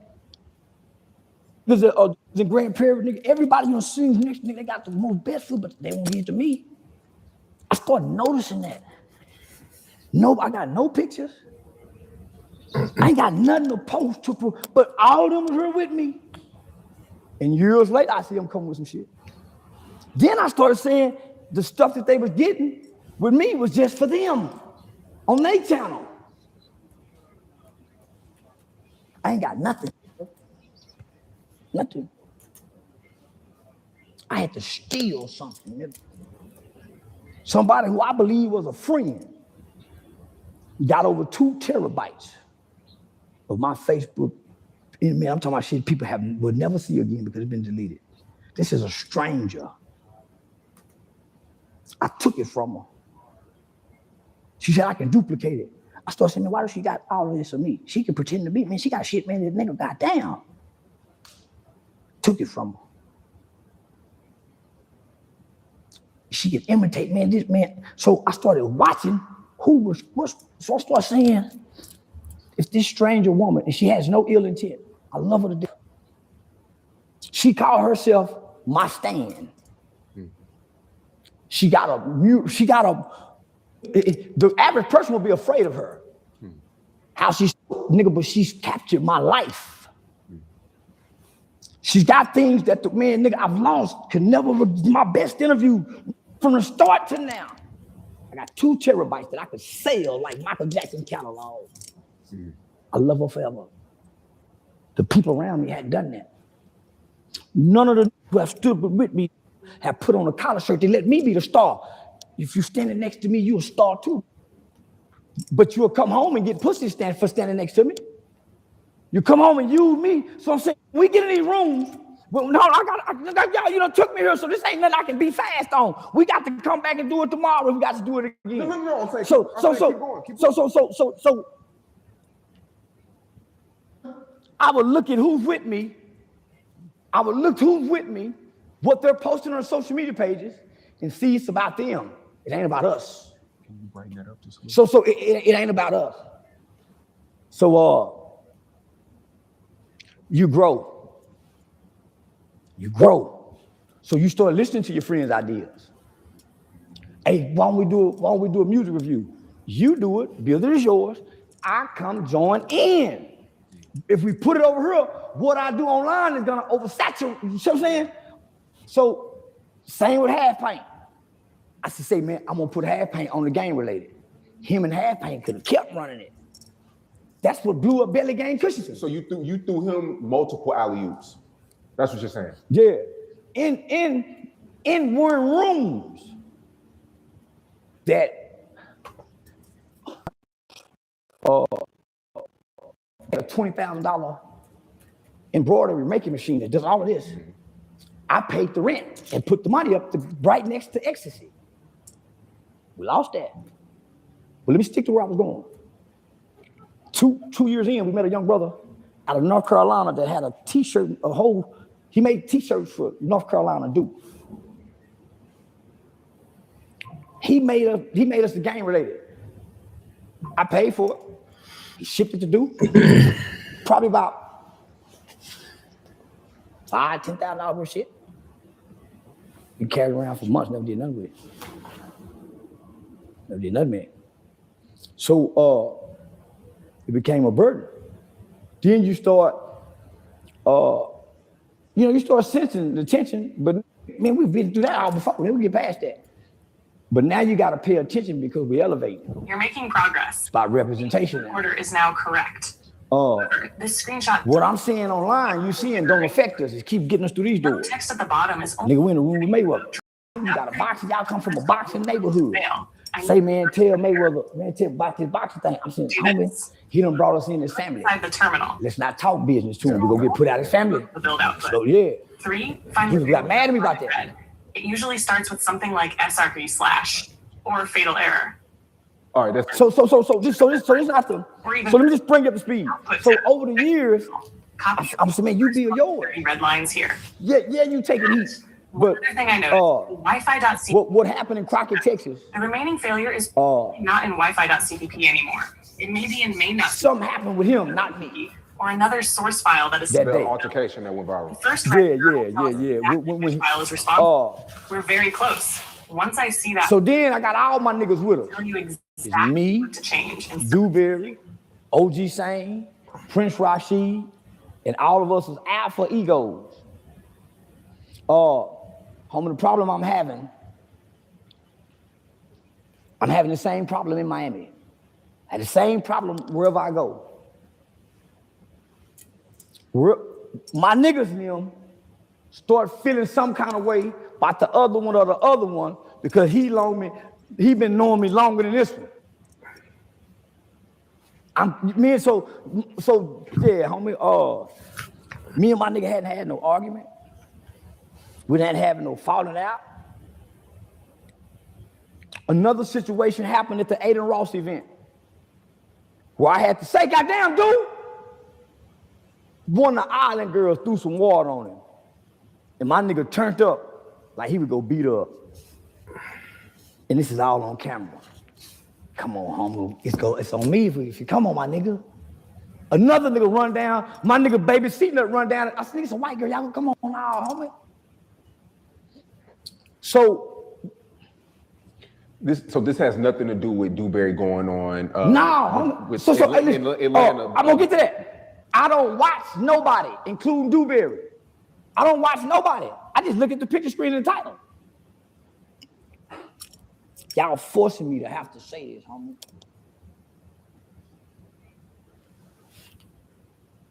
Abroad, we don't even know. Homie, we've been on the road. We driving 16 hours, 12 hours. It's me, him, and Sane. The dream team. Man, my nigga been on the phone with a bitch, man. She in our business, because we having some conversations.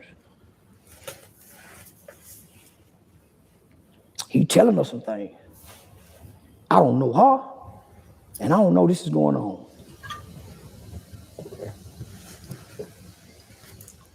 He steady, he got it, I beat it, nigga. She know details, man, nigga. It fucked us up, homie. Cause first she hit Sane and told Sane everything my nigga Pillar told. He was trying to fuck on her. So that pillow got soft, nigga, and he shared some things.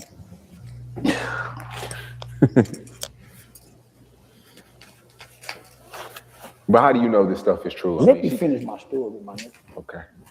It's some things me and you know about one another in our business. Yeah. Your woman or whoever should not know whatever.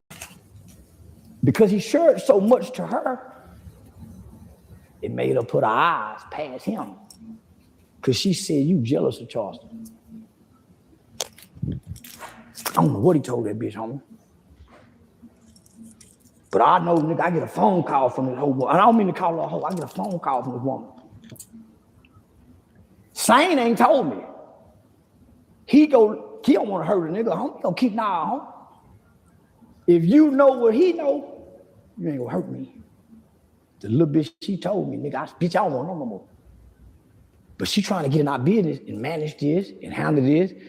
I already been emailing people trying to get y'all booking. Huh? What? She said, man, nah, man. I had to call Sam, man, boo. She tried to work me again with some more shit. I said, nigga, this hoe got us by the balls. And then I had to play everything back. Nigga, we been riding to this place, he been keep, man.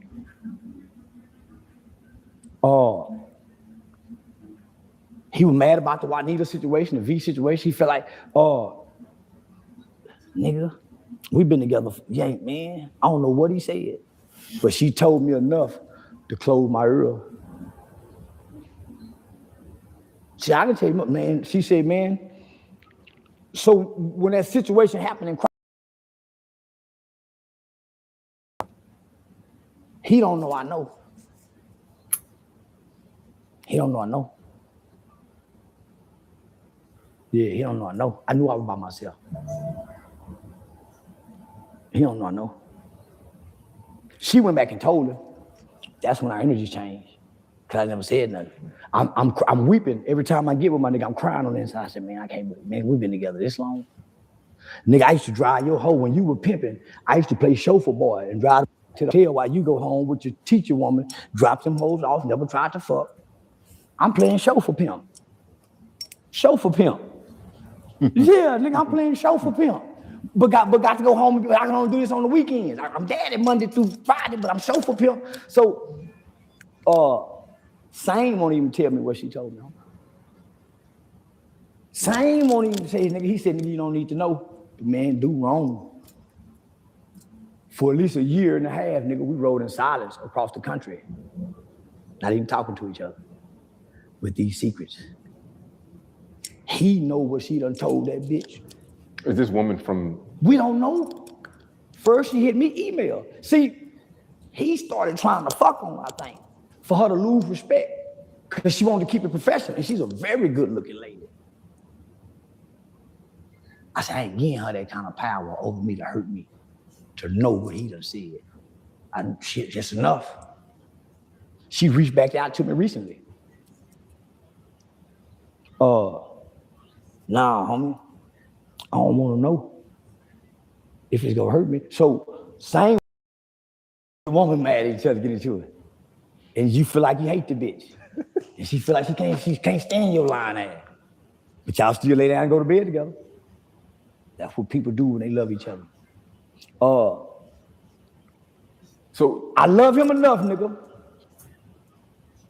to only speak what I done spoke and not to address him because I don't know what he told her. They got power over me. He know, woman. Why?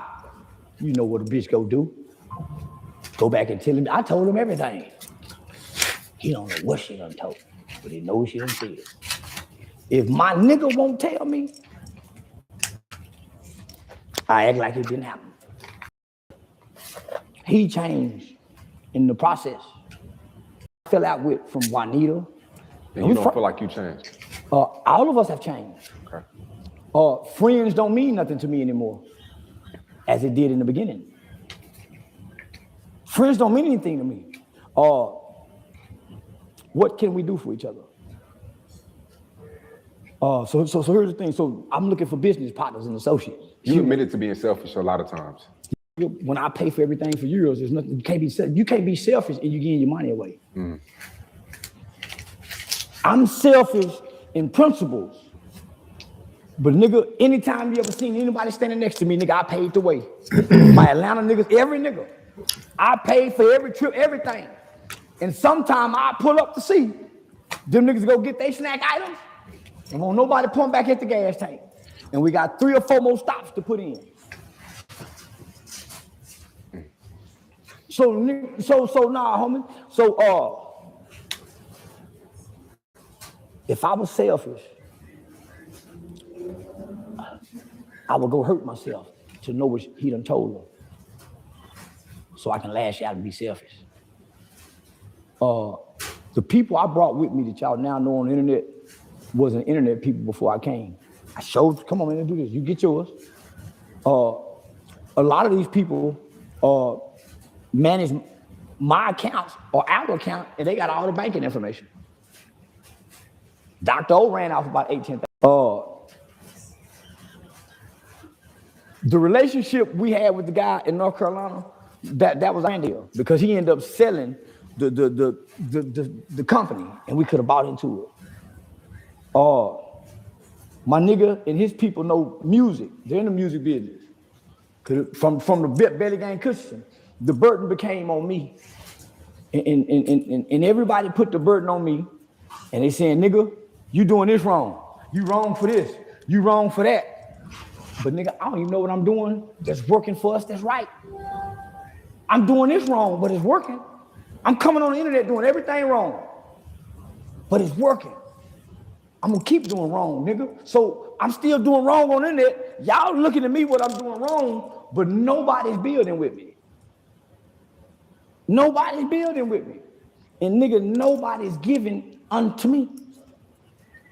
Nobody. So let me just think, nigga, I'm finna answer your question. We never fell out. We never had an argument. When it was time to fall out, I became Jesus. I became the sacrificial lamb, nigga. My heart is broken. I'm hurt.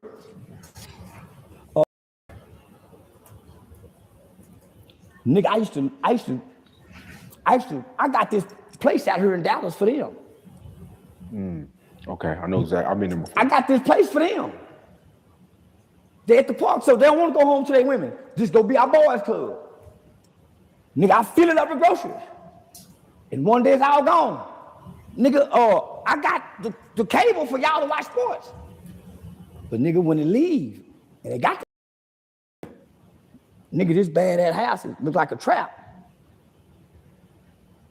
Look like a trap. I start saying, man, who done washed my clothes? Goddamn, nigga, y'all don't know to separate the whites from the colors. I start leaving 400 in this pocket, 800 in that pocket. I got 20,000 in there, and I took all the rubber bands off. When I started zipping up that bag, checking them pockets, clothes stopped getting washed. But I ain't saying nothing, homie. Why? When I was letting them peel, they weren't asking for too much. So I leave out money to let my friends take from me. I bought a whole bunch of counterfeit money to see who's stealing from me. Lay around the house. Say, boy, I see that shit up there. Nigga, what you doing up there looking? But I know you niggas got to feed your niggas. Why? Because you eating over here. You trying to show them how to eat. But they not really eating. Why? They ain't bought no cameras. They ain't got no backdrops. They ain't no merchandise, no products. So you see, they ain't growing. But you keep feeding your niggas. You keep feeding them, nigga, they go do what Dewberry did. They become piranhas. It don't be about y'all had a falling out. Homie, I got us in this position. And everybody relying on me. Everybody relying on me. My nigga had to say, yeah, nigga, you can't tired nigga spending his money on a hoe on the club. I trick on the hoe, you gamble. I win tricking. You lose more than you win. It's all a gamble. In 5 years, at least 2 of my friends should have came with a business idea or a business proposal. In 7 years of me being successful, having this much money, I haven't had one proposal.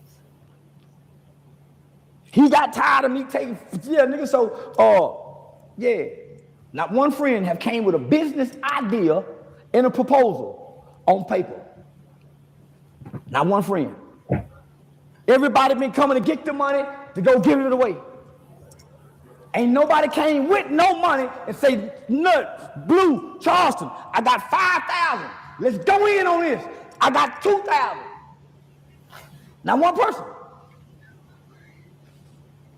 They've been having their hands folded, feeling some kind of way. And I'm saying, homie, I don't know what I'm doing. While y'all feeling this kind of way, I got problems over here, and I'm handling all this, and don't nobody know how I feel. So it's not that you fall out with your friends, or you don't part ways with them. Real friends outgrow one another. Real friends outgrow one another. But they stay friends. That's why some people have fair weather friends. Me and Dew have never been fair weather friends. I haven't watched one video to know how he feels. I just been asking interviews, and when you've been where I have been as the leader, all of us feel like this. They just don't say nothing. I can go in details about a lot of things. Nigga, he gave a whole power over us. Me, him, and OG saying ain't said nothing to each other about this. We've been riding in silence for years around the country. She said something that made him go off. She said, it sound like you jealous of Charles. I never wanted my niggas to feel like that. From OG saying there, but say, nigga, get you. Never. I ain't over you, you ain't over me. I got your back, you got mine. My nigga was secretly feeling some kind of way. And a few of my other niggas was too.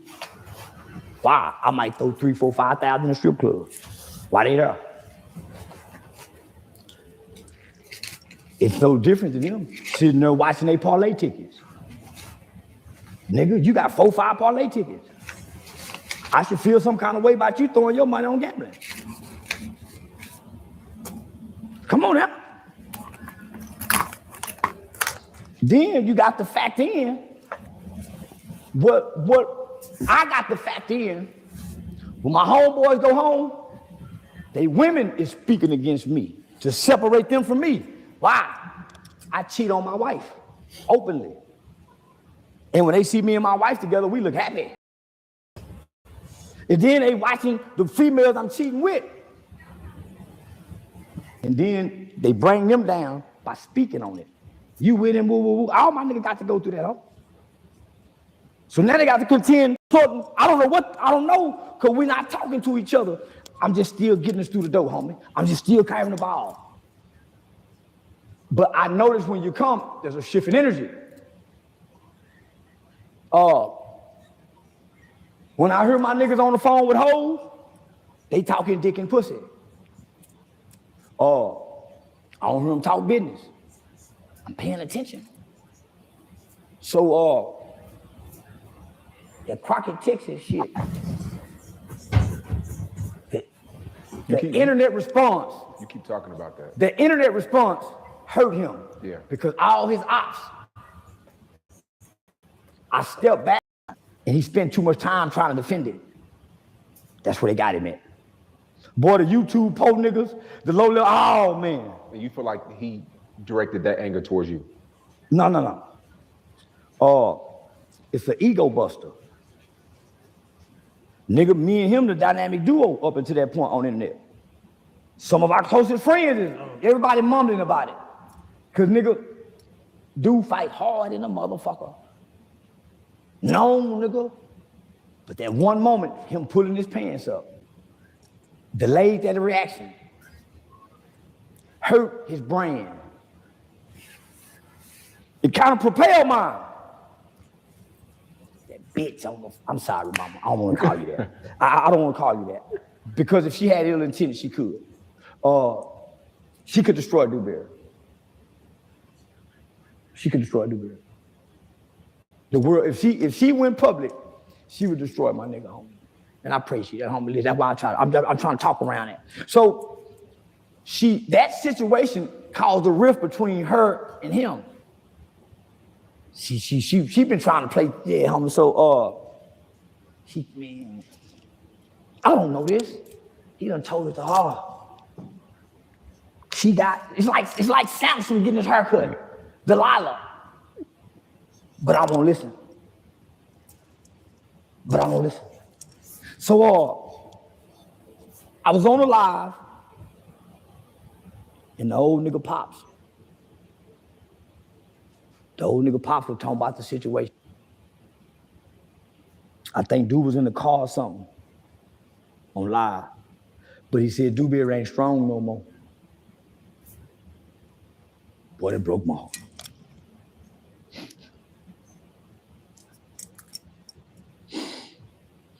Yeah, that broke my heart, homie.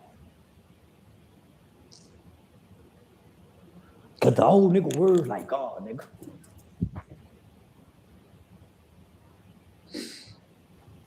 He can't go no more. He ain't a strong soldier.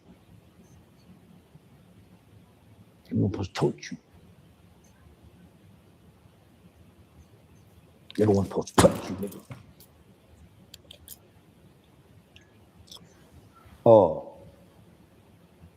I didn't see nothing wrong he did that day. Swear to God, I ain't see nothing wrong he did that day, homie. Didn't see no flaw in this game, no nothing, homie. I felt like we won, nigga, shit. But the reaction of the crowd, nigga, it ain't been the same since.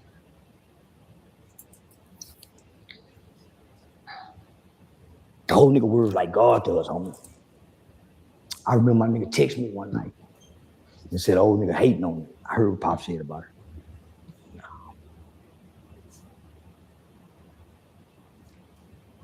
Yeah, nah, nigga. We ain't had no falling out, homie. We ain't been able to bounce back from that. It's been victorious.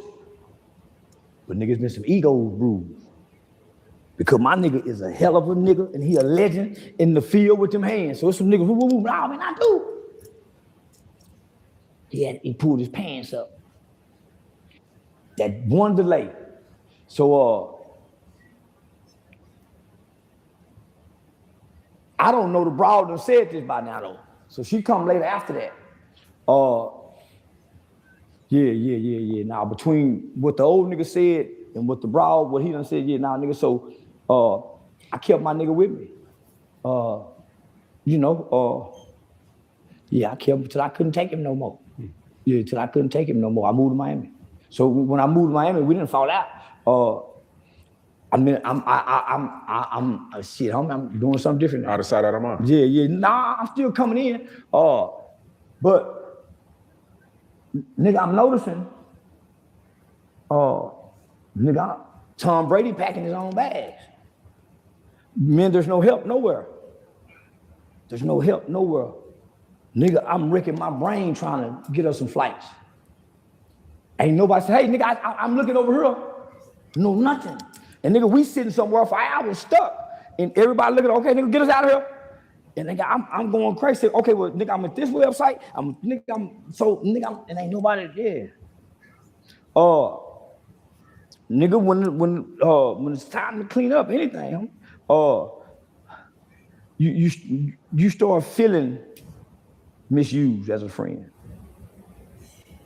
Man, so I've never been alone famous. From the time I've been famous and having all this money, I ain't been by myself. I've been with my friends. Now I'm by myself. When I went to Miami, I was by myself, homie. No friend or nobody but my nigga Broadway and Aiden Ross. So they got to go out and make friends. You know, that's where the loneliness kick in at. That's where niggas start second guessing. Because now you're at a place where your friends can't go.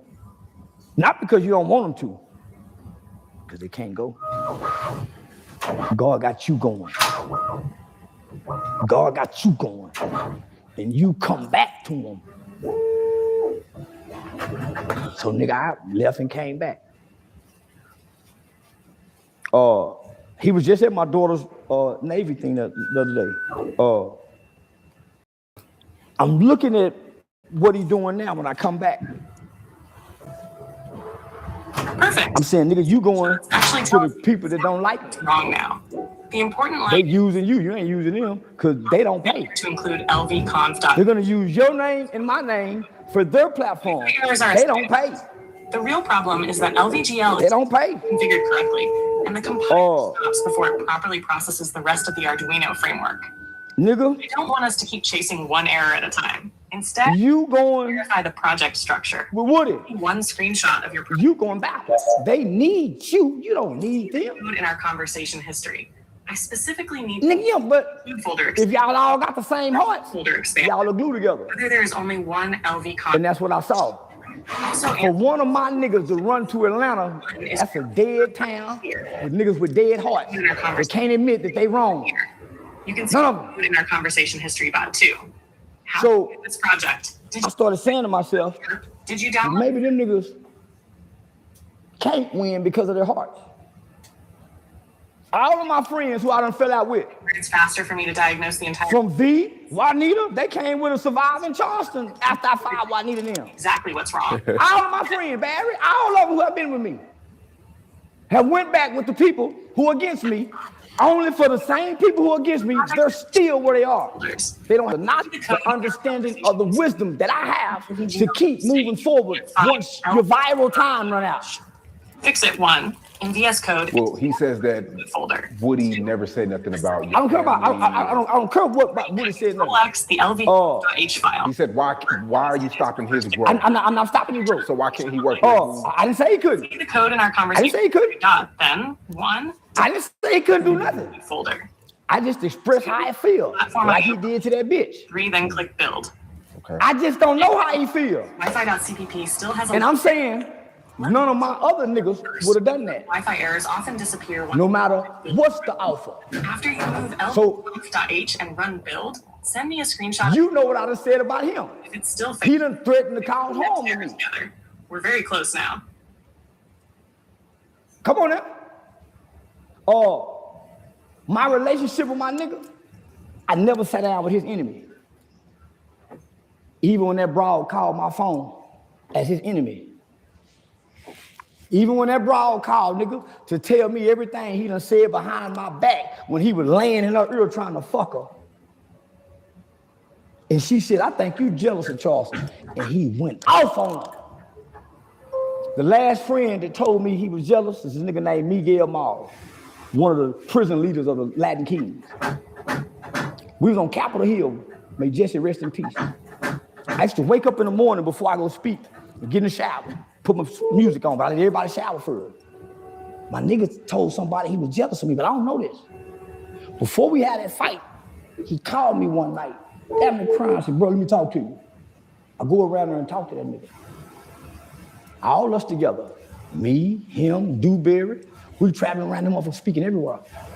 I seen my nigga off talking to a woman. All my niggas got problem with their mouth going to a woman's ears. None of my niggas have had a hoe come back and tell them. So all my niggas is talking in these hoes' ear and it's getting back to me and I'm playing like I ain't heard nothing. With broken hearts. So this nigga tell her some things, so he called me, my nigga, Miguel Miles. I don't even speak to him no more. He said, bro, I'm jealous of you.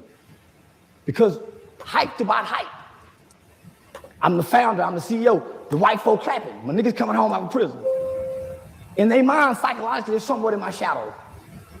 They got these secrets, and I'm the littlest, they harder than me, they tougher than me. But nigga, it's that charisma. I've been seeing it since we've been on stage. I passed the microphone to them. I make sure they never feel left out. I make sure y'all know about Dewberry. That's why I got a YouTube channel. So every nigga I got, every person I got, homie. So it's not about him with Woody. I wouldn't dare sit down with nobody he's ever been against. Nobody. They're not sitting down with him because they like him. They using him. Why didn't they grab him before now? Why didn't they get him before then? Big Banks is in the room with him. They drowned him. Who autographed? Revolt TV? Ain't nobody from Revolt TV came up, not one. They don't make shit. So why would you run to Atlanta when you can build her as legendary Dewberry, nigga, content creator for social media platforms? Why would you bypass this? You got the power running them gay ass niggas, Atlanta niggas. In Texas, niggas get and them niggas gay. They using my nigga for the number. He ain't getting a brown cent. Well, man, we gonna give him a Revolt channel. Man, Revolt, you go still the same? Except, nigga, why wouldn't you go sit with Say Cheese TV and give him the exclusive interview? Why wouldn't you do that, nigga? Yeah, we did one before that did pretty well. No, with this information. Yeah. At least you can get some money.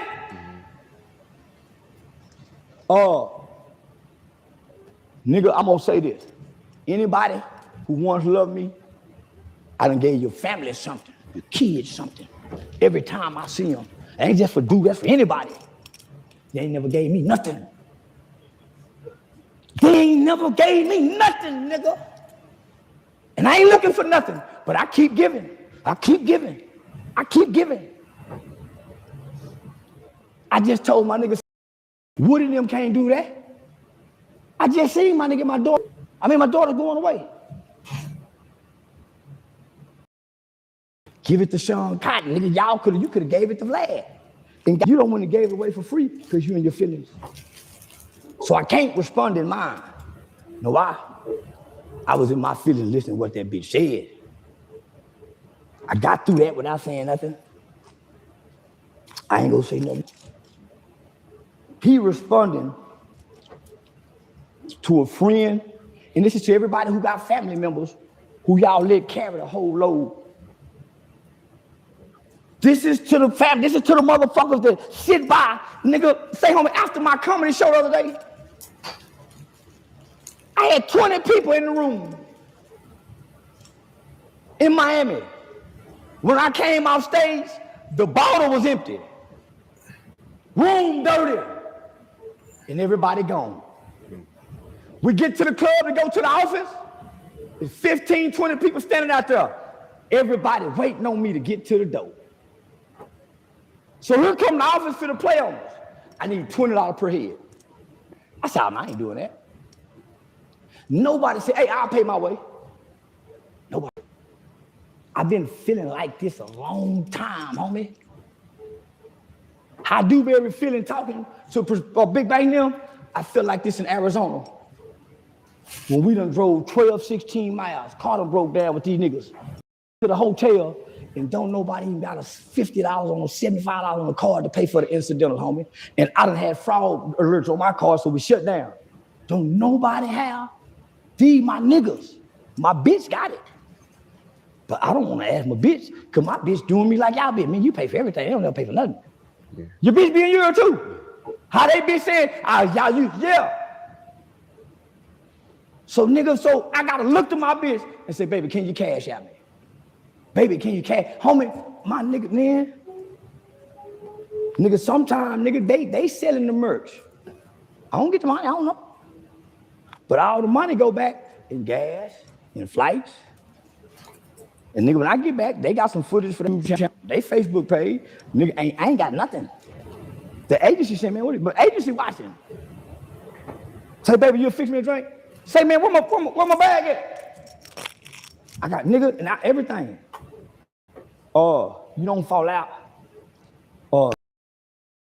So rather than me bashing my nigga, homie, I was giving examples. I said, nigga, we done been in these rooms. And when you grow, your friends have to be having awareness where they can grow with you. Okay, on this level, one of us got to put a collar shirt on, nigga. My nigga looking, somebody gotta have a professional scene, cause my nigga always going off. So I gotta play good cop. I can't blindly follow my nigga. Why? For one, you know I'm playing on the internet, but you're seeing how I'm conducting business, where it's going. Yeah, I'm on here doing some niggas, yeah. But what on here, you see what happened in real life. Nigga, what you need for the car? For 6 years, homie, I ain't had nobody give me nothing. And I done gave everything to everybody around me. Even the people who I done paid. Even the people who I done paid, they done worked for me a long time. So, nigga, they ain't gave me a W-9 to help me with my taxes, kids. They done walked away feeling some kind of way. Feeling some kind of way. And believe it or not, I never missed, everybody won off me. Nobody have taken a loss with me. I've taken all the losses. I've taken all the losses. And I never closed the door. Never closed the door. Anita, V, nigga, everybody. I never closed the door. But nigga, Woody. Woody said he wanted to do comedy. Are you serious? I mean, one phone call. He had 4 shows booked in his hometown, Atlanta. I split the profit with you 50-50. Because after everything, he brought niggas there. He done good. Only for Woody to come back and say he played on me and got me on there with Banks. Got me on there. And to go call me on stage, he didn't coordinate nothing. So this is what you gonna do. They had 15 more shows booked. I'm splitting it 50-50. Nobody does this. So I noticed when I'm on bike, he got to defend the streets. From the time I got on there. But when the thing go off, oh, you're a genius. Oh, man, you're a genius. Hey, man, what you think? What I did on the interview? You think, man, I haven't back to become a better journalist. So, nigga, for y'all to huddle up, because I said something about y'all feelings. Y'all in y'all feelings, nigga. That's why y'all ain't having no money. Banks, put it. So, the situation Dewberry talking about, homie. One day when me and Half Paint did a video, he said, "You talking about me behind your back?" Nah, man, he toward us, nigga. We all ride in the car. Everybody said, "Man, dude tripping." Nigga, but he won't, nigga, but he on the phone with you, raw. But see. So, no, nigga, ain't no falling out. Friends outgrow each other, and we just so happen to have social media platforms. It's out. But we just together 2 weeks ago, and we'll be together after this. What I'm saying is, nigga, why you looking backwards? I ain't trying to run no nigga. You could have stayed here, nigga, and built off that with a Say Cheese TV interview. And went from there. The objective have always been for you to have your own. Not up under my umbrella. Oh, that's why I never put you on my stuff. I always kept us separate. You put me on your channel. You put me on your channel. I always kept us separate. Always. Wow. One entity, a different entity. Say, dude, nigga, you gambling with the parlays. And when we wasn't famous, I watch you buy cars and hit big. Why you ain't got a sports channel? You keep bringing the music review. Why would you do the music review and I come do the guest appearances? Friends outgrow each other. And I'm not a leader of nobody. I'm a guy who people listen to and I have influence. And I work on changing me and making me better. And I don't say nothing to my friends unless you hurt me. And I don't say nothing when you hurt me. I try to get past the hurt so I can make it make sense. So let me end this question. He know what he said to that bitch. I'm sorry. He know what he said to her. So whatever he said in those thoughts is making him go what everybody ever had problems with. Because I'm not seeing him go to people who somebody I've always had problems with. He going back to Atlanta. So the Woody thing, nigga. Woody and jail. I already know my nigga been talking to Woody for the last 2 years. Woody told me when he was mad at in jail. So all of my friends, Angel, Dewberry felt like that was our team. Bring them back.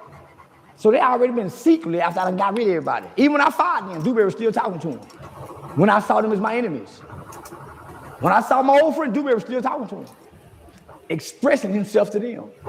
Why? Juanita got drunk and came to the club and told me everything. So I already know my nigga been talking behind me. I just won't say nothing, my nigga.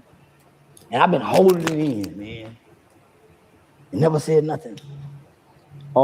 He don't know what I know he done said. So he just responding to whatever you responding to, but I ain't talking down on my nigga. I'm just saying when your friends are with you and you become famous, and this is to the friends that's listening, that's gonna have some friends that become famous. When your friends become famous, you need to look around and see what gifts and skills you have to apply to that situation. That's why LeBron, man, come on, homie, I would have paid for anything. I would have paid for anything, but you coming to borrow $1,500. You coming to borrow, man, let me get $2,000. We doing business with other people. Before they start doing the FanDuels and the gambling shit, man, Joe Blow them had the same thing. He was getting nigga lines of credit in the hood. Man, Joe Blow is somebody that's a branch from Pops. He getting do all the money to gamble. And dude never paid him back. Thousands, nigga. Joe Blow said, man, he said, don't say nothing. I said, Blow, I'm gonna piss now, man. You do too much. And dude still come around and say, like you don't own. It hurt me. It's 3 years ago. I never said nothing. Goddamn, dude, you ain't gonna pay him. I'm watching a character flaw, my nigga. I'm watching a character flaw. But I'm not saying nothing. So you gotta leave your friends, man. They don't only go so far. When the truck industry went down, say, man, come, I'll pay you to be my manager.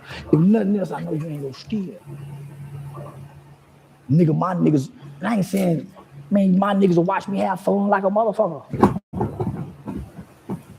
Because they know I'm gonna leave that bag open with that 20, 10,000, 8,000, and I ain't gonna know what's in there because I done took the rubber band out, nigga. So I did an experiment one time. I started noticing, nigga, ain't nobody asking for money no more. Well, I did an experiment one time. Tighten up and lock down. Shit. You think I ain't find out? It hurt me. And all of our friends have something about them that we don't like as they don't like about us. And they still be your friend. When your season change, your tune change. Me and my friend's season changed, our tunes changed, but we still friends. He had not done nothing wrong to me. And I ain't done nothing. Friends and they feelings. I'm not in mine. That's why I'm not going against him or anybody who's going against him. I gotta keep moving forward, hoping that this may be his alley hoop. I mean, that's what everybody thinks this is a play. I don't put my head down for nothing, nigga. You saw me, nigga. Don't put my head down for nothing, nigga. It's an enrollment application saying you've been signed up for the milestone. I'm saying, what can him and Woody do together? Other than talk about me, or other than use the fact that he was with me and he was. What August 5th. Both of them. Cost $1.49 for every month. Neither one of them is a conversation. Neither one of them have online careers. $100 balance equals about $7. So what can they do other than talk about me? Man, Dewberry. What good? After that long, what did I even algorithm? Had they not done that? In certain situations, such as involuntary unemployment. He in his feelings. That's why he in Atlanta. Disability, hospitalization. Because if he wasn't in his feelings, he would have looked around in Dallas, nigga, bankruptcy, and got every last one of y'all around here before he took it out the city. The letter also states the wow, revoked and played on him. Cancel it at any time. Because I saw big banks play. 30 days. Any fees you've paid. I saw big banks play. So break down the Atlanta thing. You went viral in the backyard with a big nice pool. 6'9". Yo, my new house. Yeah, a new crib. And you went in on Atlanta. You went in on Lil Baby, 21 Savage, the whole entertainment industry. Yeah. And I killed Atlanta that day. A lot of people say Atlanta is Black Hollywood. It is. That's why where they shoot movies That's at. why it's gay, the motherfucker. And none of the street niggas ever say anything about the gay niggas. You know this nigga, no street nigga ever called nobody gay in Atlanta. But they call him a snitch. But when they get mad at each other, they'll say things like, man, Rollo asked for me to suck his dick. Unless you have a specific reason to need. Nigga, what? Man, come on, nigga. You been holding that in this long. But you never hear nobody from Atlanta bashing a down low nigga. They don't even speak against it. They still pay the monthly fee. Because all this spent on the protection. Why you don't never see them nigga with a bunch of women? Like direct reasons you might keep. No. You don't have an emergency. No. You're worried about. So that's why Thug was so comfortable. Because of illness. So let me stick to the question. You don't have disability. I've been sitting back through your employer or another source. In Atlanta, what I recommend since the Dewberry. If you enrolled by accident or weren't expecting this charge, Big Banks interview, it did nothing. Here appears to be a secure, it did nothing. Statement link. Then I see you go over with it. Your milestone MasterCard statement. It did nothing. But I can't safely open or access nothing. Financial documents through a one-time token. It's gonna do something now. If you want, I'm showing them my power. You have two good options. I can wake up any day and make it rain in Black America. I'm a god to you. Why? I control your soul, mind, will, emotion. You listen to what I say, and I can generate your day. If I'm having a good day and things going good, I'm gonna bring the sunlight out for you. Let me have some kind of feeling about something. I make it dark. It's dark in Atlanta right now. They talking about it, and I call Ray Daniels. Shout out to my nigga Ray Daniels. Whether you're already being credit protection, I'm like that. So you can cancel it. He said something, but you can't beat me on the internet. Decide you don't want it. I know what to poke it with. I've been buddy with Atlanta. And I just not on individuals. But I don't like Atlanta. I like Atlanta life with the people I met. Atlanta's not a friendly place to go. They're uppity black people that think they better, but it's no better than nobody else. Why? They the gay capital of the world. And you niggas really submit to gayism. So y'all talk tough, but y'all ain't tougher than them punks. And if you got 10 niggas in your crew in Atlanta, 4 of them is openly gay and y'all know it. But y'all to keep these secrets and think y'all can still rap and play streets and push the street culture. Well, this is why they're so strict, because sleeping with boys go with the street culture. You have to go to prison. That charges a monthly fee in exchange for Atlanta's federal prison. Niggas can't wait to go there. Why? They get the prettiest punks in the world out. August 5th, so when I watch these niggas, monthly cost. And I said they talking about everything but that, right? Every $100. This is my chance, because Woody even said he's weird. And he talked about a transvestite. $7.45. And I'm saying, why my nigga going back that way? If you call Lance or required, yeah, she like that life too. Certain events included. We done been through that, nigga. They not popping. Total and permanent disability. But because you have these secret feelings that you told to the broad, that the broad told the same, I won't hear. This is what can fuel that. That's why you can't build your own. Cancel depends on the specific. You're gonna be Dewberry, eligibility rules. Who feel some kind of way about Charleston. Yes. And go give it away for free. Is for a milestone MasterCard credit card. Global, specifically, Boss Talk, HETV, Real Life, 10 Gangster, K104. Now, you got all this around it. You'll run to Atlanta. It is for a milestone MasterCard. Where don't nobody get paid. The card is issued by the Bank of Missouri. I was disappointed. It's serviced by Concord. So I said, let me show you how to get some money. It has been open. So I'm gonna show you what I'm gonna do. Yes. I call you to get you two first. There is a I didn't get this to Vlad. Associated with the I didn't get this to Vlad. I sat on this.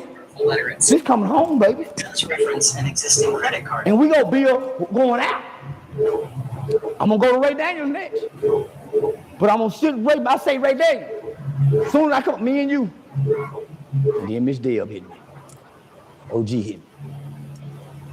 Me, Miss Deb, and Ray Daniels finna tell Atlanta new asshole. I done had more people give me say, hey man, you telling the truth. They need to hear that. They need to hear that. Atlanta think they need to hear that. This is why they stuck on what they used to be. Y'all ain't making shit now, Atlanta. And it's coming out of some big name niggas humping boy backs. Some big name niggas. I'm just holding back because I'm hoping it ain't true. But these niggas know. So I wish a nigga would in Atlanta say something like, I can't come now. Because I done told the truth on you niggas. Why you think I don't go there no more? I spent 5 years trying to build with Atlanta, nigga. The media shit I'm doing in Miami. I took niggas with Atlanta around the country with me, nigga.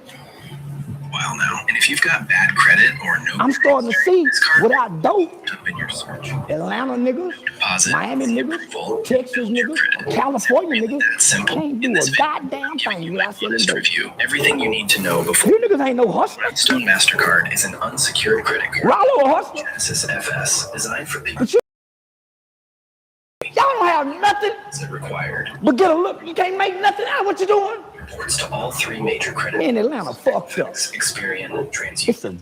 It's the grass don't go no more. Damaged credit. The hearts are cold. Help you build your credit, but not much else. Bro, they can't evolve. No deposit needed compared to security. They'll never have another Jermaine Dupri kind of producer that can go get 2 little kids and give them some. They can't got that no more. Easy to manage via online portal. If you've been getting declined elsewhere, nigga, they ain't got a nigga that can make a motherfucking hit off of Zaytoven beat. The man make hits. Why? He play the piano, but you can't kill with the piano music. Around $300, and it doesn't. They let Chicago come down there and drill them out. 24%. Gang bang them out. Perks. No cash back. No benefits. Some users. Atlanta needed to hear customer service, so that it's accessible. It's not a. They committed suicide.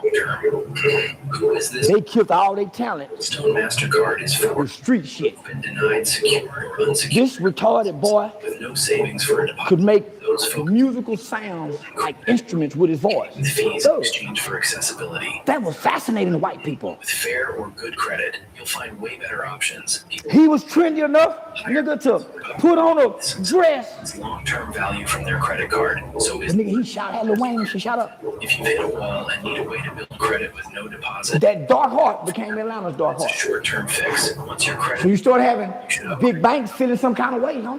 No fees. This is why I pick on banks now. Card only if you have no other option. I never forgot how he treated me when they first met me. If this review helped you out, give it a like. In the streets. He still from the robbing crew just coming out.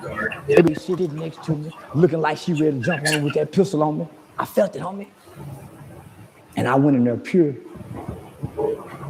and destroyed them with pure truth, where they had to have some type of compassion. So they never fully embraced me and accepted me. When I was the first nigga to walk publicly with Woody. I lost friends in Atlanta because of that. My nigga, oh yeah, this nigga said, man, what's that? Nigga, I lost friends in Atlanta because of that. Niggas quit fucking with me, nigga. Cause I with Woody. They wouldn't even walk with me, nigga, when they come to the 20 versus 1. I got backlash for that. Only for me to find out when I said fuck his baby, everybody was scared of him. They were begging me to apologize to him. But when we were friends, they didn't want nothing to do with me. But I was hanging with them and I said, fuck him. Man, you apologize. They won't fuck with me. They're scared of me. I'm not scared of him. Why? I don't have the knowledge of how dangerous he is. That's how I beat these niggas. I don't have the knowledge of what you want me to be afraid of. So I'll be a fool and go to places like this. Let's talk about the Houston. Yeah, so let me finish this. Let me finish this. Homie, I went to Atlanta. I did philanthropy work. Nigga, Yak got it. Me and Yak used to be on the phone. I'm the one told him, keep going, nigga. The faith of a mustard seed. Nigga, little yacht, nigga, so I done went and built a family there. I went trying to build in Atlanta. And I went that you can't build with these black people. They scammers, they thieves, and they sour-hearted for anything that'll get above them. That's why it's become a crab in a bucket barrel type mentality now. That's why you hear Thug on the phone. That heart has always been there. That's the new heart of Atlanta. The old Atlanta was player type niggas, high five niggas, bring niggas up, the goody mob, all the niggas ungrate them, that group of niggas. The new Atlanta buried that heart. So this heart here is cutthroat. Atlanta, all your stars and your talent left y'all. Then Miami. And now y'all can't build no more new talents. I believe Woody had gave his life to Christ. I'm gonna tell you how foolish I am. I really thought that nigga gave his life to Christ. I was watching that nigga. But when I got with him, he still want to be violent. He still the residue is there. So let me just say this. The residue is there. The nigga won the biggest test when I got in the car with him. He fell asleep and wake up in his neighborhood. Anything to me. His daughter hugged me. I argued, squabbled with his brother. The young nigga was there, nigga, they could have done anything to me. I left out that Lions Den untouched, just like I did with Jay Prince. Yeah, there it is. I didn't know where I was going. With Woody that day. Just like I didn't know where I was going with Dr. Candace. So let me speed this up and close this out. Cards down. Nigga, when Woody did the next interview with Big Banks, I'll throw you 3 of these cards. talking like he hadn't gave his life to Christ. Yeah. He been stuck back there ever since, nigga. Shit, son. Because God has just blessed him. And I'm finna tell you what, me really believing that he has that kind of forgiveness in his heart. I went back and made up with everybody. 607, everybody. I had just lost everything with the Charlie Kirk shit. Nigga, that situation, Woody's forgiving heart.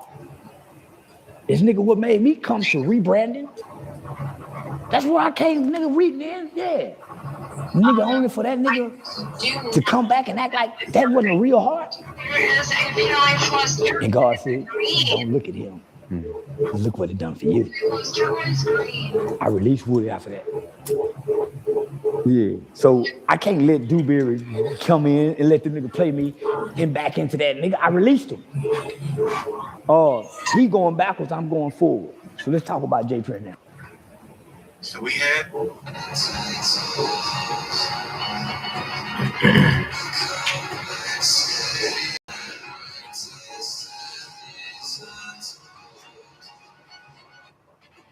That's crazy. They need a 50s criminal. Criminal.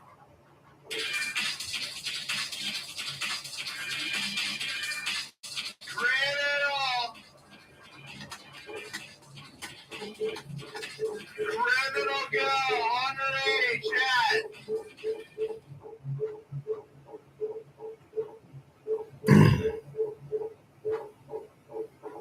Yo.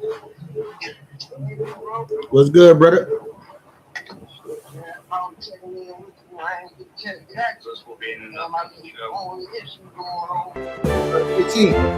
Like next weekend.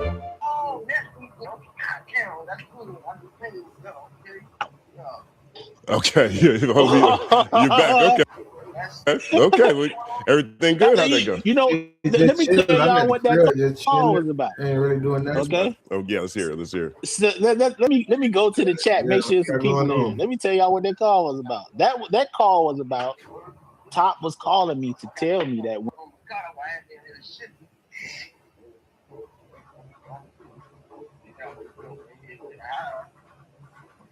Yeah, my shit. Clips come out. We got to tell the whole. He said, "I know." He said, "I know you telling the whole story, but you got to tell. It got to be in the clip of the whole story because he want everybody to understand. Doc didn't just stop talking to him for no reason. After that video that dude shot in Compton, that changed everything. Okay, so we get to find out that because the game was brought." Because the game was brought. Oh shit! Because the game brought this. Johnny. Think about the beef like we can pass these. Yo, and also a part of the rapping, he also says niggas wanted me to set him up. Y'all better Here we go. Out of town, nigga like Biggie heard about the shit with Dick. Our teachers ain't testing us. See, I know how. Here we go.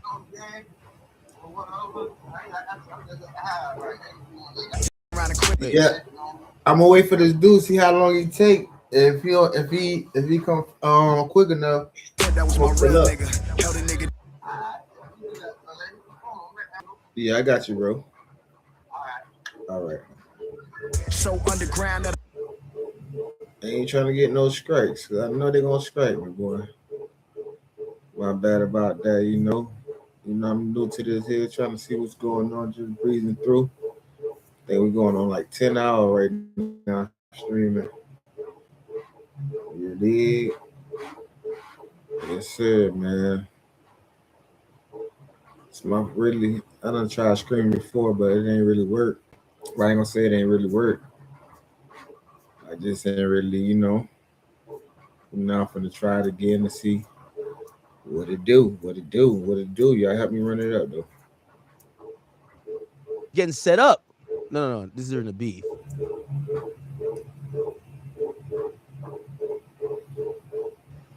Is it a beef? I remember him talking about. By the way, this was Drake. They keep saying Drake was like terrified.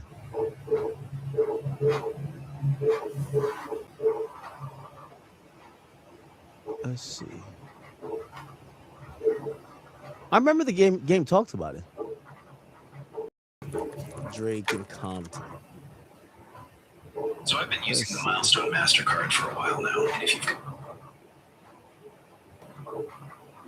I remember.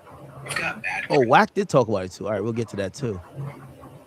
The Milestone MasterCard probably card to get your situation. If you have this is the interview right here. I recommend that you get this card. However, if you have bad credit, This is definitely the interview. still would recommend that you It's get 2 years. All right, yeah. Part 5. Back to my challenges money. For those of you that are new to my challenges money, I pretty much cover financial related topics such as credit, student loans, and other financial related topics. So if that's clear, The game, Drake, DJ Vlad. I think it was DJ Vlad. So without further ado, Maybe it let's get wasn't. into today's video. Okay, so the Milestone MasterCard is issued by the Missouri and serviced by Genesis Financial Solution Cards. Maybe not. Genesis Financial Solution. All right, whatever. Anyway, let's listen to this. The story of Adidas. Yeah, so this is where it gets a little tricky for me, right? Because like I'm good friends with Pusha, and I'm also homies with Drake. You know what I'm saying? And Drake is like a brother to me. You know what I'm saying? And so when they had that beef, I feel like whoever funneled the information about Drake's, having a kid that he didn't want out there, gave Pusha edge. Now Push can rap like a motherfucker, but then Drake is the like rap Michael Jackson. So it's like you can beef with Drake, and lyrically I feel like Pusha did his thing, but I feel like you beef with Drake, you don't win no matter what you do. So it's like that one gets tricky for me, because it's like I know in beef, in a rap beef, that was clever, it was dope. But anyways, let's talk about some benefits that this At least for a while. I mean, think about it. Like even Ja and 50, you know what I'm saying, which we'll get into. Like when 50 did Ja, like everybody was off murdering. If you can't be killed, right? And I can, and I'm like shooting at you, and I got all these motherfucking guns, and I'm shooting at you. Credit limit on this credit card, the Milestone MasterCard. This is why I was considering not even putting this one on here, but I'm like, the Pusher song was so strong, I have to just put it in here. Well, here's another from a beef expert, right? Sometimes no response is a response. Like Hove has one minute. Hey, one point. What exactly was that about? You found out that they're trying to set up Drake? Oh yeah, get killed that way, like later on. So I mean, sometimes not responding is a response. Well, you talked about how you found out that they're trying to set up Drake in LA at one point. What exactly was that about? That was about like him and Diddy were beefing, right? They had a little beef over something in Miami outside of Live. I think Diddy allegedly assaulted him or something. What year was this? Let's look it up. What year? I think that's a good idea. What year? We have got to the point where literally anybody can build a fully working app without knowing how to code. This is Base 44. This is the first look.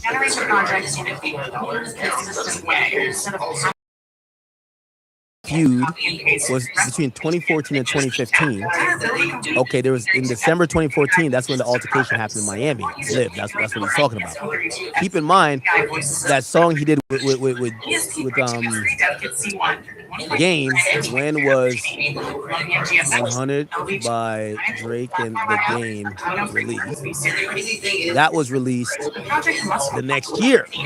Oh, so yes, that was Drake. That was Drake in LA at that time. So yes, he's talking about this time. That initial time. All right, let's see what he said here.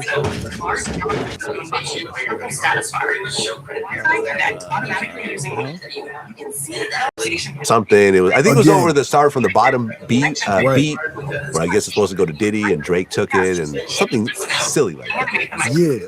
I mean, when I think about started from the bottom, I don't know what Diddy would have did with that beat. Yeah, I know. It's like a Drake beat.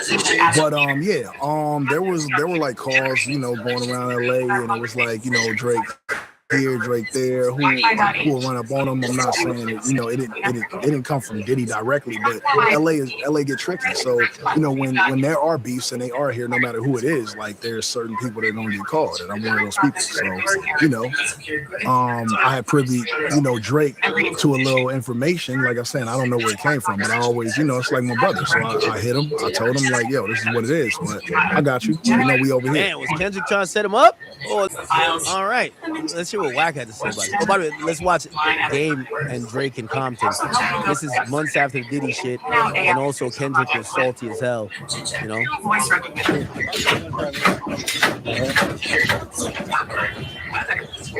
Let's see if Drake looks comfortable. Drake don't look scared.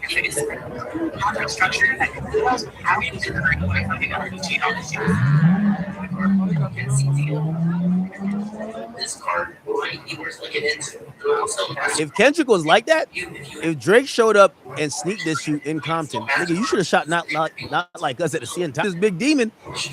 Kendrick should have shot not like us at the CN Tower. Yo, he came to your city, dissing you up in a song and shit like that. Accomplishments, like, yo, if I still killed and been on some content shit, yo, you should have did not like us have them niggas crip walking around and see them towels. So there will be no hard inquiry. You can easily get qualified without having a hard inquiry on your credit report. Sure. Nah, Drake's still up there. If Drake shot this song in that nigga's hood, Drake's still up. I'm sorry. Not like us was dope. Or your credit being pulled for no reason. Just know that if you do. Yo, if I mute, refresh. Tell niggas to refresh. Usually when your credit gets pulled,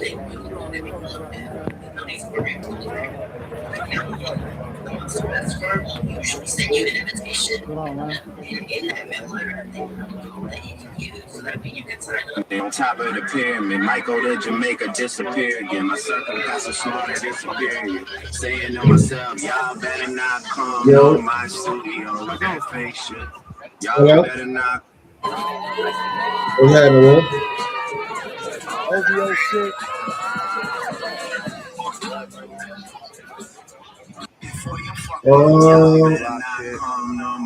It's one a day. You look comfortable to me. It's one. From my house, yeah. Okay. Yeah.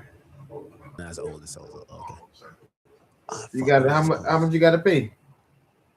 Oh, I wanted to. There was a Wack video where 1532? Wack was talking about it. For him to get out. So they said if it was anybody in LA that was gonna try to do something that Drake, it would have been Diddy. 100, yeah. Things went left. Let's see this. Thunder cleared it for me, didn't charge me. Drake didn't charge for the verse. Drake actually brought his film crew to film it for us. That's what he wanted to do. We was on the famous Brazil and Wilmington shooting it. Sending the homies to do what they need to do. What I mean? Drake kind of seen some activity and shit. Yeah, so he did what a month. So they must be supposed to. We got out of there. What? So we sent somebody to get him. Bro, it's cool. That ain't for you. That's for us. Well, you supposed to go to we seen shit going on. Yeah. But we moving blocks. We're not just gonna hit the block without the block being right. Matter of fact, what you got to do? We have to make sure the homies case number. When it cleared the block. Oh, we came back. That is an amazing model that creates low poly right away from the image, and they call it smart mesh because the mesh is actually logical. I think you did his bond there too. That's why when I you had know what my I'm saying. first, So, but you know, I don't fault Drake. Was the B team on the block? Hey, yo, B team, tap in, B team. Pay my shit at. What are you talking about? At the jail. You know, in the canal, we had to move blocks. Last year, we moved blocks. We send the little homies to do Broward. You might have seen the back door opening. Oh, word. The back door. He's gonna leave out the front door. What a bill you supposed to do? He got out of there. If it's a purge, so we sent somebody to get him. If not, bro, it's cool. You don't gotta go to Charleston because you already locked up. Seeing shit going on, but you know we moving blocks. That's what gonna say they want that money. Block without the block being right. Yeah, so we you had gotta to make sure the homies, you know, when they block, to pay for he it. came back and Or we finished the video. You gotta, know what I'm saying? Like, so, but you know, I don't fault Drake for that. Man, that shit normal to us. We talking like so like a Western Union type shit like that. 2015, maybe. You know, so they'll get it Drake fast. maybe been in the game, 5 years, 6 years or something. Especially gonna be the weekend. So, you know, I don't hold that against him. Was that his first time in college? The PR2, I hadn't seen him shoot nothing, do nothing with nobody else from Compton. Oh, I thought you mean shoot. I'm like, what? I know he had been on. I know Kendrick had went on tour with him, but I don't know if that happened. I don't know if they even does Kendrick and Drake have songs together? I think they do in the early years. Yeah, when he first went on tour, maybe, but I don't know. But you know, Drake is Drake. You know, I feel he's still one of the top dudes. He's still out streaming. He lost that war with Kendrick, I feel, in the long run. And shit, you know, he's still up. I believe Kendrick leveled him out because Drake been climbing. Rocket climbing. I think Kendrick did this way. And he's doing this. That don't stop him from turning that. Going up. What he didn't do is it's that quote by Top Dog where Top Dog demands he clear up the story and remind people that Game disrespected by bringing Drake to Compton. Niggas got to check in with Kendrick, huh? Holy shit. The 100 video. The 100 video. And you know, I had spoke about that and remember I said that I told Wack and Game about that. And Top thing is like, hey, that gotta be it don't need to be perceived that Dot just stopped talking to Kendrick out of nowhere. I mean Kendrick stopped talking. Yo, that's absurd. Yo, is Kendrick that fucking powerful on the West Coast? That the Game can't bring somebody to his own hood? Ain't that the Game's hood? The Game can't bring somebody to his own hood without Kendrick permission. This is some crazy shit going on. Yo, Kendrick might really be king like that. God damn. In the Game out of nowhere. Right. That was the thing that, you know what I'm saying? Yo, asking another man permission to bring somebody to your hood is like asking another man. It's like asking your neighbor permission to bring over a bitch to your crib to fuck. Like, yo, what?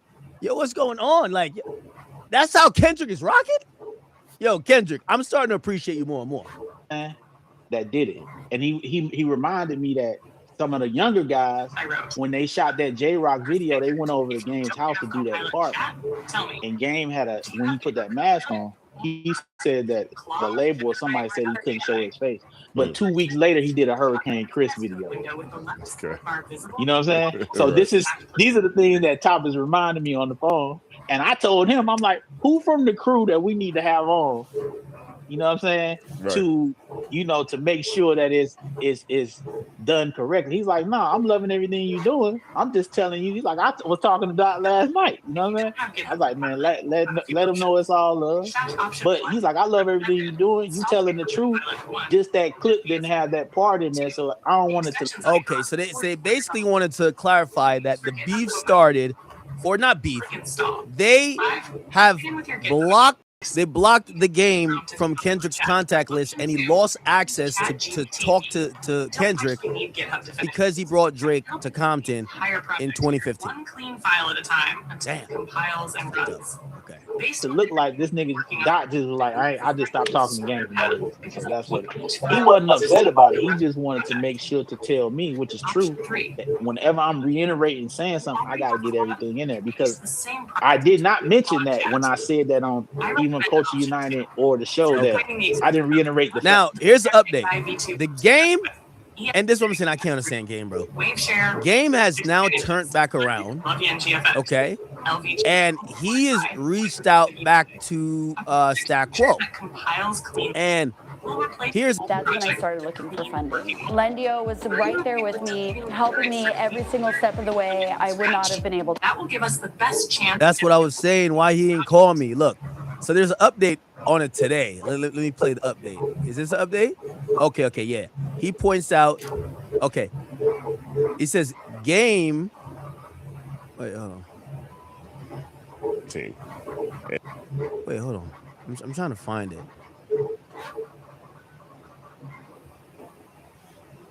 Okay. So basically, Game's response was, damn, if I held grudges like niggas, where would the West Coast be? But this is the Game responding to the claims that he was cut off because of, he brought Drake to Compton. Here we go. He reiterated that to me on the. He didn't know that Kendrick felt the way about that. He reiterated it, but now he said in retrospect he can see and understand it. God damn, yo, he apologizing to Kendrick for bringing a man to his own hood. I think the best move is to start a. But guess what? This is the bomb. Yo, King Kunta got it. It's one of the bombshells I'm gonna drop here today. But he said when Kendrick did Power, and this is what he said. When Kendrick did Power. And they knew that 50 Cent was his arch nemesis. He didn't feel away. Enjoyed it. So he's like, I didn't care that Kendrick did Power. I didn't, you know what I'm saying? But that's what he said. That's a good choice. GitHub, another thing that he wants. Code organized, track changes, and collaborating with AI coding tools. Since you don't have GitHub Copilot set up yet, here's the okay. And then this is Step 1. Create a GitHub TDE account King. if you don't already have one. Go to github.com and sign in. I think he's like an account. Step 2. Install GitHub. I don't know what VS Code. In VS Code. this narrative. I don't know. Install GitHub. Either that or he manages like Schoolboy Q. Is this the guy a man? Copilot chat if it's offered separately. He's either the weed carrier or he manages. Like, bro, these niggas just have TD in their name. We have no fucking idea. Step 3. When you signed in, he don't look like a shooter, so I don't know. So I think he's either the manager of Schoolboy Q or a weed carrier. prompt we wrote to All generate. right, let's hear what he's gonna add some details. If you don't have a Copilot subscription, My boy ain't appreciate that, and he was popping up on Dr. Dre now. depending on your account. That's how a couple records clear, trying to see what's up. Because this also what Stat Quo said too. He said that the game would have had his career actually. Screenshot I can see. Oh. Into GitHub. The source So control is open. now they're making Game look even more lame. They're saying that when correctly. Kendrick got the torch passed to him in 2011, he just popped up. It's not like he was like part of like the committee of we're giving the torch to him. He just popped up like, yo, he's like the uninvited nigga that just pop up like, man, who invited this nigga, man? Oh shit, because he's in the picture. This is Kendrick right here. He's in the picture, but they're saying he just popped up, bro. This is crazy, bro. Content. Tell somebody steal this narrative. I don't know if nobody came with this narrative. My boy ain't appreciate that, and he was popping up on Dr. Dre now. That's how I see it. He trying to pop up. Trying to get a couple records clear, trying to see what's up. Yeah, why they treating the Game like he a bum, bro? Like, you know that one nigga that always around, he be like, yo, bro, who invited this nigga, man? Because this also what Stat Quo said too. He said that the Game would have had his career actually. And Stat has some records, you know. Stat has some records for stuff. But what's that one record he had? He was like, I think. He was like, all right, nigga, speak quickly, bro. Do. Hey, nigga, Dre. Come on, nigga. I know you like that freestyle. I know you like this shit. You like this hot shit. I'm spitting. He said they wasn't letting him in the studio. He wasn't coming around. They wasn't fucking with it.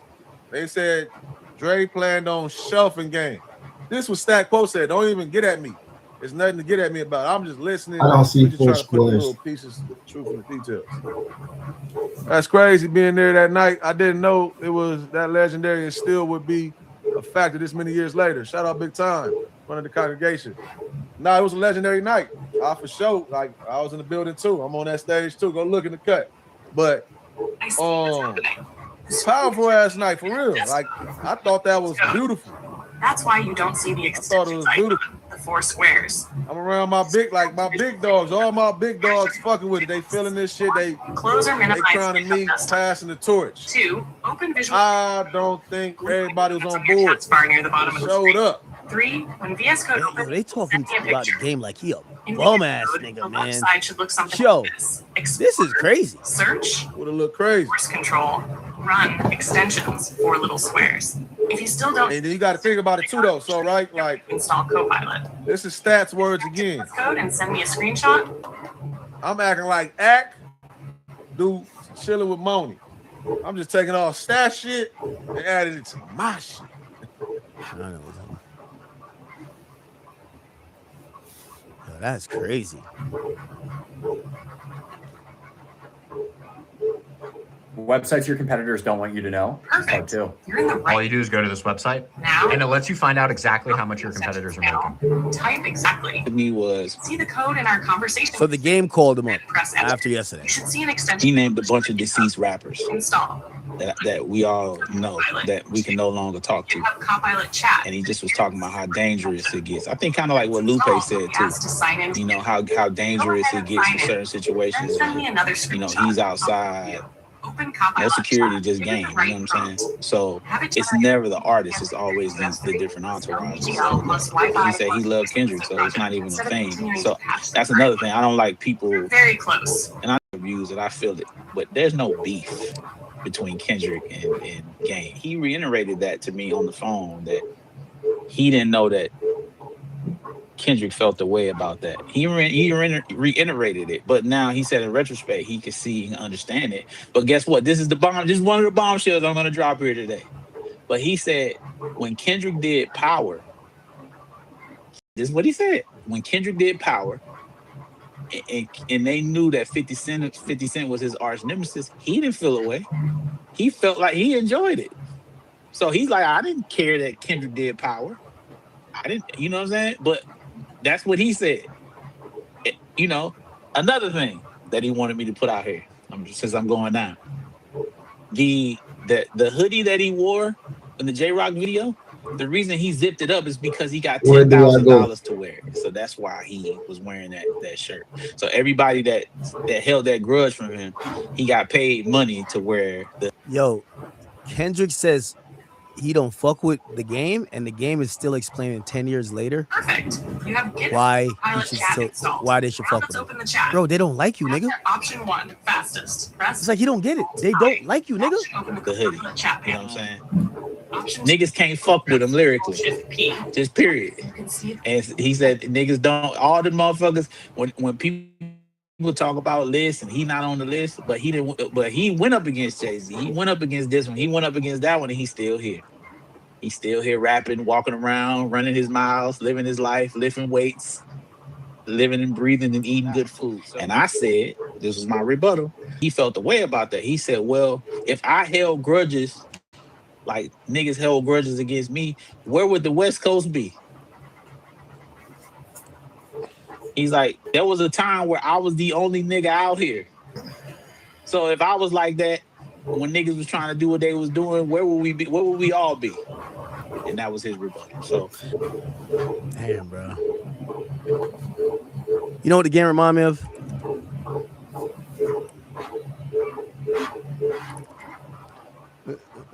See Drake owning his own label. Does anyone know what clip? Let me see if y'all know what clip I'm about to play.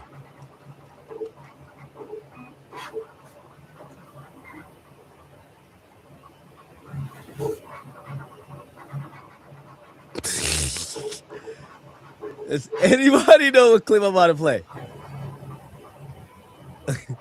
Chat. This is game, bro.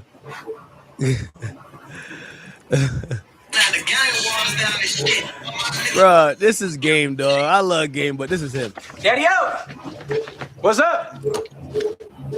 So this Kendrick right here. You're like, oh shit. Well, I think I told you to get packed, not that quickly.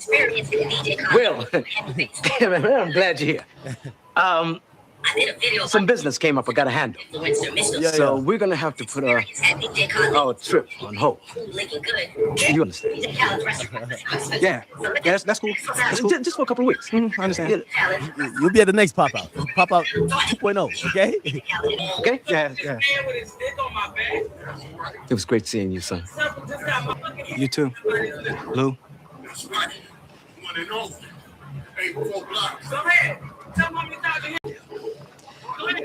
Better for me, you know, the Slimmies of summer. Nah, this is a game right here, bro. I got pretty damn good at it.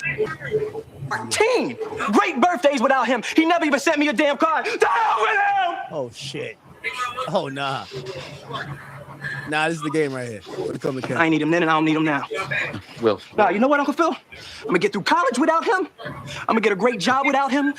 Honey, and I'm having me a whole bunch of kids. I'm gonna be a better father than he ever was. And I sure as hell don't need him for that, because ain't a damn thing he could ever teach me about how to love my kids. Nah, this is the game right here. Game, I love you, but I'm sorry. Yo, it's like this nigga been telling you fuck you for like 10 years, and you still like, man, oh, why you don't like me again? Like, nigga, he don't fuck with you. This is game right here. How come he don't want me, man?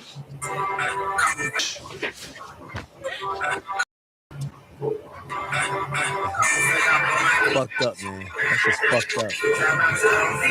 That shit fucked up, man. Oh, man, bro. All right, I'm done with this topic. Okay. Want to start a business? I can show you how easy it is to form one in just a few steps. First up, starting your LLC. In just a few...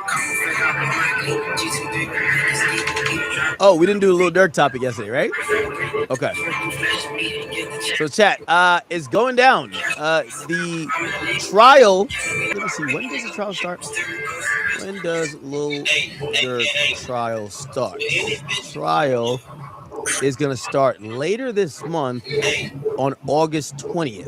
Okay, so 14 days, 2 weeks exactly until the start of the trial. Lil Durk is facing murder for hire charges along with some other enhanced charges of conspiracy.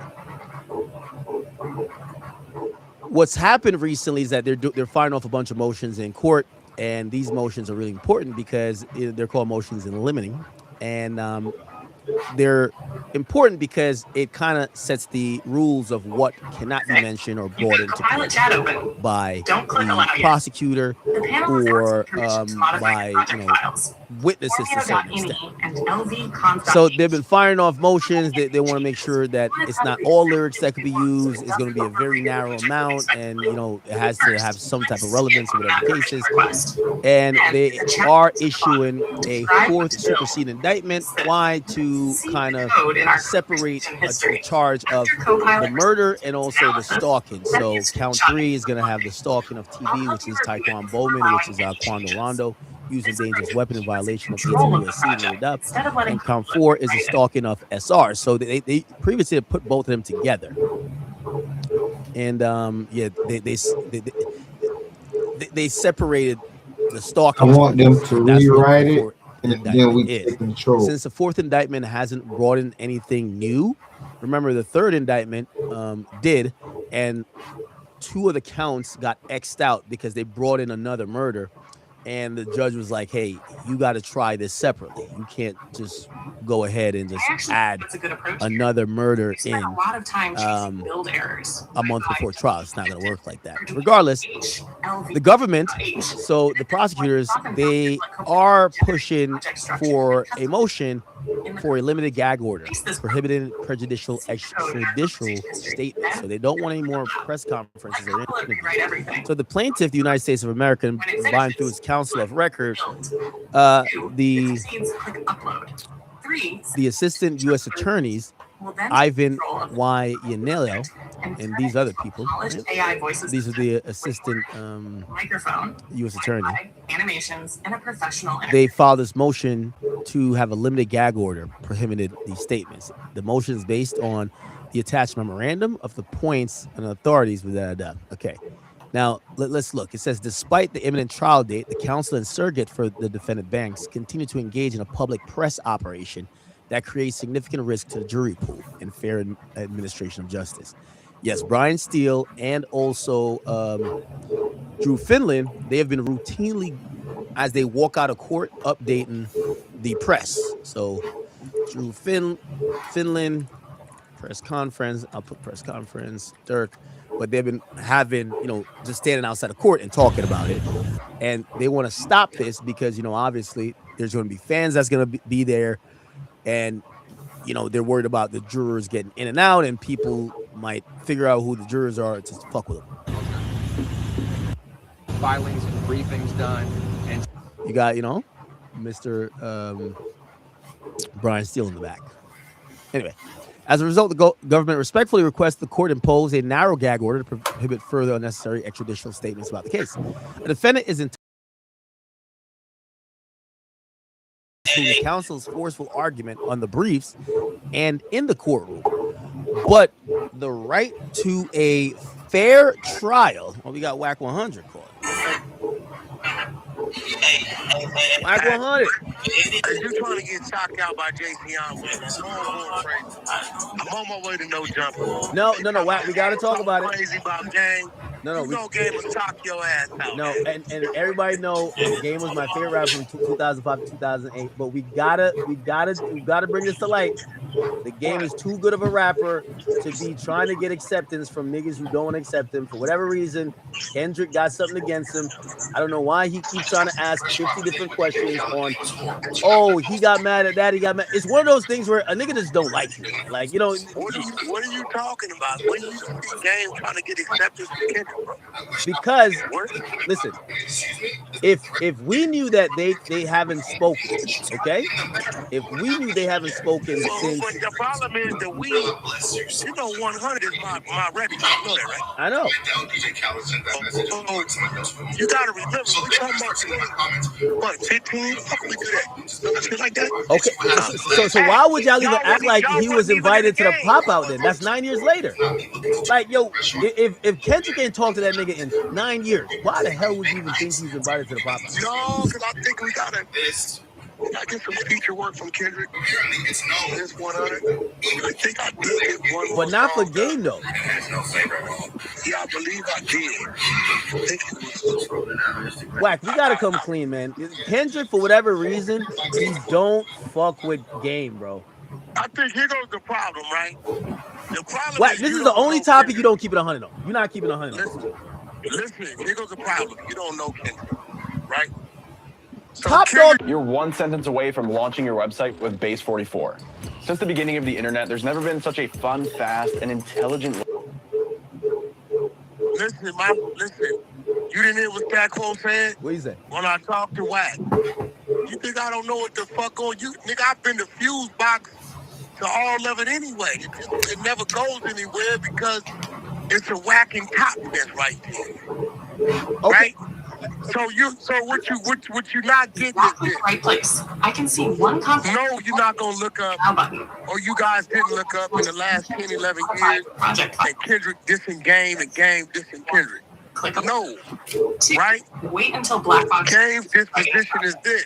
3. Don't click skip and don't. Hey, Kendrick. When it's done, I know who you become. Your applied changes. But when you were becoming that, first icon on the left, I had a relationship with this man. Project task. Now I know y'all doing y'all rap shit. Upload.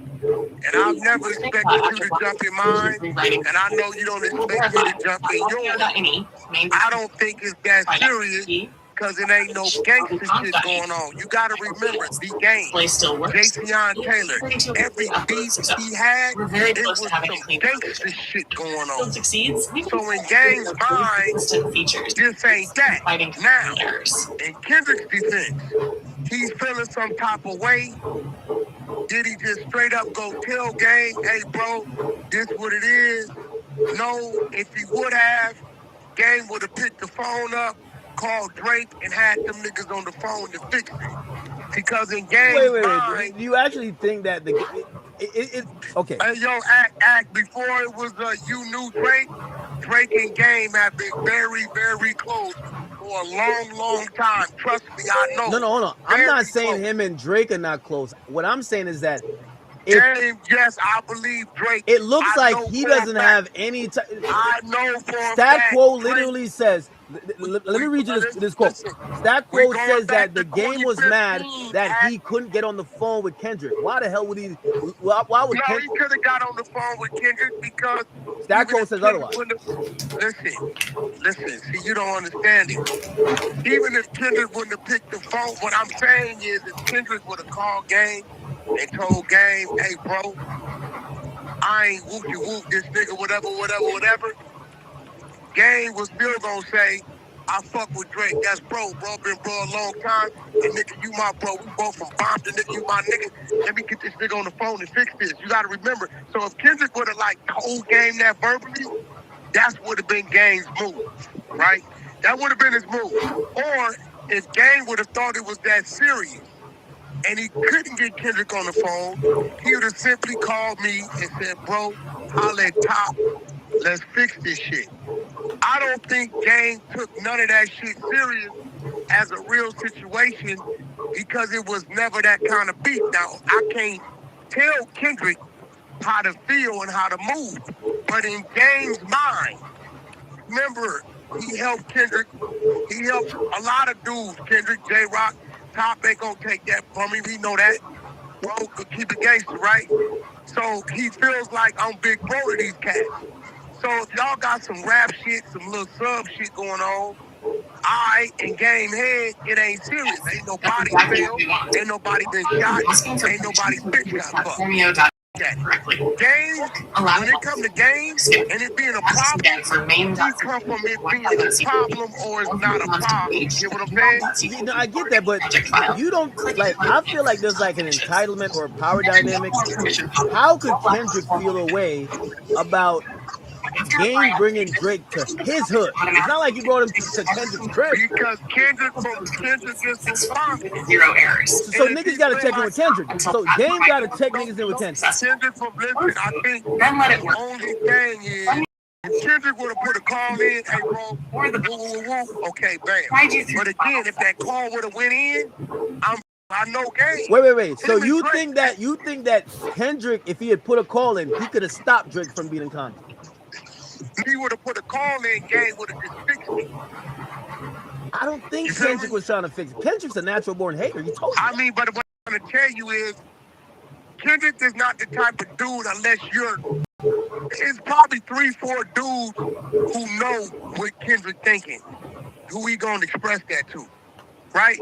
Other than that, you don't really hear or see Kendrick unless he's going at a nigga on the track. So I honestly can say I know because when we had the conversation about doing the video in Game's neighborhood, it was never man, you think this going?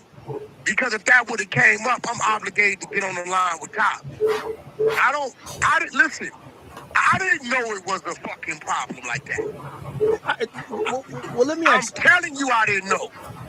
So you had no. So when you saw, my mama, bro, I had no idea, bro. Look. So you thought that Kendrick was cool with Game? No, I didn't know that Kendrick and Drake at that time had a problem. Oh, okay, all right. Listen, I come from no Vaseline bitch, right? I come from that shit where nigga, bitch, you's a bitch, your mama's a bitch, fuck your hood, your dead homies, nigga, we shot your nigga. If we didn't have Quo, there would be a lot of instances where we're slower to solving a customer's problem. For the customer, that's a lot of downtime. I don't come from a nigga saying little subs, and I don't know what the fuck nigga talking about a backpack, and nigga ain't no names being mentioned. Game don't come from that. When Game go at a nigga, he mentioned a nigga 500 ways. You're right. Hold on. So you're saying that when y'all did the video in Compton, Top or Kendrick never called you and be like, "Yo, why?" We'd have had to address it. Look, bro, that's my G homie. I don't call too many niggas my G homie. I'm never gonna disregard Top if he's feeling some kind of way. If I'm mad about something, I tell him, he not gonna do. He gonna. Okay, whack. Come holler. What's happening? right? I'm never know if that call would have came in. Fuck no, we would. Game would have simply got Drake on the line and fixed it. I'm telling you. I think he could get Drake on the line. I really don't think Kendrick respected him. Nah, you gotta remember it ain't about that because Wack is there. So I can always get Top. Didn't I have you on the line with Top, nigga? Yeah. Okay, so we not going that, you know, whether they want to pick up or not, me and Top will always honor one another, bro. Now, we'll tell each other how we feel about it, but we're never going to just no-look a motherfucking call or a text, right? I'm telling you, bro, I didn't know that. I didn't fucking know. Okay, did the game not know, though? Because I felt like he kind of know. I don't believe he knew. When he was not at the pop-out show and he went on live, I felt like he kind of knew, like, yo, bro, they're putting you on the side with Drake. Come on. No, I don't. No, well, listen, that's a different thing, though. So now, if you go to the pop-out show era, it's a total different thing going on now because now I can say, okay, K-Dot looked at him going at Rick Ross as defense to Drake. Team, whatever they were saying, is nothing like what they was just saying a year or two ago, bro. Like, I can't tell you, I didn't know it was a problem a year or two ago when they started doing what they was doing, right? So, but even with that, I think Game was kind of like on some, I'm not getting into this shit. I love both you niggas, but check this out, Ross. You side busting. So what's happening with you, nigga? So Stackquo said that the Game thought that Kendrick here's my thing. Why don't y'all just blame Kendrick for kind of being like he's kind of like a fucking like if your man, if you can't pick up the phone to call your man to be like, yo, bro, are you dissing me? And you're like, it said Stackquo said the Game was panicking like he thought Kendrick was dissing him on Not Like Us because he can't get on the phone with him. Like, yo, the dude treats y'all like y'all are her. Like he treats y'all like y'all a peon. I didn't hear nothing. I didn't hear nothing Not Like Us. I think that might have been wrong with that. Well, he said the Game called him. Hold on, nigga. Hold the fuck up. This Wack you talking to. Nigga, I just get spat on the motherfucking phone, nigga. Hold up. Let's go. My disposition is that the Game been getting treated like the side chick. Like you know the one you don't really care about them type shit. You know what I mean? Like this motherfucking shit. No, fuck all that. You want some of this motherfucking shit we do? God damn it, you started the spot, now you in it. God damn it. We live on motherfucking Academic. I'm getting it packed because you done said some shit that I ain't never said around this motherfucker, and now I'm getting it packed. So stand close. The fuck kind of you didn't. I didn't think I was gonna ever rub off on you. You have always been the peak. You've always been Wack, calm your ass down, but you done fucked around and jumped in the Wack car and started the fire. Do we have Stat on the line? Hold on.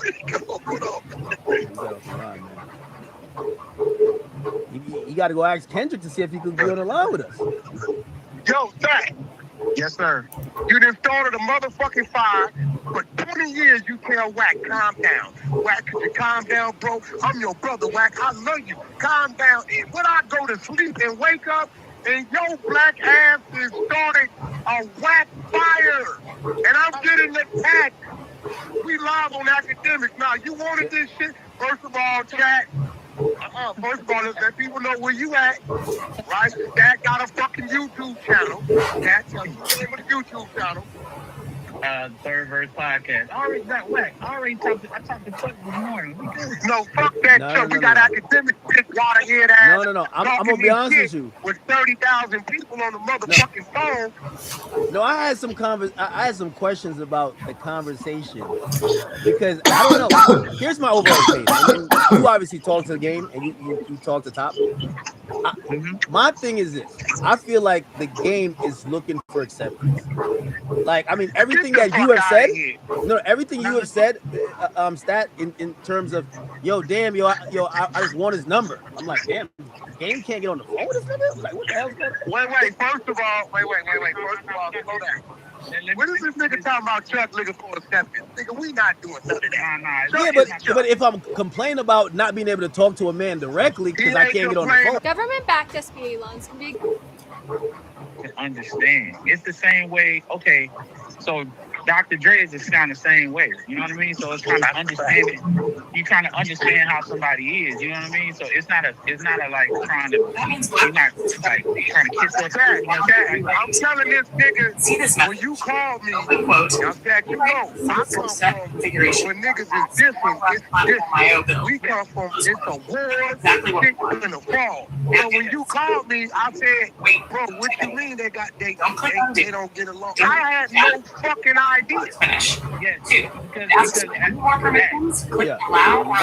Wack can concur. I told him, and I told Chuck around the time that this happened. This song 100 is on the album that I A&R with Wack. So Wack had no clue, and that story about Drake running in Compton, Wack was on his What? It says yeah, I had to chase him down. Somebody was running. All right, hold on. Let's not throw some extras in the mix now. Let me clear this up. We ain't talking about like a scary run. You would have ran too. Listen to me, nigga. We on the block. We in the heart of bombing. So we got Drake over there, and he's our responsibility. So when we switching blocks, we got a team that's moving to clear to make sure the block is straight. Drake ain't understanding this shit. So when he see what's going on to make sure the block is straight, the nigga jumped in the SUVs and got on the shit he saw. He might have thought it was a problem, which it was just protocol to sweep the block. So we just had to catch him, and he came back. Like, there's nobody trying, it wasn't like somebody trying to do nothing to him, but he seen some shit. He got a few white, because actually Drake wouldn't let us shoot the video. Remember, he paid his camera crew to do it, that. Yeah, his camera crew shot the video. Yeah, but Act, I just want you to know something, and Wack will tell you this. I'm not tough, I ain't gangster, none of that. So I don't go to them areas either, so I'm not trying to criticize Drake, you know what I'm saying? He did what he's supposed to do. That ain't no sub at Drake. I'm telling you, I want to say this live on air. Boy Wonder, who is Drake's main producer, that's literally like my brother. He was at DJ's wedding. That's like Boy Wonder's my family. I love him dearly. You know what I'm saying? So I don't get involved in that. Of course, my alliances is over here with Kendrick and Top, and because I live in LA and Act. I'm the one, you remember y'all had an interview and Wack was like, only one nigga called me from Atlanta when I said that Drake was winning this battle. I'm the nigga that called Wack. That's a fact and got on me. I'm the nigga that called him. I'm the nigga that called him. I'm not even talking about Drake. I'm really talking about the game, because I feel like it's just time for Game to smell the roses. Like, yo, if Game gotta call you stat to like get some translation of how Kendrick feels, and he thought he got this. Yo, Act, you don't stop trying to downplay Game. Max 90. No, but that's how he acts publicly. GitHub. Publicly. Today, in this episode, I will introduce that is my friend in real life. And what I'm learning because I'm doing content now, right? Yeah. Firmware. And when he called me, that's my friend. He confides in me in a way that he don't confide in anybody. So first of all, I don't feel like he was confiding in me trying to kiss up. This nigga can't walk down the street without a crowd of people coming around him. He's a king in his own right. He was the only shit moving in the West Coast. You get what I'm saying? He is Game. He is the Game. It's not that type of party. He got love to die. So it was just asking a question. It was never, maybe my delivery got you feeling it. It's not that type of party. Hey, can I ask you a question then? Okay, it's clear that he has love for Dot. Does Dot have any love for him? Because it appears like Absolutely got love. Absolutely. Because if he didn't. To this version, The fact that you never heard K-Dot this game is letting you know he got love for game. I mean, I'm not sure if he's getting the invites to, you know, like the traditional West Coast things that Dot be like doing. Wait, hold on, Cat. Hold on. First of all, let me clear this like this. It's the West Coast. The game don't need no invite nowhere. If he want to go, he gonna go, and they gonna let him right the fuck in. He don't need no invite nowhere, bro. And the thing of it is, they gonna be happy that he showed up. So that's the thing. Like niggas, I don't know what the perception is outside of LA. Niggas got love for Chuck. You know what I'm saying? No, of course. Listen, I even like the game. Here's the thing. When you clarified, and I think that's now why it's kind of like in this news cycle at this point, that of course Kendrick has had an issue, or there's a lack of communication ever since that 100 video. It became very apparent to me because, of course, Kendrick's never spoken on this, right? We've heard the game talk about the pop out or even mention Kendrick pretty neutral and pretty like to show love.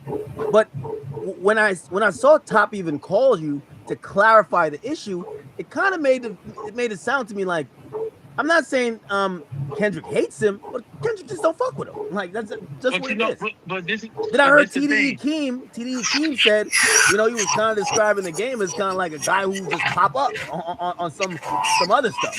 You write the words. What if you could hear them as a song? Go to suno.com, switch to custom mode, and paste. Your game want to go through. I think you have to. It's like a lot of history with some people still have certain grudges against things, but at the end of the day. So wait, you confirm that?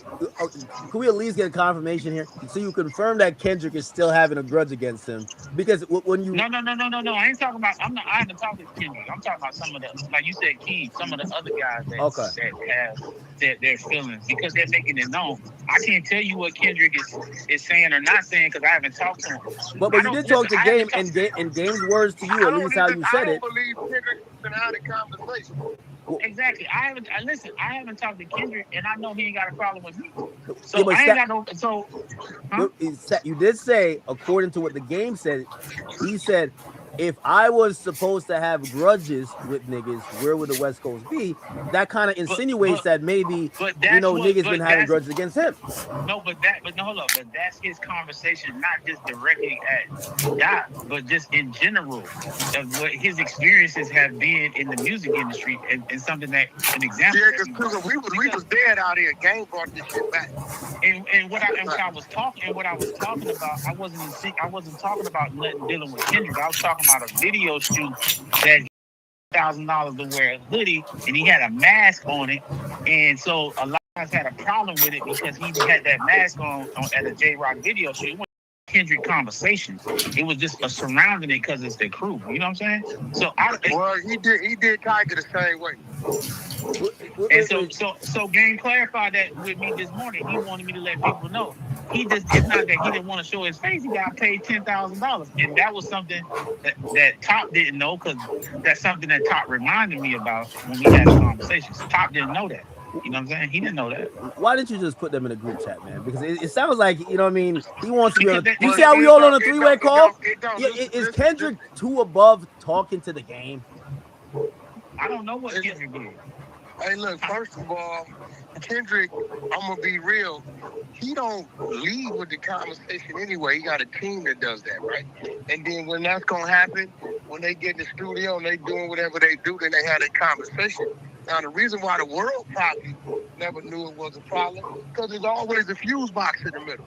Regardless of what was going on, especially back then, that was whack shit, right? So you attack him, you attacking me. Top ain't gonna do me like that, like I ain't gonna do him like that. It might be a conversation. Me and Top had many conversations. Me and Top and Stack has had many conversations. I've had many conversations with the Game. I can't stop Kendrick from feeling the way he feel, but I honestly believe, I know for a fact, I didn't know there was no fucking type of beef going on, because where I come from, nigga, you say it's on and we know it's on. I don't think Game thought whatever was going on was that serious. Stat, have you asked Kendrick why he won't pick up the phone? it ain't nothing serious to even be going. It ain't even nothing serious. That's what I'm saying. But have you asked? Talking 11 years ago, ain't nobody uttered a word about it. It ain't nothing serious. Well, thank you to Stat. He heated it back up. You know, we could talk about some shit today. No, what it is, I'm gonna tell you what heated it back up. This is not fuck that, Stat. Let's go. This Third Verse podcast is on the YouTube. Y'all think this is some shit? Y'all just ain't knowing it's over there. Stat and DJ, which is Jimmy Iovine's nephew, and the other brother, what's the other brother named, Stat? Justin Hunt. They over there exposing all kind of niggas. These niggas, do you know the shit they know amongst them? Like, bro, this shit's crazy. No, hold on. I appreciate it. I appreciate that. Number one, I'm glad that after, you know, by the way, that was kind of crazy. Top called you mid-podcast? Like, he called you, he gave you one of those Jay-Z check-ins. That was crazy. Well, he didn't know that I was doing a podcast. That's like Top is family. I thought he was like watching at the time. Nah. We was reviewing a concert. We was doing an Eminem concert or whatever. He didn't even know I was on. He just called me randomly because I guess somebody had reached out to him. But I just want to say this to you, Act. First of all, great deal of respect for what you do. Congratulations on your success. Thank you. You know, and how you get out. But there's no beef between Game and Kendrick Lamar. It's love. It's family. Okay. You think it's reciprocal love? Hold on. Let me say this. The only reason why I even said what I said initially, I want to say this on your shit, is because I'm watching people have so many negative things to say about Game and his legacy. And at the end of the day, Wack will tell you this. I am tied to his music just as Wack is, because he allowed me to work with Game for a significant period of time. And so I was trying to give some people some insight on his mind, because people just think this nigga just out here randomly just doing wild shit. This is a good dude. I love that dude. And so there's no beef. And that's the only reason I was trying to bring some light to it, because now that I'm in this world and I'm watching comments, niggas really be shitting on my man. And I love that dude. So it's like, nah, I'm trying to step up and let y'all know where he coming from to kind of give you his mindset. That's why when me and Glass was talking about it, Glass was like, yo, this is good, so people can kind of have a better understanding of him and how he thinks. You know what I'm saying? Okay. So, I could have paid $200,000 to go to USC and Pepperdine, but starting my own business gave me so much freedom. I learned so much more about things that I never ever dreamt of. My advice for new business owners, I would absolutely lean into your core skill. Where are you going to make a difference, and where are you going to beat the competition is where you find success. Start your LLC today at busy.com. And that's what I'm saying about acceptance. Like, The Doctor's Advocate is literally an album basically like saying like, damn, why you don't fuck with me? Like, come on, we all know that narrative. And for me, who that was my favorite rapper at the time, I look at it, I'm like, you're him. Like, when you look at, you know, rap is still like a gladiator sport. So when I see even now, like, I would rather both of them, like, when I see Kendrick never address Game, I see no association there. I hear nothing on that side. And then even when I hear, like, you know, Game have to speak on his relationship with Kendrick, it kind of feels like, you know, if it still feels like that same energy I was saying with the Dr. Dre thing, where it's like, I agree with y'all with everything, and I didn't even know that people were talking about his legacy like that, but I think that's also assisted by the energy that he kind of also puts out. Like, you know, he's looking for acceptance, when in reality, if we're gonna go in the hierarchy or not, you know, the lineage of people who ran the West, he's one of the most significant people. And I don't think sometimes he exudes that energy. Saying that looking for acceptance shit, bro. Game is such a lone wolf. He's such a wolf, a shark. Game don't give a fuck. Listen, bro. He ain't looking for acceptance from nobody but his motherfucking kids. I'm gonna tell you that right now. So it's not a thing that he's looking to be accepted by Kendrick Lamar, because Kendrick Lamar was once a student to the Game. How the fuck what you mean? The teacher is looking for acceptance from a student. The student just has now become a teacher. If they got some disagreements, cool. But guess what? You ain't heard no diss music. You ain't heard no none of that shit go on. Hey, so you should go listen to Black Boy Fly from Good Kid, Mad City. Kendrick already spoke about how he feel about Game on that whole song because he talks about how much admiration and respect he got for him. So I think when you're looking for him to say something, but he already said it. You know what I'm saying? But he said it before that moment, right? He said it before 2015. And I'm also like, you know, maybe you could give me some insight. Wack says you didn't know because Wack was looking for like no Vaseline type of bitches. Yeah, I didn't know it was a problem. Yeah, Wack didn't know because when I told Wack, remember, I told Wack was like, nah. Wack you gotta remember, bro, I come from it's a problem. I don't come from it's not gonna be any issue. Because I remember vividly telling Wack, I said, Wack, he's like, hell nah, he ain't doing that. Okay. You know what I'm saying? You believe that the Game was oblivious of it. And by the way, chat, I have the lyrics on the screen to Black Boy I don't Fly. think the Game thought it was Verse 2, he's talking about the Game. I don't think Chuck was thinking about it like that because he didn't. I didn't even know that they had issues like that. Even me, I didn't know it was like that either. But nigga, I'm telling you, we didn't know. When I think it was like some freestyle that happened, or I saw something on YouTube, and that's when I thought about it. Like, oh shit! But it had already happened. You know what I'm saying?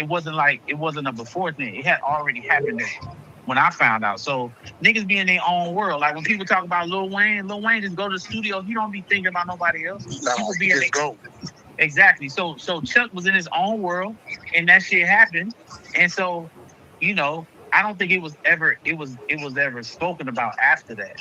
I think. Do you feel Kendrick feels like he's owed an apology? I don't know what Kendrick feel like. I can't speak for that, man. You talk to him. You're one of the only few people. I didn't know Kendrick was this hard to reach. Kendrick. I don't. Hold on. I have not talked to Kendrick. I talked to Top. I've not talked to Kendrick Lamar at all. When's the last? No, not recently, but when's the last time it feels like you're one of the people that could talk to him. It looks like he's. I don't. Yeah, he go in his session. Listen. Let me. So academic. Listen. I'm the kind of. I don't know. You never met me, but I'm not the kind of person that is a could talk to type of nigga. It's either I'm not even that type of person. I'm like my phone's on do not disturb. Wack is one of probably 7 or 8 people that can get through and talk to me. So I don't reach out to anybody. Top Dog is another one of them. So if generally when people reach out to me, it's people that call me. I don't really call niggas. You know what I'm saying? Like I don't do that. You know what I mean? So I wouldn't even. I love Doc straight up. You know what I mean? But I know. I come from the Dr. Dre school, so I give niggas their room and their space, and I know that niggas still love me, and I love them all the same. You know what I'm saying? That's how I'm. Zach, you gotta remember, like, that is really a real behind the scenes, dude. Like, just some of his accolades, everything from 2013 to 2022, he A&R Games projects for me. Lyrical Lemonade, that was managing that whole situation. Little Xan, that is who birthed Little Xan. And we ain't gonna talk about the people. He gave Nipsey a bunch of guidance for the marathon. Nipsey asked him to come in personally, and along with Dr. Dre and Eminem and a host of others. So you're dealing with somebody that, like he said, Build apps that scale. Meet Base 44. Prompt it. Foundation set. Structure's good to go. Now, build it up from there. Plug in your integrations. Get exactly what you need the moment you need it. Want to write your own code? Push and pull from GitHub as you go. Own your workflows and environment. When you want that visual impact, drop in any NPM library and watch it come alive. With security built in, keep your data safe every step of the way. Ready? Deploy in one click with full control and zero compromise. Base 44. Build it your way. If you had known, right before the video comes out, you guys have the record, and they're like, yo, bro, yo, you know in that verse 2, like, yo, he diss and dot. Would you have asked the Game, or you'd have asked Drake to change? Would you have asked him to change his lyrics? What would have happened was, I know Chuck, right? Chuck would have probably got Drake and Kendrick on the phone to try to dead him. That's what he would have did, bro. Because if me and Top, if I get the call from Top know I'm gonna go put it on the table. Game gonna know Top called whack, and then Game gonna listen to it, and he gonna get Drake on the phone and Kendrick on the phone and try to get some understanding with it. That's all it would have been, bro. I'm telling you. Niggas just didn't know. When Stat told me, I said, Stat, get the fuck. What you talking about? Where is that?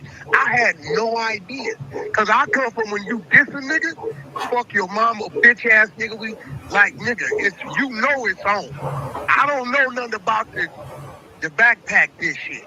I didn't know with Drake. You know, now they playing it. I'm like, okay.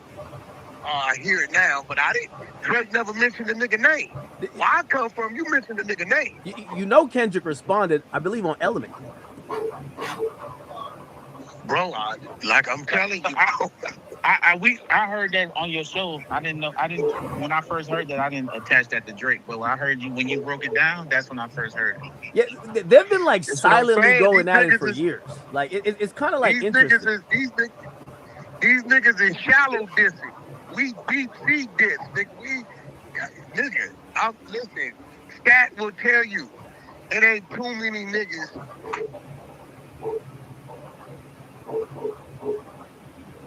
Hello? Yeah, I think you got cut off.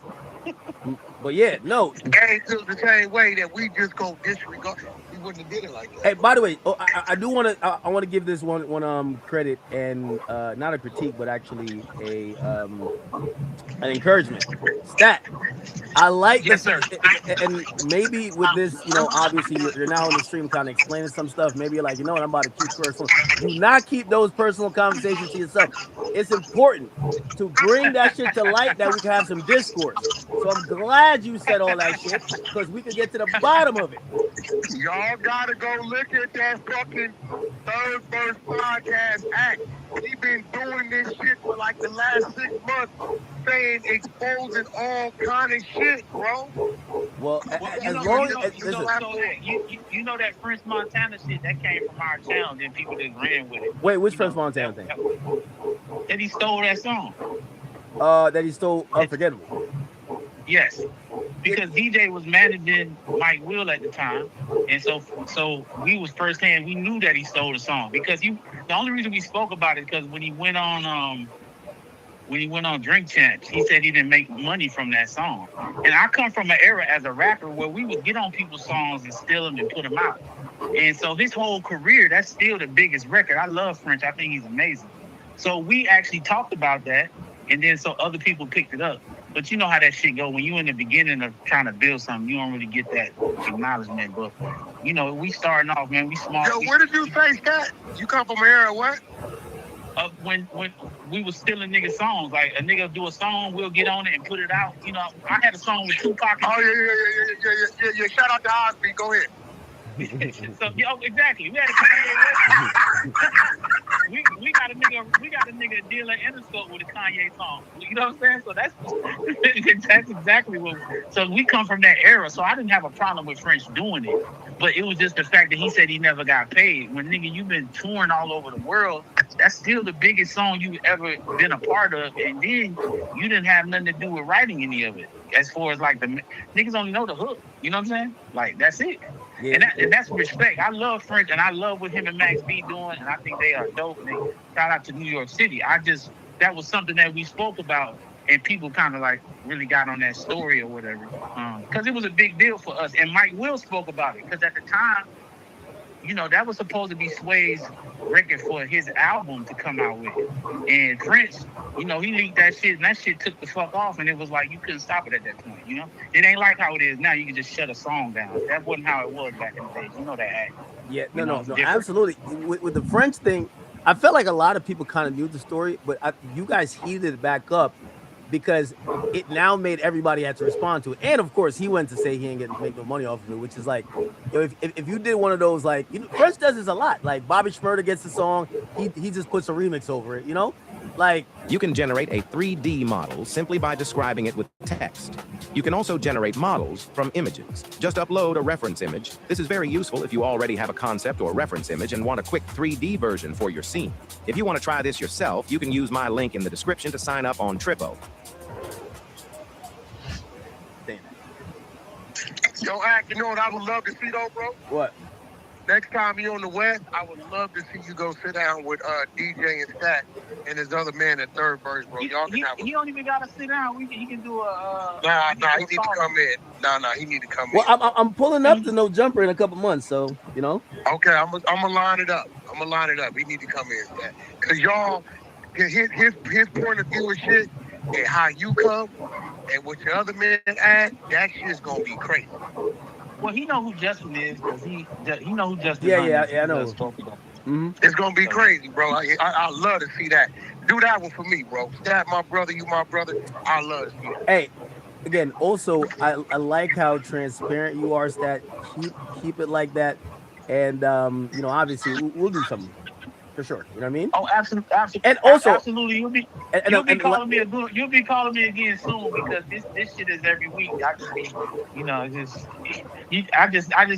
I've been a fly on the wall for a very long time. I'm glad he doing what he doing. I've been trying to get his ass out that shell because he knows some shit.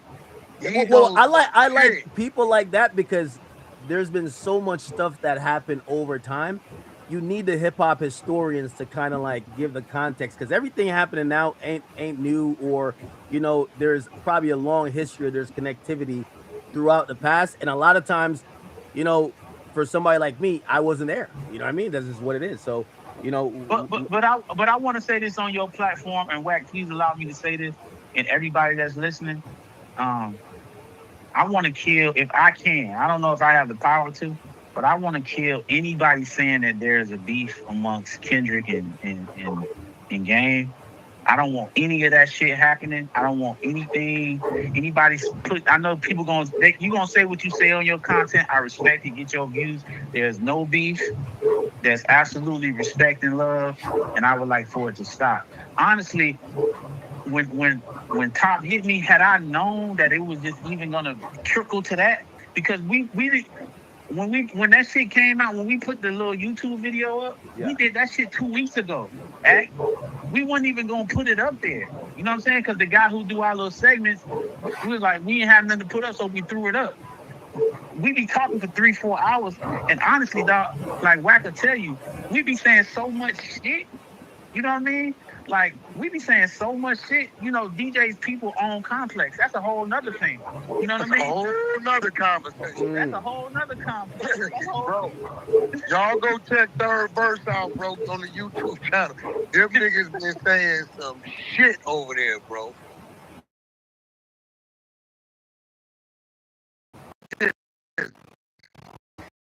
DJ is one of the guys that discovered Eminem. Scat was tied to Eminem and Dre. When Gang went to Dre's side, Scat was on Eminem's side. Stat Atlanta. Y'all go check it out. DJ A&R, the documentary, A&R Get Rich or Die Trying. Jimmy Iovine's nephew, he currently manages Mike Will Steele. And what business partners? He managed Keisha Cole. But at one point, he had Boy Wonder. He had all the Toronto producers, all of them. T-Minus. He was managing, he had Hit Boy all at the same time. You know what I'm saying? So he put Forever together. He was managing YG. You know what I mean? He's probably responsible about 100-200 million records sold. So we have a lot of experience in the music industry, and we just say what we want to say because niggas can't really fuck with us on no level. You can't discredit what we gotta say. It's the truth. You know what I mean? You can't stop them. You can't close the doors. The politics around them in the industry is crazy. The politics in these streets is even crazier, right? So it's a free fall with them. Act. I don't want nothing to do with no streets. You know? Yeah, well, I mean, at the end of the day, ain't nobody, whatever they say, he don't even tell me shit. I find out we ain't going for it on no side. So I don't want no problems. I want to put this out here to the world. Nothing about me streets, but I know, and I try to hide anything from the people that love me. I don't want niggas to know nothing because I don't want no problems. I don't want no problems with nobody. And like I said, with this shit right here, everything in the world, please, just relax. It's not a big deal. Everybody loves each other. Shout out to Drake. Shout out to Kendrick. Kumbaya. All love. You know what I mean? Yeah. Yeah. All right, when you get in town, I'm gonna line that up, bro. For sure. All right, bet. For sure. Yo, do your thing, man. I appreciate you, Act. All right, appreciate you. All right, bro. Okay. All right, got that in. Okay. I think we can go back to the Dirk thing. Back to what we were talking about with Dirk. So Dirk, you know, the government wants a motion to put in a gag order. No more talking outside the courtroom. No more Do you need funding for your small business, but don't want to be stuck waiting in the never-ending process with traditional banks? With Lendio, you can get funded in as little as 24 hours and qualify to get access to up to $20 million. Applying is absolutely free, and you'll even get funding amounts and loan types that are catered to your exact business needs. Click now to get started. A fair trial does not include litigation through prejudicial and extrajudicial statements on the eve of and during trial. As this court previously recognized in a separate case, the flurry of publicity on the eve of the trial threatens to create a circus-like environment that would deprive the parties of their right to a fair trial. Until now, the government has declined to seek judicial intervention, despite the defense's repeated inflammatory public comments. The government twice inquired whether the defense counsel would agree to a limited order prohibiting parties from making extrajudicial statements that could prejudice the jury. The defense counsel declined, and the government respectfully submits that the court should now intervene and ensure a fair trial. Okay, they continue to say trials have a affirmative constitutional duty to minimize the effects of prejudicial pre-trial publicity, and it says a limited gag order is necessary to ensure a fair trial. From the inception of this case, defendant Banks has attempted to use his influence and media access to influence public opinion about the strength of the case and at times to malign the government. For example, the defendant used a social media account with nearly 150 million followers to publicize his first motion to dismiss the first superseding indictment. By the way, they're saying that this message here by Dirk, which is an update. Check this out. I create who you depend on. Yeah, I just want to give y'all just an update on my mental, my mind state. You know, I just been reading, getting into these books, working on my patience. I've been reading Fonz in the Game by William Gatkar, Louis P. News, Fred Hampton, Lane Brown, just all the revolutionaries, you know, who went through something and stand for something that a lot of people don't know of or forgot about. You know, and I just been sitting on my heart lately to save the generation, bro, to save these kids. You know, they don't deserve it. I'm just tired of being a pawn for the culture, you know, entertaining and being ignorant. You know what I'm saying? I want to change the world around, being positive. I want to start with saying, like, when it comes to support, you know, I'd be cool because, you know, when Jay-Z went through his situation, you know, he the people's champ. They turned their back on him. Even Drake and Kendrick, you know what I'm saying? Make sure that so I'm gonna be the first one to just do it, you know what I'm saying? And not saying the first one to do it, but, you know, for these kids, you know, we gotta be their heroes. You know what I'm saying? They gotta look up to us in a positive way. You know what I'm saying? And a lot of people ain't gonna like it. You know, you can't make money off of it, they ain't gonna like it. So I'm gonna be the first one to do it. Revolutionary. Make sure you use label. Yeah, I just want to give y'all an update on. I need to do another one. Like good first issue. Hide any features you're not using. For this indictment is a lipstick on a pig. For nearly 2 years now, the federal prosecutors have desperately tried to fend off challenges to a very weak case. Now, just 2 months before a trial, that Dirk Banks has demanded at every turn. They pulled this pathetic pivot recycling old accusations. Okay, so he had shared it with Jim Finley, so we're going to join post, but nevertheless, he also said the term open source is brought up. Whatever his caption, even though it's a statement from his attorney, so they're saying that he's using the 50 million fans to try to sway the case. Okay, or sway the perception of the case. Videos that have like a screen recording use OBS. For anyone using it, you don't never have What's up, bro? our energy, is the word problem. And as many of us know, it has employees and cost and for it needs to generate. Yeah, for sure. This trade, I wanted to make it something special, so we can show the rest of the world, outside the music, it's big on us to take care of our community, take care of the youngers, and, try and guide them the real way. It's a public company that generates money outside of that action. So React is not going to generate money by Facebook. However, the man up above is real, we ain't even gonna let the enemy distract us, man. Because at the end of the day, it's all on his time, and so while we're here, we just gotta play our part. The dope thing is, I'm excited because, bro, we finna give at least 400 kids brand new tablets on top of other stuff, on behalf of myself and OTF. We're gonna get out here and bless them. With y'all, 100%. You know what I'm saying?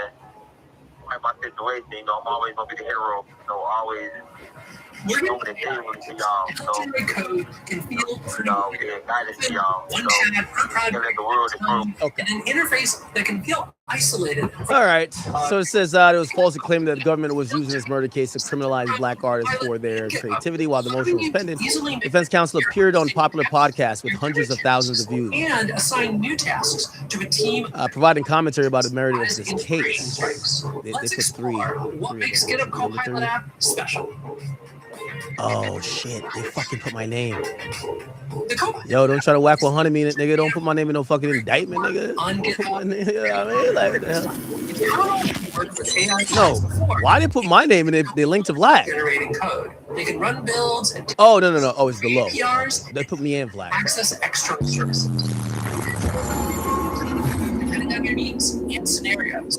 From the home screen, I can see the core chat window where I can start. Hi, Mrs. Thompson. How can we help you today? With Quo's business phone system, you can automatically Popular podcast with 100,000 views, providing commentary about the merits of the case. Then following the filing of the third superseding indictment, the counsel issued a press release using Defense Bank's social media. We just read that criticized the new charge of calling the allegations false and lipstick on a pig, and contained other rhetoric suggesting the government was scrambling and pathetic. Counsel then gave the interview where he criticized the government and boasted that the defense have been defeating the government on so many legal issues and claimed the community, including law enforcement officers, opposed the charges against defendant Banks, walking up to counsel saying free Dirk. Which is this? Let's go to 5. 5 right here. GitHub Copilot now writes nearly half of all developer code worldwide. I have people coming to me off the streets going, free Dirk, literally. I have law enforcement officers walking up to me and saying, free Dirk. Okay. Yeah, so it's been really an amazing experience. I'm glad I've done it. Dirk comes from Chicago. He's self-made. He was a Grammy Award winner. He was deeply involved in community service right here in your city. Okay, he had local politicians supporting him. He had people in the community supporting him, and they brought this case against him. And we have been defeating them on so many legal issues. What is the likelihood that this turns out in Dirk's favor? Everybody that I've fought for years and years and years, everybody that knows I'm 24/7, man. You call me 3 in the morning, I'm at the police station. So that's not me. And we're going to win it. I have people coming to me off the streets going, From Finland, $1 billion attorney. He's definitely product now. very confident. Okay. On June 26th, in light of these and other publicly disseminated statements, the government proposed a joint gag order, to which the defendants disagreed. Following the July 14th hearing before the court, defense counsel conducted an impromptu press conference on the steps of the courthouse. And last week, the parties met about this and other motions the parties intended to file. The defendant Banks counsel indicated that the defendant opposes the requested relief. For these reasons set forth below, including that trial is in a matter of weeks, the government respectfully requests that the court enter into an order prohibiting further press conferences, releases, and other media operations that could improperly influence the jury. While evaluating whatever, okay. All right, so they're citing some cases and okay. All right. I'm trying to get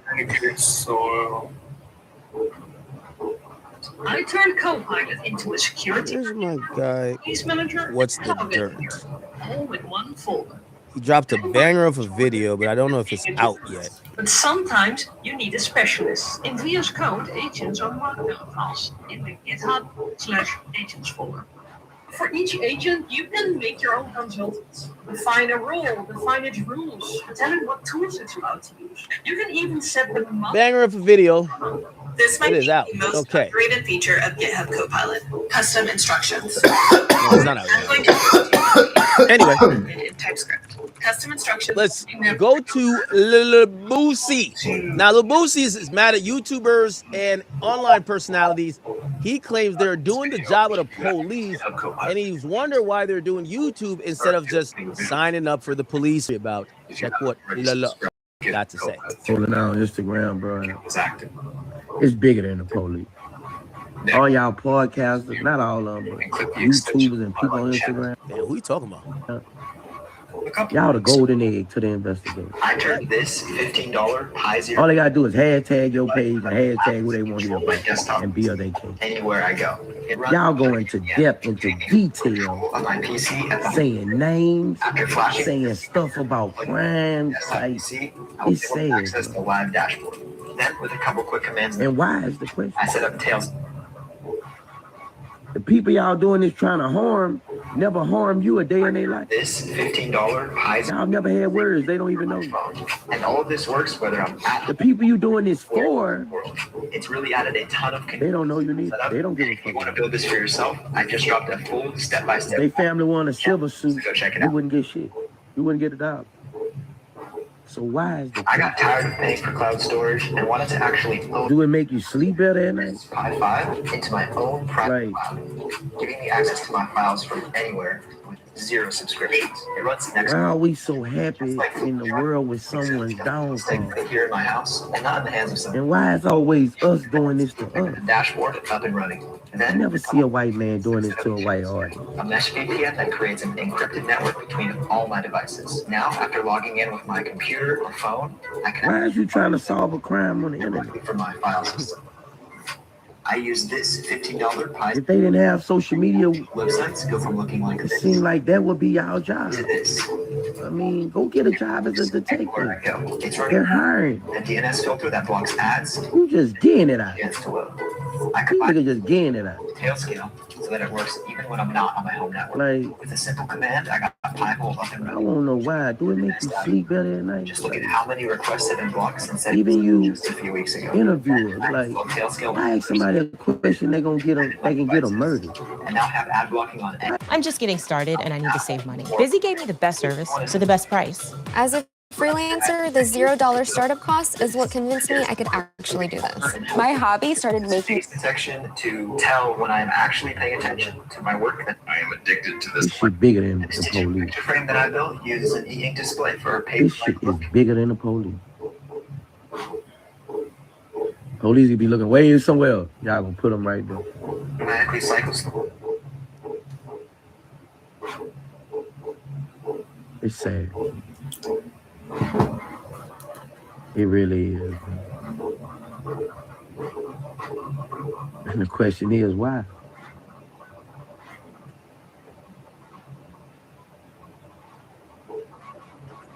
Nobody from both sides know you.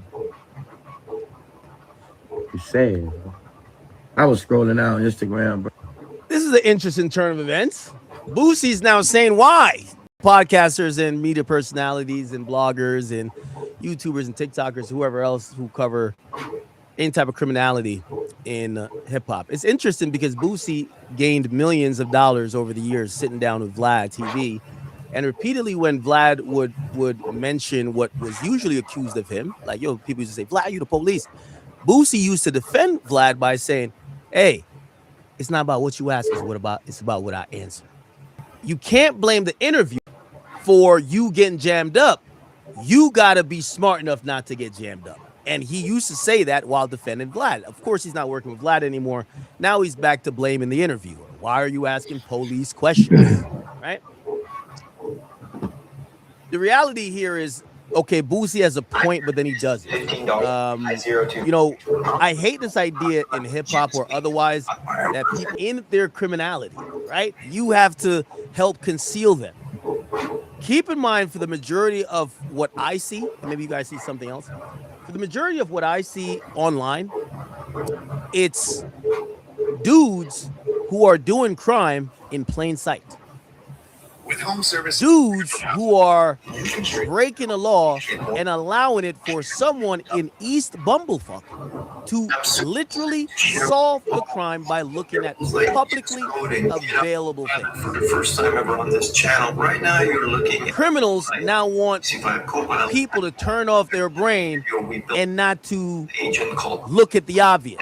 How about become better criminals? How about that one? So what we're gonna do now, is we're gonna collect these. I'll give him a little bit of edit because we're gonna move understanding, because I do think these days with media, you know, there's a lot of speculative stuff, right? Like, you know, yo, YG's about to be locked up for Rico tomorrow. Like, okay, we might need to calm it down a bit, because sometimes that could put people in danger. That's a fact. I agree with that. If you select these three dots, right? Like, so some of the stuff, you know, agent builder. Obviously, you know, we're all consuming content, or we're seeing stuff publicly. We're not making these overt statements like, yo, so and so got this person killed. And now everything like, from this agent gotta like calm that down a bit, because the instructions, you could put get copied over to Copa Studio. Someone in the crosshairs of someone else who cares about whatever topic I was talking about. And all you gotta do is on the top right hand side. I just vehemently disagree with Boosie, where he's saying social media needs to stop doing the police's job. It's the same type of rhetoric that criminals use when they're amongst the community. This idea of snitching apply to people who do crime. It's a code that really embed themselves in the community, and they put their morals or their like codes that's only existing to protect them. They push it onto the community, whether through culture, music, whatever, and they hope that everybody else got to protect them. So you could terrorize, sell drugs, shoot at niggas, but now when the police come around to arrest you, the grandma up the street supposed to keep quiet. The little kid who, he's a square, he doesn't do anything, he's supposed to keep quiet, you know, because it's all to protect you. Criminals are the most selfish people possible. That's why I keep saying, tell them criminal niggas to go be better criminals. Like, don't get mad at the civilians that they could solve your crime. If a civilian could solve your crime online in 15 minutes or less, the project. What do you think the police do? Actually run Platform.io and this idea, like, it's the build log from your computer. In what world are we like trying to protect the criminals? I'm not saying like, you know, obviously if your thing is like, no, let's new terminal. Maybe you're doing too much, but who cares? 3, run. Who takes the of we need to protect these guys? Who takes that demeanor? So that's where I kind of depart from where Boosie's thinking. You know, in hip hop, I've seen this. A nigga gets locked up. And you know what people say? They blame the media. Websites your competitors don't want you to know, part 2. All you do is go to this website, and it lets you find out exactly how much your competitors are making by showing you how much traffic they're getting, where the traffic's coming from, and even which social media platform is driving the most visits. It has a complete breakdown of all the recent ads that they've been running, what type of keywords they rank for, and even the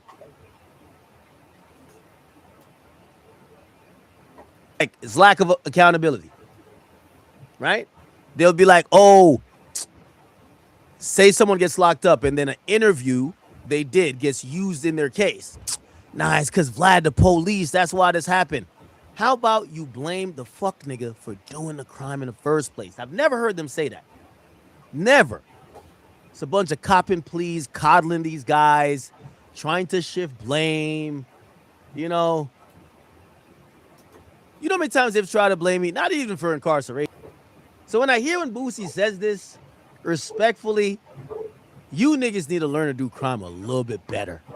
Because if a nigga who's sitting in Idaho could solve the crime that you're committing, maybe jail is the place that you belong. See the code in our Not that smart. Cut it out.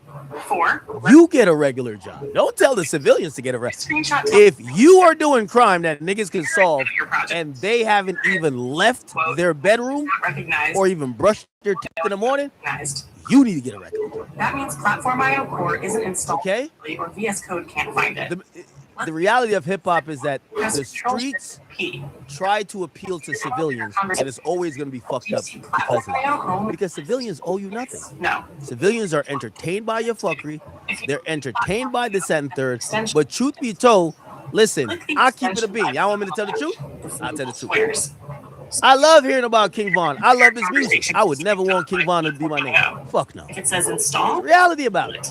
If it says and this is what people don't remember. Like this rap shit, y'all make millions off it. This is entertainment. Of your extensions tab after searching for platform. I would never want little Jeff living next door to me. Are you crazy? I need to repair it. We're very close now. Honestly, we gotta be honest. Listen, half of these rappers that we hype up, I would never want these niggas to not be my name. And uploading to your E32S3.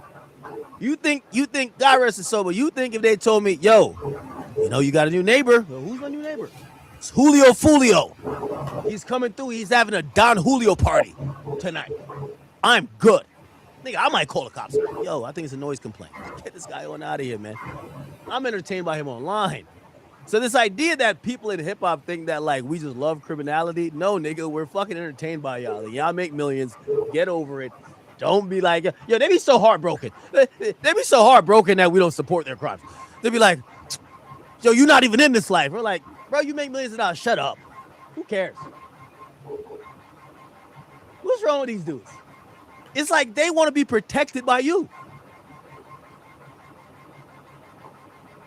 Like you're getting paid. You know they exploit their criminal nature. This is why street rap and drill rap exist. They exploit it for money. When you see all them cars and they're flexing on you, at no point they say, you know what, man? These fans would have definitely held it down if like the cops was looking at it. They wouldn't help. So, you know, let them drive the Maybach. No. So like, I hate when they start saying, yo, these guys online, the fans is doing too much. Half of the rappers get more attention because their Reddit is breaking down the shit that they rap about, saying, nah, this nigga real. Yo, this nigga's real as they come. Music going up. As soon as they get caught, man, y'all niggas doing the job of the police. How?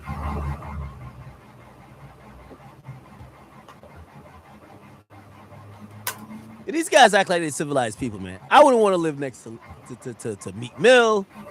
I wouldn't want to live next to who are these other belligerent niggas, man? Like these rappers really think that the regular society loves them. No, nigga, we're fucking entertained by you, nigga. And you get paid millions. It's a trade-off, nigga. That's how it goes. It's a trade-off. Don't expect no more from us. We don't expect no more from you. We expect you to give us a perception of quote unquote being real, this and third, but don't fucking incriminate yourself. And if you can't do it, this ain't it. If anybody could make millions and millions of dollars, everybody would just sign up and just be in the door. So if you can't avoid getting caught up on social media doing your crime, since you can't stop doing crime, I don't blame the YouTubers at all. Sorry. The only time I'll say YouTubers should chill if they're being too speculative. Like, you know what I mean? They're like, oh, they're going to get arrested or this person. Then we chill. Anyway, Boosie, we love you though, man. I think Boosie need to go back on Vlad, man. He stopped doing them interviews on his Patreon. I see him did one with, he just did Boosie, Ricky Smiley. And I think it's getting some traction. Is it? You know how happy Vlad is? He's like, yo, bro, I'm not paying $25,000 for 269,000 views. I'm good. Anyway, Boosie did appear on the podcast with Ricky Smiley.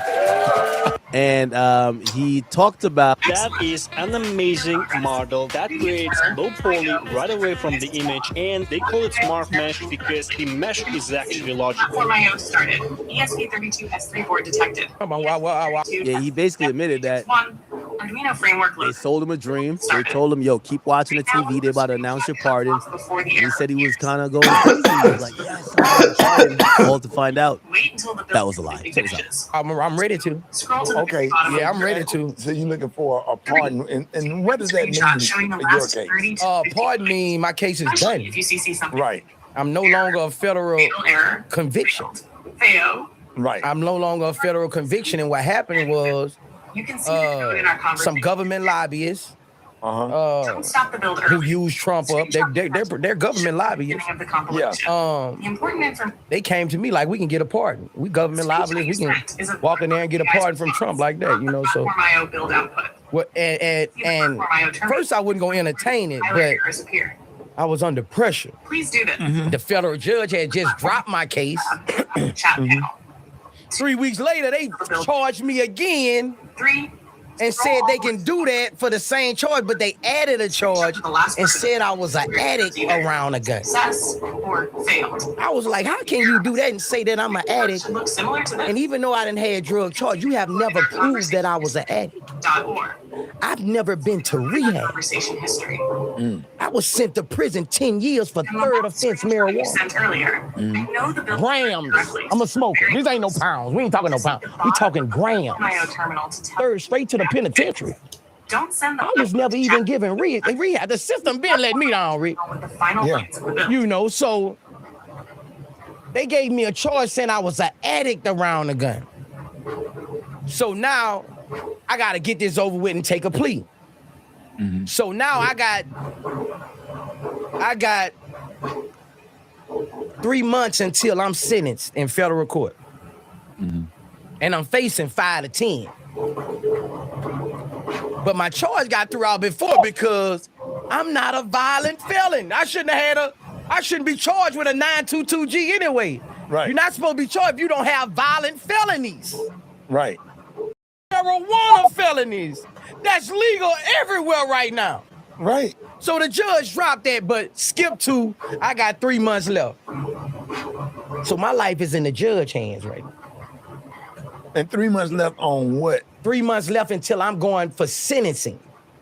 I wasn't gonna fight that. I wasn't going to try to fight the charge. I wasn't going to try to fight the charge because at that time I did arm myself. Right. Oh, that's what Pooh Shiesty was talking about. When it says out on bail with a 922G sitting on my what do you say? Out on papers with a 922G sitting on my counter. Damn, he was telling on himself even in the song. So 922G is like the federal statute. It makes it illegal for specific prohibited persons to have weapons. And in FDO, I ain't gonna lie, man, that nigga Shiesty. That nigga good, man. In the shit, he says, out on papers. He says, out on papers with a 922G sitting on my counter. I'm out on papers with a fully ARP. And he's what it is, a fully ARP. My nigga.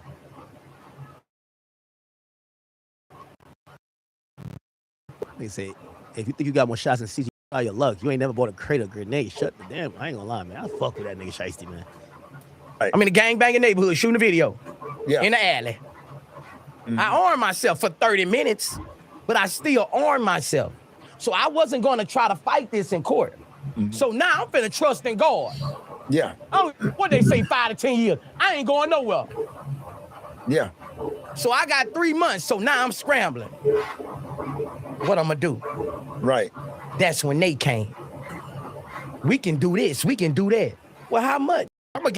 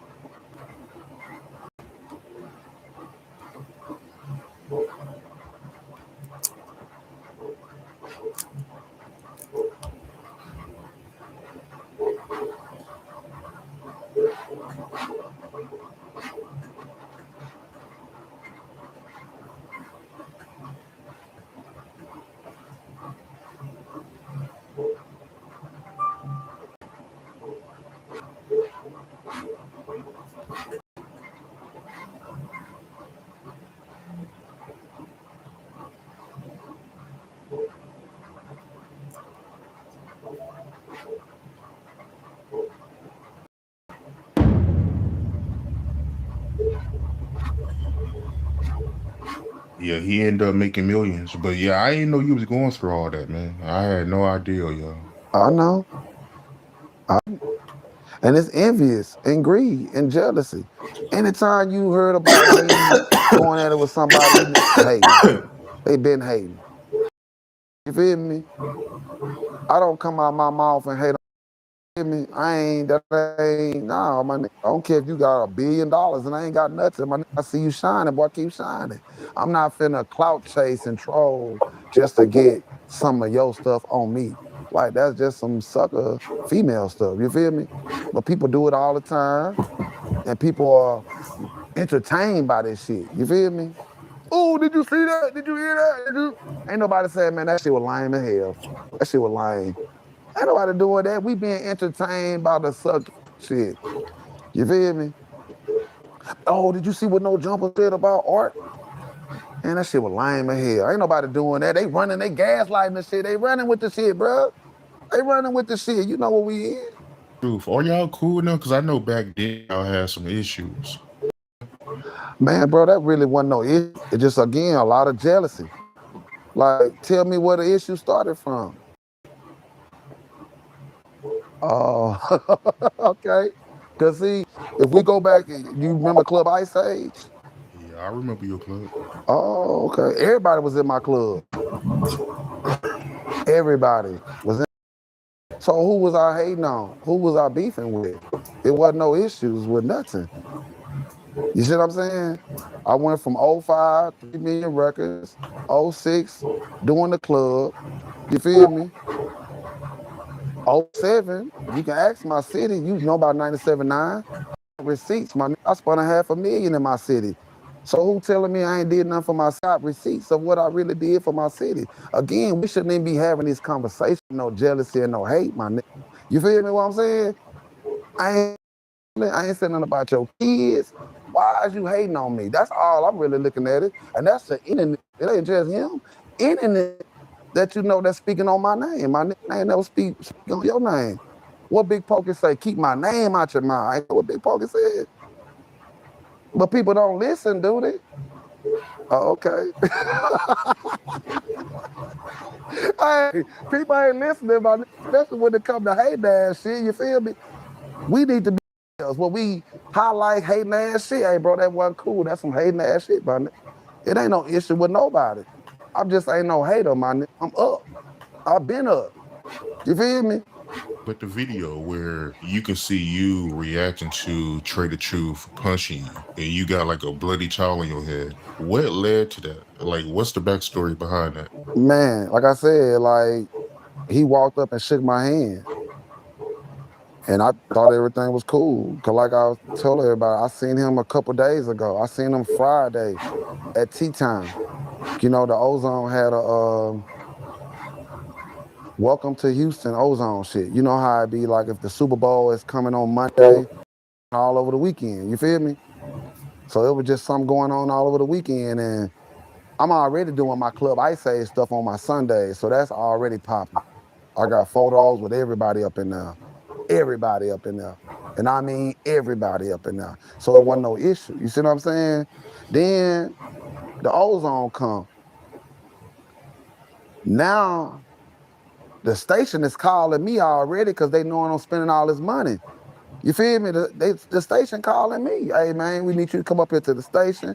You know, do what you do. Let everybody know, you know what I'm saying, you in town. The station called me to do this. I didn't call the station. I can tell you exactly who called me. They called me and said, hey, man, come on up here. You know, everybody coming into. So I came to the station. And yeah, I'm like, hey, yeah, the president is in town. I'm here, I'm doing this, and this. It's going down. I didn't think that people would get jealous and envious of that. You get where I'm going, bro? I never thought that people would get jealous and envious. It's like art, you get on wherever you at. Man, shit, they called me the Don Dollar. They called me the Don Dollar. Yeah, they called me the mayor. You who you is, right? I'm not finna be tripping about that shit. You see what I'm saying? 3-2 used to be what? 3-2 used to be the governor. Right? Did we make a trip about that? Did we trip about that? So why are we tripping? If we look at the underline of that shit, my nigga, what was it, my nigga? I'm out the way. Y'all got it now. But I'm just going out timeline. What it is. What it was. You feel me? I'm good. Y'all got the city now. And now that y'all got the city, what the city been doing? Who else have went gold out this motherfucker since I fell back? Who else went platinum? The last of the dying breed around this bitch. You feel me? You feel me? So what was the whole notion to knock that down to do what? What the city doing now? Highlighting other things other than music that, what are we doing? You from the city? I'm glad you from the city, because come on, what we doing? And I ain't even got no beef or no issue, man. I'm just calling it like it is. Like when it's jealousy and envy, that's just what it is, bro. Like that's just what it is. Like I don't know what else is what. You feel what I'm saying? But I'm still doing me. I'm sure they still doing. Nobody run the numbers up. Correct me if I'm wrong. Shout out my nigga Travis Scott. Shout out Megan Thee Stallion. But they not repping the culture. They right, yeah. You want? And he repping the H salute.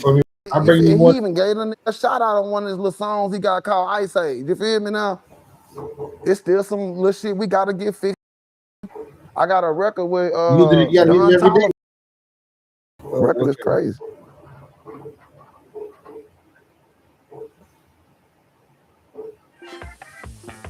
You tell me. You Get a GoDaddy website, email, and matching domain bundled together for. I'll bring you one tomorrow. Tomorrow night. I get off work. When I was talking to Slim Thug, your name came up and he was showing you nothing but love, man. Nothing but love. But I know he feels like a lot of people turned their back on you. Mike Jones taught me so much, like without teaching me, right? So it's like I said, I got to see his whole come up, and he was the one who was blowing up. Like everybody was Mike Jones because he had the catchy phrase and the number. So you would see the celebrities, you could probably like I'll be bopping out Mike Jones and saying his name and kicking it with him and doing everything, and then they just flipped on him. Everybody just turned their back on him. Kind of it seemed like everything just, flipped, and that really showed me the Hollywood crowd. From the labels to the celebrities, all that fake, all them fake. You know what I'm saying? And that's when I really realized I ain't want no parts of that world. Because when he was the man, everybody was, oh, Mike Jones, but it was like right after that, everybody cut him out, from the celebrities to the labels. They don't answer calls. Everybody went bad. You know what I'm saying? So it showed me how fake that world is over there. And I got to learn a valuable lesson off of that. And it showed me that, it wasn't real. So I thank him for, for that lesson. Right. You know the analogy when people say, let's say I'm on. Let's go back to 05. Let's say I'm on, right? And let's say you be like, hey, yo, Mike, what's wrong? What's up? And I'm like, I don't know this. And you be like, dang, you ain't have to do me like that, bro. You ain't gonna be at the top for long. When you fall down at the bottom, you gonna need people like me, right? Because I did you in, right? But what he's saying is that I didn't do nobody in. I did everybody 100. You needed a favor, I'm there. You needed some love, I'm there. So I would expect for you to show that same love when I need you. You feel me? I could have just said F all y'all and dog y'all and been cliche like everybody else is. And I see why they do it, because when you need them, they not there to look out for you. You feel me? So a lot of the people you show love to, they wasn't showing love back. They ain't show out and look out for me. Like, for example, and it's cool now, but the T-Pain record, I'm in love with a stripper. You feel me? You remember the record, right? Absolutely. Okay. I'm Sprung came out. It wasn't doing all that. It was turmoil. It was turbulence. His guy came to me and was telling me about the record. I did the record, show love on the record. You see what I'm saying? You saw what the record did. What it do? Change. All I needed was for you to do Cuddy Buddy for me, that I also did. But it was politics when Cuddy Buddy came around. You feel me? I'm in the video with a muscle shirt on, and I ain't got none of the features in the video. You see the difference in the two, my boy? But y'all ain't talk about that. Y'all ain't mentioning that. Y'all just keep going on with life. And y'all want to ask me bullshit. Y'all not holding nobody accountable for the shit that they do. But if I would have did that, though, and over, y'all would have held me accountable, though. That's what I'm saying. Why it ain't fair exchange? Why it ain't, I did that for you, you gonna do that for me? You feel me? I'm just being real.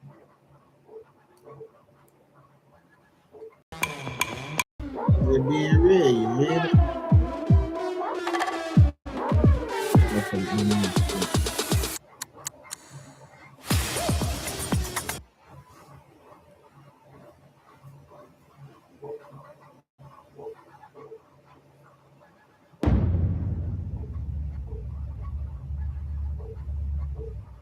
I heard you lost your number, the 8004 number.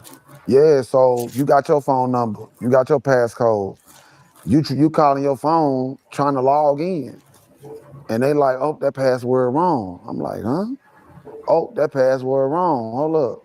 Then when you call the operator, hey man, I'm trying to log in and do my password. It's not letting me do it.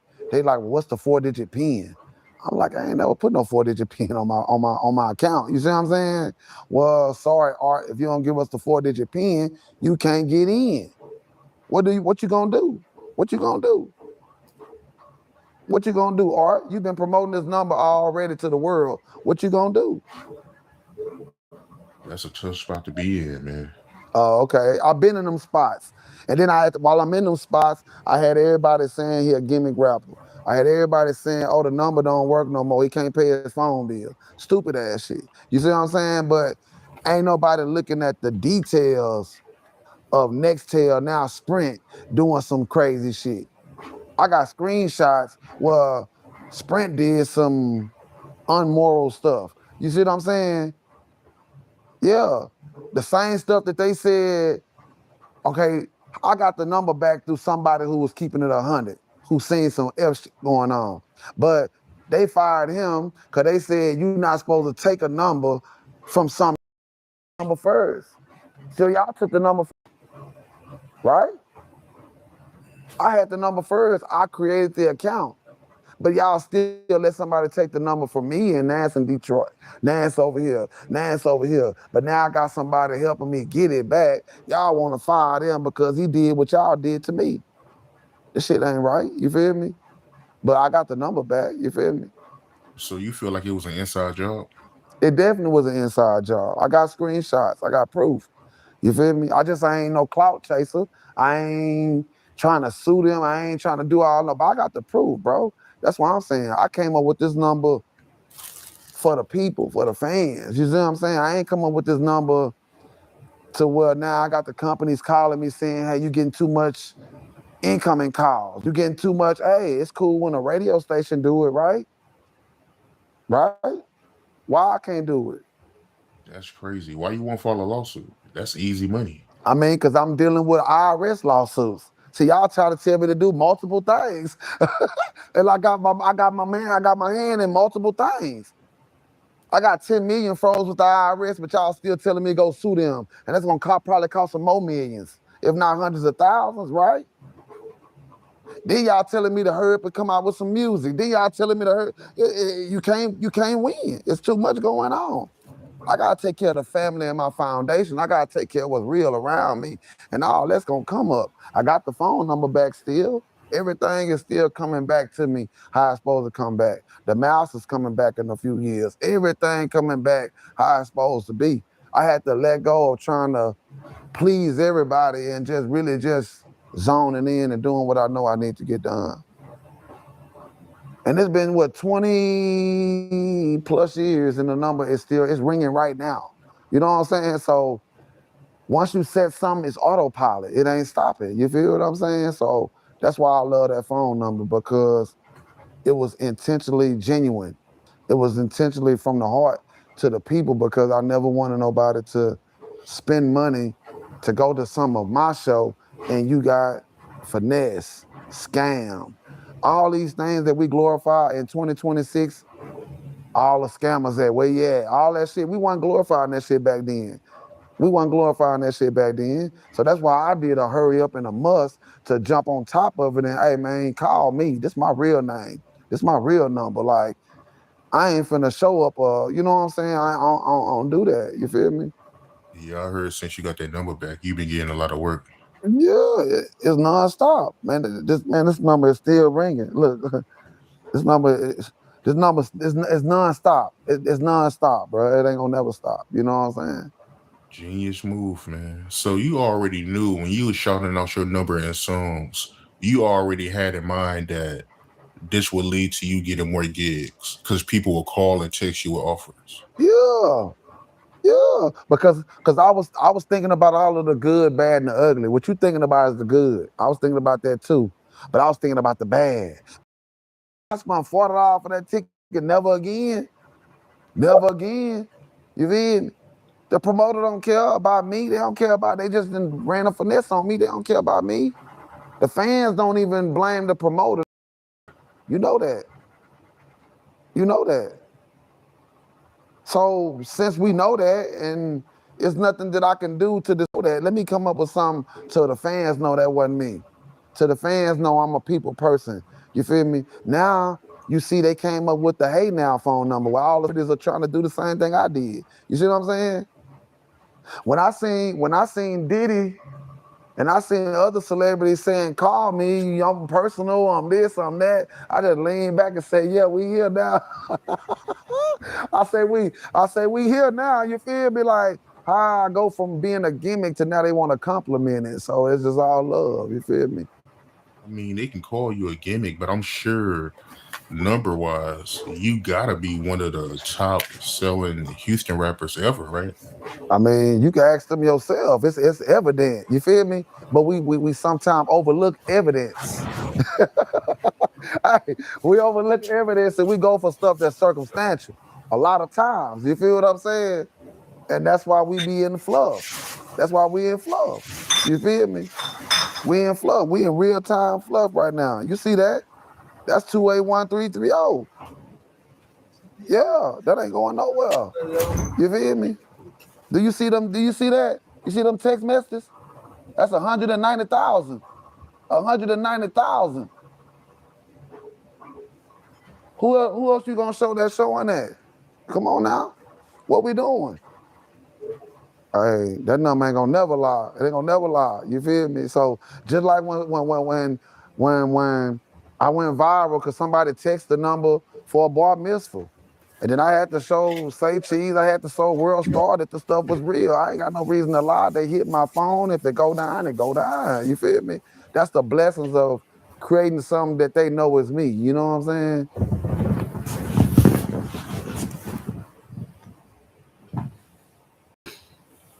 Be honest.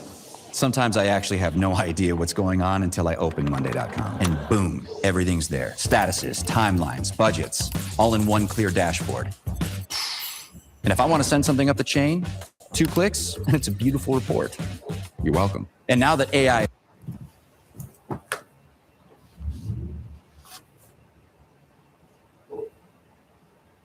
Sweetie! It's over with. To think that somebody was stealing a bunch of toys, stealing Christmas, that's kind of crazy. This is security video showing the moment early this morning when Eugene Henley says someone stole a U-Haul parked in front of his Windsor Park home. It was filled with toys worth nearly $40,000. Boy, you is a scumbag.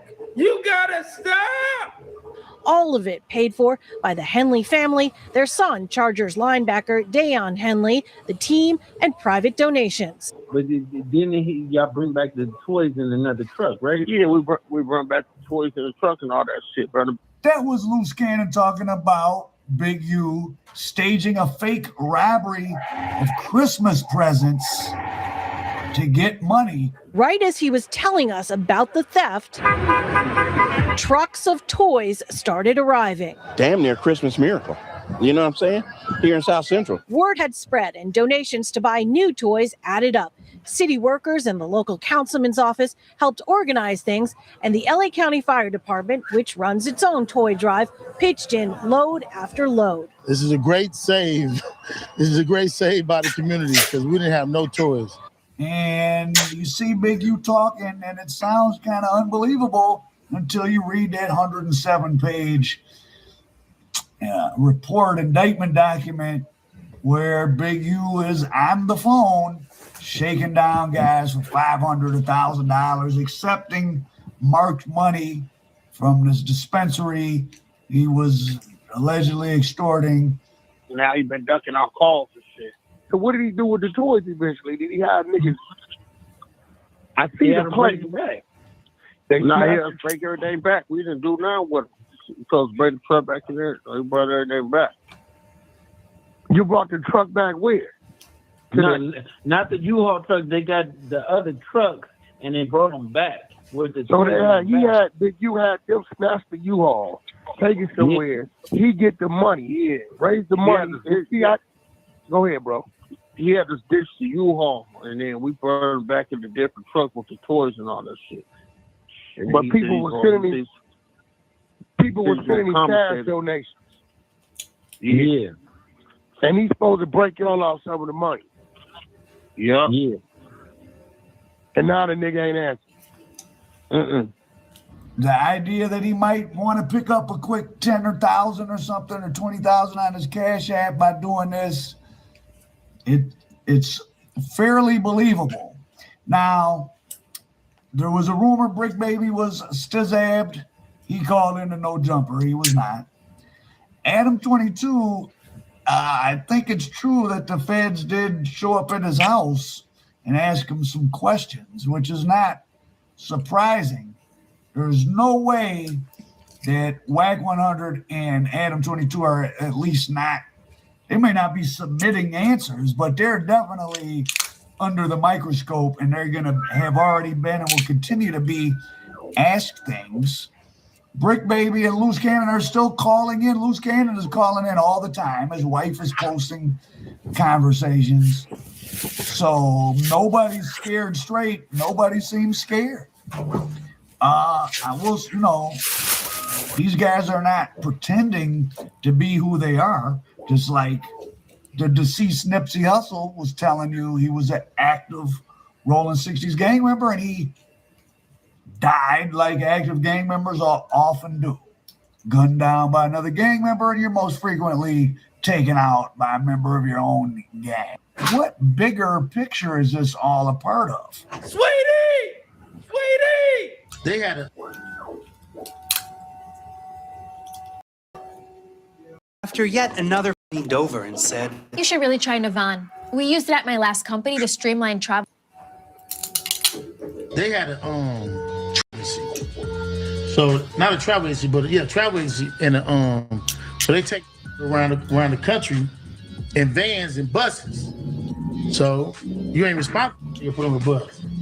But if you got a bunch of recording on there, and you going out there, but you really moving weight. That's crazy. It's crazy.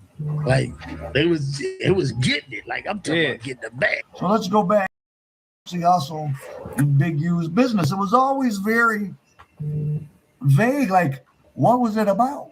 Why did these guys put Nipsey with Steve LaBelle and they got him going? I mean, Nipsey, we know him at the end of being this entrepreneurial guy with his own team, but he didn't start that way. I mean, Big U played a part in him getting started, and he would talk of big draws. He would constantly reference him, and big draws took me here and hooked up that, and they went out to New York, and so they were rocking, and Big U definitely had a value for the early stages of his career. Now, thanks to the excellent work of Loose Cannon, let's look at these clips. So that was Big U. Wow, you see how he gets excited? Okay, well, that was Big U in a series of clips talking about, so they were out on a tour bus doing a promotional tour for Nipsey in the mixtape days. This is right before they broke up. The bus kept getting pulled over.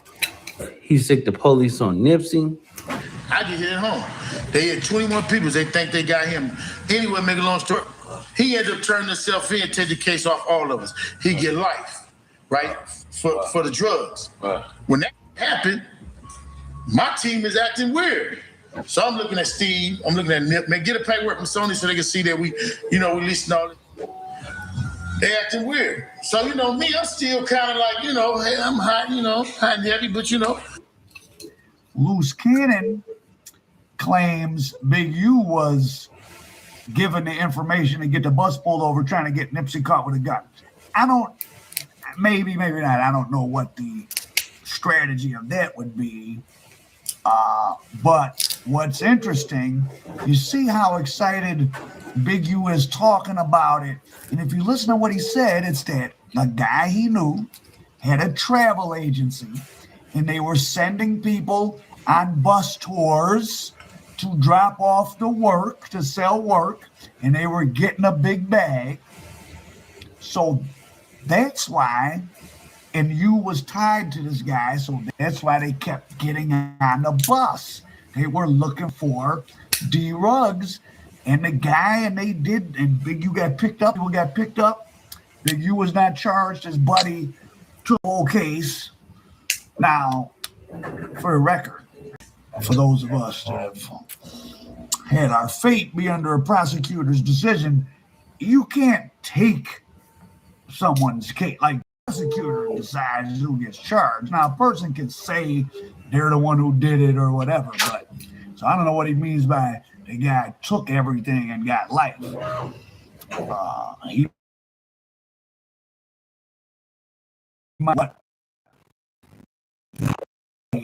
Logistics of that. Now, so Biggie was tied in with a guy who was sending tour buses out under the guise of his travel agency that were really had got him. Nipsey was doing a tour, a promo tour. Now, an interesting, I cannot remember who the hell was talking about this. Was it someone I interviewed or was it someone else? I cannot remember. I got to look back to myself. But anyways, it's that FYBJ Maine? Was it Whack? Who the hell was it? That they were in Chicago and Nipsey was performing and all these Mexicans all wearing the same shirt or something. I can't remember details. We kind of rushed the stage, and then after the thing, they had to run to the tour bus, and there was going to be some gunplay, or somebody did have to let off some shots. Now, that could kind of sound like, remember, this was during the time, well, still, Chicago's, LA's a hub for work, so is Chicago. Doing a little cartoon. Could that have been, and then Big U, likes to rob plugs. That's what he went to prison for back in 91. Extortion charges now. He likes to get stuff and not pay. Could some Mexicans somewhere have been owed some money by Big U and them? Or that guy that was sending the workout on the tour buses? So imagine you got a black guy in LA. You know that he's getting work and he's sending around the country on tour buses. He doesn't pay for a load. He owes.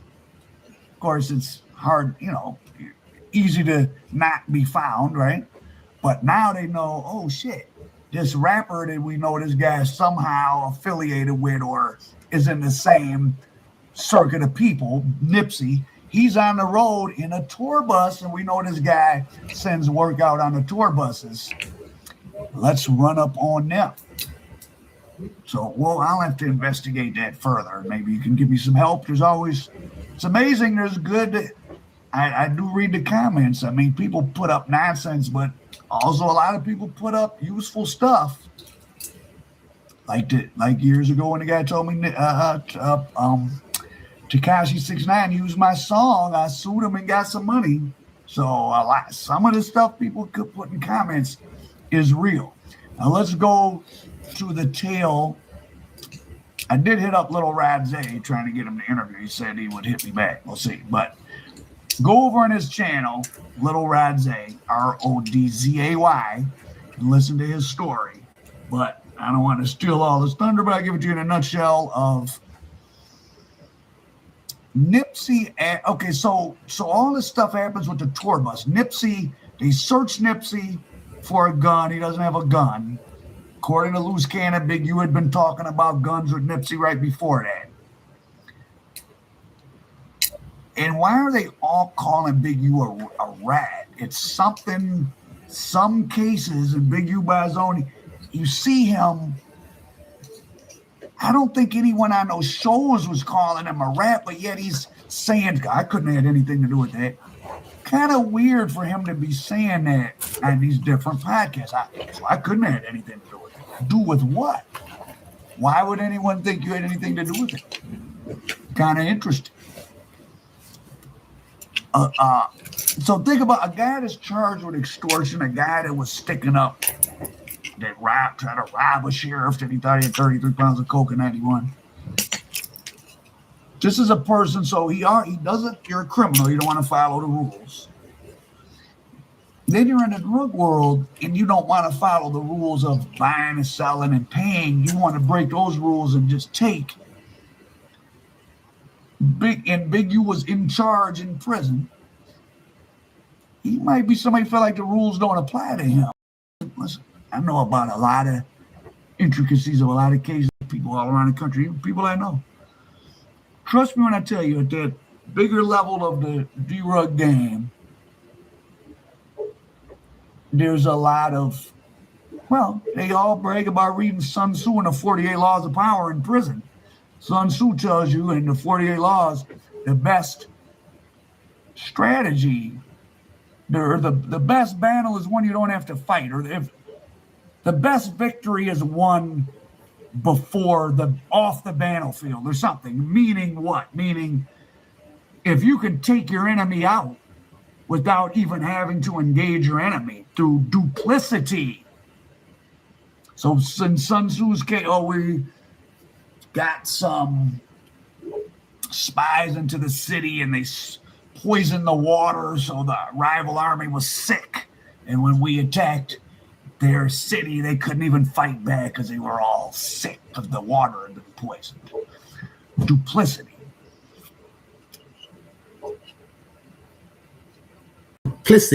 Paid you 1 million views or you didn't pay anything. That's not a pitch. That's literally our offer. Here's why we can make it work. Our average client gets 15.5 million organic views.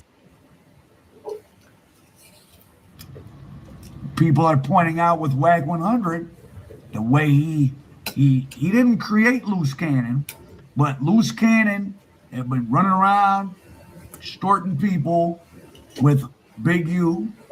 And just like Nipsey got disillusioned with Big U, apparently Loose Cannon did, and whatever personality type Loose Cannon has, he's telling it all, including getting himself in trouble. Loose Cannon seems like he's in a bad position, though he's the only one not in the LA federal lockup. He's still in Vegas.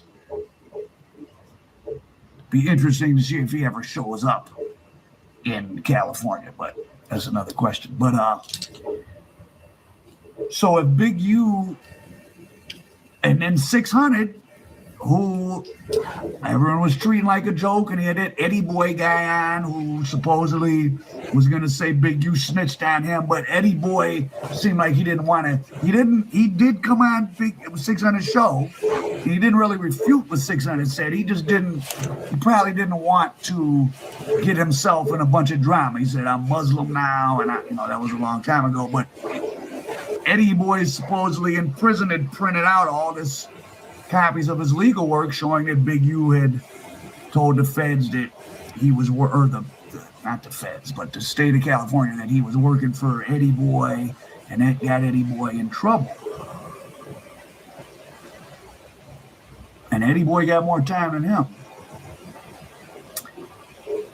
So 600 now is much more believable, I guess. He tried to catch up Nipsey with a gun case. He thought Nipsey had a gun. he asked Nipsey, "Where your gun? And you got the thing on you, right?" And he said, "Yeah." He leaves. He goes, leave the bus, right? 2 minutes later, the feds hit. Go in there, gaffle up Nipsey. He go in there, be like, "Hey, what y'all doing? Trying to 52 fake it." But the whole time, he sent them in there to get Nipsey. But Nipsey had a gun, but it wasn't on him. How would they come in there and start asking for a gun?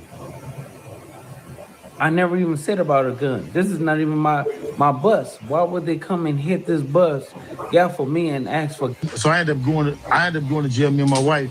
So now when I get out, I'm like this, like, why y'all acting all funny? They asking Steve for the paperwork. They asking Sony for the paperwork. They need a lease to show that we was leasing it and that this was the movement. Right. And then Steve and Nipsey acting like it's this major caper. So that's why I left music. That was really how I left music. And if you look at it, like, if you see where at some point in our music venture, you only see Steve and Nipsey together. Mm-hmm. You kind of really don't see me no more. And they didn't really know why I had left. But I'm like, if they panicking like this over some it ain't serious, and we in a hip hop game, what if we knock down some? For real. You know what I'm saying? Yeah. So, I love Steve death, but I'm like, I got to get away from this. And we weren't making no money then. Yeah. You know what I'm saying? Yeah, so they made no. And being really pure with my energy, and I was just only doing music, and I was like suffering financially. The police raided the studio, took all the equipment, and put a gun on me that was in the house, a shotgun. It was a registered shotgun, but I was on probation for a gun. So, the probation says you can't be around no guns at all. So they booked me for the gun, took all my equipment, and I was really just in there working. You know what I mean? It's like, they don't know that. Nobody knows how pure you are but you. And I was really pure at that time. I wasn't doing nothing but music. It kind of discouraged me for a long time. So if we think that there's evidence that Big U back in 91, because Big U wasn't the head of the drug thing. He was listed as an enforcer, and he did try to stick the guy up. And he got less time than the other guy, his co-defendant in the conspiracy. So he was not the one in charge, he was the enforcer. So then he has a history of being attached to drug rings and being the muscle. But then when things go sideways, him throwing someone under the bus, well, literally with this Nipsey Hussle tour bus situation, it kind of sounds like that. So that's, and as you saw, Big, you said, when I came back, they were all acting funny. Well, gee whiz. People don't want to get searched for guns and get taken into custody and chased by Mexicans in Chicago and asked by the feds about, are you trafficking drugs on these buses? And then he says, we're in the hip hop industry. We might have to lay somebody down. I mean, you're right, you might, but that's what you're thinking about? You should be trying to not have to. That's always, right, you always may have to do whatever you have to do, but that shouldn't be what you're thinking about. But that's what he was thinking about. That's what he was really into. He was a guy that he liked.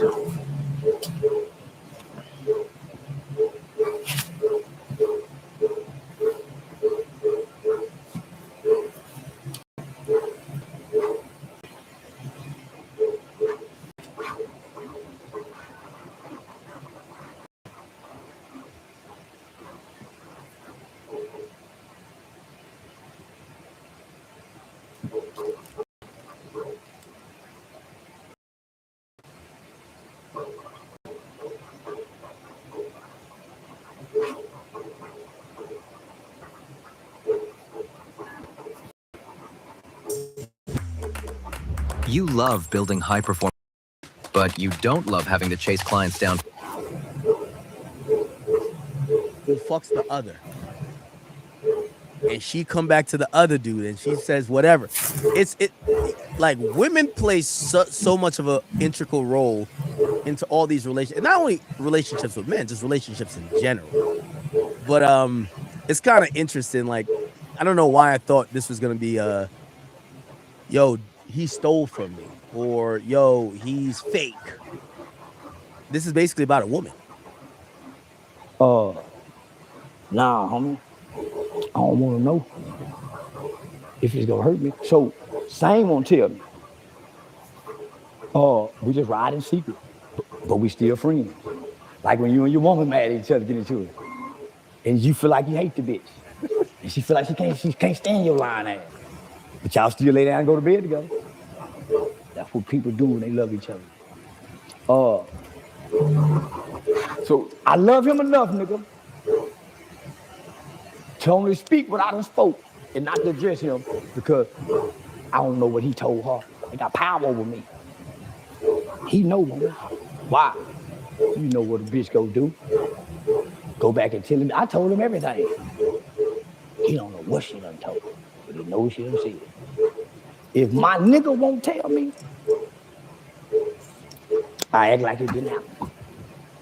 So he changed in the process. Everybody I fell out with, from Juanita. You don't feel like you changed? All of us have changed. Friends don't mean nothing to me anymore, as it did in the beginning. Friends don't mean anything to me. What can we do for each other? So here's the thing. So I'm looking for business partners and associates. You admitted to being selfish a lot of times.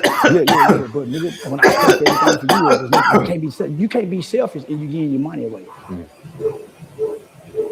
I'm selfish in principle. But nigga, anytime you ever seen anybody standing next to me, nigga, I paid the way. My Atlanta niggas, every nigga, I paid for every trip, everything. And sometime I pull up to see them niggas go get their snack items. And won't nobody pump back at the gas tank.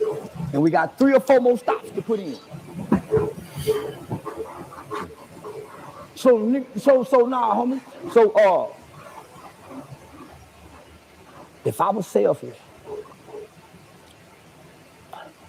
I would go hurt myself to know what he done told her, so I can lash out and be selfish. The people I brought with me that y'all now know on the internet wasn't internet people. So come on, man, do this. You get yours. A lot of people manage my accounts or our account, and they got all the banking information. Dr. O ran off about $10,000.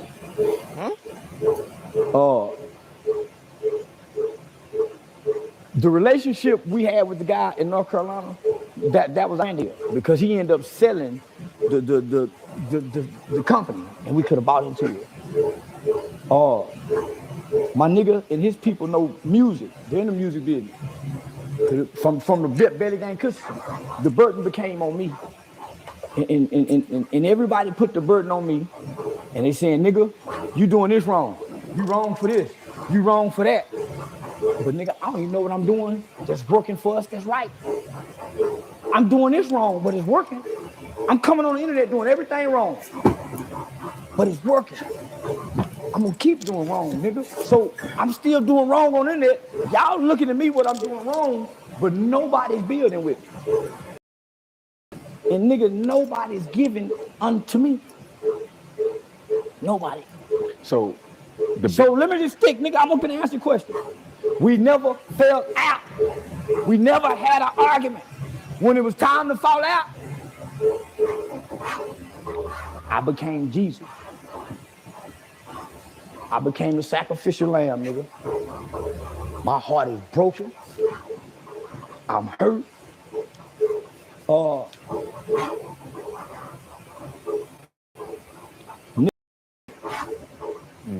Okay, I know exactly. I've been there before. I got they at the park, so they don't want to go home to their women. Just go be our boys. Nigga, I fill it up with groceries. And one day it's all gone. Nigga, I got the cable for y'all to watch sports. The nigga, when they leave, they got to go home to the women. Nigga, this bad-ass house look like a trap. Look like a trap. I start saying, man, who done washed my clothes? Goddamn, nigga, y'all don't know to separate the whites from the colors.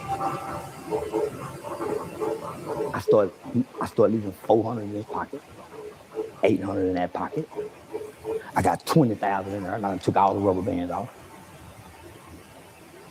When I started zipping up that bag, checking them pockets, Clothes stopped getting washed. But I ain't saying nothing, homie. Why? When I was letting them peel, they weren't asking for too much. So I leave out money to let my friends take from me. I bought a whole bunch. Okay, I feel like I could stop this already.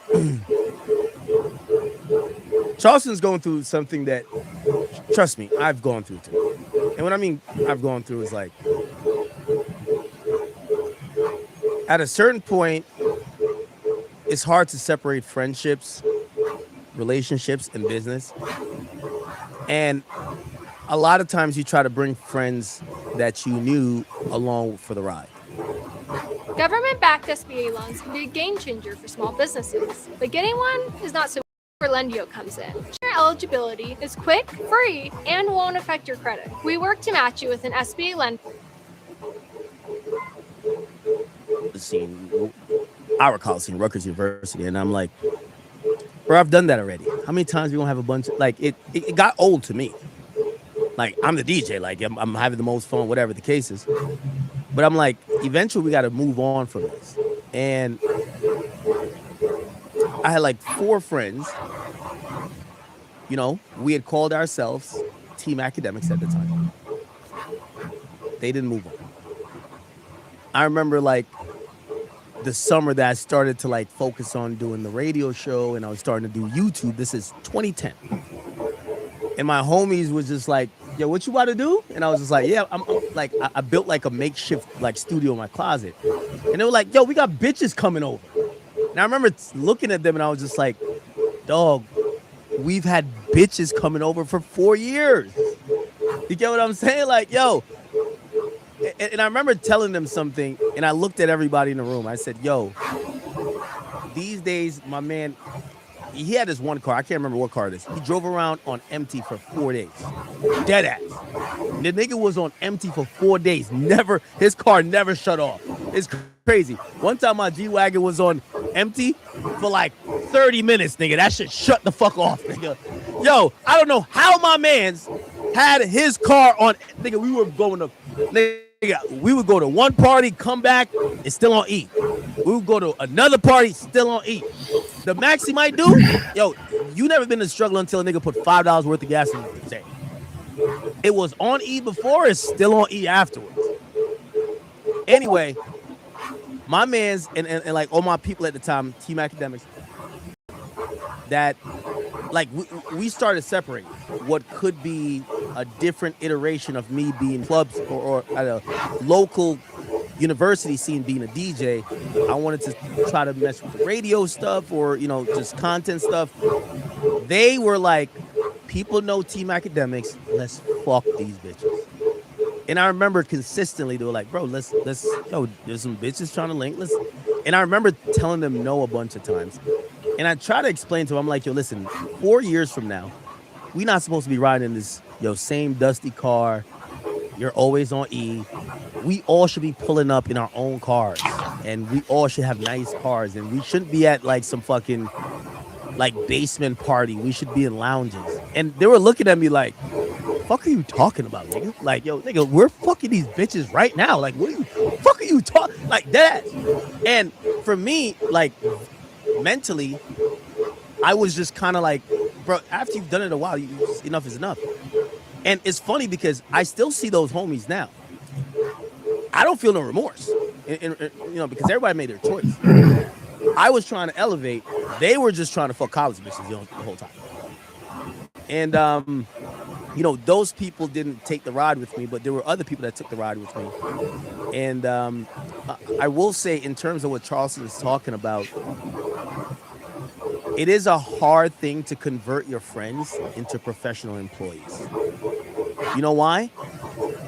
Whatever Charleston's doing, let me tell you this. Like, I don't care. Yeah, shout out to my man Leaf. Leaf been with me since like, all this shit. Like, he used to bring my fucking heavy ass like 300-pound speakers when we went to like go 3 hours away to go DJ, and I'm DJing for $300, right? But at the end of the day, like as time goes on, and I'm not using him as a example, but it is an example, and I love him. You know, he just got married, by the way. I don't know if I should say that, but shout out to my man. And I will tell you this. As time goes on,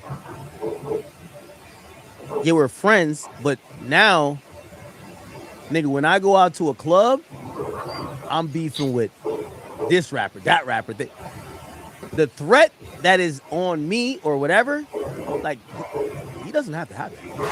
You get what I'm saying? The point is, our lives start separating because the more you lean into this, you're going into a whole different realm. And he's your homeboy. And let me not, I don't want to keep using him, but he's your homeboy, but like your lives become very different, right? Like what Charleston's doing now, like Charleston and Dewberry, they're locked in, or they were, I would believe. But at a certain point, nigga, Charleston, like, look, niggas just shot at him, like whatever.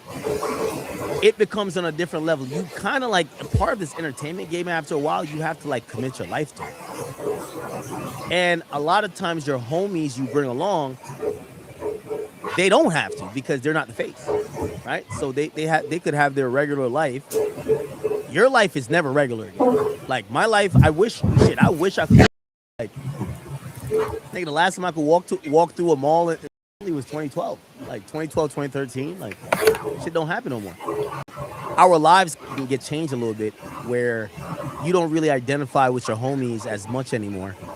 You still love them, but then the next thing happens where it's like, you know, your homies, you either have to separate from or you have them acclimated to being a professional employee. The mere fact that Charleston is telling this story and he keeps saying his friends, tell me that he didn't get past that. As much as, you know, I have love for everybody who's been with me for a long time. All right. If y'all knew how many people I feel like I mean,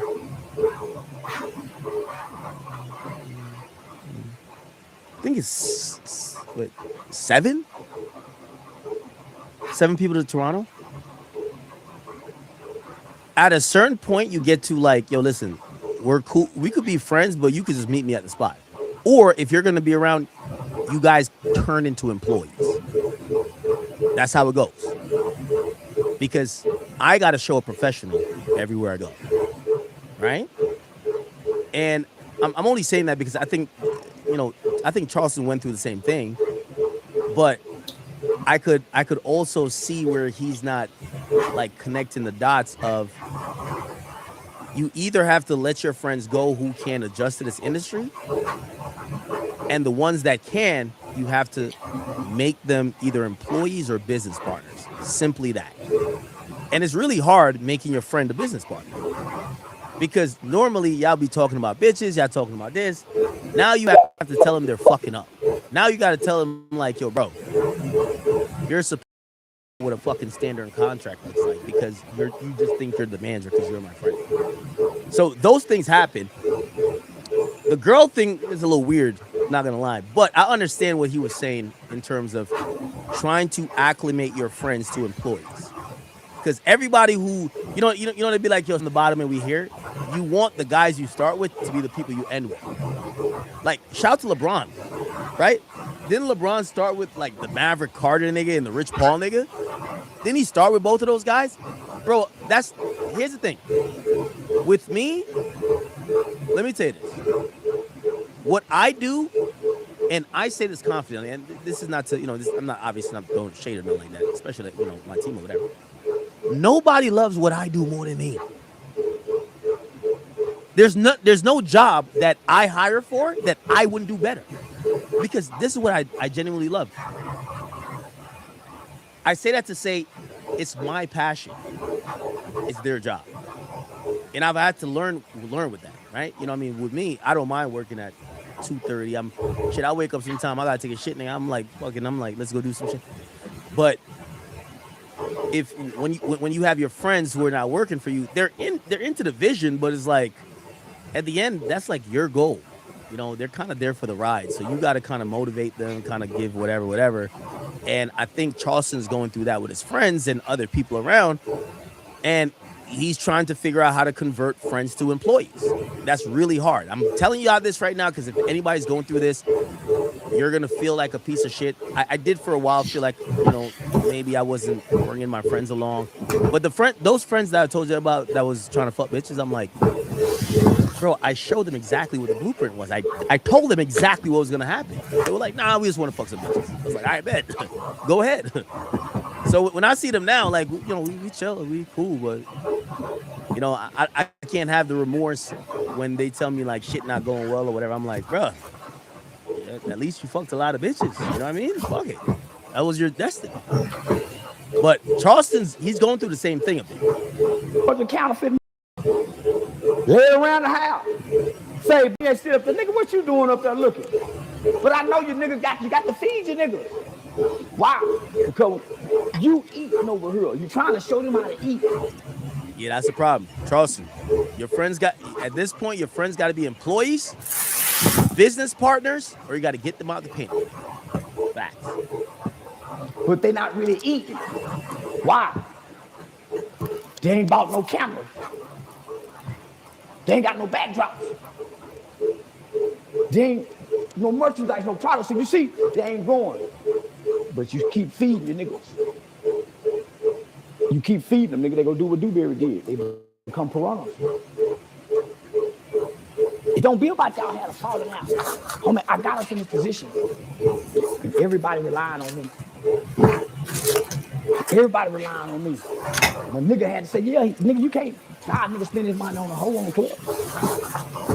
I trick on the hoe, you gamble. I win tricking. You lose more than you win gambling. It's all a gamble. In 5 years, at least 2 of my friends should have came with a business idea or a business proposal.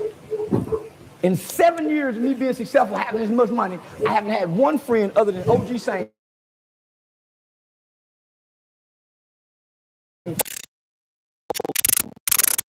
I watch enough of this. Just even add on to that. I'll say this, and trust me, I know I've learned. The manual for this industry. Charleston has to realize this is your passion or this is your calling. Your homies, they're probably on for the ride. You can generate a 3D model simply by describing it with text. You can also generate models from images. Just upload an image. This is very useful if you all reference image and want a quick 3D version for your scene. If you want to try this, work something out on the side and come to you that you're like, yo, what you doing? You doing some other shit? They don't want to do that. I'm pretty this. So the big, it's a conundrum that his friends are in. And shout out to LeBron on this. LeBron empowered his friends to be entrepreneurs, like the Maverick Carter nigga and the Rich Paul nigga. He empowered them to go do other things to help build him. That doesn't happen often.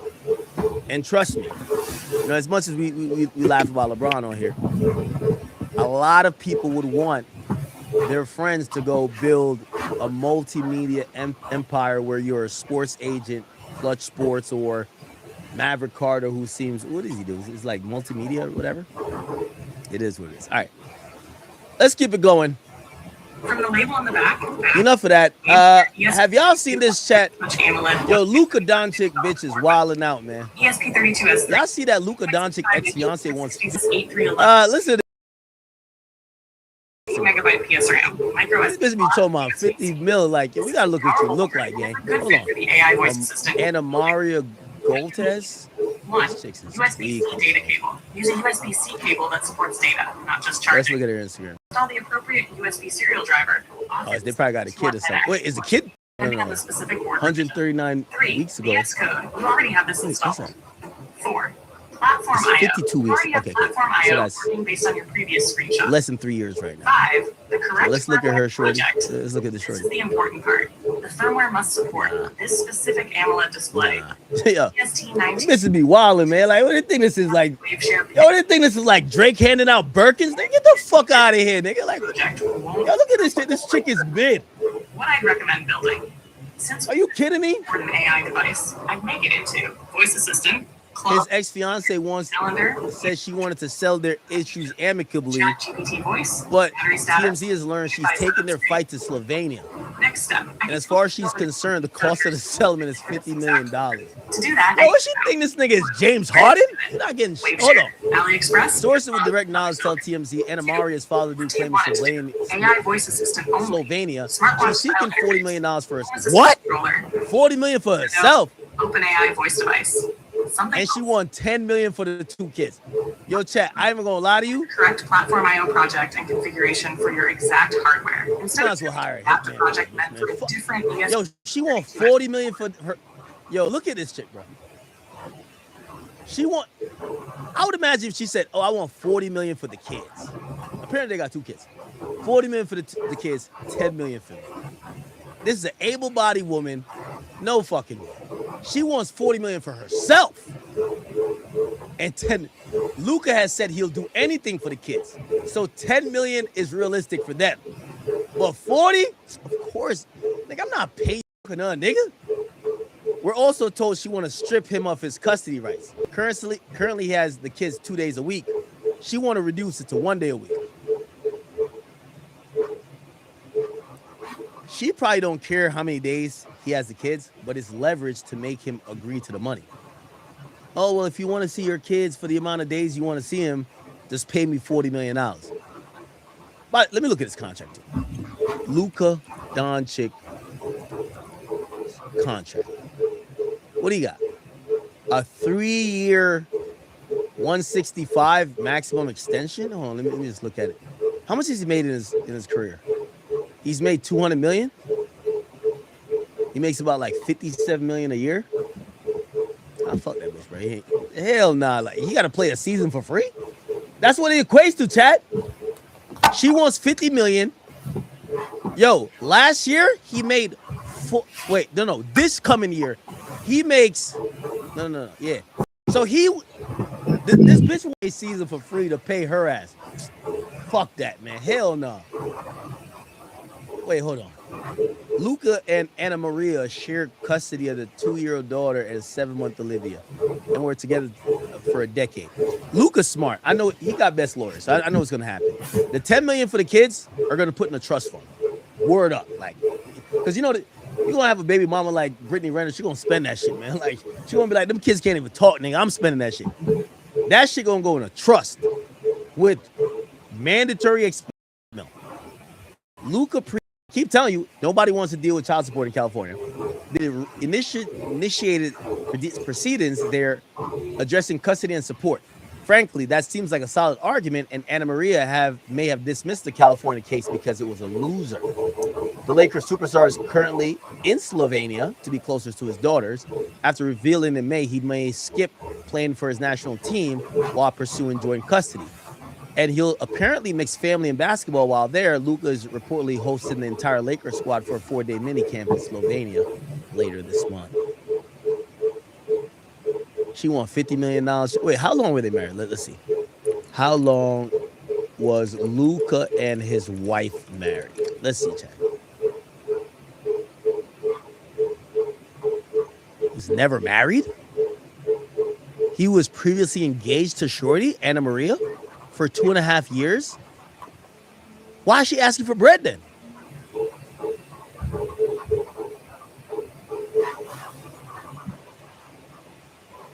Wait.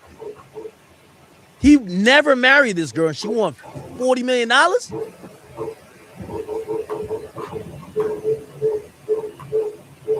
Am I tripping? She won $40 million for herself. For what? Oh, it's an ex-fiance. It's not even an ex-wife. Wait, a $50 million settlement for what? Wait, hold on. Let me read it.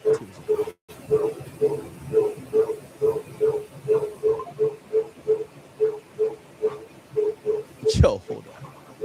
How is Slovenia? Wait, you got to pay like baby mama child support? Or like you got...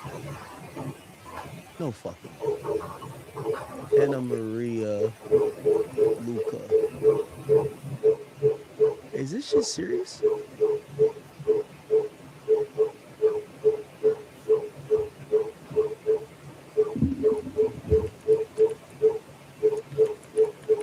Apparently, he had suddenly broke up with her. Let's hear what happened. The intersection of professional sport, All right. defensive rotation, Oh, or some late AI game. shit, man. Come on, bro. All right, let's hear this.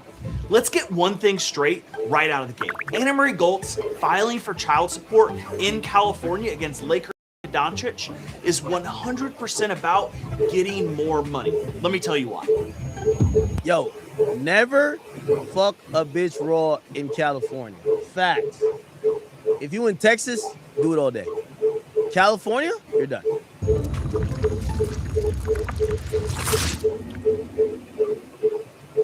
Now, to understand how this hometown fairy tale turned into a potential high-stakes international legal war, we have to look at the history. Luca and Anna Marie actually met when they were just 12 years old, vacationing at the seaside in Croatia.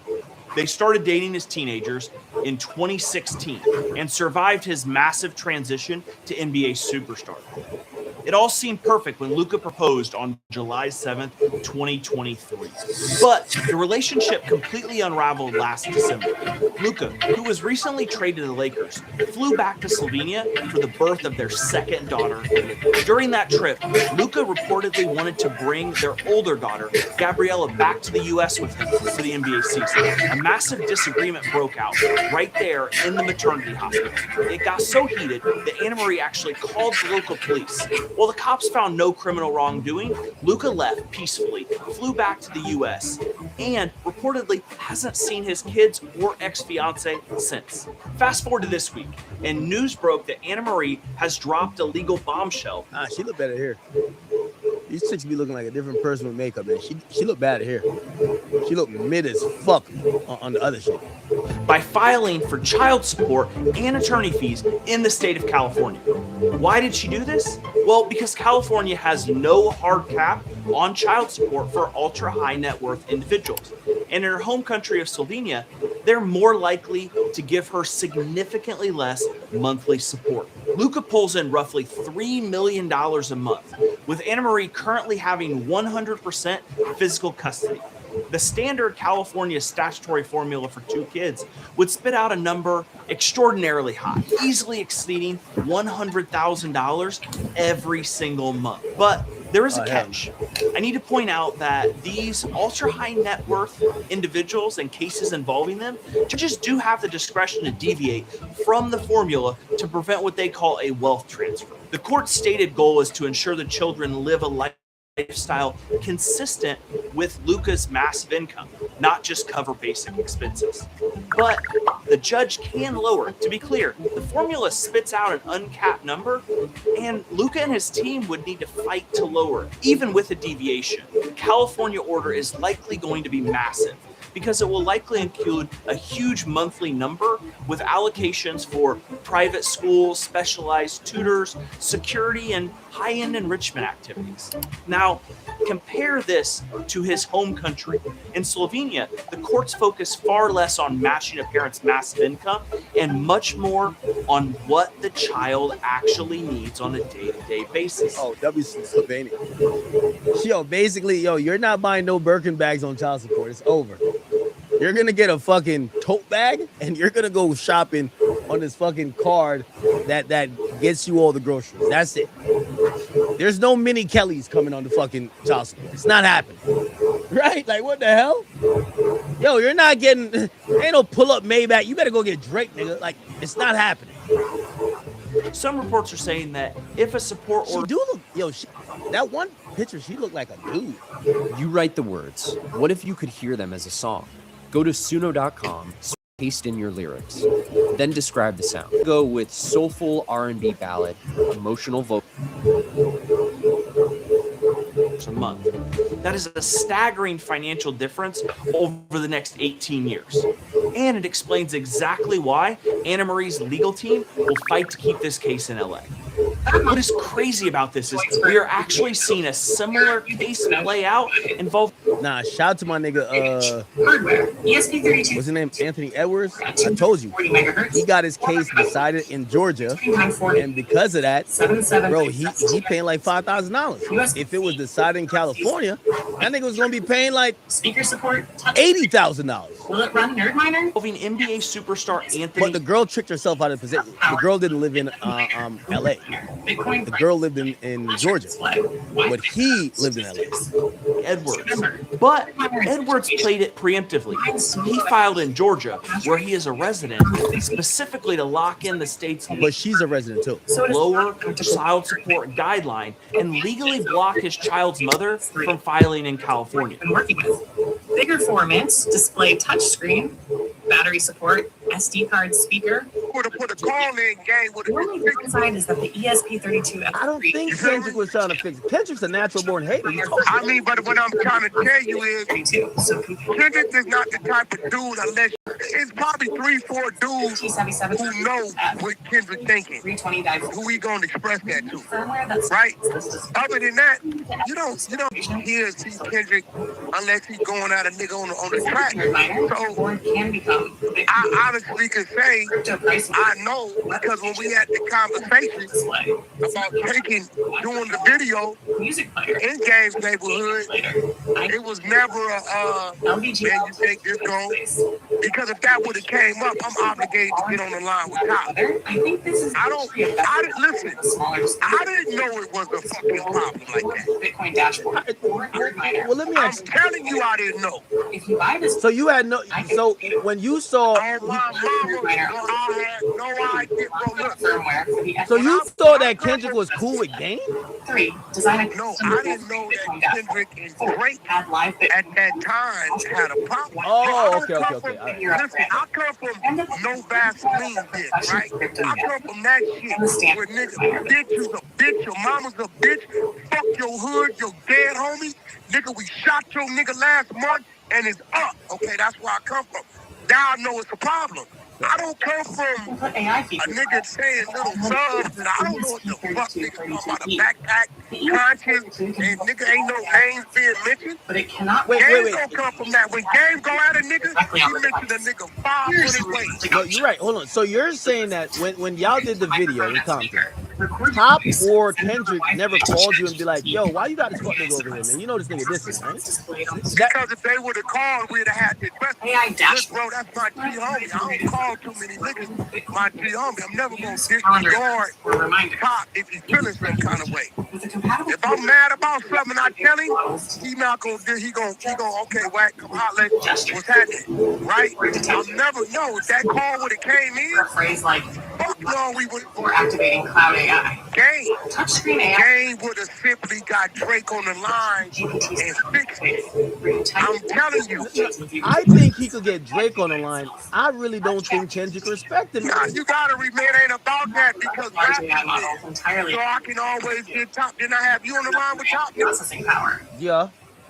Okay, so we not going to turn it into an you know, whether they want to pick up or not, me and Top will always honor one another, bro. Now, we'll tell each other how we feel about it, but we're never going to just no look a motherfucking call or a text, right? I'm telling you, bro, I didn't know that. I didn't fucking know. Audio. Okay, did the Game not know though? Because I felt like he kind of know. I don't believe he do. When he was not at the pop-out show and he went on live, I felt like he kind of knew, like, yo, bro, they're putting you on the side with Drake, bro. Come on. No, I don't know. Well, listen, that's a different game, though. So now, if you go to the pop-out show era, it's a total different thing going on now because now I can say, okay, K-Dot looked at him going at Rick Ross as defense to Drake. And now, you get what I'm saying?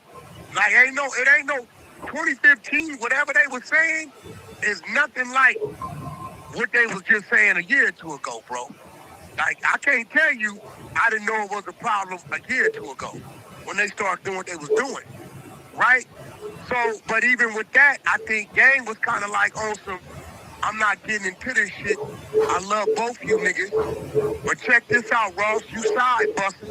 So what's happening with you, nigga? So Stackwell said that the game thought that Kendrick and to keep this child support case from moving forward in the U.S. Expect his lawyers to file a motion to dismiss the California petition immediately. If he hasn't already, he's likely racing to file his own case in Slovenia, which does cooperate with the U.S. under the Hague Convention, to try to drag both the custody and child support back home, where the financial hit is more likely to be much lower. His argument will assuredly be that Slovenia is more appropriate since mom and the two kids live there, and child support and custody can be handled in the same court. And this is also favorable because he's more likely to get a lower child support number in Slovenia. Because they were never married, this is Anna Maria's one shot at a massive payday. We're either looking at a protracted, ugly international court battle in the coming months, or a completely quiet, out-of-court settlement. That's usually how these high-profile situations go. What do you think about the situation Lucas in? Let me know in the comments. We'll see you guys next time. 3, com 5, com 8, etc. Shout out to Luca, man. Here's send me a screenshot. Shorty asking for 40 million. Wow. Once we know the comp, one, create a platform IO project. She's not gonna get that, but you know, the kids will be taken care of. That's what board.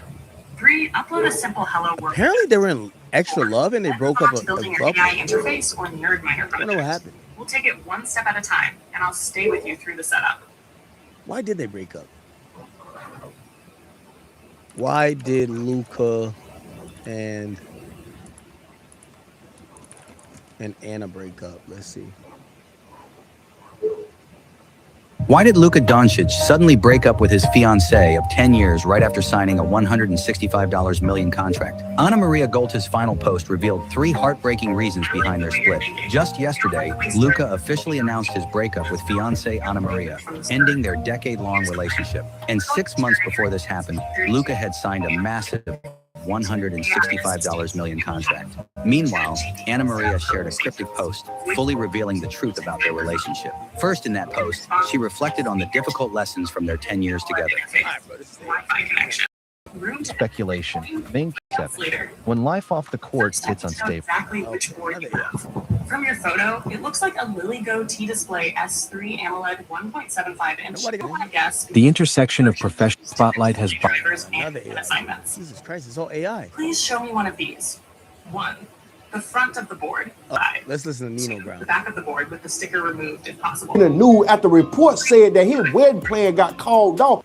Once I know the exact model, I'll give you. You could be the biggest player in Los Angeles, and the next minute, your whole family situation is on Nino Brown Sports. Make sure y'all subscribe to TMZ and on goddamn ESPN too. Hit that subscribe button right now, by the way. Make sure you hit that. It don't cost you nothing to subscribe. The White House. So now the same man that the Lakers counting on to lead the next era of the franchise is also dealing with the breakup drama. Perfect. Hi, Mrs. Thompson. How can we help you today?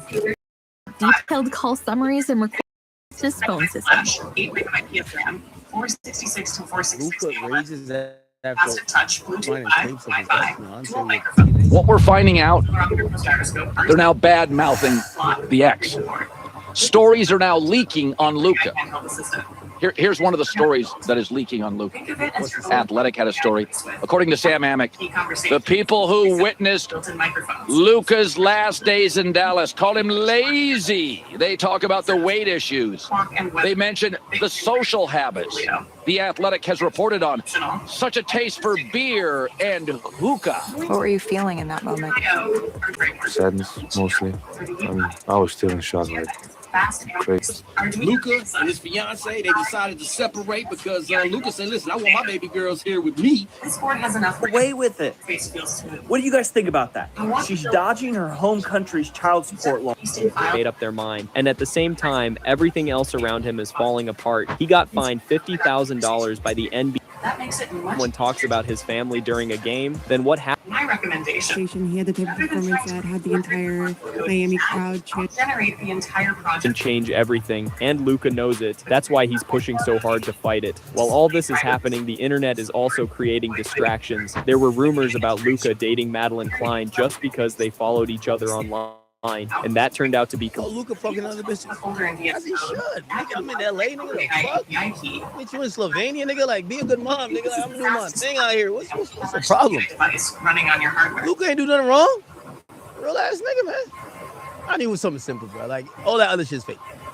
Luca got to LA. He's fucking some models. Like, his wife, I ain't gonna lie. His fiance probably like, hey, I'm gonna bring the kids to come see you. Nah, I'm good. I'm good. Just wait till after the season. Nigga fucking these whores. It's all good. All right. Okay. What else is going on? But no, she don't deserve $40 million. I don't even know how that's a claim. How does she get $40 million? Okay.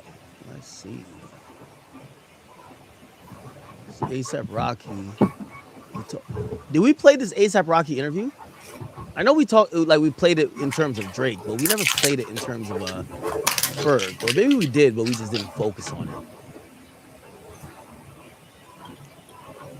We talked about Drake doing all this giveaway stuff. It's good for him. Let's see, what else? What else?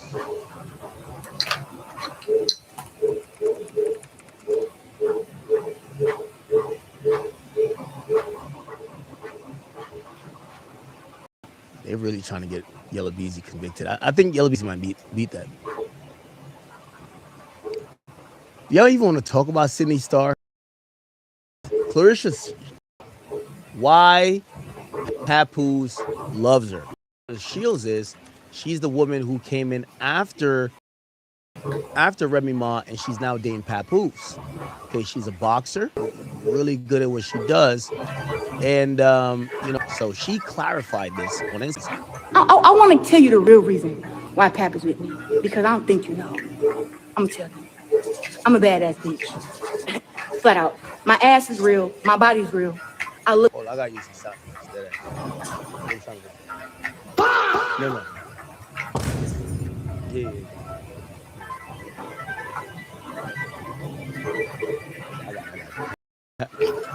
I want to tell you the real reason why Pap is with me. I think you know. I'm going to tell you. I'm a badass bitch. Flat out. My ass is real. My body's real. I look good as fuck in the face. I'm successful. I'm young. And the things that my little Punana can do is amazing. That's how we together. Yeah. So I just want to let you know that while you did all that, now here's your viral moment that you wanted. So since I want to tell you the real reason why Pap is with me, because I don't think you know. I'm gonna tell you. I'm a badass bitch. Flat out. My ass is real. My body's real. I look good as fuck in the face. I'm successful. I'm young. And the things that my little Punana can do is amazing. That's how we do it. Yeah.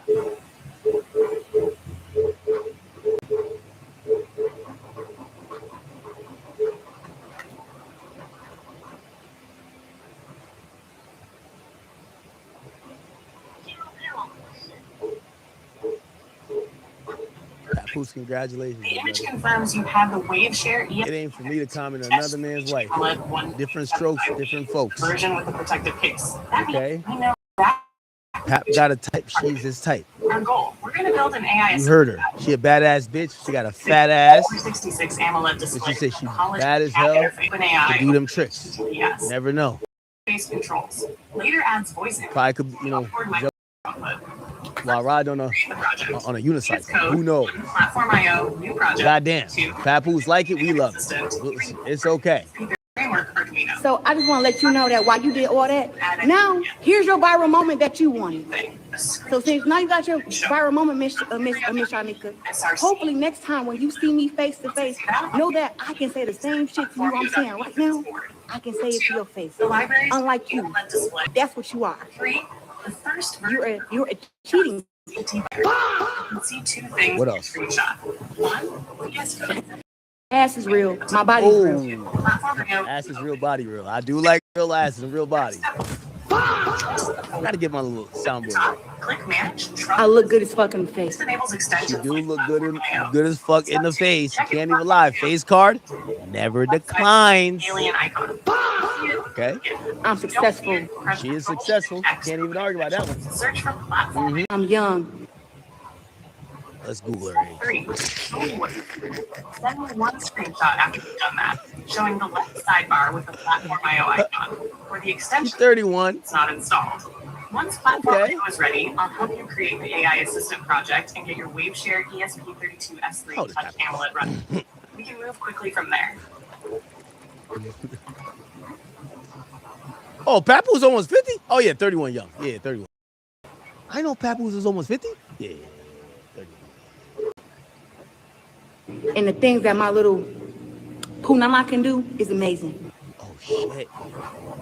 She got tricks with the punani. I mean, I don't know how to judge that. Only Papoose or no? I've never seen Papoose without a smile since then.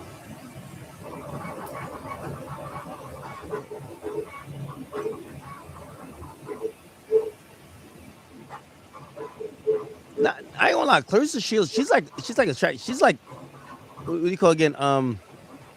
Serena Williams, like it's that athletic, attractive, black queen. You feel what I'm saying? So, I fuck with it. Shout out to Papoose. Do your thing, brother. Do your thing. Okay. She's a world champion too. It's dope. Okay, what else? Vanda Dawn got what?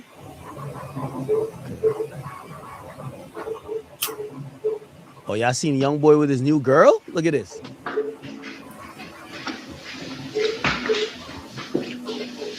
So I'm gonna keep it a bean with you. I'm not even getting married unless my bitch gonna allow me to have a new girlfriend every 2 weeks. I'm keeping it 100, bro. Like, chat, I'm really, I look at Young Boy, I'm like, nigga living.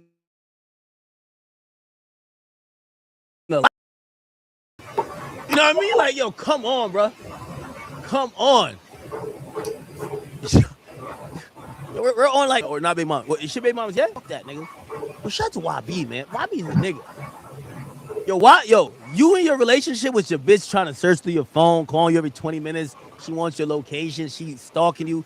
Nigga, Young Boy is in the fucking penthouse with the new ting, bro. The new ting, okay? The new ting, and he's not hiding it. He's going on live with it. I ain't gonna lie to you. If I can't live like Young Boy, first, I would never get married. But if I'm getting married and I can't live like Young Boy, I'm good. This thing is living a life. Fuck all that. Yo, you ever see when Offset Cardi B called out and Offset when he was married to her and he tried to hide the phone? Like look, you don't remember this? Bruh, that's no way to live, man. Young Boy is on a different type of time. And look, Offset hides phone from Cardi. Like, this is how regular niggas who are married be living, bro. He playing the game, he hear her voice, that nigga just hide the phone, gang. Look at him. Look. Huh? Oh, as soon as he hear that, oh shit. Let me put it. Ah, hell nah. Look. Yo. That nigga just sat on the phone, bro. My boy sat on the phone. That's how you know Cardi was a demon. Like, Cardi had, bro. I gotta get on my Young Boy shit, man. Like, it's my program. What the fuck are we talking about? Young Boy don't even like. Fuck hiding the phone. Like, let me post her on live. What's the problem? Look, this nigga acting like he mad into the game. That nigga was FaceTiming the whole 10 minutes before. We know what was going on. Look at this nigga. I was like mad. Yeah. Look at that. Look back.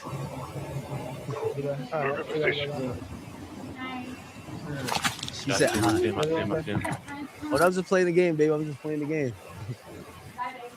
I see you in a minute. Oh, she walked out. He pulled the phone back out. Oh, I'll see you in a minute. All right, back to my regular texting. All right? Yo, send me them titty pictures. Stop fucking playing with it. Hey. Websites your competitors don't want you to know.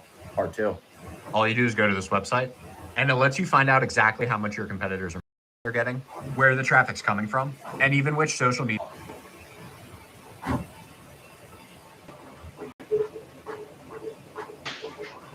By the way, this is 21 Harold right here. Shout out to Harold. Shout out to Harold. Yeah, I'll just leave it. I guess you what the fuck?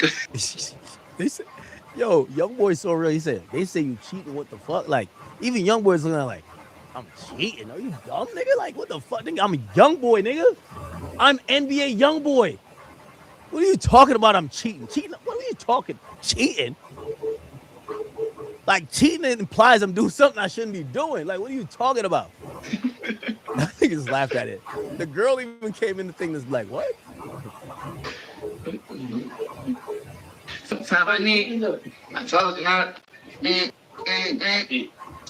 Nah, this one's a specimen still. This one's a specimen still. Can't even lie. This one's a specimen. Young boy's face on it. If she don't tattoo. Okay. All right. When I see YB popping out like that, I know some good music coming. You know? Shout out to these females. I think they keep him occupied, that he don't go kill his ops. You know, Young Boy's a crash out. Everybody know Young Boy's a crash out. Like, Young Boy's on that Pooh Shiesty shit. Let's be honest. Like, Young Boy, Pooh Shiesty, Lil Durk, King Von, those type of niggas, like, bad timing. You got to occupy with them niggas with some type of thing. Either give them a million bitches or give them some substances that they're, like, drunk or whatever the case is. But those are demons.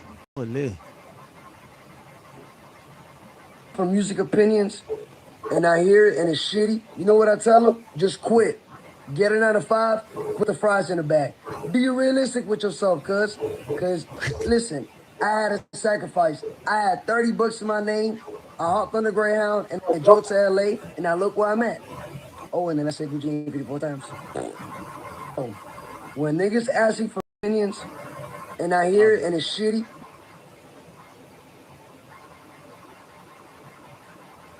All right, let me go over to the shade room. Let's see what's cracking over there.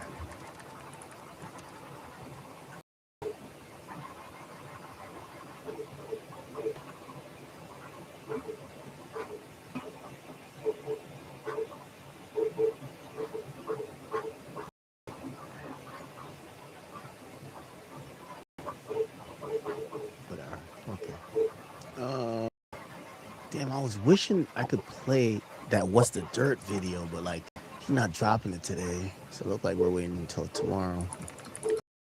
Let me see what's going on Vlad.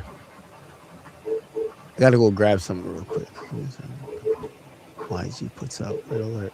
What the fuck is No Jumper been doing? 20 verses of blood. Ain't this nigga blind? Hang on, I'm smoking. You want to smoke? No, I don't smoke. Oh, okay. This nigga blind, she's like 92. Like, what's going on No Jumper? No, but you drink, right? Yeah, I drink. You gonna give me a shot? A shot of what?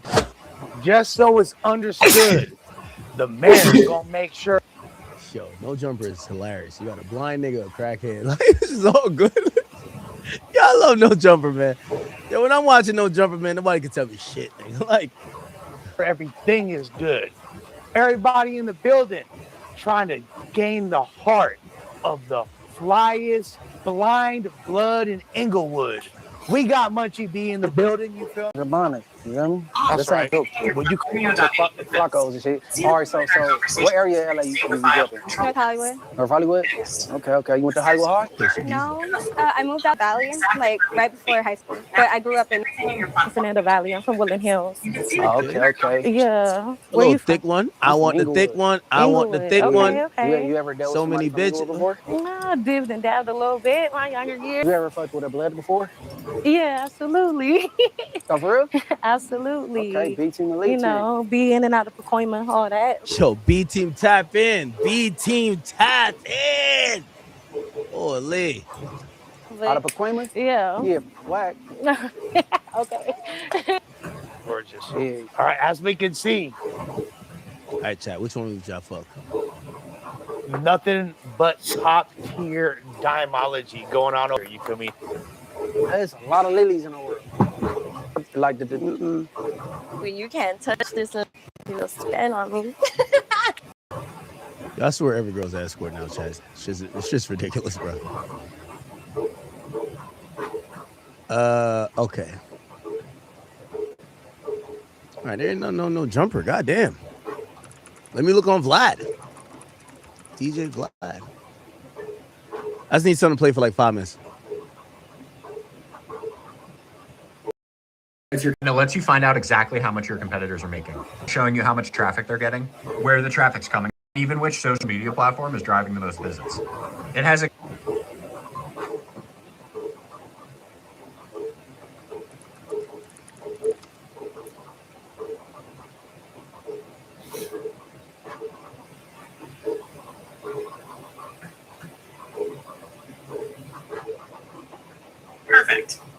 Borneo.ne looks good.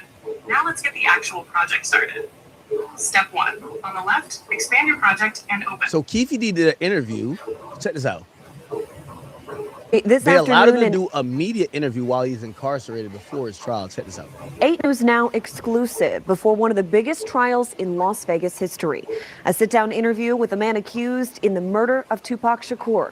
Dwayne Keefe D. Davis speaking with investigator Vanessa Murphy. A quick note, our team was not allowed to put a microphone on Davis due to security. That's why we've included subtitles. Coming from your The trial surrounding the murder of rap legend Tupac Shakur nearly 30 years ago is just days away. We were given the rare opportunity to sit down with the man at the center of it all, Dwayne Keefe D. Davis.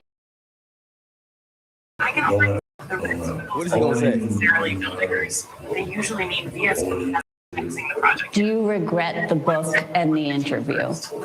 Yeah, I was the money, and they said I was covered. I did it for the money. And But did anyone tell you maybe it's not a good idea to do that because they might arrest you after they hear you say that or read it in your book? Like, did anyone close to you say, not a good idea? that was the ghostwriters. I didn't like that book. I don't know nothing about no Winston Churchill, Frank Sinatra. Just read the book. I didn't write that book. You know what I'm saying? And the black thing, the lady, she gave me $150,000. But then when I was watching the interview this week and the way you sort of go through it by play. Chat. I forgot to stream this shit. Yo, chat, I'm gonna pop into my Discord real quick. So the girl who, I had like a twerking, was it twerking contest? I had something on stage. The Toronto girl who won, she's in my Discord right now having an e-date. I don't know who she's dating, but I want to watch. I didn't join it yet. I'm gonna mute up and join. If y'all want to join the Discord, it's a whole world into itself. Let's go. It's a marriage. Marriage, probably I want to get married, maybe be 30 or something. Oh, so when you 30. I think in your 30s is a good time to get married. So why would you say right now? Yeah, I always feel like the younger the better. I feel like you want to give yourself as much of a span to maximize your kids, you know what I'm saying? I feel like we realize makes great kids. The person I marry is the person for me though too at the same time. I don't want to marry somebody just because I want to get married. I want to marry the person I know I want to spend the rest of my life with. So that's why I don't want to put a timeline on it. If I meet that person, they're having an e-date right now on my Discord. It's just hilarious. At the same time, I don't want to. Now I ain't gonna lie, Shorty was throwing it back on stage at my show. I think I give her $1,000. Yeah. Myself to see qualities in somebody that I wouldn't. That are not there or whatever. People live in their own delusions and people they'll see somebody as something but they're not that. So they're living in their delusion of that person and they perceive them a certain way but they're actually not that way. So y'all think my boy about the bag? No, I feel you. I just feel like during that timeline, it's you can really pass up on a lot of good shit. There's a lot of good people out here type shit. So it's when you say until 30, that don't mean when you get to 30, it's gonna be right there. You know what I'm saying? It's just a certain timing. That's just how I see it for real. But that is it's timing. It's literally about two people being aligned at the right place, right time, with the right person and excellent. I get that. Happens. I'm not against it. If I meet a person that I want to get married to, like I said tomorrow, I wouldn't be against it, but it's just not a priority for me right now. I want to meet a person and get to know a person and connect with them and like actually have fun with them, understand them, and have them understand me, and like those are like the qualities that I look for in a person. Like, Platform IO you know, the marriage shit can come later. You know. 1, press Control Alright. F6. 2, click the build. So like, what's it called? If it still fails, send me another. When you say like you a virgin and different things like that, like We're very close. I would say like why did you choose to be a virgin in particular? Like, is that and like the reason I'm asking this is because I just want to see, is that like your religion? Is that just your way of life? Is that just how you think? No, Like what made you do that? I just think men don't deserve me.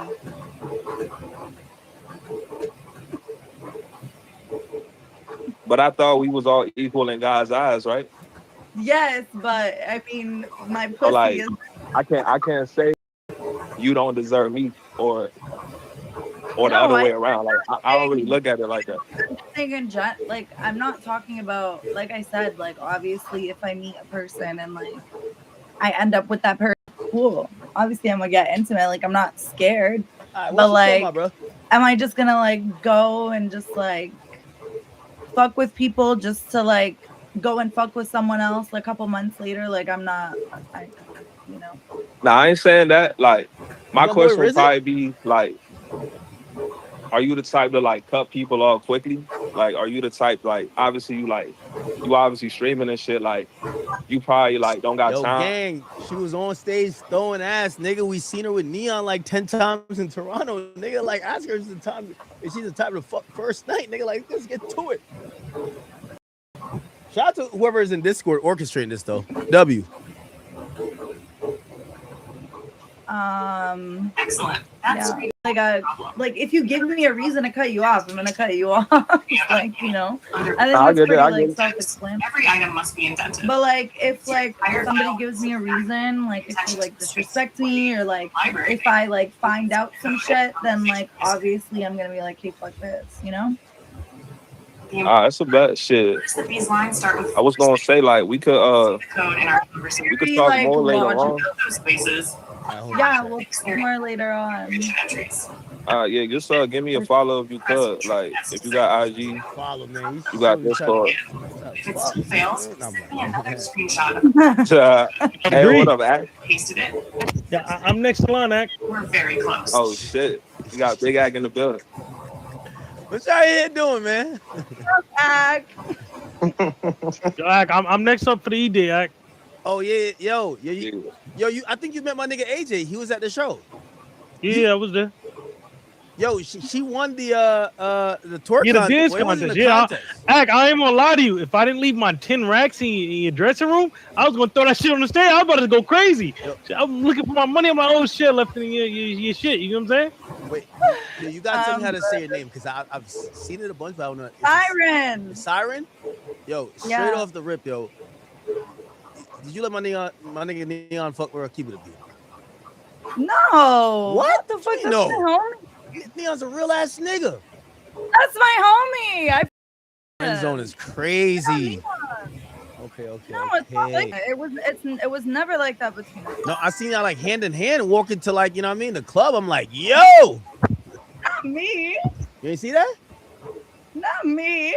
I was with him, yeah, but I wasn't hand in hand with him. Word. But honestly, I'm not gonna lie to you. Like, there was a lot of people swarming him, and like he was very overwhelmed. So we were just trying to like, kind of like that's exactly keep him pushing. So that's why, like in the videos, it kind of seemed like. But you know how it goes, like when you're in the club and then people are like swarming you, and like it's like too much people. Like she was just trying to like move along, but it was like hard. Yo, rate the Toronto Caravan experience this time. I was out there, Neon's out there. We had the show out there. You probably did a whole bunch of other stuff too. I had so much fun. Like obviously we kicked it like on Friday and stuff like after your show and shit. That party was so fun, by the way. Thank you for inviting me. Like it was so lit. No, I appreciate it. It just kind of came together. I ain't gonna lie. Pardon? It just kind of came together. Like we probably sent out like 6 invites. I don't know how that many people got there. Toronto's like an after party city. Dead serious. I know everybody's like telling each other. That's how it be. It's like such a small city here, but I think it was so fun this weekend. Did you end up going to Carabana? Hell no. I wasn't trying to get shot. The hell? I ain't trying to get shot. Yo, I heard the word on how they rocking out there. I'm good. You know what I mean? But like no. I went to Cabana. I was up in there, right? I was in Cabana, like we were having a good time. Like Cabana. Experience. Like, so what? From the whole. I said, what was your favorite club experience from like, UV? the whole I was in there with the gangsters and the bad bitches, going crazy. Nah, UV is your favorite act? Nah, UV was crazy. Nigga, the Tyler shit was a movie act.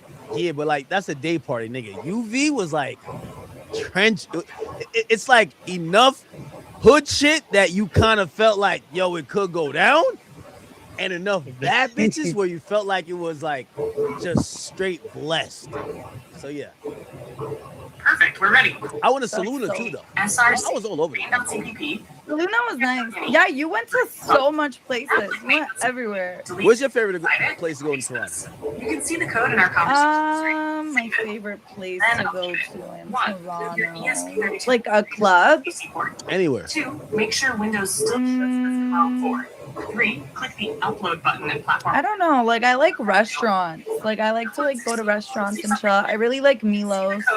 So you don't want to be operating without having an insurance policy. And that's where Next in more ways than one. As the owner of a small company, my expertise lies in millwork, not insurance.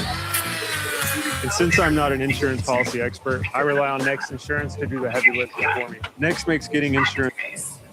Voice support with the onboard microphones.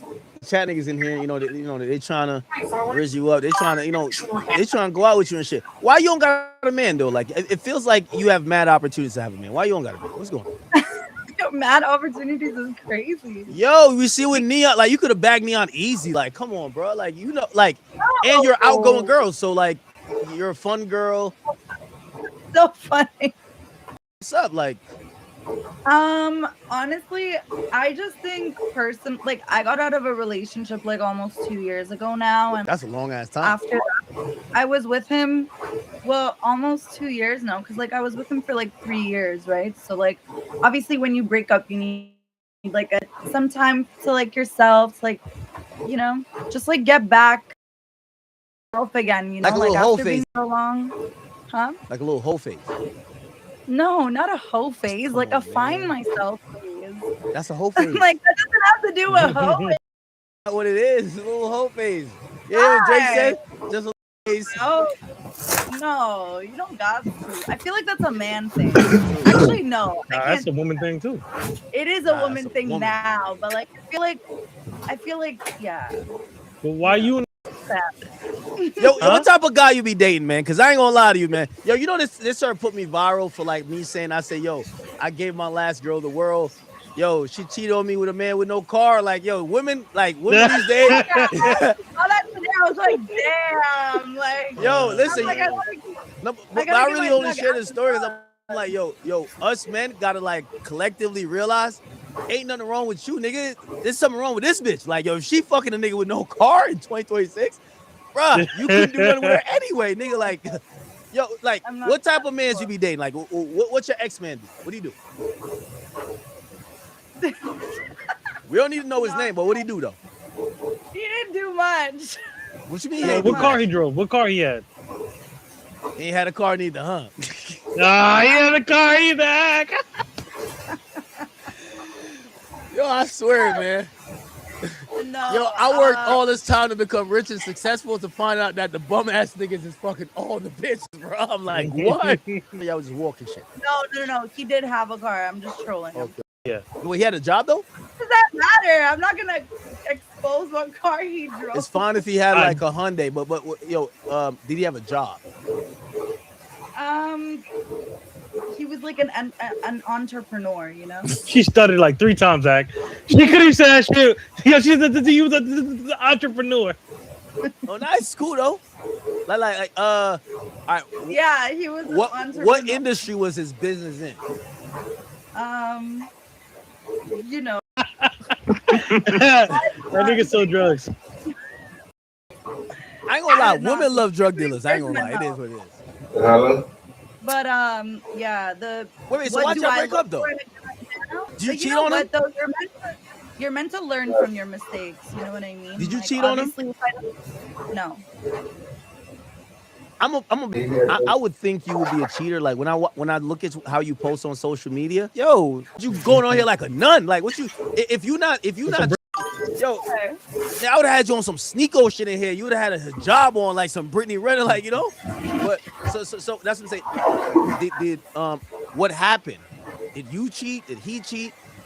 He cheated. He cheated. Mm-hmm. You don't gotta say who. How many but times did he cheat on you? Oh fuck. Oh, some random girl. How many type times shit? did he cheat on you? Yeah, he cheated on me with some girl. Basically. How'd you find out? I seen it on his Snapchat. Like I logged into. You just go away though. Nah, there's a only me. You didn't have sex with him for 3 years? Damn. You didn't have sex with him. What?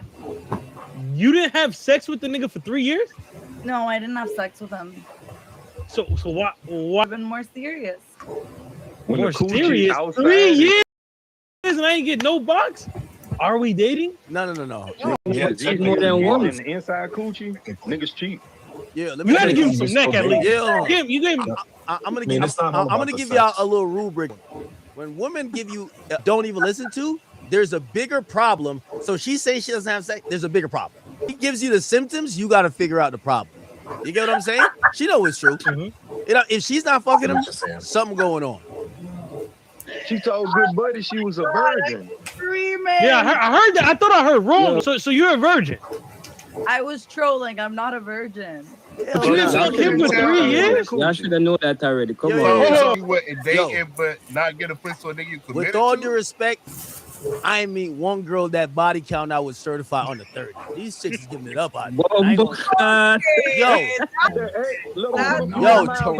I swear, Toronto. And it was Carolina too, right? Yo. Hey, Act, what's your body count?